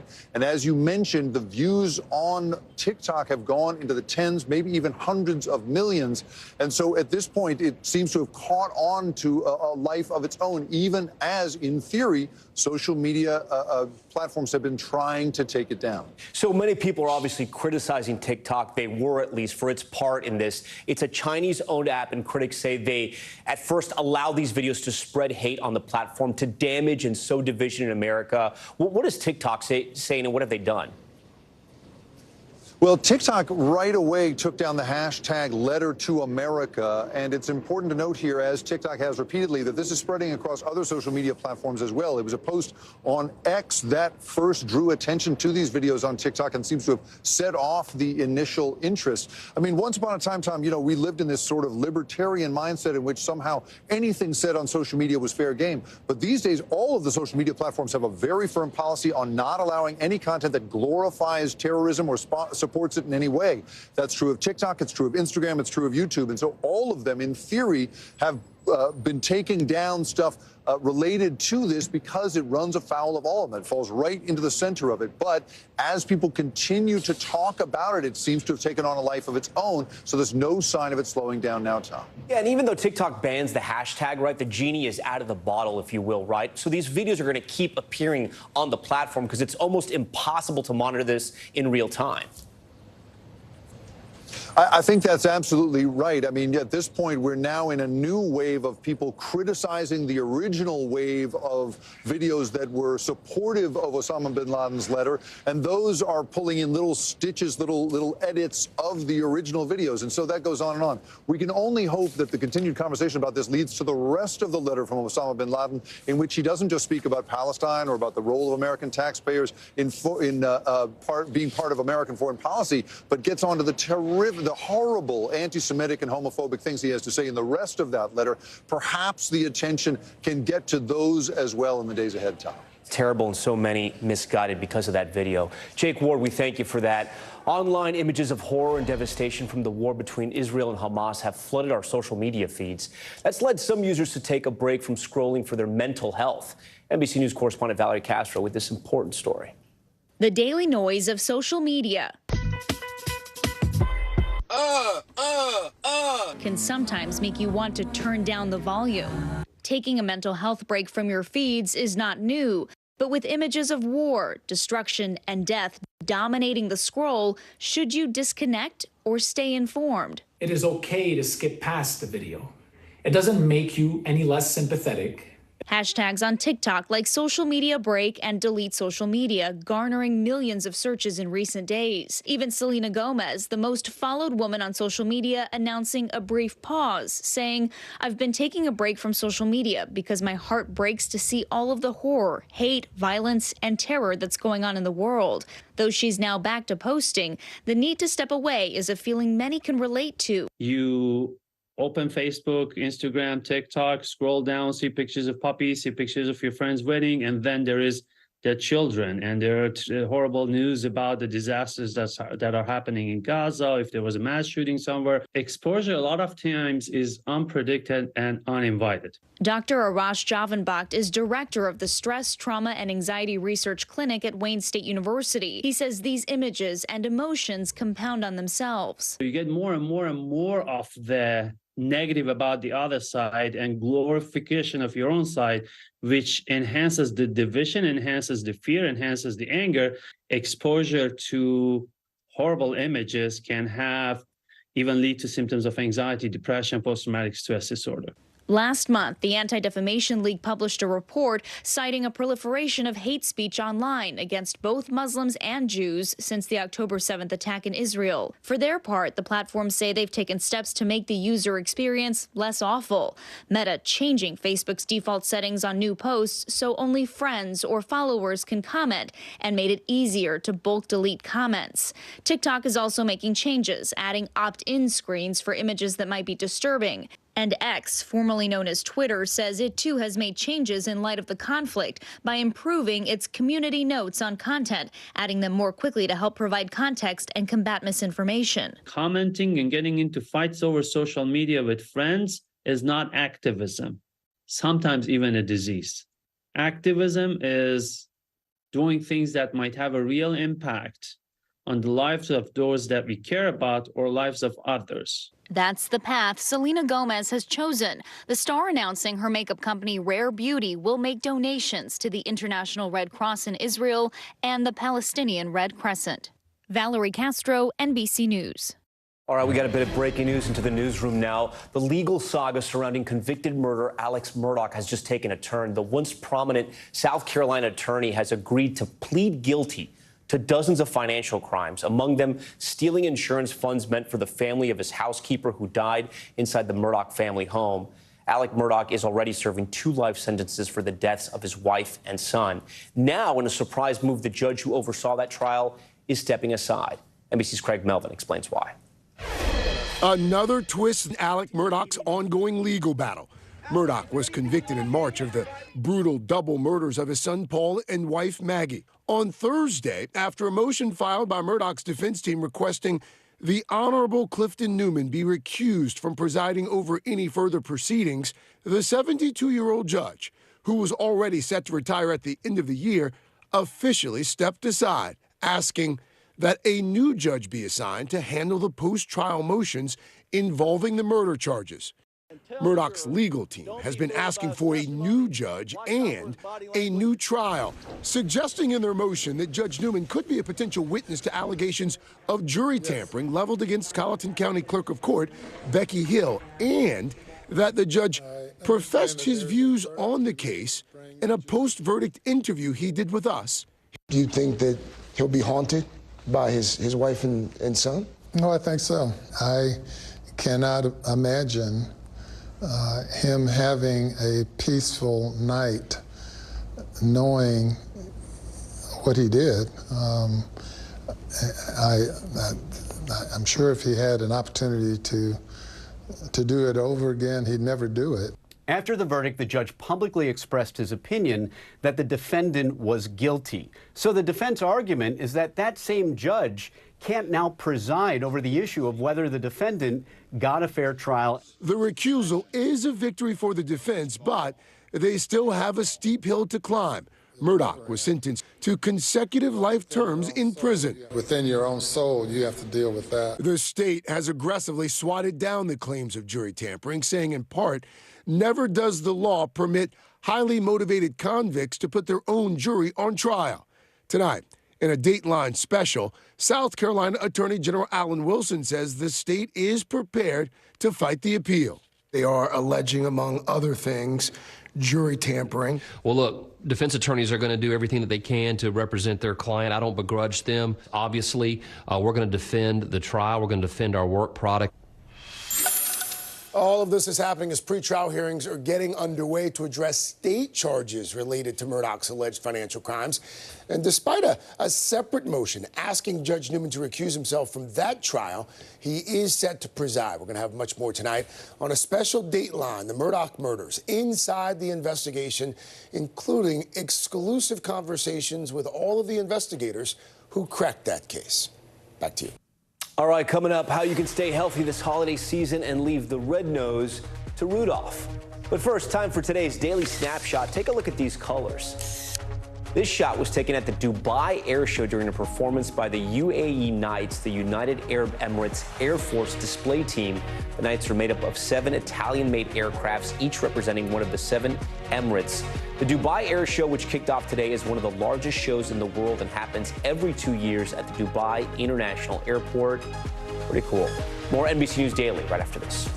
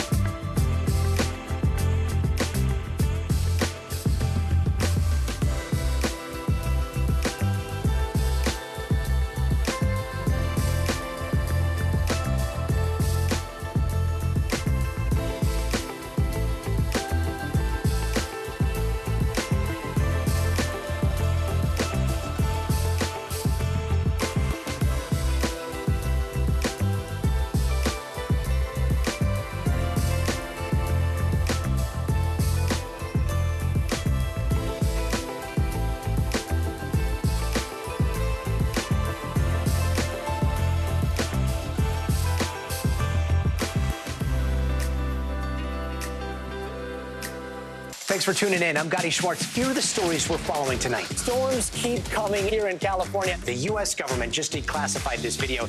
A lot more stories trending like crazy on social media. A controversy pitting lawmakers against young voters. What's the state of crypto today? Is it safe for investors?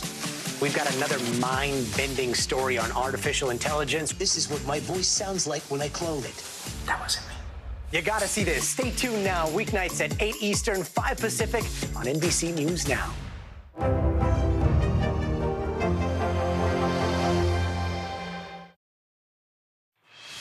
All right, in today's Daily Health, as we prepare to gather for the holidays, a new study finds most Americans are not worried about getting COVID or spreading it this holiday season. About a quarter of adults say they're worried they will get COVID over the holidays, and 31% say they are worried about spreading it to others. Joining me now is NBC News senior medical correspondent and my friend Dr. John Torres. Dr. John, great to have you here. So in addition to COVID, people also got to worry about the flu this time around, too, and not just the flu, but RSV as well. There's all these viruses circulating. If you remember last year, we talked about the triple-demic. That might happen this year. We don't know yet. But the main thing you want to do is you want to stay as healthy as possible. And that means getting the shots. And for COVID shots and flu shots, it's certainly not too late to get them. You know, you want to get flu before the shot before October. We're in late November, so now's a good time to get them. And doubling up on them, getting them at the same time might be the key here, because then you're not delaying that immune response. On top of that, we have found out, a study just came out, very small, but it found out that if you double up and you get both shots at the same time, it boosts the immune response to the COVID vaccine. The other key, get the shot in the same arm you normally get it in. That can help. Oh, too. that's good to know. So give us some tips here, Dr. John, some practical tips, right? Because you want to have a good time during the holidays, but you don't want to be that guy in the corner with the mask on, the blanket over you, Exactly. not socializing. So a couple things. Number one, vaccines, still important, and not just flu and COVID vaccines. We're talking RSV vaccines, important, especially for young babies under 8 months old. If you can get the vaccine, it's a good time to get it. And for adults 65 and above, or 60 and above, on top of that, pneumonia vaccine is something to look at as well, 65 and above, to protect them. You also want to make sure that people stay healthy. And the way to stay healthy is just what we normally talk about. COVID testing is still an option. If you can get a hold of one and you're sick, go ahead and COVID test yourself. Or even if you're not sick, but you're going to somebody's house who's vulnerable, you want to make sure they're okay. On top of that, if you're sick, stay home. I can't overemphasize that. A lot of hand washing, like we talked about throughout the whole pandemic, and don't touch your face, because that's how these things spread. Smart. I'm going to give you a tip, too. The COVID test, you got to check them, because a lot of them, people, they bought a ton of them. They're expired. You got to get new ones. I had a lot in my house, all expired. All I had to throw them out. Okay, so check those dates. I know you have some new reporting about the RSV drug for infants. Right, there's a new drug that came out for infants, and it's under 8 months old is the ones that can get it right now. It's not a vaccine, it's an immunization. Okay. It's monoclonal antibodies. The problem is there was a shortage of that. So the CDC came out and said, let's reserve for the more vulnerable babies and those that are particularly young or have other health care issues. But now they're releasing 77,000 new doses, and hopefully that'll help out, especially we're getting into the RSV season. If you look at the graphs, the numbers are starting to go up a little bit, so it's important. But again, getting those shots is important. Yeah, and as it gets colder, you start to hear people coughing, friends and family. You do a double take there. What can we do with our friends and families, even ourselves, for RSV? So besides what we're talking about there, you want to make sure that you make sure that everybody stays healthy. And that means staying as healthy as possible throughout the season. So prioritize events. You don't have to say yes to every single thing. And if you're feeling under the weather, definitely don't, even if you think it's allergies. On top of that, keep exercising during the whole holiday season. That can certainly make sure that you stay healthy. Limit your alcohol use, because that can cause some issues as well, because we don't always make the best decisions, but on top of that, it can suppress your immune system. And then sleep. Yeah, Can't overemphasize sleep is the best. But that this is all great advice here. So you're saying, like, even if you're having a stressful holidays, stay away from that eggnog. You got to avoid it. You can get a little here and there, but don't go crazy. Yeah. As we move forward, I know a lot. This is sort of turning back to the COVID and the vaccine there. A lot of people aren't getting that new COVID vaccine. What have the studies shown as far as COVID and the time we're living in right now? So what's happening right now, we have this new booster out that's addressing the new variants, and we know variants are going to keep changing, and they found out that we need to kind of chase with the variants. Right now, around a third of adults have gotten the flu vaccine. That's about normal, a little lower than we'd like, but normal, and we certainly want more to get. Only 14% of adults have gotten the COVID booster. So we need to make sure that those numbers come up, because it's, again, one of those viruses. It's here all year long, but it seems to increase in the winter. We might have the increasing. We're already seeing flu going up. We're seeing COVID hospitalizations kind of going up and down. So it depends on the season, and then RSV as well. That number is so low. What do experts attribute that to? Is it just it's not top of mind anymore? Is it people? A few things. It's not top of mind. People are saying, well, I've already had it. It wasn't that bad. Having it again might not be that bad, but it can be. You never know which round of COVID is going to be the bad round for you. So you want to protect yourself. And like I've told people before, we found out during the pandemic, it's not going to prevent you from getting sick. It's not going to prevent you from getting infected, but it will prevent you from getting seriously sick, hospitalized, or dying from COVID. Right. And at the end of the day, that's the name of the game with these vaccinations. Dr. John, always great to see you. Thank you for all that. All right, there's much more news ahead. You are watching NBC News Daily.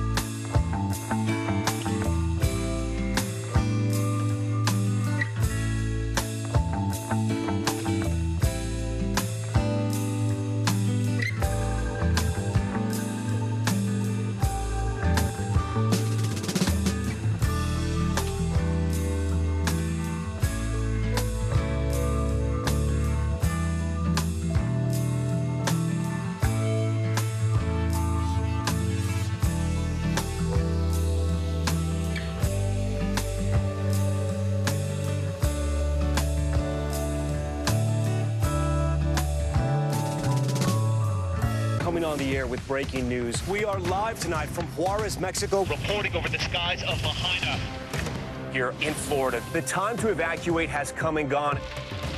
You were seeing people just running for their lives? People running for their lives. We've seen this almost unbelievable power struggle. What does this mean for Ukraine? It's the battle off the field that's inspired the world. Every night, it's your news playlist. Top Story with Tom Llamas, streaming weeknights at 7 on NBC News Now. I would make up the report sometimes because A, the coach wouldn't come out at halftime, or it was too late. And I was like, I didn't want to screw up the report. So I was like, I'm just going to make this up because first of all, no coach is going to get mad if I say, hey, we need to stop hurting ourselves. We needed to be better on third down. We need to stop turning the ball Pressure over. the quarterback. We need, yeah, exactly. and do a better job of getting off the field. Like, they're not going to correct me on that. Right. So I'm like, it's fine. I'll just make up the report. All right, that's Carissa Thompson, a host for Fox Sports and Amazon Prime's Thursday Night Football, and a former NFL sideline reporter admitting on the Pardon My Take podcast that she fabricated reports when she found herself in a bind. Well, Thompson is now responding to a lot of backlash, taking to social media to clarify, writing that she chose the wrong words to describe the situation and that when a coach didn't provide a halftime update, she would use observations from the first half of a game, but in those instances never attributed anything to a player or coach. All right, with less than a week to go before Thanksgiving, grocery stores are rushing to meet the demand from holiday food shoppers. So how are they handling it? NBC News senior consumer investigative correspondent and NBC News Now anchor Vicky Nguyen got an exclusive look inside Walmart's new high-tech robotic fulfillment center and how the retailers keeping up with the demand. What's all the commotion? It seems Thanksgiving Day is upon us. Yup, it's already here. This year, 79% of Americans say they plan to celebrate Thanksgiving, which means a surge in demand for cranberries, potatoes, gravy, stuffing, and, of course, the centerpiece of the feast, turkey. Major chains like Kroger, Whole Foods, and Stop & Shop have invested in new technologies in stores and behind the scenes. We are at Walmart's most advanced automated facility near Bakersfield, California. This is where they distribute fresh and frozen food, and we are getting an exclusive first look at how the nation's largest grocery chain keeps its store shelves stocked. First, a wardrobe change. They tell me it's 34 degrees in there, so first I have to get bundled up, and yes, orange is the new black. Walmart engineer Shane Wallmeyer is my tour guide. Thanksgiving is actually where we ship the most volume. The 700,000 square foot facility is essentially a giant refrigerator. It services 150 stores in Southern California and Las Vegas. Walmart says its state-of-the-art robotics allow it to ship twice as much product as a traditional facility. Where does it all start? Yeah, this is just the beginning. So down here on the dock, we have product coming in from our farmers and suppliers. Everything from brisket to broccoli, yogurt to cookie dough. Fresh and frozen items come here to be inspected for quality and quantity. Each pallet of food goes up this elevator and along this conveyor belt where it's broken down into individual boxes. How much food is processed here and sent to your facilities, your stores? At this facility, we ship about 2 million items a day. Next, the food enters this massive sorting facility. We stopped in the center of the machine hive. So much automation. What has it done for groceries and the consumer? Yeah, this is really our ability to get our product to the shelf faster and more accurately than ever before. Wallmeyer says when a customer purchases something in-store or online, AI instantly creates a list of products to replenish the store's inventory and determines the best way to build each pallet, placing heavy, sturdier items like meat and beverages on the bottom and more fragile foods such as eggs and fruit on top. It looks like grocery Tetris. This is my favorite spot in the whole warehouse because we get to see the end product that's going to the stores. Traditionally, this product would have been stacked by hand. A person would do this at about a rate of about 150 cases an hour. These robots are working at about 500 cases per hour. And for frozen foods? It's actually negative 15 degrees in here. Okay, I'm ready, not ready, but I have my hat. Let's do it. Inside the facility, a 250,000 square foot freezer. Okay, watch your step. Woo! Yes, you weren't kidding. It is freezing. What has automation done for human workers? Absolutely. They come in here to clear jams, but our associates are no longer having to work 8 to 10 hours in the cold. Finally, the pallets are stretch wrapped using these huge machines before being loaded onto trucks headed for a Walmart store. It's really an amazing combination of people, automation, and AI working together to provide our products to our stores and get those products on the shelf faster. Vicki Nguyen, NBC News. All right, a big thank you to Vicki for making the holidays happen. I'm Tom Yamas. You're watching NBC News Daily. Thank you so much for watching. I'll see you tonight on what some are calling the greatest news show ever. Top Story. It streams live at 7 p.m. Eastern on NBC News Now. The news continues after this.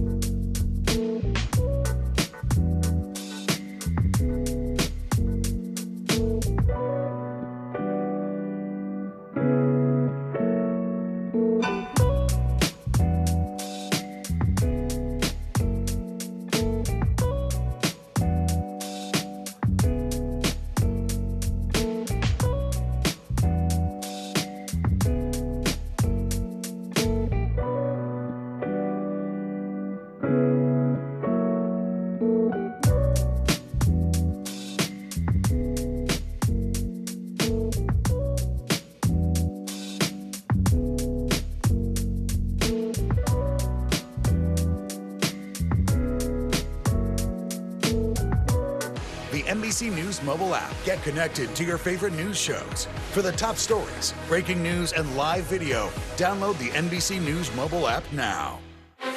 Were you calling the shots, though, Mr. President, ultimately? Was the Biden administration caught off guard by this latest surge of migrants? Is it clear who's going to govern Gaza once this war is over? If it's Sunday, it's Meet the Press.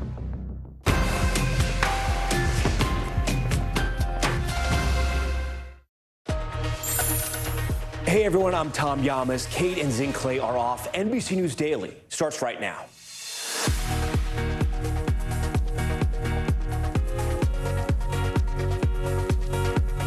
Today is Friday, November 17th, 2023. Search and discovery. The Israeli military probes Gaza's largest hospital yet again, releasing more evidence they claim proves Hamas uses it as a command center. As the body of a 19-year-old Israeli soldier who was taken hostage is discovered. Hate mail, a letter from Osama bin Laden, goes viral as Gen Z praises some points from the 9/11 mastermind. How the tech industry and even the White House are stepping in. The Great Escape, millions taking to the sky and hitting the road ahead of the Thanksgiving holiday. Why Getaway Day is earlier than ever and how weather could impact everything. And play to pay. From gardening to mountain climbing, having a hobby is a great way to de-stress and unwind, but it turns out it could actually help your career as well. We'll explain. We begin this hour with Israeli troops inside Gaza's biggest hospital for a third day. The Israeli military claims it found a tunnel and weapons at the Al-Shifa hospital complex. NBC News can't independently verify that information. Israel also claims Hamas uses the hospital as a command center.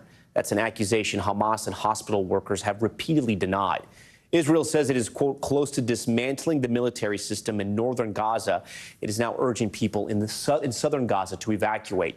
It comes as fears of mass starvation grow. The UN says it can't deliver food and other supplies because it doesn't have fuel. Internet and phone service also down.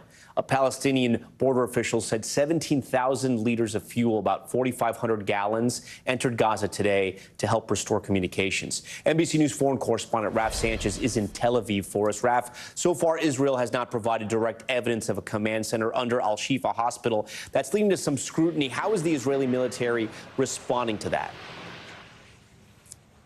Well, Tom, the Israeli military's argument is that every day they are going to have more evidence of what they say is Hamas's presence at Al-Shifa Hospital, the largest hospital in the Gaza Strip. You'll remember on that first day of the raid, they rushed out videos in the hours that followed. And frankly, what they showed was pretty sparse. It was a handful of assault rifles. It was grenades. It was some ammunition, some Hamas literature. But it wasn't a smoking gun, as it were. The following day, they released this video of what they say was a Hamas tunnel shaft. NBC News not able to independently verify that that tunnel belongs to Hamas, but we can say that we geolocated the video, and it is indeed on the grounds of the Al-Shifa hospital. And Israel says that there will be more to come. The criticism from humanitarian organizations, from the World Health Organization, is about the danger that this Israeli military operation is putting the patients at Al-Shifa hospital in, including those dozens of prematurely born babies who are out of their incubators because there's no electricity, as well as the internally displaced people who were sheltering there. And Tom, the consistent message from Israel to Palestinian civilians in northern Gaza has been flee south. It is relatively safe for you in the south. We actually, when we were in Gaza earlier this week, saw thousands of Palestinian civilians going down one of those so-called humanitarian corridors. But earlier today, in the neighborhood of Khan Yunis, the Israeli military says, even if you were in the south, we are going to be carrying out military operations. And now they are urging people to get out from there, which just underscores there really is no safe area in Gaza. Tom. And Raf, you also had exclusive access to an Israeli intelligence officer who's been involved with interrogating suspects from the October 7th terror attack. I can't imagine what he's heard so far. What did you learn? Yeah, Tom, this is a fascinating interview with Shalom Ben-Hanan. He is a veteran of the Shin Bet, Israel's equivalent to the FBI. He retired late last year, but he was called back into service after October 7th. And I asked him, what was it like to sit across from people involved in that attack? Take a listen. What's it like to sit like this with a man who you know massacred Israeli civilians? Sometimes you feel that you want maybe to kill him with your bare hands, but you do nothing. Okay? And sometimes even the opposite. You have to connect to some dots in his personality. And Tom, he was involved in the interrogation of around 50 alleged Hamas commandos who were sort of the tip of the Hamas spear during the terror attack on October 7th. It is possible, Tom, that a deal to free the hostages may involve releasing those very same Hamas suspects that he interrogated. He said that would be painful for him and his fellow Shin Bet officers, but he would understand that if that was the price of bringing the hostages home. And it's happened before, as you know, in Israel's history. Okay, Raf Sanchez for us. Raf, we thank you for that. You can see Raf's exclusive reporting tonight on NBC Nightly News with Lester Holt. Back here at home, the federal government is trying to help college campuses beef up security. It comes at a time when many Jewish and Muslim students say they don't feel safe. Some of the students we spoke to say they're not only dealing with threats from their peers, but now from complete strangers. NBC's Homeland Security correspondent Julia Ainsley joins me now. Julia, you spoke with some of those students at the University of Connecticut. What kind of threats are they dealing with? Well, they've seen the threats run the gamut. Jewish students say they've seen flyers on campus calling the attacks on October 7th in Israel justified. They see that as a threat of violence that could ultimately turn against them. Also, the Muslim students have received emails that have been threatening and a very threatening voicemail. One former student who was head of the Students for Justice in Palestine at UConn received that voicemail earlier this month. She played it for me, and we had a conversation. Take a listen. You're supporting baby killers, people who rape grandmas. I can't wait to see you dead. How did you feel? It makes you wonder, what else are they capable of doing if they're going out of their way to get your number?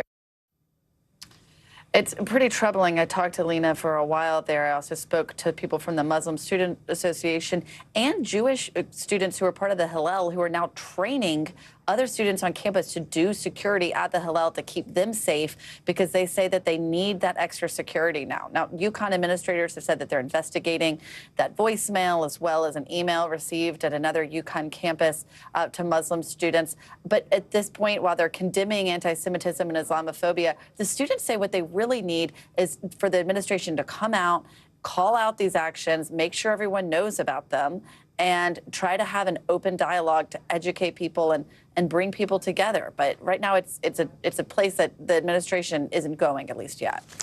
Okay, Julia, we thank you for that. The social media discussion around the Israel-Hamas war is taking an unusual turn. People are now posting videos on TikTok and X supporting a decades-old piece of propaganda written by Osama bin Laden. The late al-Qaeda leader was behind the deadliest terror attack in American history, later killed by Navy SEALs. He wrote his so-called letter to America after the 9/11 attacks. It calls out U.S. policy towards the Palestinian people and Israel and spews multiple anti-Semitic and homophobic stereotypes. TikTok says it has banned the hashtag Letter to America, but today our team was still able to find videos about the topic on TikTok. I want to bring in NBC News technology correspondent Jake Ward now. Jake, and I don't know if we know yet or if anyone knows the answer to this question, but how did this letter start to just pop up and then go viral sort of out of nowhere? Well, anyone, Tom, who had an idle interest in the content of that letter could have found it over the course of the past 2 decades on the website of The Guardian. That was the place that it was most prominently featured and readily available for anybody looking into the history of that time. But something about the Palestinian and Israeli situation has set off a new interest in it. And a journalist earlier this week posted a compilation of a few videos that had been popping up on TikTok of young people describing the specific portion of that letter that deals with the Palestinian situation and blames American taxpayers for their government's actions around the world. It does not, however, tend to include the more horrible parts of that letter that call for the genocide of civilians and casts homophobic and anti-Semitic sentiments. And so since Tuesday, we've seen about a 4,300% increase in references to bin Laden on X, formerly known as Twitter, and a 400% increase on YouTube when it comes to searches for that. Millions, tens of millions, maybe even hundreds of millions of views on TikTok have resulted. But as you mentioned, the hashtag Letter to America has been taken down by that platform at this hour, Tom. And then, Jake, can you talk about how the algorithm works, right, on TikTok? Because it works differently here than it works in China. But something like this can go viral sort of easily. Yes, it absolutely does. I mean, here in the United States, TikTok, like all the major platforms, is looking for what it thinks you are interested in. And so just the idle searching that I have done for the words bin Laden on TikTok have yielded all sorts of videos ever since. They're just coming through my feed. Now, TikTok, YouTube, Instagram, they all have very clear policies about not promoting or encouraging any sort of terrorism-related content. And this falls squarely in the middle of that. But it is also a feature of TikTok that you can comment on other people's videos. And so even videos now that criticize the outpouring of support for bin Laden's sentiments have resurfaced the original videos, even though those have been taken down. And so at this point, as with all things social media, Tom, once a thing gets going, it's very hard to stop it. Jake, you know, you monitor this stuff for us, so you would know better than I would. But is this one of the first times, or is this a new trend we're seeing, that TikTok is actually launching trends on other platforms? I mean, that stat you put up of YouTube and X also taking off on this, is TikTok sort of leading the charge now? Well, it certainly is leading the charge among young people, right? It is the preferred source of news for people 18 to 25. A huge proportion, a plurality of young people say they get their news off of that. And so at this point, we know that once something takes hold and gets into this sort of political moment when people are really talking things through on TikTok, that tends to lead the zeitgeist across social media, Tom. Yeah, and as you know, in the media, it's important to be a trendsetter, but not exactly like this. Jake Ward for us. Jake, we appreciate all your reporting. Time for today's CNBC Money Minute. Californians could see their energy bills go up, and Apple is making a big change to iPhone messages. My good friend Bertha Coombe joins us now. Hey, Bertha, great to see you. Hey, Tom, you too. So we'll start with California. A utility company that serves more than 16 million people in the Golden State is adding a hefty surcharge to their bills to counter wildfires in that state. PG&E will increase gas and electric bills by about $32 a month, so it can bury 1,200 miles of power lines to reduce the chances of starting another major wildfire. Amazon, meantime, is confirming that the company is laying off hundreds of people in its Alexa division as part of a broader cost-cutting initiative. The company started last year. The vice president of Alexa and Fire TV said the company employees in the U.S. and Canada are being notified today. And Apple is set to adopt a technological standard next year that allows texting between iPhones and Android devices to run more smoothly. The standard, known as RCS, will bring iMessage features, including read receipts, typing bubbles, and higher quality media sharing to all platforms. The move comes after more than a year of pressure from regulators and competitors to make changes that work seamlessly across both operating systems. But Tom, you will still have that separation of folks on iMessage on the blue bubble and folks on Android in the green one. All right, but hopefully when I text you, you'll go back to me a little faster, right? Because it's been taking some time. All right, Bertha, thank you for that. Coming up, spilling the tea, why Starbucks workers who just went out on strike say more strikes may be brewing. Plus, turkey trot. Tens of millions of Americans are already heading out for the Thanksgiving holiday. We're not calling them turkeys, of course. How you can avoid a travel nightmare. You're watching NBC News Daily.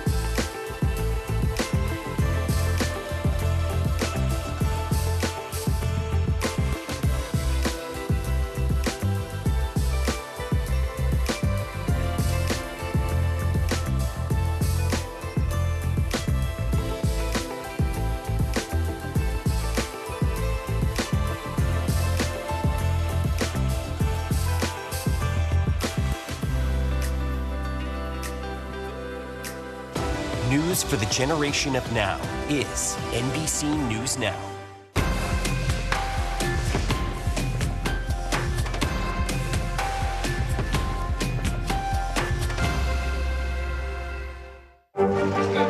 What is going to happen now? Going back and forth because they... Oh, yeah, this is it, right?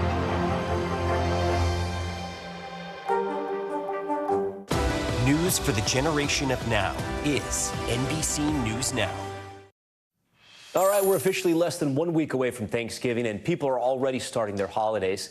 Today is the official start of the holiday travel season, and the TSA predicts this year it could be the busiest for the millions of people flying. They've already been preparing, trying to avoid scenes like these from last year. NBC's Bill Cairns is tracking the Thanksgiving forecast, but we want to start right now with George Solis, who is live for us at the Philadelphia International Airport. So, George, how's it looking out there? I know we're still pretty early before Thanksgiving, and what do people need to know before they're heading to the airport?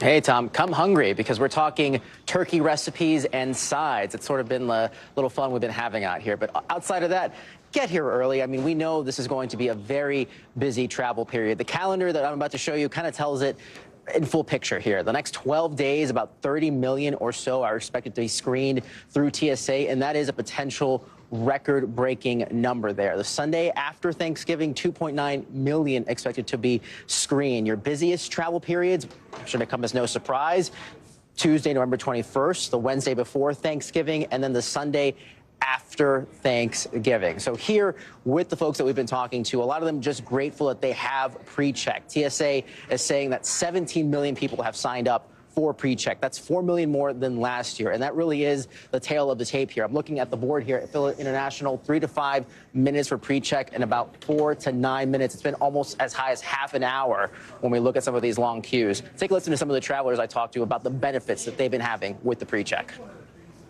What do you guys make of this pre-check line? It's a little bit longer than it usually is. It's not bad, but yeah, it's usually a little shorter. What does that tell you about just the return of people traveling for this holiday? Right, yeah. I think that travel's definitely back. Some people aren't just turkey trotting by air. Some of them are going by car. A lot of them, gas also relatively cheaper, about 40 cents.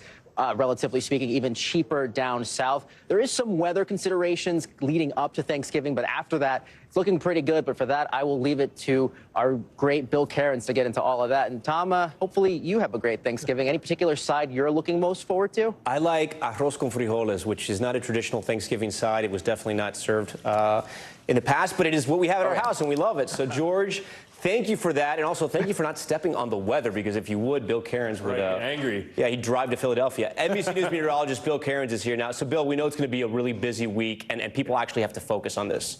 It always is, and it's like a 5-day stretch. So we're always going to have a storm at some portion of it that's going to cause delays. We just hope we don't get too many cancellations where people can't get to their final destination. So it may be slow getting there, but I don't see any reason why anyone shouldn't get to their destinations by Thursday. So right now, we love the green across the map. No airport delays at all of the major hubs. That's fantastic for a Friday, just any day of the year, let alone right before the Thanksgiving travel. So as we go throughout the rest of today, we just have this area of rain heading through western New York, also a little bit of rain heading into California later on today.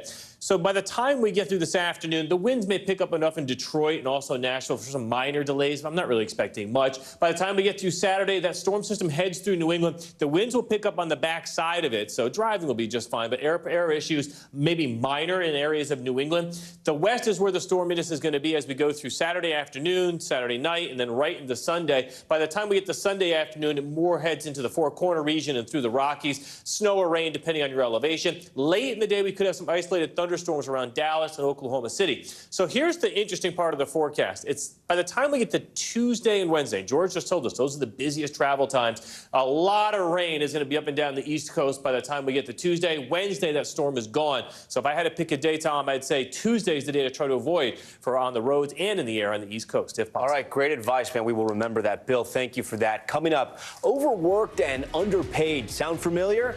What a new survey reveals about who's being hit hardest by burnout. You're watching NBC News Daily. Stay with us.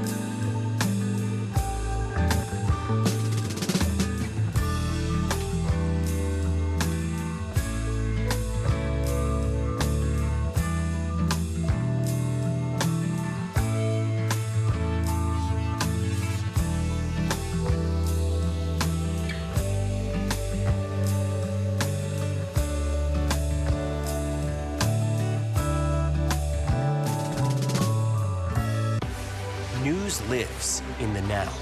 It's coming at us every second. News is more now than ever. Just outside of the Israeli military headquarters. Now is raw. Now is real. The Fed's decision today, help us translate that into very plain English. Now is constant. You gotta see this. The future is now. News for the generation of now is NBC News Now. Decades ago, the station wagon was a staple of American culture, trusted by families to get them to where they needed to go. NBC News correspondent Harry Smith has a story of one group showing their appreciation for the cars by driving them across the country.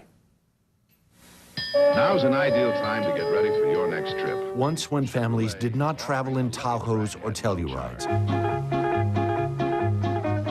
In that age before minivans and mandatory seatbelts. Roomy enough to hold as many as 4 children. The true symbol of middle-class swagger and upward mobility was this. A new family-engineered station wagon. A vehicle that could transport suburban families not just to ball fields, carpools, and school plays, but to exotic locations, destinations of their dreams. New adventures to write about to the folks back home. Yea, verily, even to Wally World.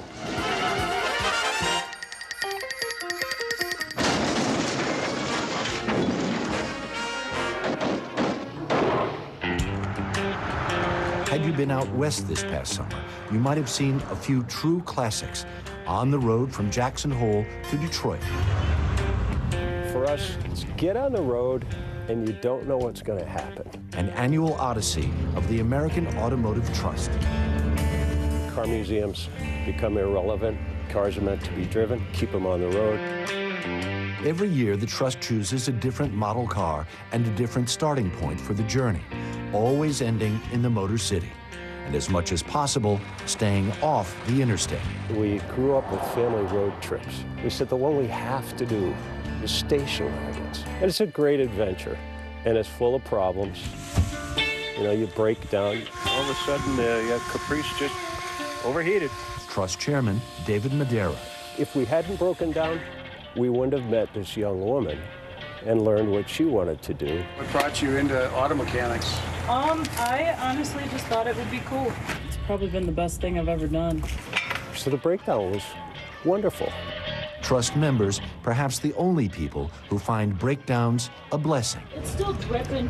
Kaylee diagnosed the fuel leak on this car. Yeah. And she was so knowledgeable and so cheerful. She did a great job. If that doesn't fix it, hopefully it slows you down enough to get back to Detroit. We caught up with the Trust at Devil's Tower, Wyoming. And if memory serves, wasn't it a crazed Richard Dreyfuss in a station wagon racing to meet the aliens here in Close Encounters of the Third Kind? We encountered neither aliens nor Dreyfuss. You don't see this from an airplane seat, you know? Yeah. And we've got so many places in America like this that people never experience. They never get behind the wheel and just go. Riding in one of these cars is like being in a time machine. The memories come flooding back, says Trust member Diane Fleece Schneider. What a beauty. Are you ready? Especially a station wagon. We could each choose a place to sit. And sure. We argued who would sit in the way back. If you're sitting in the back row, you can wave at the people behind you. Oh, yeah, we did. Oh, yeah, we made all kinds of goofy faces at them. Yeah. A joy indeed. Look at this bad boy. But the Trust also serves to encourage young people to take a look under the hood, fall in love with the past. Could you imagine your mom coming to pick you up in this thing? In Sundance, Wyoming, the high school students were plenty curious and plenty knowledgeable. We don't have much in there. Had any of these cars needed work, no, they'd have been in capable hands. I love what we do at America's Automotive Trust because we're encouraging young people to get involved to learn how to repair these old vehicles. So when I'm dead and gone, you know, we carry that on to a next generation. Harry Smith, NBC News. All right, we thank Harry for that. Coming up, it wouldn't be Thanksgiving without the big Thanksgiving meal, of course, how the nation's largest grocery chain is getting ready. But first, time for today's daily snapshot. Take a look at these colors. This shot, I should say, was taken at the Dubai Air Show during a performance by the UAE Knights, the United Arab Emirates Air Force display team. The Knights are made up of 7 Italian-made aircrafts, each representing one of the 7 Emirates. The Dubai Air Show, which kicked off today, it's actually one of the largest shows in the world. Happens every 2 years at the Dubai International Airport. More NBC News Daily right after this.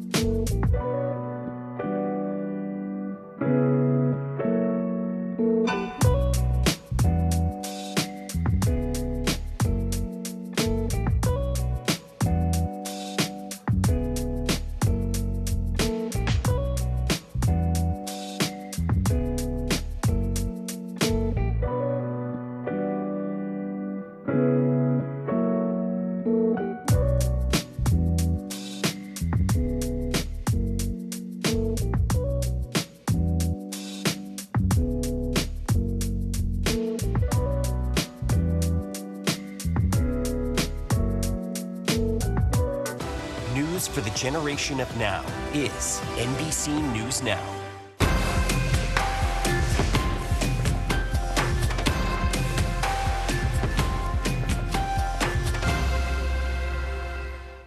News lives in the now. Look at this. You can't even see anything anymore. Let's break down what we know. You gotta see this. News for the generation of now is NBC News Now. Kristen Welker hosts Meet the Press every Sunday on NBC. Bottom of the hour now, here are some of the stories making headlines on NBC News Daily. Breaking news, former First Lady Rosalind Carter has entered hospice care at her home in Georgia. The 96-year-old was diagnosed with dementia earlier this year. The Carter Center says Rosalind Carter and her husband, former President Jimmy Carter, are spending time with each other and their family. President Carter, who is 99, has been in hospice care since February. A federal judge declared a mistrial in the case of a former officer involved in the 2020 death of Breonna Taylor. Brett Hankinson was facing federal civil rights charges of excessive force for firing shots in the botched raid that led to Taylor's death. A deadlocked jury led the judge to declare a mistrial. Federal prosecutors could decide to retry Hankinson, and the judge has set a hearing for next month to determine the next steps. California Governor Gavin Newsom announced a section of I-10, which was severely damaged by a fire last weekend, will now reopen no later than Tuesday. That's pretty fast. Officials feared it would be closed for months. The fire forced nearly 2 miles of the freeway to shut down, rerouting about 300,000 vehicles each day. All right, did grabbing your Starbucks take a little longer than usual yesterday? Well, it wasn't just because of the coffee giant's annual Red Cup Day. It might also have been because Starbucks workers walked off the job in a major labor action. Baristas at more than 200 locations were on strike Thursday, saying they are totally overworked. And those big promotional days, well, they're demanding better staffing, and they want to see those mobile orders limited when it gets too busy. For more on this, I want to bring in NBC News senior business correspondent Christine Roman. So, Christine, could there be more Starbucks strikes on the way? Well, certainly the organizers are energized by what they saw yesterday. A year ago, it was about 100 locations that had walkouts and rallies and protests outside. This year, it was 200. And you're absolutely right at the demands of some of those Starbucks workers.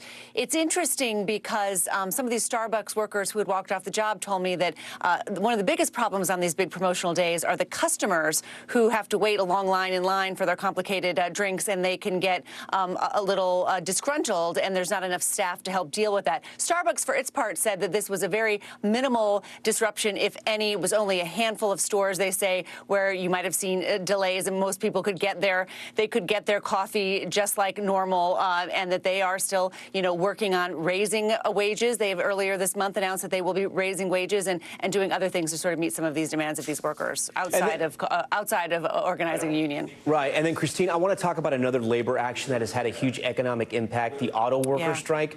There's movement on the deal with the big three car makers today, telling us what's happened. Tell us what's happened. Yeah, it looks like they're on their way to ratifying. If not, I mean, Ford is finishing up the vote, but it looks like Stellantis and GM, these UAW members, have ratified their deal. And this is, by all means, a historic deal with labor. I mean, this is going to be a 25% pay increase over just 4.5 years or so. And this is something that organizers worked very, very hard to get. Remember, during the bailout and the financial crisis, workers really saw stagnant wages after that. They'd make big concessions after the financial crisis, and then they watched the automakers recover and end up becoming quite profitable again. So this is something the workers are really happy about.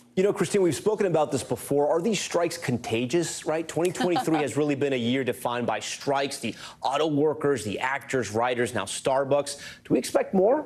Yeah, truck drivers, pilots, teachers, nurses. I mean, there's a moment here, right? Labor is having a moment. I think it's important to put it in perspective, Tom. About 10% of the labor force is unionized. That's still near a historic low. But there is this feeling among workers across the country, across age demographics, and across industries, frankly, that they do have a little more leverage here in a very tight labor market after years of stagnant wages to ask for more. All right, Christine Roman, it's always great to see you. Thank you. You're welcome. If you're feeling burned out at work, you're not alone. A recent survey from Deloitte found that more than half of workers say they feel exhausted. 49% feel stressed, and others say they are overwhelmed and even angry. But in the aftermath of the pandemic, burnout has particularly impacted workers in the public sector. They say they're required to work exorbitant amounts of overtime to compensate for all those staffing shortages. NBC News senior policy reporter Shannon Pettypiece has been reporting on this topic.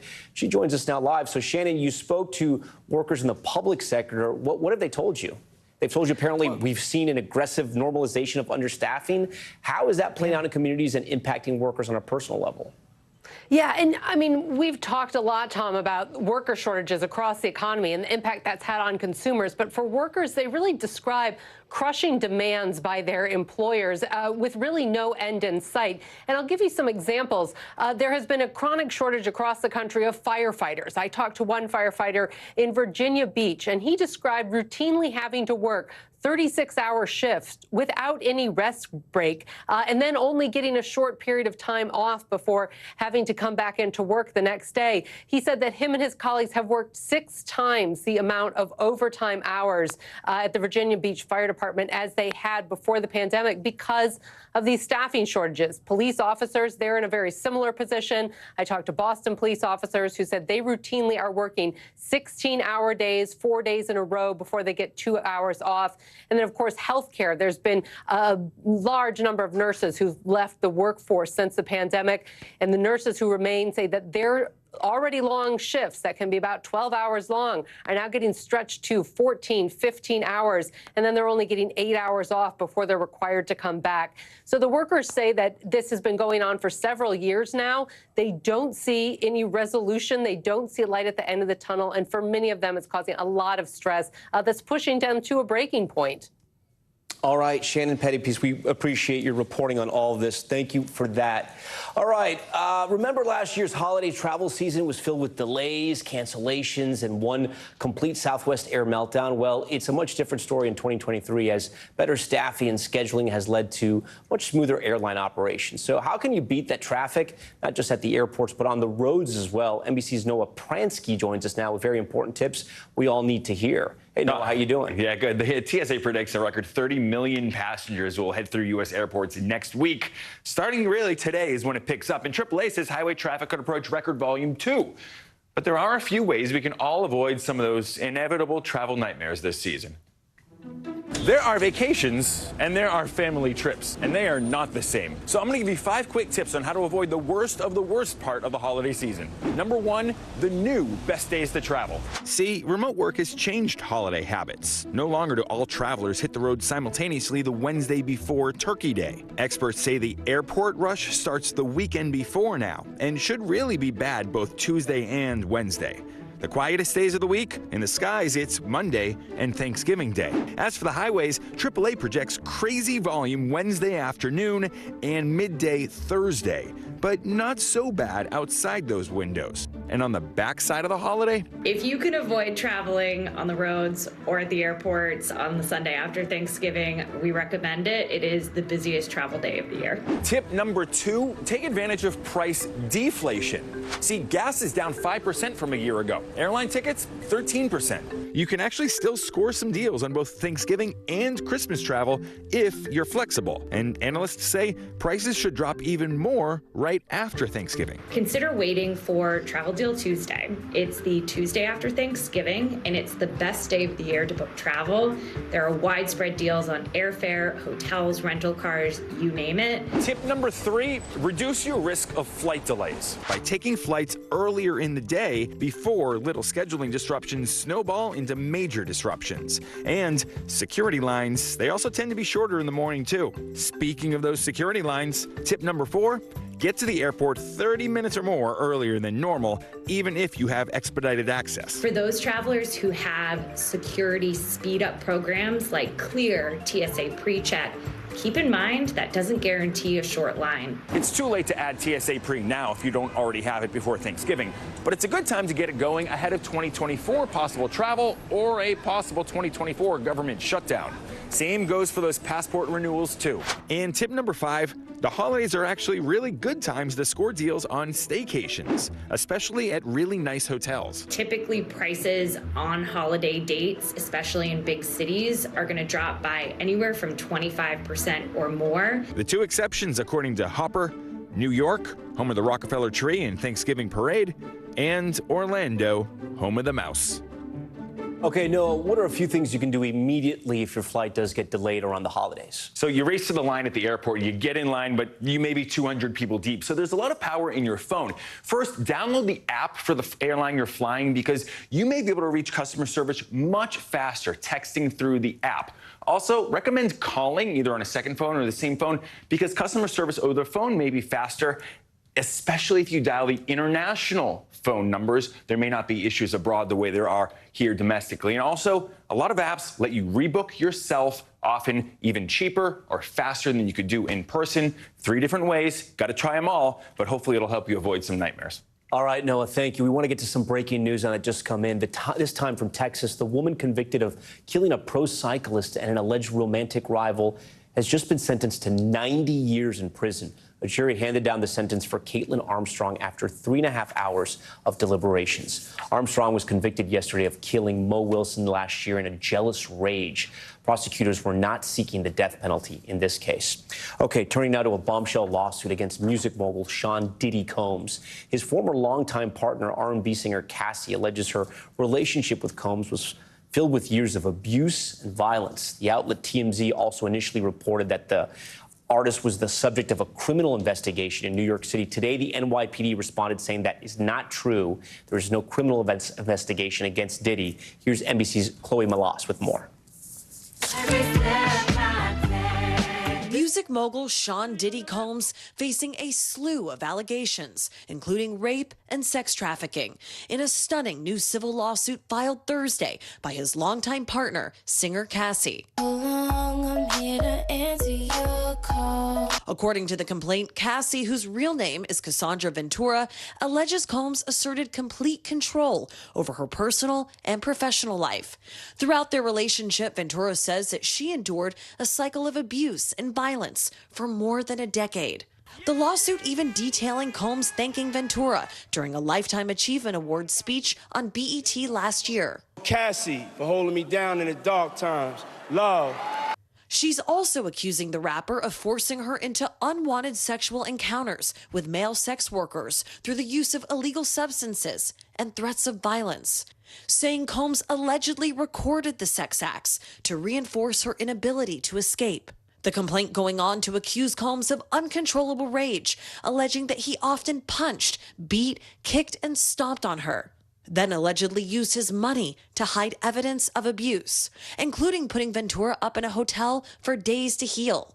Ventura also accusing Combs of rape, saying as their relationship was nearing the end, he forced himself into her apartment in 2018. The acclaimed music producer vehemently denying the allegations, his attorney calling them offensive and outrageous, writing in part, "For the past 6 months, Mr. Combs has been subjected to Miss Ventura's persistent demand of $30 million under the threat of writing a damaging book about their relationship, which was unequivocally rejected as blatant blackmail." Chloe Malas, NBC News. Coming up, research shows having a hobby can be good for your brain and your body. Now, before you say you don't have any time, we'll tell you how you can squeeze one into your busy life. You're watching NBC News Daily.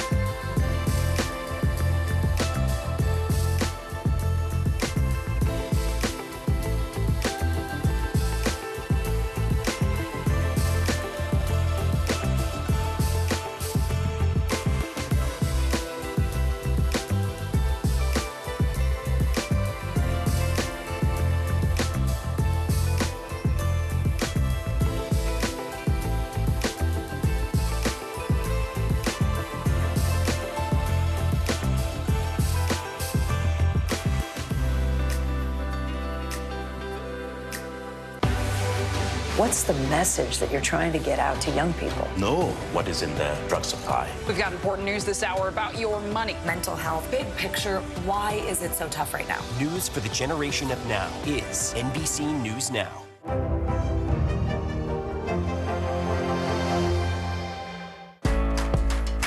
When I think about what the Today Show does, it's not just about the mornings, it's about your whole day. There's a feeling of we're in there with you. Then let's take on this day together. Okay, we are back now with today's mental health check, and we're focusing on the benefits of having a hobby. According to the British Journal of Sports Medicine, people who engage in physical leisure activities for at least 20 minutes a week are less inclined to feel fatigue. And research shows performing a hobby can improve our mental and physical health as well as our overall well-being. Joining me now is health and wellness coach Natalie Gus. Natalie, thanks so much for joining us here. I want to start with some of the benefits associated with performing a hobby and how they can improve our mental health. Walk us through this. Yeah, I love this. Hi, happy to be here. So having a hobby is a great thing because it allows you to explore your creative side. It allows you to do something that really energizes you. When you do something that you enjoy, that the time passes and you don't realize, it actually gives you more energy, whether that be something that is physical exercise or something like playing cards or reading a book. Both count as hobbies and both are going to reduce the stress in your life. And then which hobbies would you say are best for mental health? Yeah, so exercise is always going to be great, but I also love something that's outside and a hobby that actually involves other people as well. So if you love cooking, get your kids involved, have them learn a recipe with you. Being outside is wonderful because you're in touch with nature. You get the vitamin D from sunlight, which is great for our mental health. And then just being in touch with kind of that nature side is always going to put a smile on your face. So if you can lean on exercise, nature, and incorporating other people into your hobbies, then you are getting an A+. What about collecting stamps? Is that still a thing, or are people doing that? Would that help you? I don't know if people are doing it, but we certainly still are mailing letters. So there must be someone out there that is collecting stamps. And that counts. That absolutely counts. Again, something that's going to energize you, that's going to take some pressure off of your day. Collecting stamps. A lot of money in collecting stamps. Also, how can it improve your professional life, these hobbies you're talking about? Yeah, absolutely. So often we feel pressure from work. And so that's just really because we're maybe there for a paycheck. Hopefully you do what you love. But sometimes we're not as fortunate. And so a hobby allows you kind of to escape that pressure. It allows you to do something that you do enjoy and you do love so that you don't have so much. You're not relying on work so much to be your happiness source. You have kind of that outlet to explore your creativity side and also to find happiness in a different way. Yeah. So what's your advice for people looking to pick up a new hobby? Explore, explore, explore. So try a new thing every single week, whether that be dancing, crocheting, playing cards. Give yourself like 2 to 3 new activities a week. Invite friends on those activities, do them solo, and then find something that you're not looking at the clock while you're doing it, and you'd be surprised at what you enjoy doing. A little high stakes poker maybe, right? Yeah, maybe. I'm just joking. For many people, finding time is a big obstacle between juggling work and family and a social life. How do you carve out some time for these leisure activities? Yeah, so take advantage of your commute. Maybe you take a train or a subway to work. You can get some reading in at that time if that's the hobby that you enjoy. Incorporate your kids and your friends. Maybe your birthday is coming up or there's a lot of holidays coming up. Can you do something together that maybe isn't a normal dinner? Can you either cook together or maybe you love painting? Can you go to a painting class together? Incorporate the people around you, get them invited. Get them excited as well, have them explore some of your hobbies. And then you're kind of killing 2 birds with 1 stone, whether that be on your commute or also spending time with family and friends. Real quick, for the parents out there, any tips to get your kids in a new hobby? And we only have about 10 seconds. Yeah, again, explore. Have them try a new hobby once or twice a week and reward them with good behavior when that happens. All right, Natalie, we thank you so much. There's more news ahead. You are watching NBC News Daily.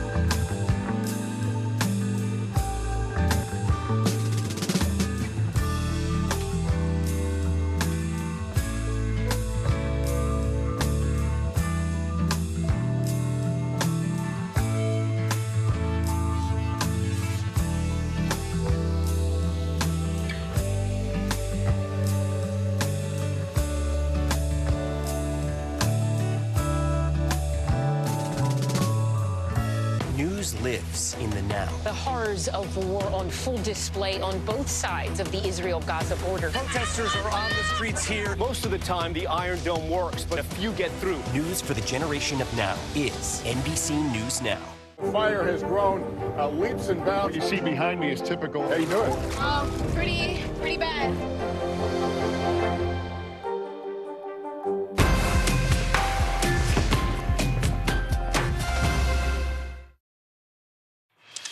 I would make up the report sometimes because A, the coach wouldn't come out at halftime, or it was too late. And I was like, I didn't want to screw up the report. So I was like, I'm just going to make this up because first of all, no coach is going to get mad if I say, hey, we need to stop hurting ourselves. We need to be better on third down. We need to stop turning the ball Pressure over. the quarterback. We need, yeah, exactly. and do a better job of getting off the field. Like, they're not going to correct me on that. Right. So I'm like, it's fine. I'll just make up the report.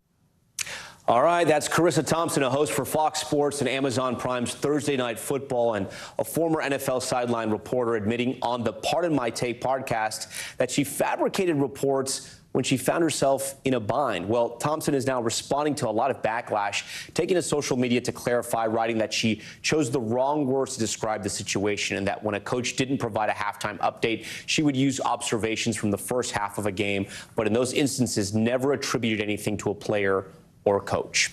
All right, with less than a week to go before Thanksgiving, grocery stores are rushing to meet the demand from holiday food shoppers. So how are they handling it? NBC News senior consumer investigative correspondent and NBC News Now anchor Vicky Nguyen got an exclusive look inside Walmart's new high-tech robotic fulfillment center and how the retailer's keeping up with the demand.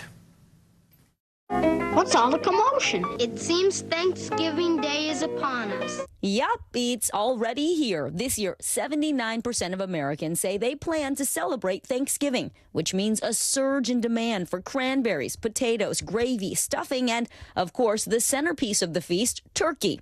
Major chains like Kroger, Whole Foods, and Stop & Shop have invested in new technologies in stores and behind the scenes. We are at Walmart's most advanced automated facility near Bakersfield, California. This is where they distribute fresh and frozen food, and we are getting an exclusive first look at how the nation's largest grocery chain keeps its store shelves stocked. First, a wardrobe change. They tell me it's 34 degrees in there, so first I have to get bundled up, and yes, orange is the new black. Walmart engineer Shane Wallmeyer is my tour guide. Thanksgiving is actually where we ship the most volume. The 700,000 square foot facility is essentially a giant refrigerator. It services 150 stores in Southern California and Las Vegas.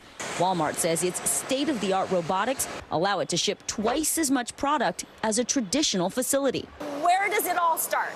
Yeah, this is just the beginning. So down here on the dock, we have product coming in from our farmers and suppliers. Everything from brisket to broccoli, yogurt to cookie dough. Fresh and frozen items come here to be inspected for quality and quantity. Each pallet of food goes up this elevator and along this conveyor belt where it's broken down into individual boxes. How much food is processed here and sent to your facilities, your stores?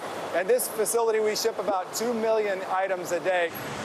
Next, the food enters this massive sorting facility. We stopped in the center of the machine hive. So much automation. What has it done for groceries and the consumer?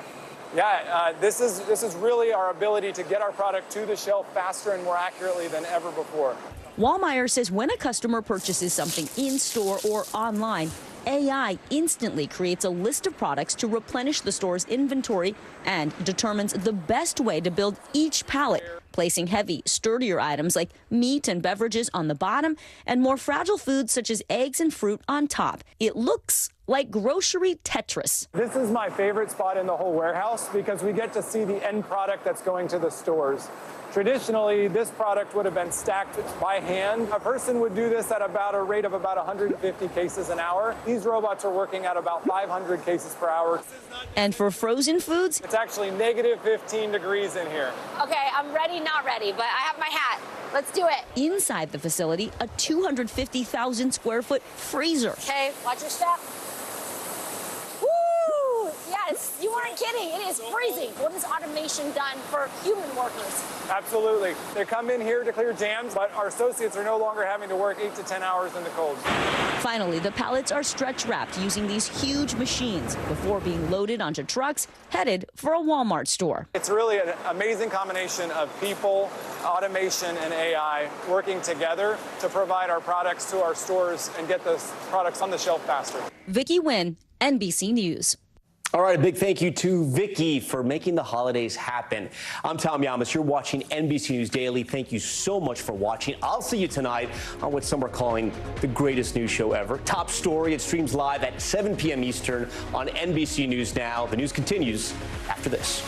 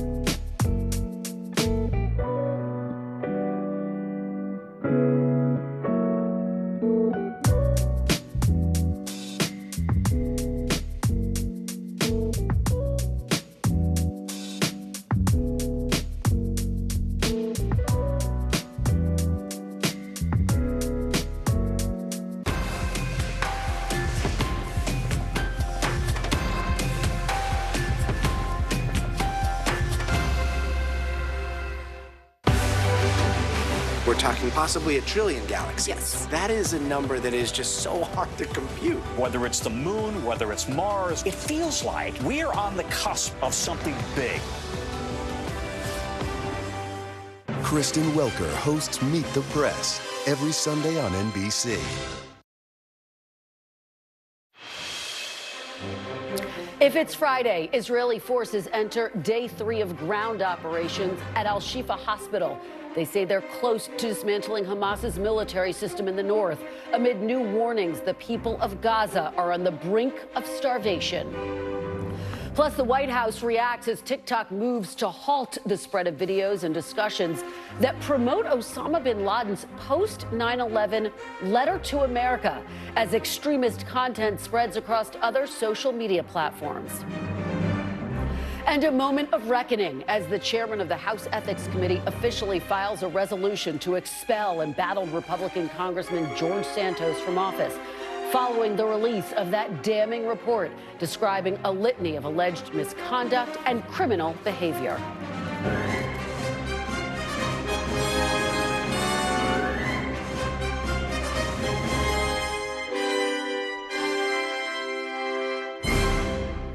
Welcome to Meet the Press Now. I'm Kristen Welker in Washington. Israel's raid inside Gaza's main hospital is now in its 3rd day. Amid increased signs, the IDF's operations may soon be expanding as questions continue to swirl about Israel's endgame in Gaza and the limits of U.S. support. New videos released yesterday show what Israeli officials say is the entrance to one of Hamas's tunnels near Al-Shifa Hospital.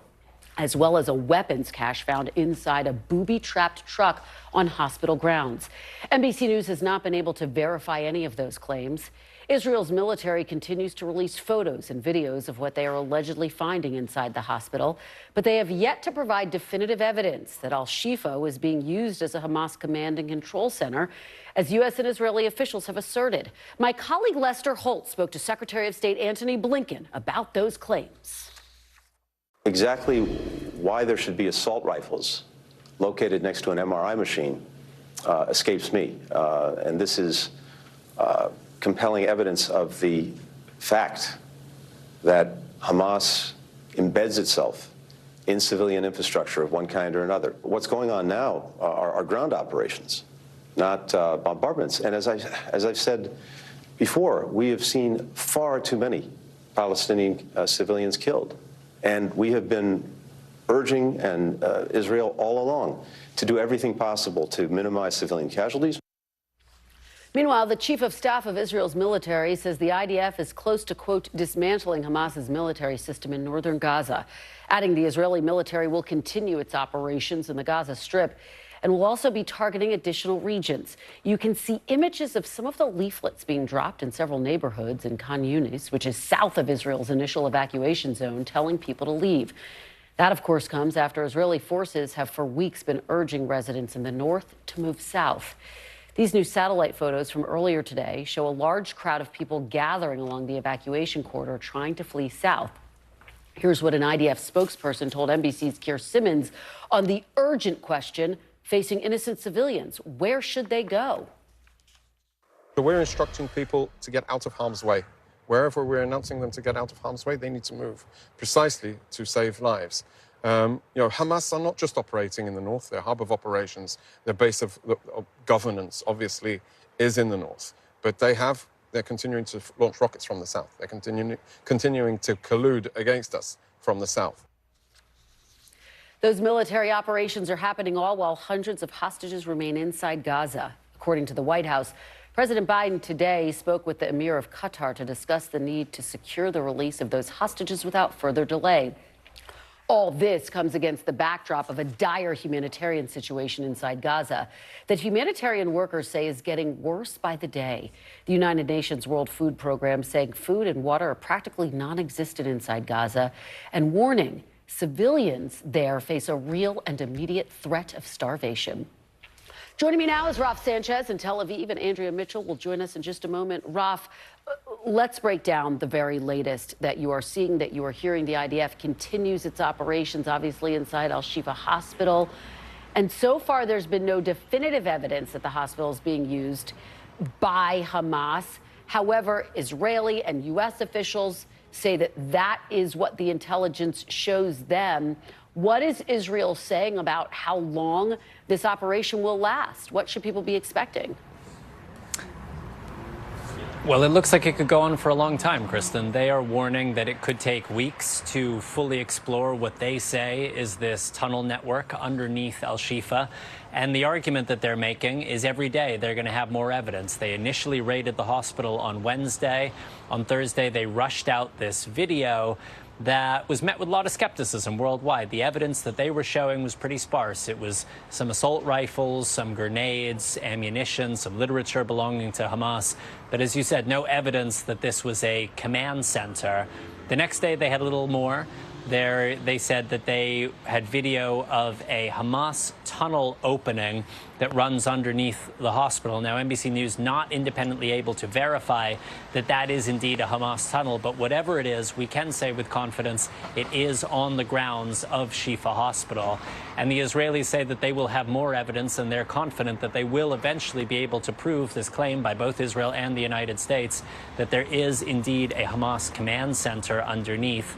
The argument from humanitarian organizations is even if Hamas was using this hospital, the military advantage that Israel gains from denying Hamas's use has to be balanced out against the humanitarian suffering of those patients, first of all, inside the hospital, including dozens of prematurely born babies who are out of their incubators because there's no power now, as well as those hundreds of displaced families who were seeking shelter there.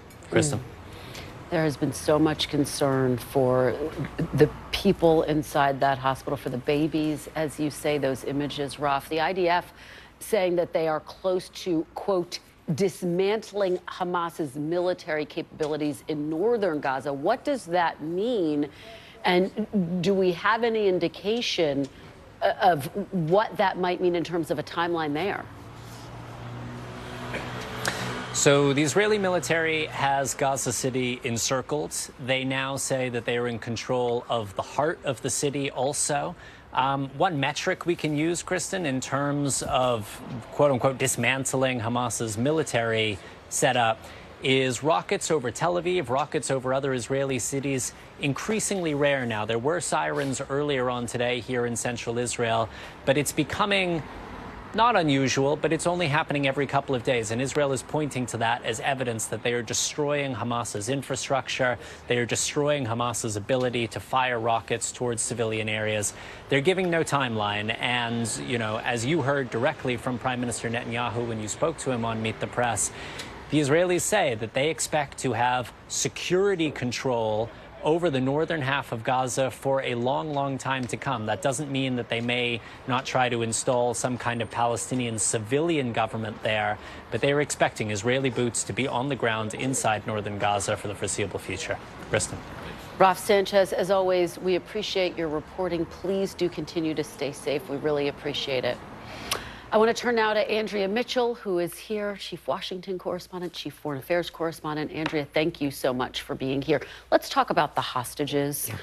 Secretary of State Antony Blinken said to Lester Holt yesterday, the less said, the better on the hostages. We also heard President Biden expressed measured optimism at the APEC summit that there could potentially be some type of a deal coming to fruition. What are you hearing? What are your sources telling you? There has been some hope all week. First, Keir Simmons, our colleague, reported that there was a discussion by all sides, especially through Qatar, for 10 to 20 hostages to be released, Kristen. And then there's been reporting in the Washington Post, the New York Times, and other agencies, and I've confirmed the accuracy of this, that there are discussions, but it is very fluid.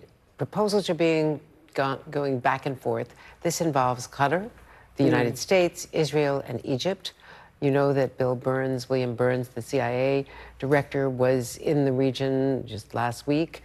Other officials have been there on hand, U.S. officials from the White House and elsewhere. So they are very deeply involved. And it would be 50 hostages released in return for 50 Palestinian, would be women and children hostages.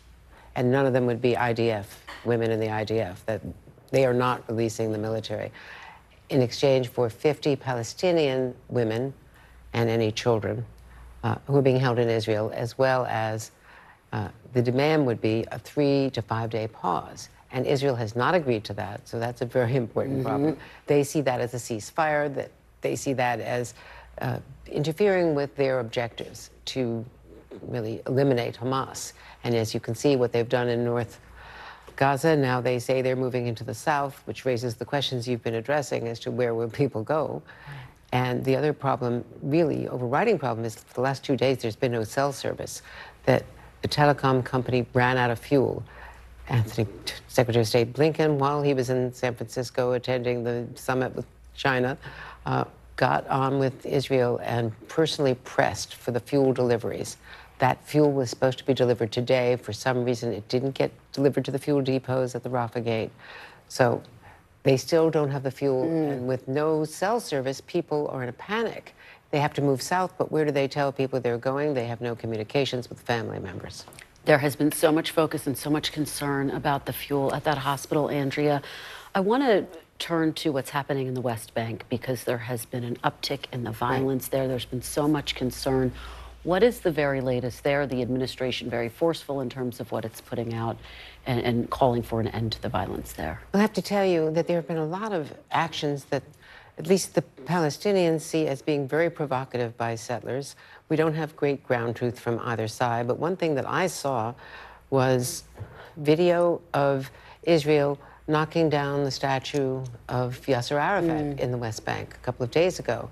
And there's been so much focus on Gaza that when I talked to someone at the State Department, they didn't even know that it had happened. And it was very dramatic, and it's very much, it's incendiary to the people, to the Palestinians. This is, someone who began as a terrorist with the PLO, but became an interlocutor with the U.S. and Israel and got the Nobel Peace Prize with Yitzhak Rabin and was at the White House for the famous handshake. So, we covered his funeral live in November of 2004. I was there. So, he is revered by many Palestinians as their last strong leader involved in peace negotiations for a two-state solution. Well, and there must be concern that that action alone will only add to the tensions in the West Bank. Exactly. Andrea, thank you so much for being here. One quick update. Please. As of tonight, 750 Americans have gotten out through Rafah. There were approximately 900 still waiting, who were originally waiting. So that tells you that there's been some progress on that. And today, the State Department and Treasury both sanctioned more Iranian proxy groups in Iraq and Iran. That's a hugely important update and a hugely important part of the story. Andrea, thank you for all of your reporting. Really appreciate it. Good to see you. I now want to bring in retired four-star General Joseph Votel. He was the former commander of U.S. Special Operations Command and Central Command and is now a distinguished senior fellow on national security at the Middle East Institute. Thank you so much for joining us. We really appreciate it. Let's dive right into this because based on some of the video that the IDF is putting out, does it appear to you as though Al-Shifa is a Hamas command and control center? And what are your key takeaways from what we're seeing right now unfold at Al-Shifa Hospital? It's great to be with you. So, I think this is kind of what I would expect to see. Some military material that comes out of this. But the benefit that Hamas derives by using tunnels, using infrastructure underneath Al-Shifa Hospital is that they use the cover of this hospital to conduct their military operations. That's the real value. I know we're looking at a picture here of an apparent tunnel entrance. That's the value to them.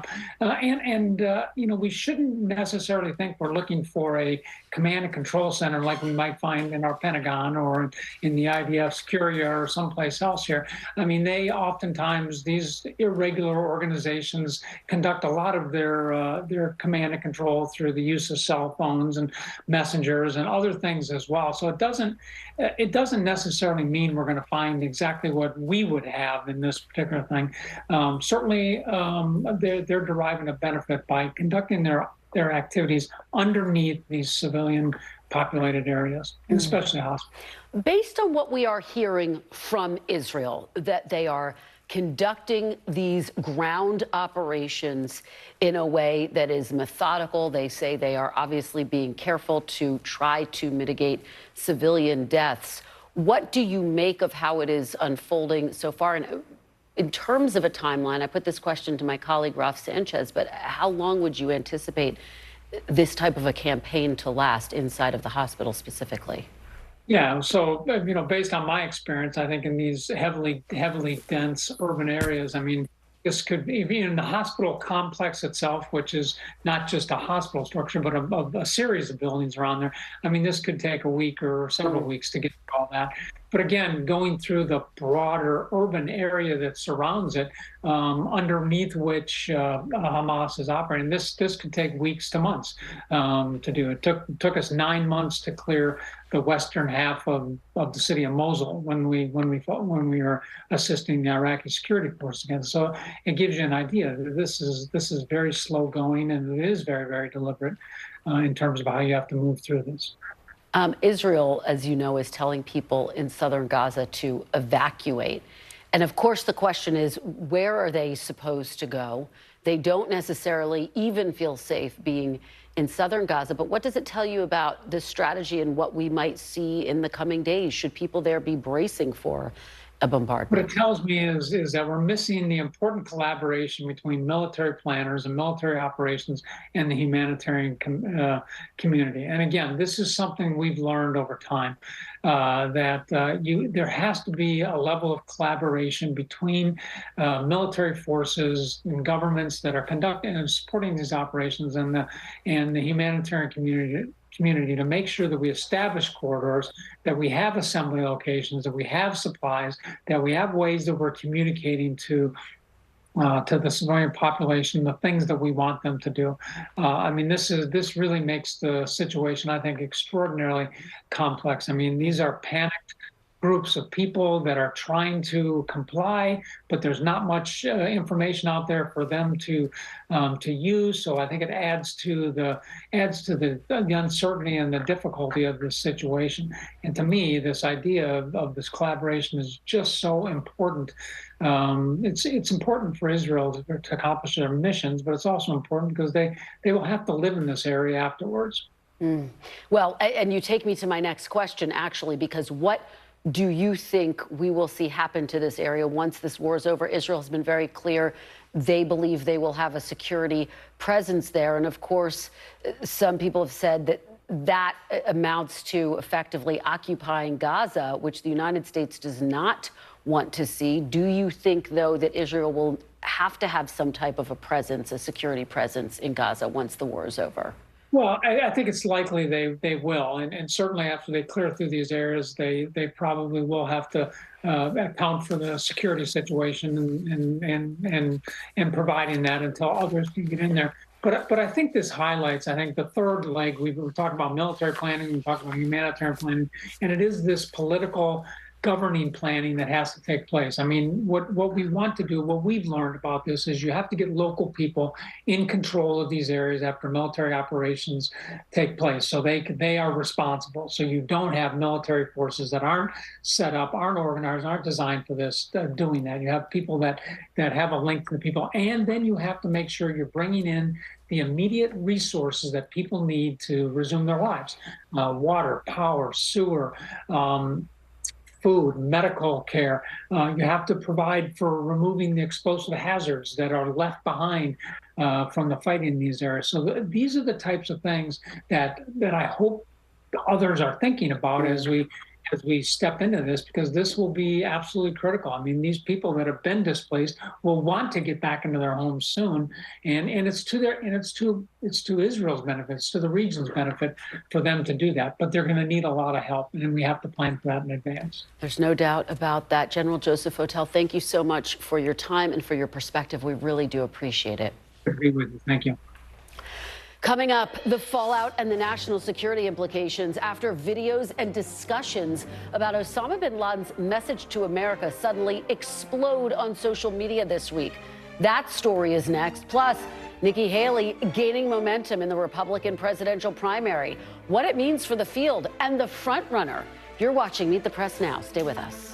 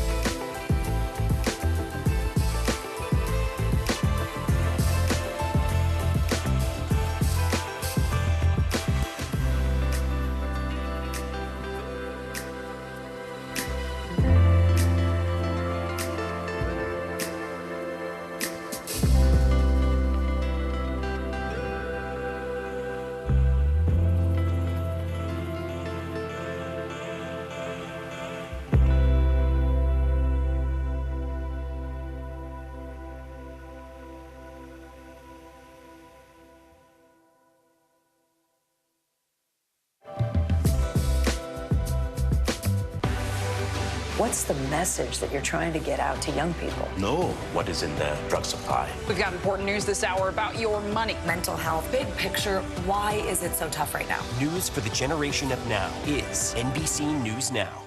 Morning, Al. I think when you open your eyes, you get to decide, how's my day going to be? We want to be a way to start your day, lighten your load, every single morning.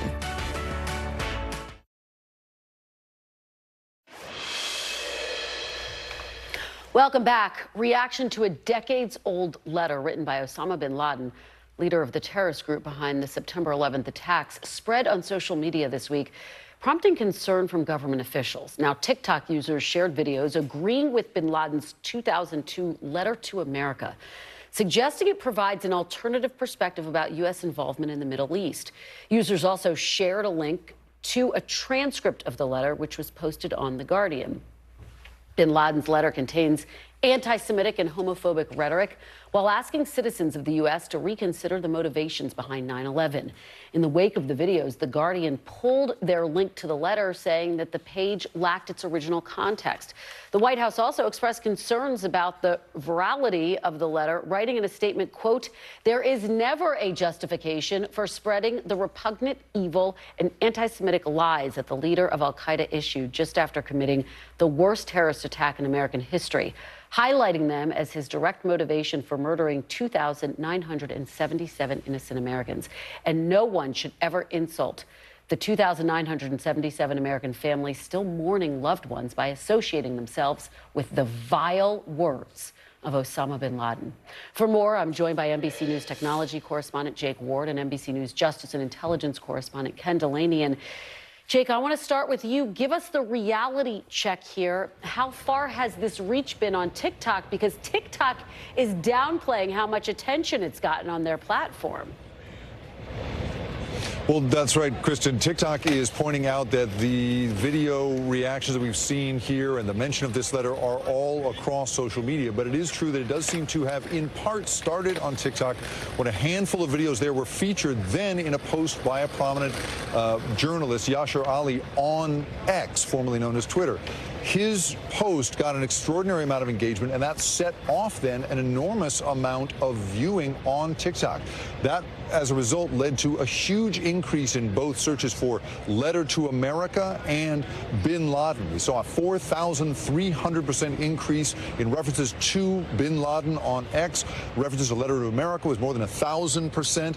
And that same trend followed across other social media platforms. YouTube alone saw an increase of more than 400% in searches for bin Laden. And so we have just seen it take off in this moment when young people are trying to come to grips with what is happening in the Middle East and searching for the best possible way to achieve the most attention they can on a platform like TikTok. This thing just has taken on a life of its own, Kristen. So, Jake, how are social media companies responding to this, and has it gone outside of TikTok? Well, once upon a time, right, you would have had the major social media companies hewing to their original founding principles, these sort of libertarian ideas that we live in this open marketplace of ideas and the best ideas will always rise to the top. We don't live in that world anymore. It has become clear that that is not how to run a railroad. And so all of the major platforms have very firm policies about not putting content up that in any way supports or glorifies terrorism. This falls squarely in the center of that. And so it is in contravention of both TikTok's policies, Instagram's policies, YouTube's policies, and that's why all of them are taking action to try to take this down. TikTok at this hour says it is pulling down the hashtag letter to America. But here's the problem. Once that conversation starts going, even people who are trying to criticize people who originally posted their positive characterizations of bin Laden's letter, they in a way are keeping the conversation going. So at this point, they just don't seem to be able to slow it down. Wow. All right, Jake Ward, you always help us understand these moments and these phenomenon online better. Really appreciate your reporting. Ken, I want to turn to you now. Let's talk about this in the context of a national security issue. The White House has put out some very strong statements about that. How concerned is the White House about this potentially being a security threat? Kristen, it's not just the White House. Anybody you talk to who worked or works in the national security community, who was involved in the 20-year struggle to defeat al-Qaeda, is bewildered, sickened, and angry about this. They view it as like a failure of the American educational system. A friend of mine, former CIA officer Mark Polymeropoulos, NBC News contributor, sort of captured that on Twitter. He said, look, al-Qaeda are hardened terrorists who would relish killing every one of these dopey TikTok generation idiots who think Osama bin Laden is now Che Guevara. And the White House, you read their statement, they said that this is a horrific thing to be parroting Osama bin Laden. And they added that, you know, particularly at a time of rising anti-Semitic violence around the world, with the war going on in the Middle East, it's really alarming. And even though it started with a handful of TikTok accounts, as you just described with Jake, it blew up. And part of the irony here is it blew up because people were trying to highlight how outrageous it was, particularly Yasser Ali. That's where I first saw it, in his tweet. But that resulted in it getting many, many more views than it ordinarily would have, which is one of the dilemmas of the social media age. Well, yeah, it sure is. And speaking about this dilemma, what are the conversations going on about potentially trying to crack down on TikTok and these other social media sites where this letter is appearing?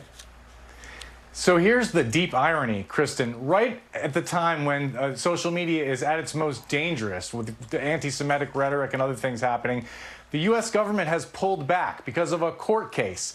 They're being sued, and a judge in Louisiana ruled that the FBI and other parts of the government had violated the First Amendment by going to the platforms and urging them to take down certain material. Now, the Supreme Court has taken that case, and so the order has been stayed, but the government continues to be very conservative. They're not meeting with the platforms, the FBI and other agencies, the way they used to, and flagging extremist content and flagging foreign disinformation campaigns. It's kind of the Wild West out there, and a lot of these platforms, particularly X under Elon Musk, have done away with some of their safety and security teams that used to go through and try to weed this stuff out. So it's gotten worse than ever, and it's a deep concern to people who work in the disinformation space and in the national security community, Kristen. A deep concern, understandably. All right, Ken Delanian, thank you so much for that. Really appreciate it. Coming up next, on the outs, I'll talk to a House lawmaker whose committee put together that jaw-dropping ethics report on Congressman George Santos and what comes next. You're watching Meet the Press Now.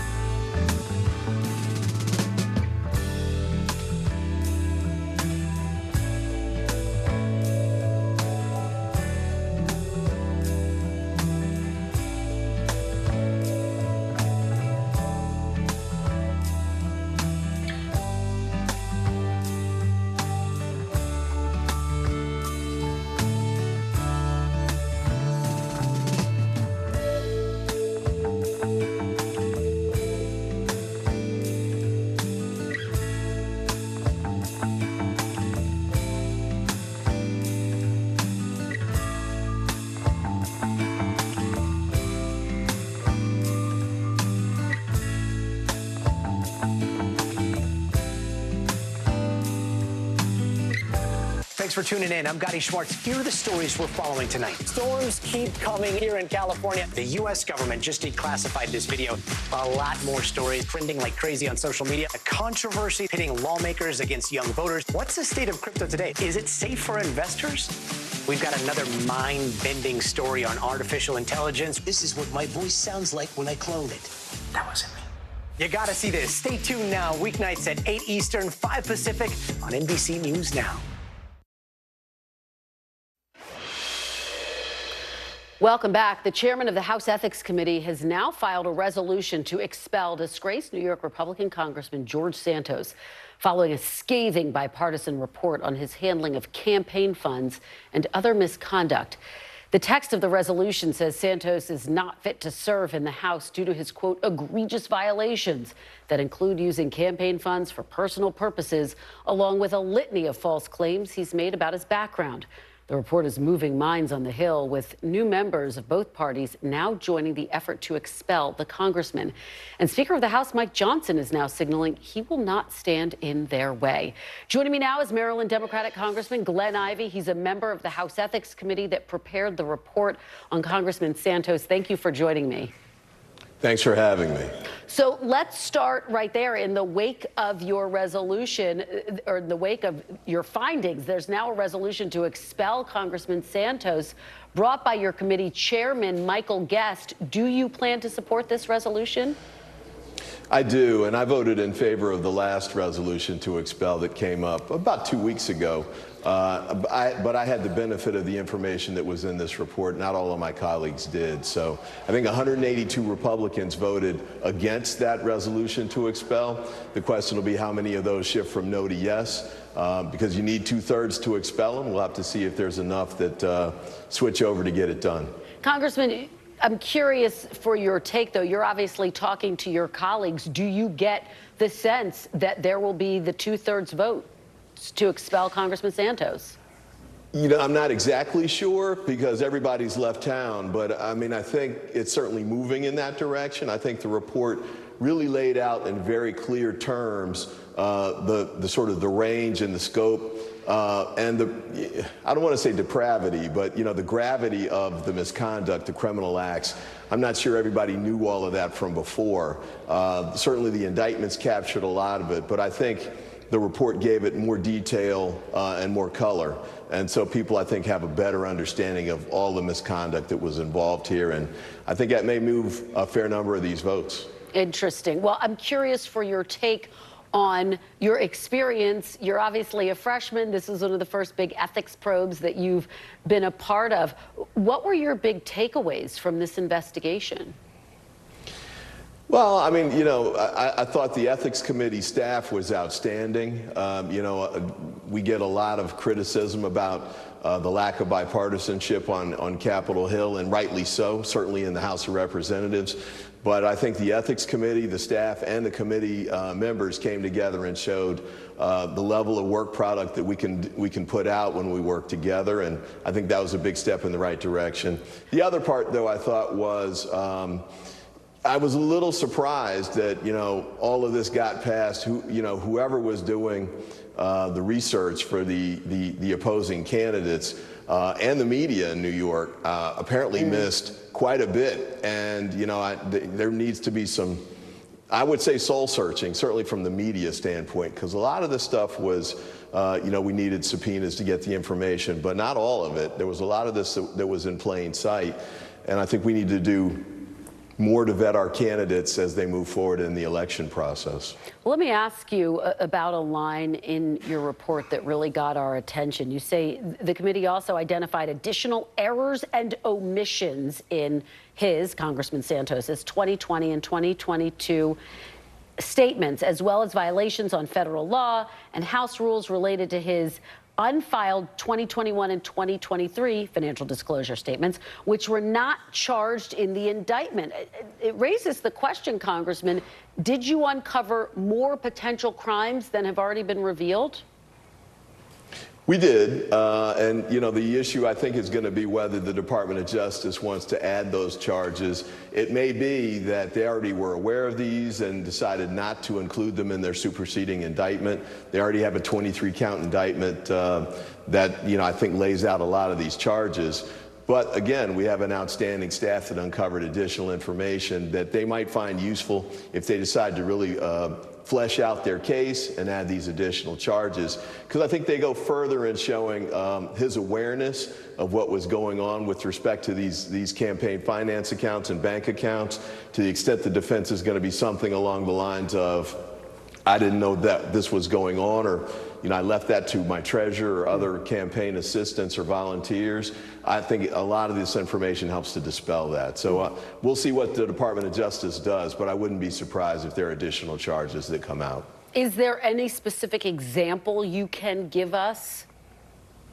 Well, there's a bunch of them. A lot of them go to the documents that were, filed. And, the campaign, the ethics committee staff approached it from the opposite angle because they started with the ethics violations and started working backwards from there. I don't know that the Department of Justice would have done that. They probably looked more at the original criminal charges. But a lot of the omissions, the falsified reports that were submitted to the FEC and the like, I think are part of that. They, lead to false statement charges potentially, but also I think show the misconduct that was involved and also his attempt to hide that. And at the same time, his awareness of what was going on with respect to him receiving the funds that were not, used for campaign finance, and also him trying to hide the fact that he was getting it in his personal accounts and using it for personal purposes only. So I think there's a range of those that we'll see what the Department of Justice does, but we've given them, I think, sufficient information for them to sift through and decide if they want to add more charges or not.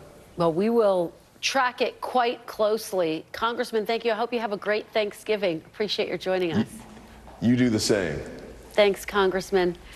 After the break, we're digging deeper into the state of President Biden's political health as the administration faces a deepening Democratic divide over the handling of the Israel-Hamas war and persistent concerns over the president's re-election hopes. The panel's next. You're watching Meet the Press Now.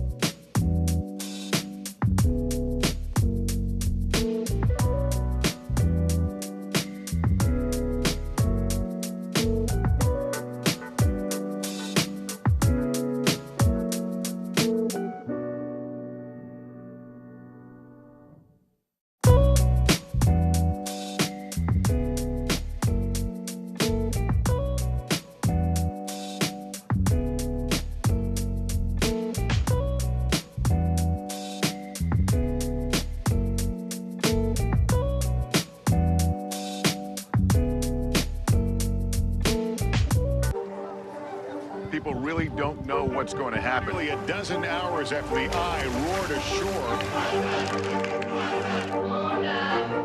More good people than bad people, you know, right? There is some late-breaking news 4 hours into the Iowa caucuses by the handlers with everything. All right, it just fit too.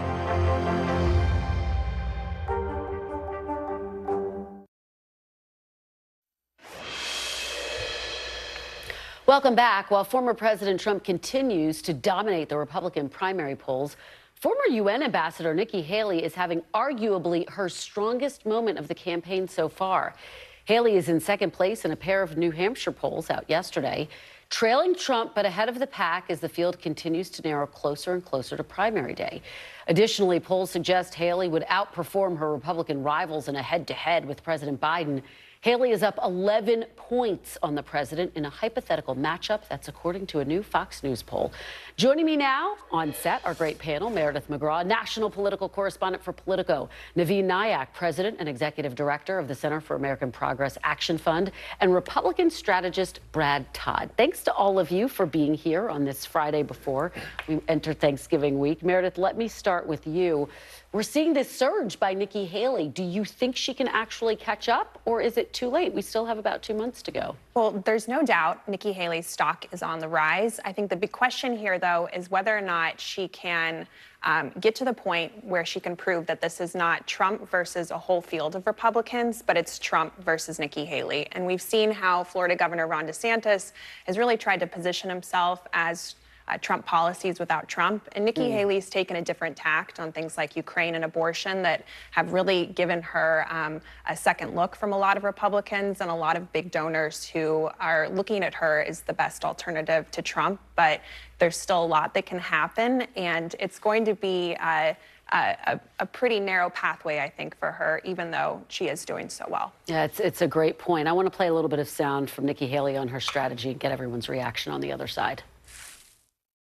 So going into Iowa, we're going to see 3 to 4 people fight for Iowa. A couple people are going to drop, and then we're going to go into New Hampshire. And then we're going to fight for Granite Staters. Then more people are going to drop, and then I go head-to-head with Trump in my home state of South Carolina, and we take it. Well, Brad, what do you think? She laid out her strategy. We take it, she says, in South Carolina. Well, I think she's done well in this campaign because she's a good campaigner. And you can look back to the first years of the Trump administration. She was the most popular Republican in America among Republicans. And so you've seen that skill come back to the fore here. The debates that everybody said would be unwatched and didn't matter, well, they turned out they did matter because she did very well in them, and she's been rewarded by Republican primary voters.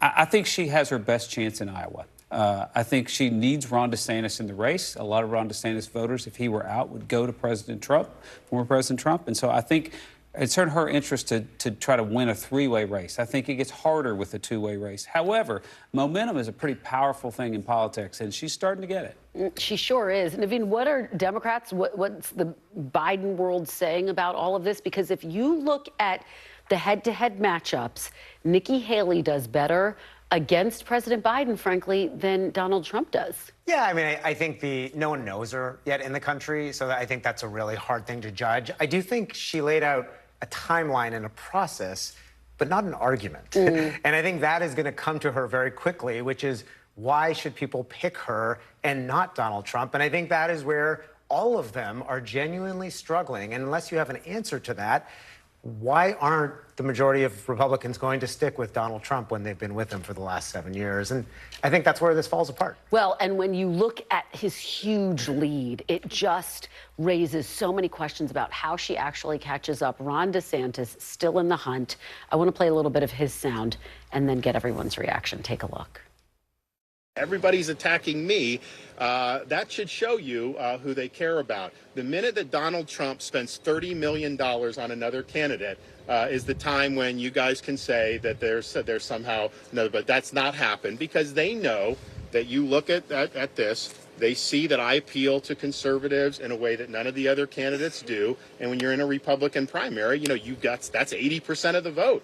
And so you've got to be able to go win those types of voters. I've proven an ability to do that, obviously, in Florida, but I have the record to show. He's basically was asked about, is there a 3-way race in Iowa? And that was his response, saying, look, I'm getting attacked all of the time. So really, this is a 2-way race between me and Trump. What do you make of that?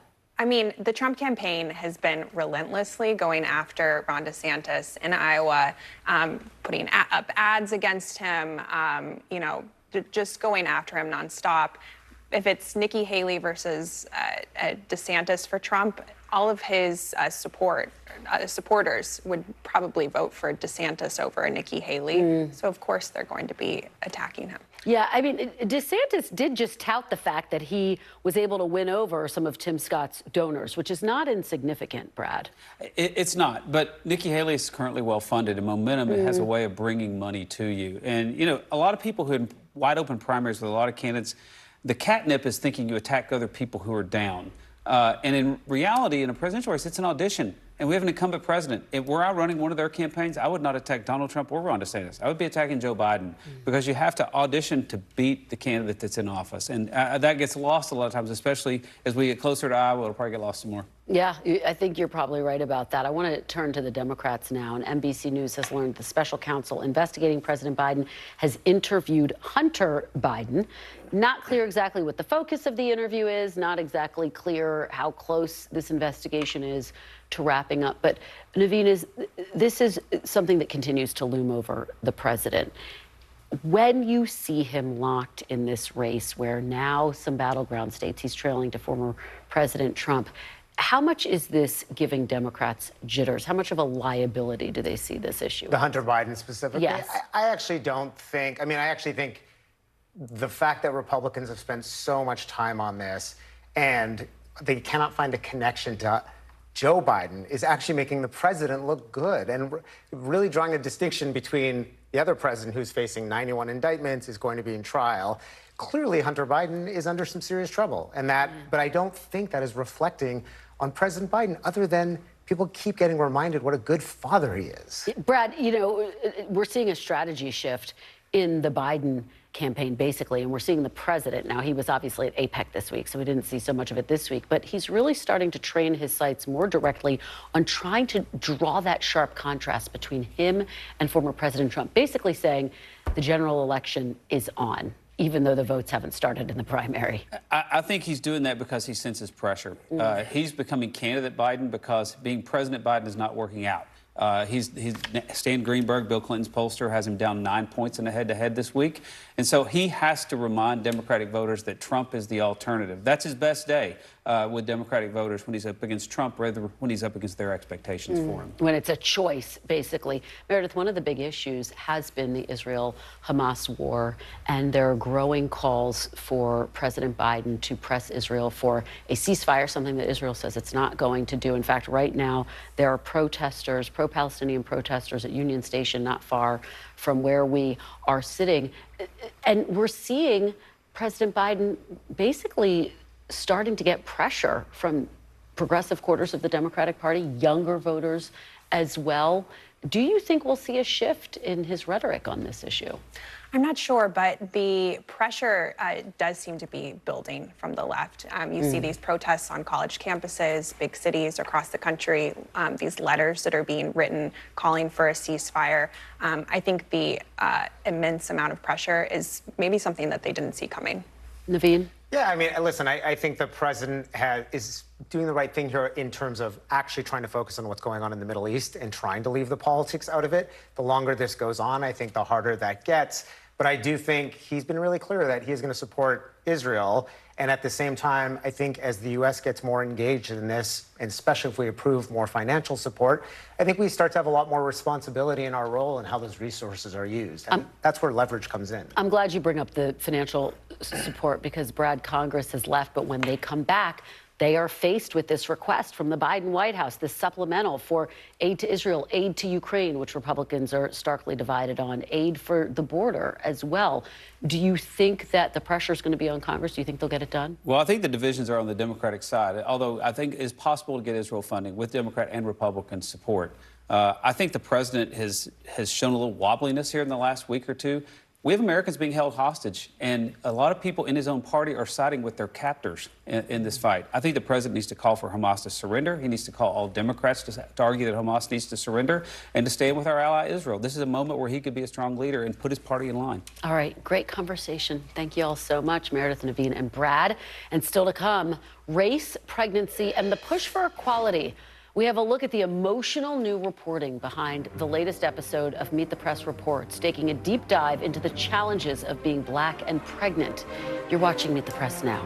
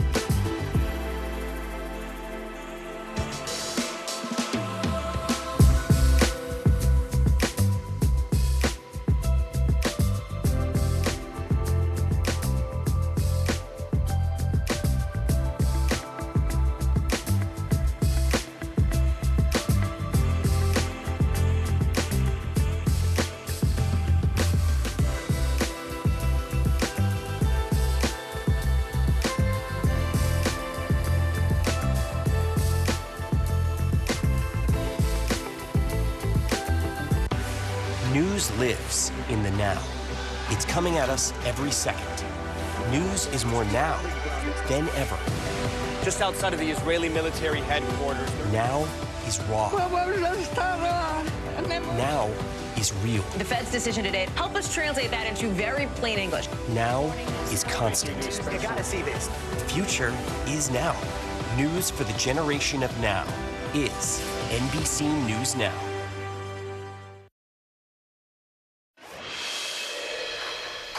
Welcome back. This week, Meet the Press Reports is taking a look at the crisis of Black maternal health in America and the real-life stories behind some frightening statistics. Black women die of pregnancy-related complications nearly 3 times as often as white women. And in study after study, it's clear that it's happening regardless of socioeconomic status or education. So why is this happening? Well, the CDC points to inequities in healthcare coverage and chronic conditions, as well as implicit racial bias in medical care in the U.S. NBC News correspondent Zinkley Esimwa talked to Black women about these disparities and how the increasing use of doulas can bring critical support and patient advocacy, especially when pregnancy complications arise. Here's one mother's story of the moment she found out that birthing complications were leading to an induction and how her doula helped guide her through it. And she blatantly asked me, she was like, "Do you want your baby?" I said, "Yeah." And she's like, "Okay, we're gonna have a baby." What are you feeling? Yeah. What are you feeling? I'm very grateful for her. Because if she wasn't there, I don't know what would have happened with me or Elia. And do you think you would be here and your kids would be here if you hadn't had a doula? Not at all, no. Not at all.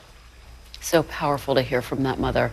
I sat down with Zinkley to talk more about what she learned in her reporting. Joining me now is NBC News correspondent Zinkley Esimwa. Zinkley, thank you for joining me. And this is such an important topic. I'm so glad that you are covering it. So take us through your reporting and the women with whom you spoke and who you interviewed.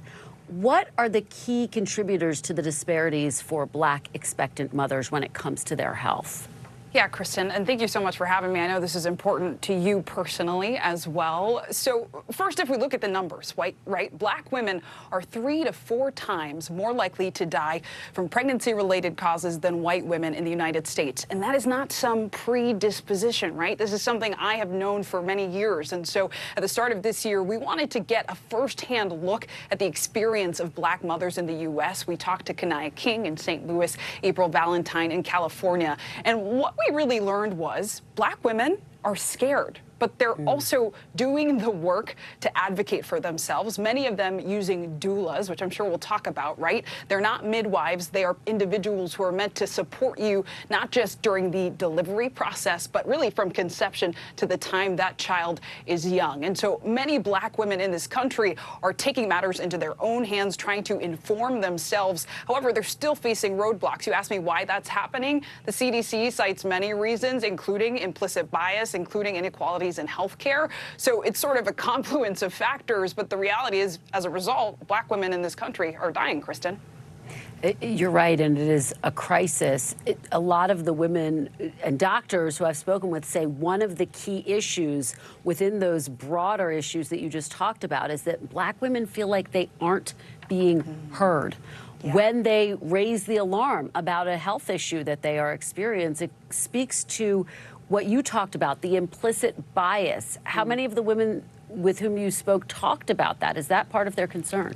Yeah, absolutely, Kristen. All of them did. And I think what was most striking is, for this special report, we chronicled 2 women with very different endings, but both of them, and I'll say it's not a spoiler, one of them does not survive, but both of them, even the one who did survive, says, I wasn't sure I was going to make it because doctors were not listening to me. And it seems like a uniquely American problem because when we look at other industrialized countries, the CDC found just in 2021 that the U.S.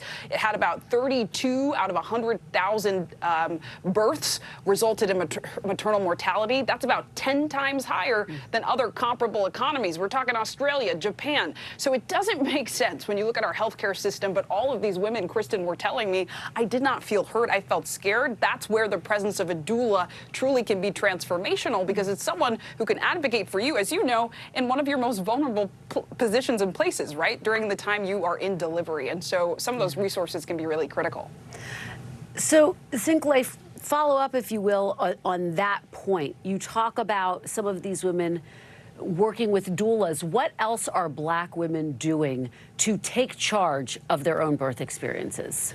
Yeah, so doulas are definitely prevalent increasingly. Of course, there are national conversations happening around whether or not they're covered by health care. As we know, insurance can be very expensive, right? Getting that health care support can be very expensive. There are a lot of nonprofits now that are providing doulas free of charge. There are also midwives who tend to be more medically trained, so they might be able to aid in a home birth. But really, so much of this is reflective not just of the health of the woman while she's pregnant, but throughout her life. And so I think part of what women are also trying to do is say, am I being supported from the time, right, I hit puberty and I have my first experience with menstruation, to say that on air, because we don't talk about that a lot, right, to the time of menopause. All of that matters. And so really, I think what it is women are bringing supports into the room with them to say, hey, I have a feeling I might not get listened to, and this is a person who will help make sure that happens. Kristen. Well, Zinkley, this is an issue that does not get enough attention. Thank you for shining a light on it. Thank you for your great reporting, Zinkley Asamoah. We really appreciate it. You can catch more of Zinkley's reporting on the latest episode of Meet the Press Reports. Pregnant and Black is available to stream right now on Peacock and YouTube. We're back Monday with more Meet the Press Now. And if it's Sunday, it's Meet the Press. I'll have exclusive interviews with Senator Richard Blumenthal and 2024 presidential candidate Chris Christie, plus a brand new NBC News national poll with Steve Kornacki. The news continues with Hallie Jackson right now.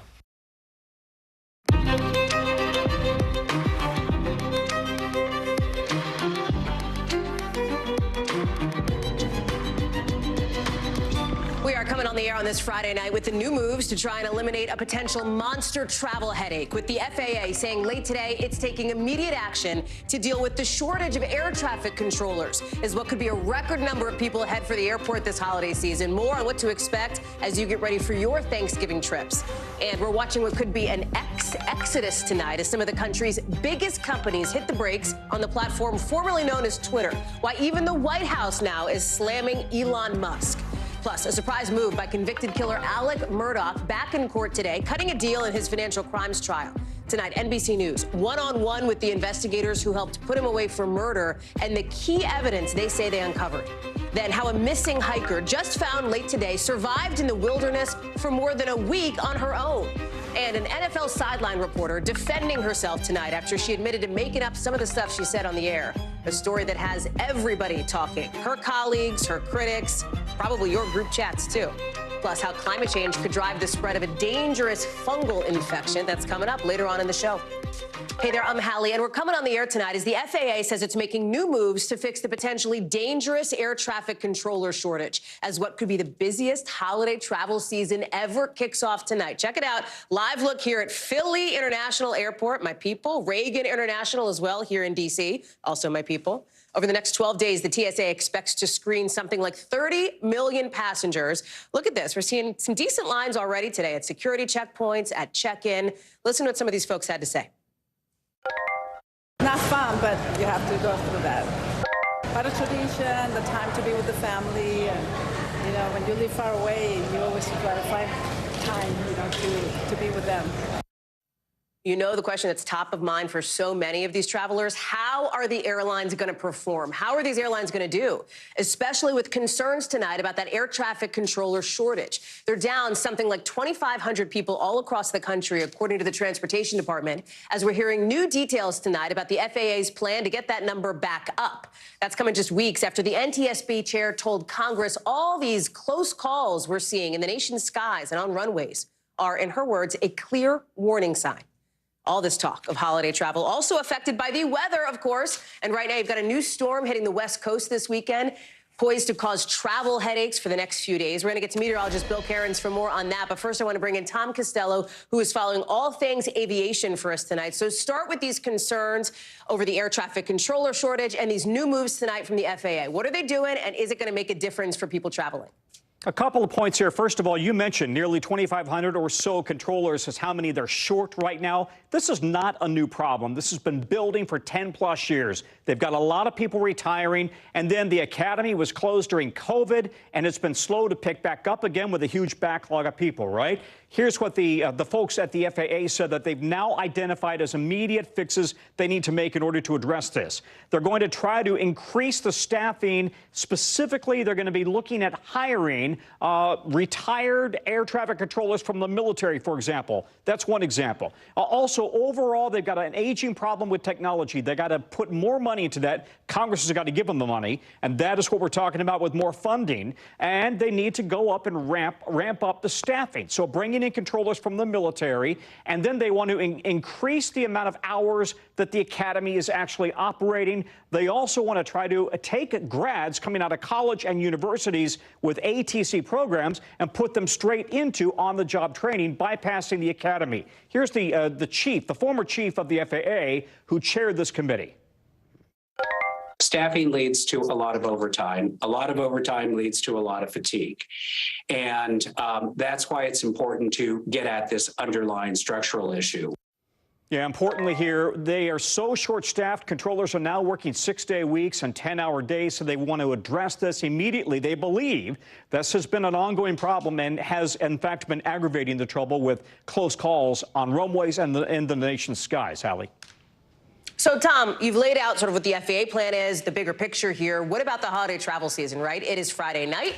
Some people are getting an early start on these travel plans. We know next week is going to be big. Talk us through the expectations here and what we think we're going to see. I think people are still, there's some folks who are probably still a little, wary after some airline meltdowns over the last year or so. So here's what's changed. This Thanksgiving season is starting early, right? We've started talking about it today on Friday before. Why? So many people are working remotely. They're leaving early and working remotely on the front end of Thanksgiving and then staying later and working remotely on the back end. So as a result, we spread the entire Thanksgiving travel rush over a longer period, and more people are now taking advantage of that. Busiest day is right there. Tuesday, Wednesday, and Sunday, if you're flying. Tuesday, Wednesday, and Sunday. By the way, TSA PreCheck, they've now got 17 million people signed up for PreCheck. That's up 4 million from a year ago or so, and that really helps with moving you through the system faster. 10-minute wait on average for PreCheck, 30, 45 minutes if you're in a regular line. So 30 million total passengers between now and November 28th, and the big bad day is going to be that Sunday after Thanksgiving, 2.9 million travelers. We talked to one traveler about what she is expecting.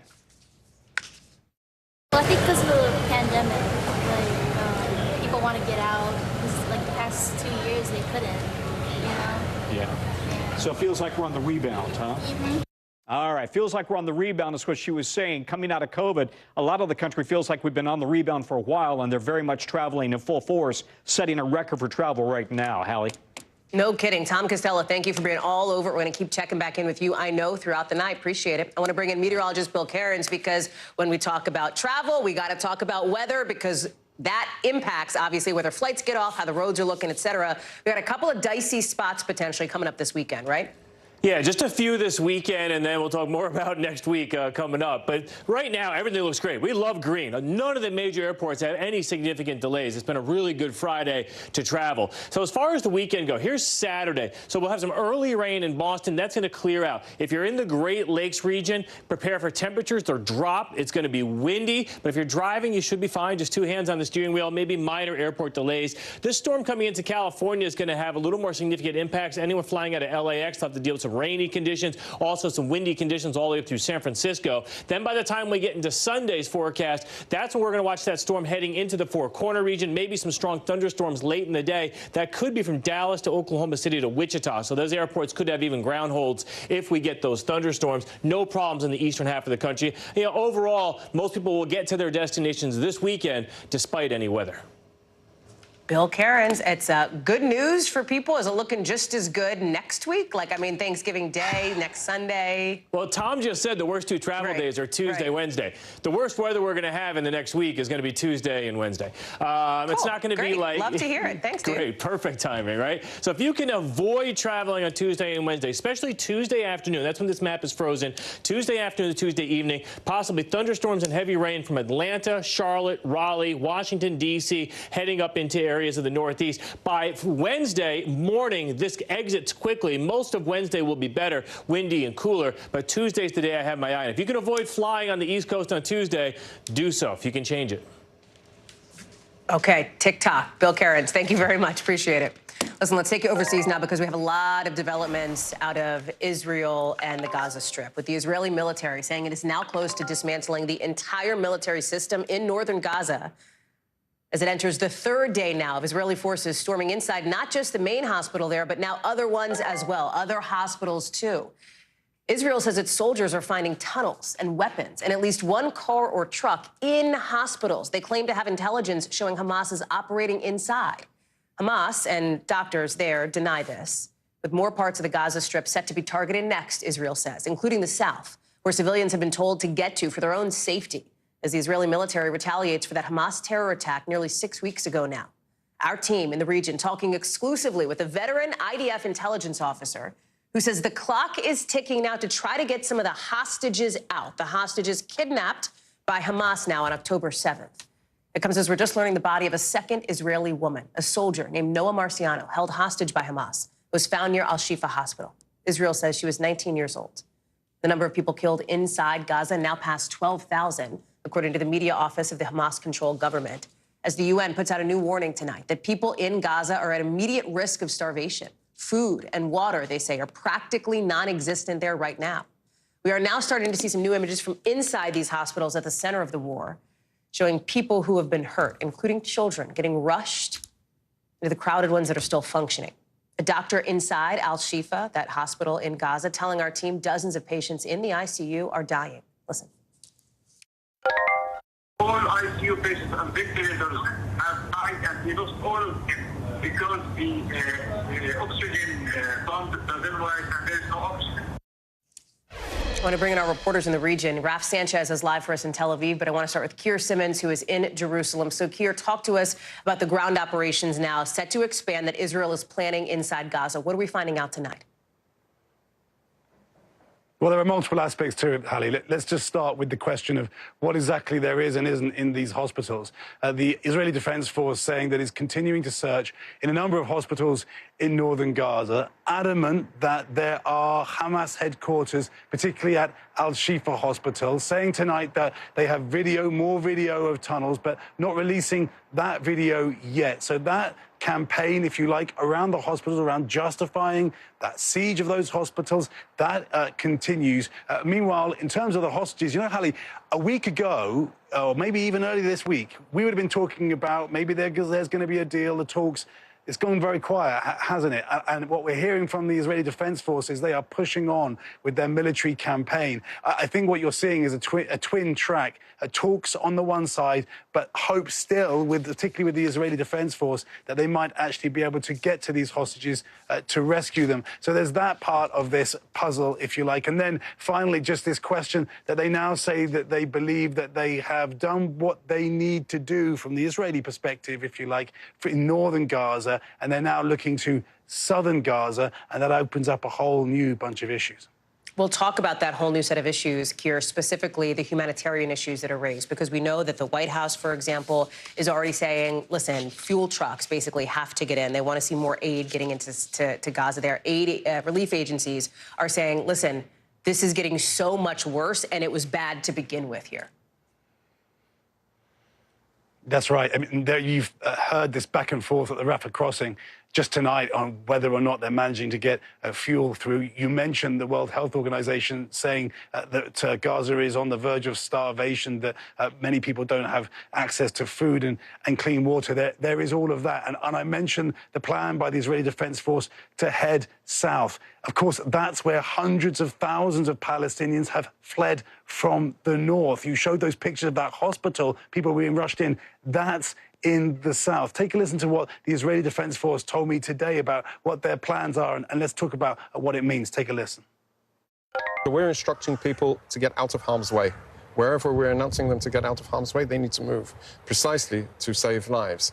Hamas are not just operating in the north. Their hub of operations, their base of governance, obviously, is in the north. But they're continuing to launch rockets from the south. They're continuing to collude against us from the south. Hallie, the Israeli Defense Force and the Israelis have been clear that they plan to try to dismantle the Hamas's capability throughout Gaza, and that is what they are clearly planning to do by moving to the south. But we've talked in the past about this historical precedent, these worries for the Palestinians of moving from the north. Now they're being told to move again. The question many are asking, where to? Here's the question, Keir Simmons, thank you very much. One of the things you heard Keir mention there in his reporting was this issue of these hostages. I want to go to Raf Sanchez for more on that. And Raf, you've got this exclusive reporting here in this conversation with a Shin Bet interrogator, telling you what they're learning as they're moving through Gaza, as this ground offensive continues to pick up the pace, essentially, especially as it relates to getting these hostages out. Yeah, Hallie, the Shin Bet is Israel's leading counter-terror agency. It was their job to prevent the October 7th massacre from happening. They have acknowledged they failed, but in the chaotic days after the attack, they embarked on this high-stakes interrogation program of dozens of alleged Hamas commandos who they say were the tip of the spear on October 7th. We had a fascinating conversation earlier with a Shin Bet veteran. He retired last year, but he went back into service after October 7th to take part in these interrogations. I want to show you a little bit of our conversation. What's it like to sit like this with a man who you know massacred Israeli civilians? Sometimes you feel that you want maybe to kill him with your bare hands, but you do nothing, okay? And sometimes even the opposite. You have to connect to some dots in his personality.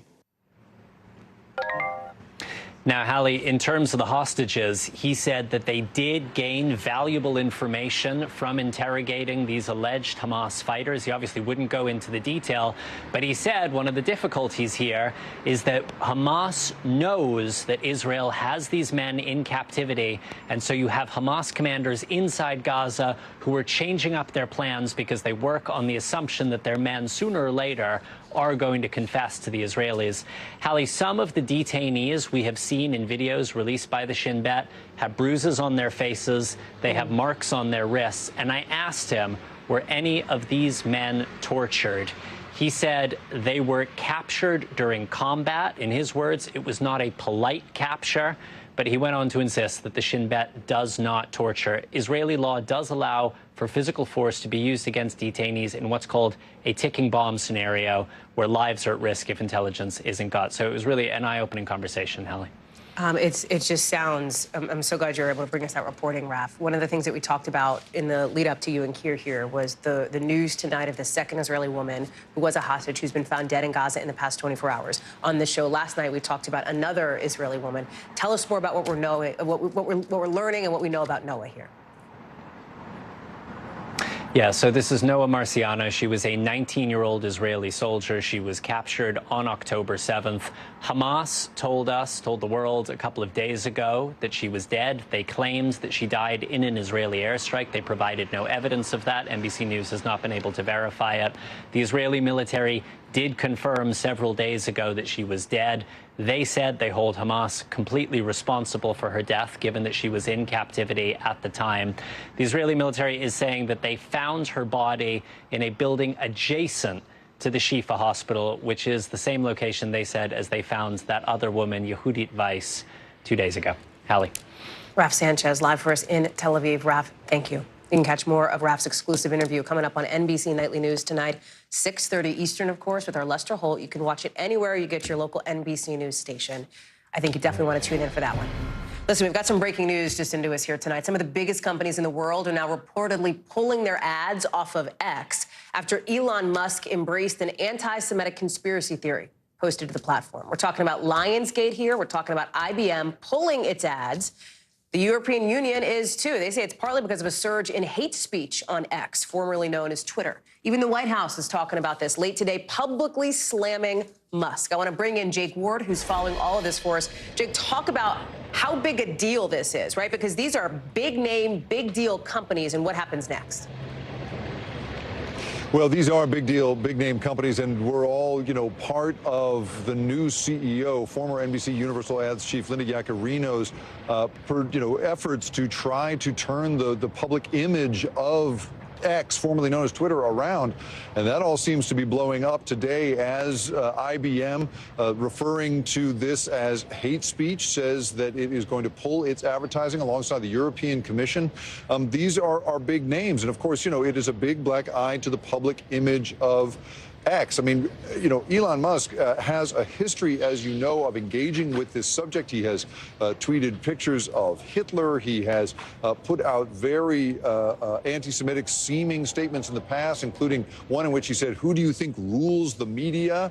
Hello," and then went on to say that he just meant people in power. But after this particular 6-word tweet in which he basically seemed to back up other anti-Semitic posts, all sorts of posts across X accounts that have been long associated with anti-Semitic remarks celebrated, saying that he is suddenly on their side with the JQ, the Jewish question, a long-time anti-Semitic code used across X and Twitter. And so it is just a real big black eye. And again, it is self-inflicted. To see that the CEO made this statement himself is what has so many people aghast here, Hallie.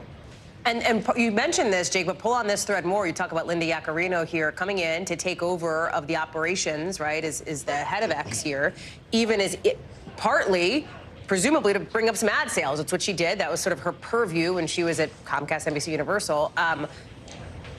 It just makes, it feels like it makes her job so much harder. Do we know anything, or do we have any reporting on her leadership tonight?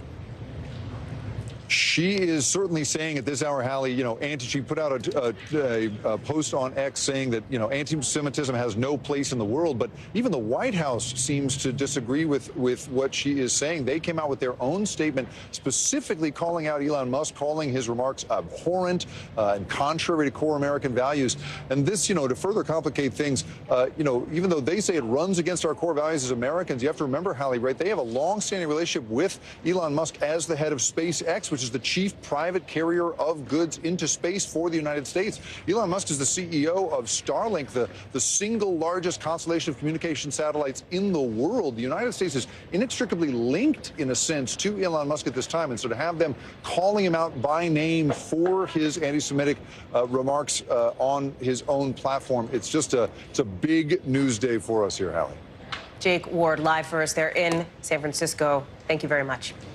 Convicted killer Alec Murdaugh today striking a plea deal just days before what could have been the start of a bombshell financial crimes trial in South Carolina. Listen to this.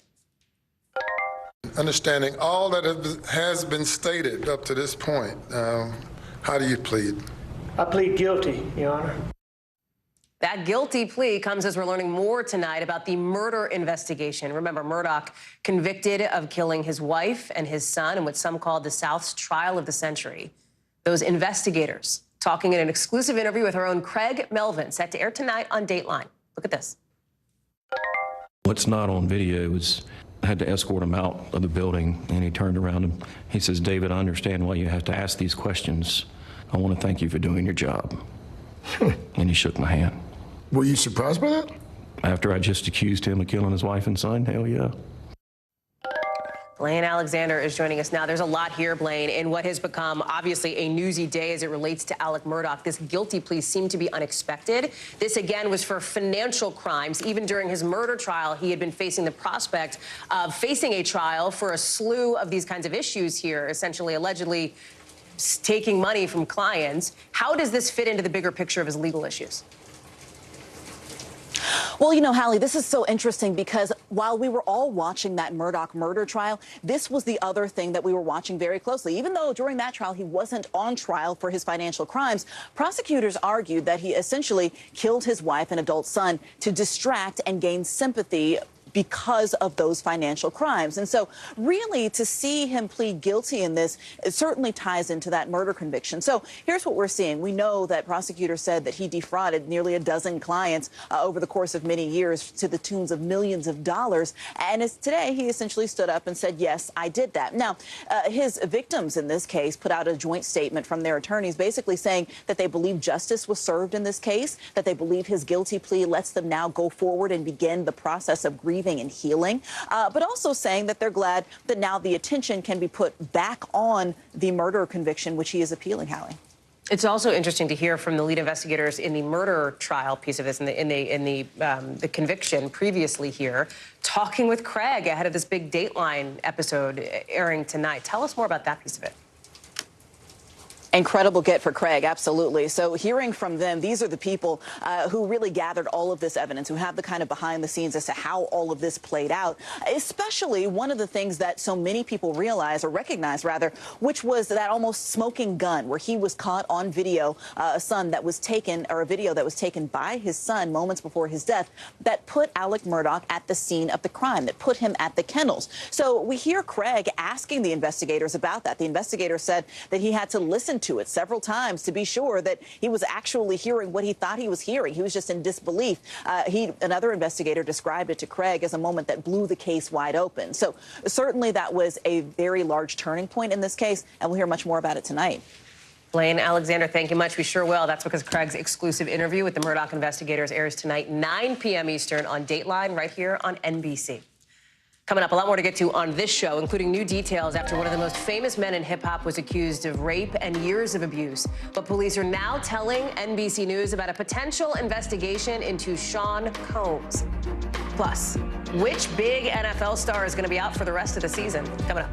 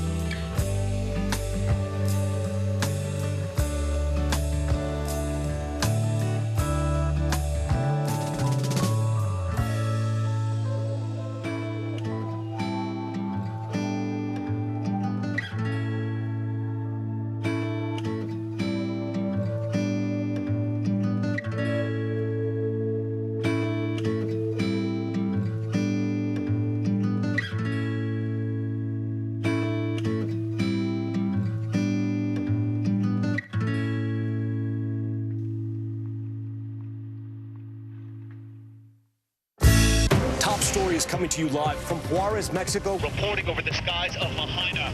Every weeknight, it's your news playlist.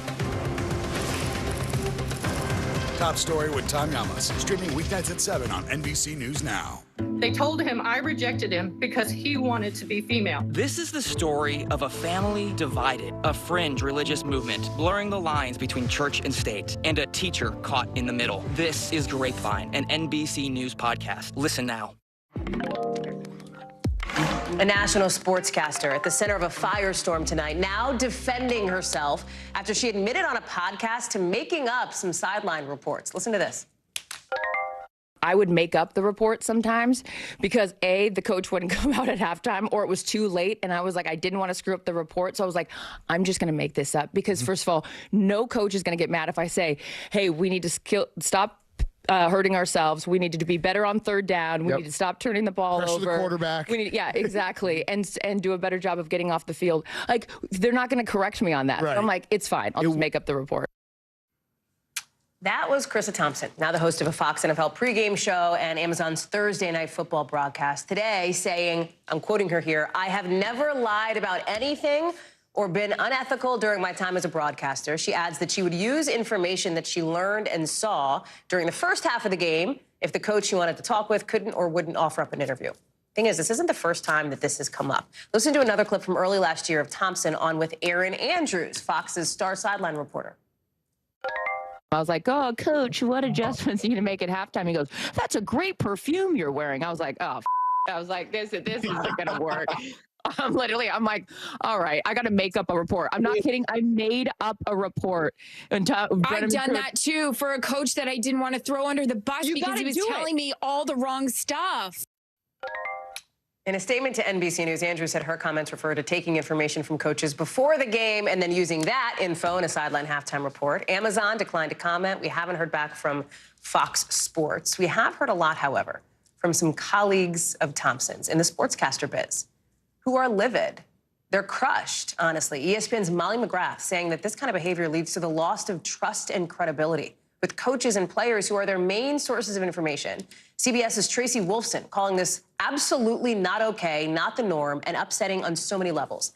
NBC's Emily Aketa is following this one for us. So it feels like some of the anger from the sports media world is on two fronts here. There's the journalistic ethics piece, and then there's this issue of sideline reporters getting taken seriously, because Thompson makes it seem like this is just the status quo, and you have all these sideline reporters, many of them women, coming out and being like, this is not normal. Yeah, absolutely, Hallie. And that has been the mission of so many people in the industry today, underscoring the fact they say that this is not normal. You talk about those layers of frustration. I think one of them really pointedly being that they feel that it's a step backward for women who have fought for so much, for so long, for space in this sports news industry. Here's more from a sideline reporter. Take a listen here. Every time I explain what I do to people, I have to give this caveat that, oh, I'm more than a normal sideline reporter, because unfortunately, the perception is what it is. It just diminishes, again, the work that women in this industry do, not only on the field, but all of the work that we're doing to convince people that we're worthy of a space in this industry. And some of the most prominent female figures in the industry really hammering and reacting to her comments, including Lisa Salters of Monday Night Football. She says, shocked, disappointed, disgusted. What we heard today called all sideline reporters into question. Former NFL Network host Lindsay Rhodes kind of posed what she should have done, saying she tells the producer he didn't stop, and they don't go to the sideline reporter for an update she doesn't have. Or she tells the audience that in her report, or she observes things herself and reports them without misleading anyone into thinking it came from someone it didn't. Now, again, Hallie, as you mentioned at the top, Thompson, as part of her apology today, says that she never falsely attributed information to a player or a coach. She's also underscoring her support and respect for sideline reporters, something some of her colleagues have expressed to me that they have felt. This is also, interestingly, putting a spotlight on Amazon, right? Because they now, as people know who watch football, they now have football on Thursday nights on Amazon Prime. This is like a big deal for the Amazon push to break into the world of live sports. And now you have this broadcaster who is, of course, critical to their coverage here, At the center of this whole controversy now, we know that Amazon hasn't said anything, but is there any sense from the folks that you're talking to in the industry about the credibility question here for the business? Yeah, the timing here is really interesting with Amazon's Thursday Night Football being so new. I think first you look at Carissa Thompson, and she's incredibly successful. She is very versatile. She's involved in entertainment news. She's got a podcast. She has an interior design business. She hosts two major national football shows, Fox and Amazon, both, again, not commenting tonight. So we'll see if there are any consequences that she has to face or that could be felt by the companies themselves. But at this point, that remains to be seen. I have seen some people encouraging others to consider more of the context and the fact that these comments were made something that she's referencing from more than 15 years ago. But it's really ruffled a lot of feathers. It's been a fiery storm and reaction in response to these comments that she's now made for a second time, Hallie. Emily Aketa, thank you very much. Let's get you over to the 5 things our team thinks you should know about tonight. Number 1, an update to a story we told you about 24 hours ago on this show. TikTok now taking away hashtag Letter to America from its search function after videos about Osama bin Laden's Letter to America written after the 9/11 attacks went viral. He wrote it back in 2002, and it has regained some prominence in the wake of the Israel-Hamas war. Number 2, the head of OpenAI, Sam Altman, is stepping down in a surprise move. Its board of directors said he wasn't consistently candid in his communications and that they no longer have confidence in his ability to lead. The chief technology officer is going to become CEO of this company that is on the forefront, of course, of AI in the world of tech. Number 3, the NYPD says there is not an active investigation into Diddy, Sean Combs. There was some talk that a case might get opened after Cassie, his longtime former girlfriend, a singer herself, accused him in a lawsuit of rape and abuse. Combs' lawyer says he denies the allegations. Number 4, we've been telling you about all these updates on applesauce pouches, certain pouches making kids sick. The FDA now says it's screening imports of cinnamon for toxic lead contamination, saying specifically that cinnamon from a manufacturer in Ecuador is likely what's behind it. The FDA says do not eat this recalled cinnamon apple puree and applesauce. Number 5, some bad news for Bengals fan and people who like TikTok edits of Joe Burrow, because he is out for the rest of the season. Apparently tore a ligament in his wrist. The Bengals head coach says he's going to need surgery, so a lot of folks who are into the Bengals hoping he makes a quick recovery. When we come back, a pretty stunning rescue in Texas. How officials say a missing hiker survived on her own for more than a week. She has just been found alive. We've got the details in a sec. Plus, a police chase in Wisconsin ending up somewhere you may not expect, a porta potty. How'd that happen?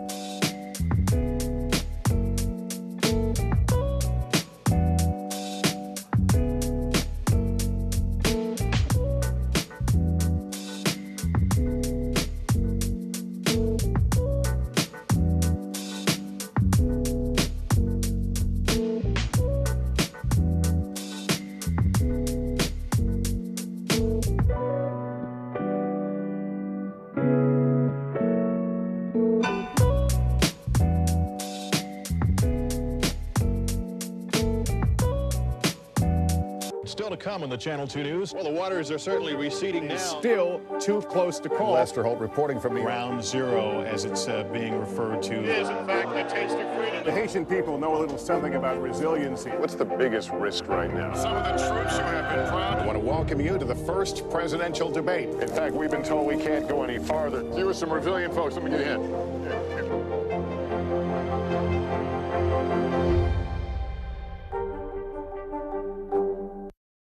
NBC News covers hundreds of stories every day, and because it can be tough to read or watch or listen to them all, our bureau teams have done it for you. This is what they tell us is going down in their regions in a segment we call The Local.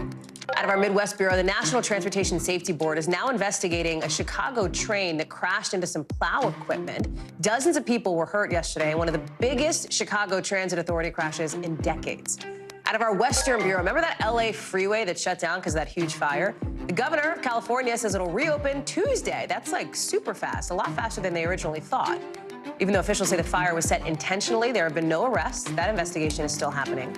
And out of our Midwest Bureau, this Wisconsin police chase ended in a porta potty. How's that for a sentence that's maybe not on your bingo card today? Some people started driving a stolen car, police say. They drove it into oncoming traffic, crashed, and then when they were running from police, one of these people hid in a porta potty on a golf course. That's how they got him out of there. Taking him and somebody else into custody. Everybody involved in the crash is expected to be okay. So listen, in just the last hour, President Biden is leaving San Francisco, hoping he's bringing some big deals back with him to Washington after meeting today with Mexico's president and, of course, earlier this week, China's president. You've got President Biden trying to carve out a path to deal with two big issues, migrants at the southern border and the deadly fentanyl crisis here at home. President Biden's been taking heat from both sides, Republicans and some Democrats who say there just hasn't been enough support federally for what's happening at the southern border. A border where migrant encounters with law enforcement went up 87% between June and September of this year, more than 250,000 in September alone.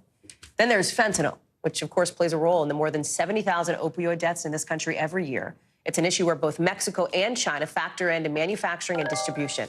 NBC's Monica Alba has been with the president this week in San Francisco. She's there in the Bay Area for us tonight. So listen, the president came to this deal on the China side on fentanyl with Xi Jinping.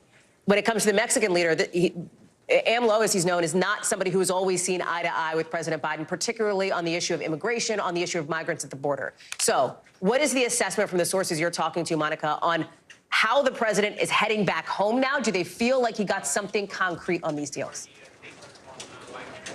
Well, Hallie, it's interesting because given the president's meeting with President Xi earlier in the week, where they did spend a lot of time on fentanyl, that was seen as some real progress, and that really dovetailed with this other commitment that the U.S. has continued to secure from Mexico because it's related to the exact same supply chain. They say those precursor chemicals in China make their way to Mexico, where then they are combined with other drugs that make their way across the U.S. southern border, smuggled through Mexican cartels. So there are really different pieces of this puzzle that where they need all of the different geopolitical players to commit in order to try to do something about stemming the flow of fentanyl into the U.S. So the president today thanked President López Obrador for his commitment to keep doing that. He said he was grateful that so far in this process, in the last couple of years, that Mexico has been already helpful in that arena and that there is more work to do. And yes, there have been plenty of tensions between these two leaders, these two countries in recent years, but you really wouldn't have known it from the meeting that we saw on display today. They were both very warm and friendly. And it's notable, Hallie, because there are big elections in Mexico next year, in the U.S., of course, as well. So it's possible that this is among the last times that President Biden and AMLO could be together in this setting. And they tried to kind of reflect that by praising each other as excellent partners in all of this. But it's not like there's something new that's coming out of this. They're both saying this is all about an ongoing dialogue with, of course, our key southern neighbor. Hallie. You talk about the key elections in both countries next year. Obviously, when it comes to the border, when it comes to fentanyl policy issues, there is also a political overlay here, Monica, particularly heading into 2024. And there's huge, huge amounts of attention on this for good reason, of course, Hallie. And it was really interesting. AMLO, in his opening comments, actually referenced building of walls, of course, alluding to former President Trump's policies when it came to migration. And he thanked President Biden for actually pursuing legal pathways into the United States. So a clear contrast there, but something that really does spotlight why that issue of border security and how President Biden is going to handle migration in the next 11 months or so is going to be a huge spotlight, one that the Mexican president congratulated him on, but that a lot of his critics have argued he hasn't handled as well as he should be. Hallie. Monica Alba, thank you very much. Safe travels back home yourself. Appreciate it. So listen, we're just learning more about the suspect arraigned in only the last hour in connection to the death of a Jewish man who died after he fell and hit his head in a clash at dueling rallies earlier this month out west. A 50-year-old man is now being charged with involuntary manslaughter and battery in connection to the death of Paul Kessler, according to the sheriff's office there. Kessler had been at a pro-Israel rally earlier this month. He got into what's being called a physical altercation with a pro-Palestinian protester. The sheriff's office says Kessler died the next day. He was 69 years old. The district attorney in that area is not saying yet if there are any additional charges related to hate crimes that could come here. We'll keep an eye on that. The Biden administration tonight investigating 7 schools over alleged violations of the Civil Rights Act over anti-Semitic or anti-Arab incidents on their campuses since the October 7th terror attacks on Israel. Noah Pransky going one-on-one with the Secretary of Education today about what he plans to do to keep campuses safe and protect free speech.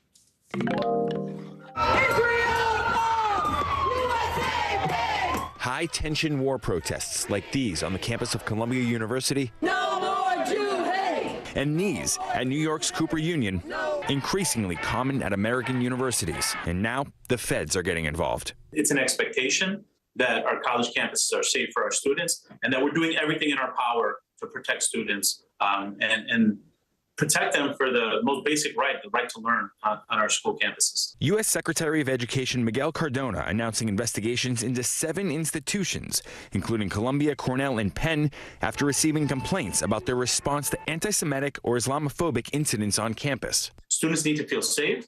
Families need to feel comfortable leaving their children on campus or in their schools, and we're not going to tolerate any form of anti-Semitism or Islamophobia on our school campuses. The investigations come just a few days after the White House called for a fight against rising anti-Semitism and Islamophobia. We must, without equivocation, denounce anti-Semitism. We must also, without equivocation, denounce Islamophobia. The main challenge for administrators, though, how to strike a balance between students' free speech and their safety. We do want free speech on campuses. We want our students to be able to express themselves. And they need to be in an environment where it's okay to disagree with someone else. It crosses the line when it becomes unsafe. Last month, Columbia's president promised to both defend the right to free speech, but that no political debate or division can justify anti-Semitism or any form of bigotry. Penn told NBC it's taking clear and comprehensive action to prevent, address, and respond to anti-Semitism, and it will vigilantly combat all forms of hate. While Cardona wouldn't speak to specifics of any individual investigation, he said the Department of Education is focused on providing administrators the tools they need to spot and stop harassment and discrimination. And he wants students to know their concerns are heard. We have a responsibility to protect you and to make sure that the learning environment gives you the opportunity to be unapologetically who you are. You should not have to hide who you are, your background, your religious belief, because of fear of being attacked or harassed. The agency pledged weekly updates on open investigations and ultimately may issue recommendations and new guidelines to the schools involved. Noah Pransky, NBC News. I want to bring in Noah, who is joining us now. So, Noah, talk to us about these schools, what they said about being investigated, responsibility and accountability here for some of these incidents. Talk us through it. So the secretary seems more concerned moving forward with compliance and keeping these campuses safe, avoiding violence, avoiding these really awful conflicts between, different groups and, of course, the hate crimes. He's focused more on giving schools guidance and what he can do to make sure that they know where the line is between free speech and, something that gets into dangerous territory. We also should note that we heard from 3 other of the universities and districts that we talked about. We got similar statements condemning hate from Wellesley College, Lafayette, and the Mays School District. So moving forward, I think a lot of schools across the country on alert, trying to strike that balance, Hallie, but it's very, very difficult with charged emotions. Noah Pransky, thank you very much for that reporting and that interview, for bringing us here for us tonight. Thanks.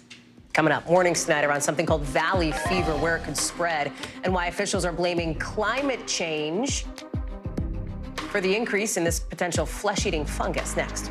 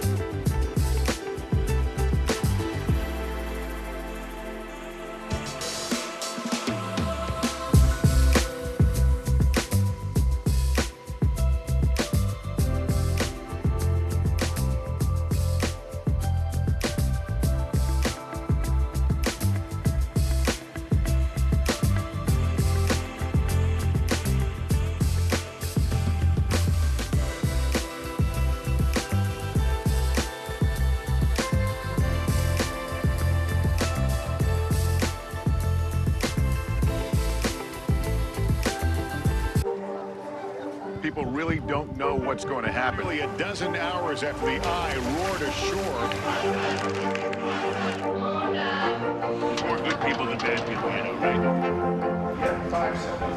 4, 3. There is some late-breaking news 4 hours into the Iowa caucuses by the Hammers with everything. All right, it just did too.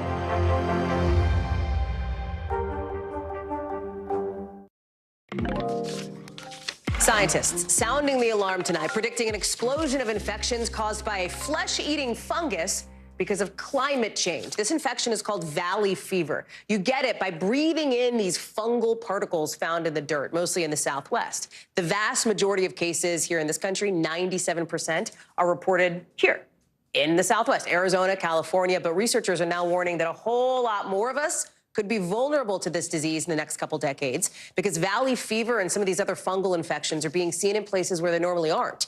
And researchers say that could be because of a hotter and drier climate. Dr. Kavita Patel is joining us now. So, number one, yikes. Number two, how serious is this? How is it treated? What's the outcome for people who get valley fever? Yeah, Hallie, it does sound like something out of science fiction, but it's something that we've known for a long time. Valley fever is caused by about 2 different species of what's called coccidiomycoses. Those are fungi, and those commonly live in the soil in warmer climates. And the way they get into humans, those spores from the fungi get released into the air, and they enter usually through the respiratory system, and they kind of breed from there. Starts in the lungs, and it looks, Hallie, just like the flu. The symptoms are incredibly common and overlap with a lot of things, nausea, vomiting, and joint pain, but it can lead to a lot more trouble if it goes untreated. Were you surprised by the climate connection here, this new reporting out from some of these experts who say, like, yeah, there is a connection as the world essentially gets warmer? No, not surprised at all. It's something that we've been talking about in medicine, honestly, for a decade, over a decade, thinking not just about the impact of what we're talking about today, valley fever, everything, Hallie, from species of animals that should not survive in certain parts of the country that are now carrying things like certain kind of poxes and viruses. So it's not just one thing that happens in climate change. It's a disruption that's incredibly global and has implications for everyone. And just because you might think, oh, if I don't live in that part of the country, it won't affect me. Not true. We can see this everywhere, including where mosquitoes are. There's a rise in mosquitoes, West Nile virus, Lyme disease, ticks, things that we have not seen, Hallie, in certain parts of the country, certain parts of the world, we are now seeing everywhere, and it's because of climate change. I'm sorry, Dr. Patel, pull more on that thread, though, the mosquitoes, the ticks, because that is something that does, I think, concern a lot of people, especially as we head into the next year. Yeah, so normally we do see mosquito or tick-borne illnesses in either certain parts of the country or during certain times of the year, usually during the summer seasons when we would tell people, go out and wear your mosquito spray, or we spray down kind of environments like still water because of the heat that can cause a rise in certain things. Like if you'll remember West Nile virus, these are common viruses that are carried by these mosquitoes and then transmitted to humans. And again, can result in deaths, but a lot of severe disease that unfortunately, Hallie, the problem is that if you're not looking for it, if you're not trained in medicine to look for these diseases, it can go undetected, because if you don't live in tick country, you might not realize, wait a minute, I should look for Lyme disease. But that's exactly what we're seeing. That's just one example of many. I could go through every kind of different fungal infection, tick-borne illness, all of these things, and we're seeing them around the world in record numbers. Dr. Kavita Patel, thank you very much for that reality check. Appreciate it. Thank you. Still to come, we are celebrating here tonight on this show because we are turning to a look back at some of the biggest moments on this show as we hit our 2-year anniversary. Next.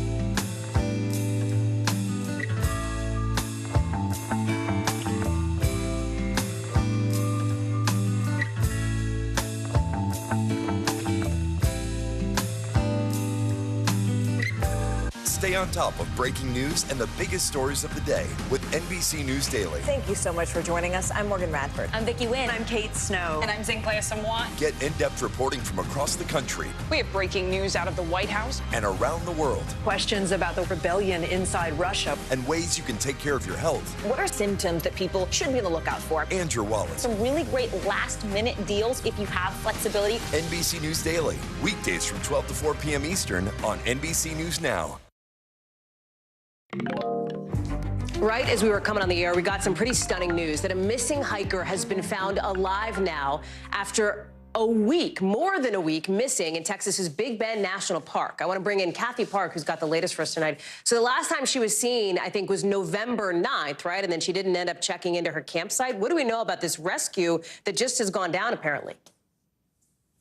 Yeah, so Hallie, happy to report that 25-year-old Christy Perry was found alive this morning around 9:30. That's when rescue crews found her alert. She was talking and pretty coherent for the most part. Actually got off the phone with the National Park Service, and we are told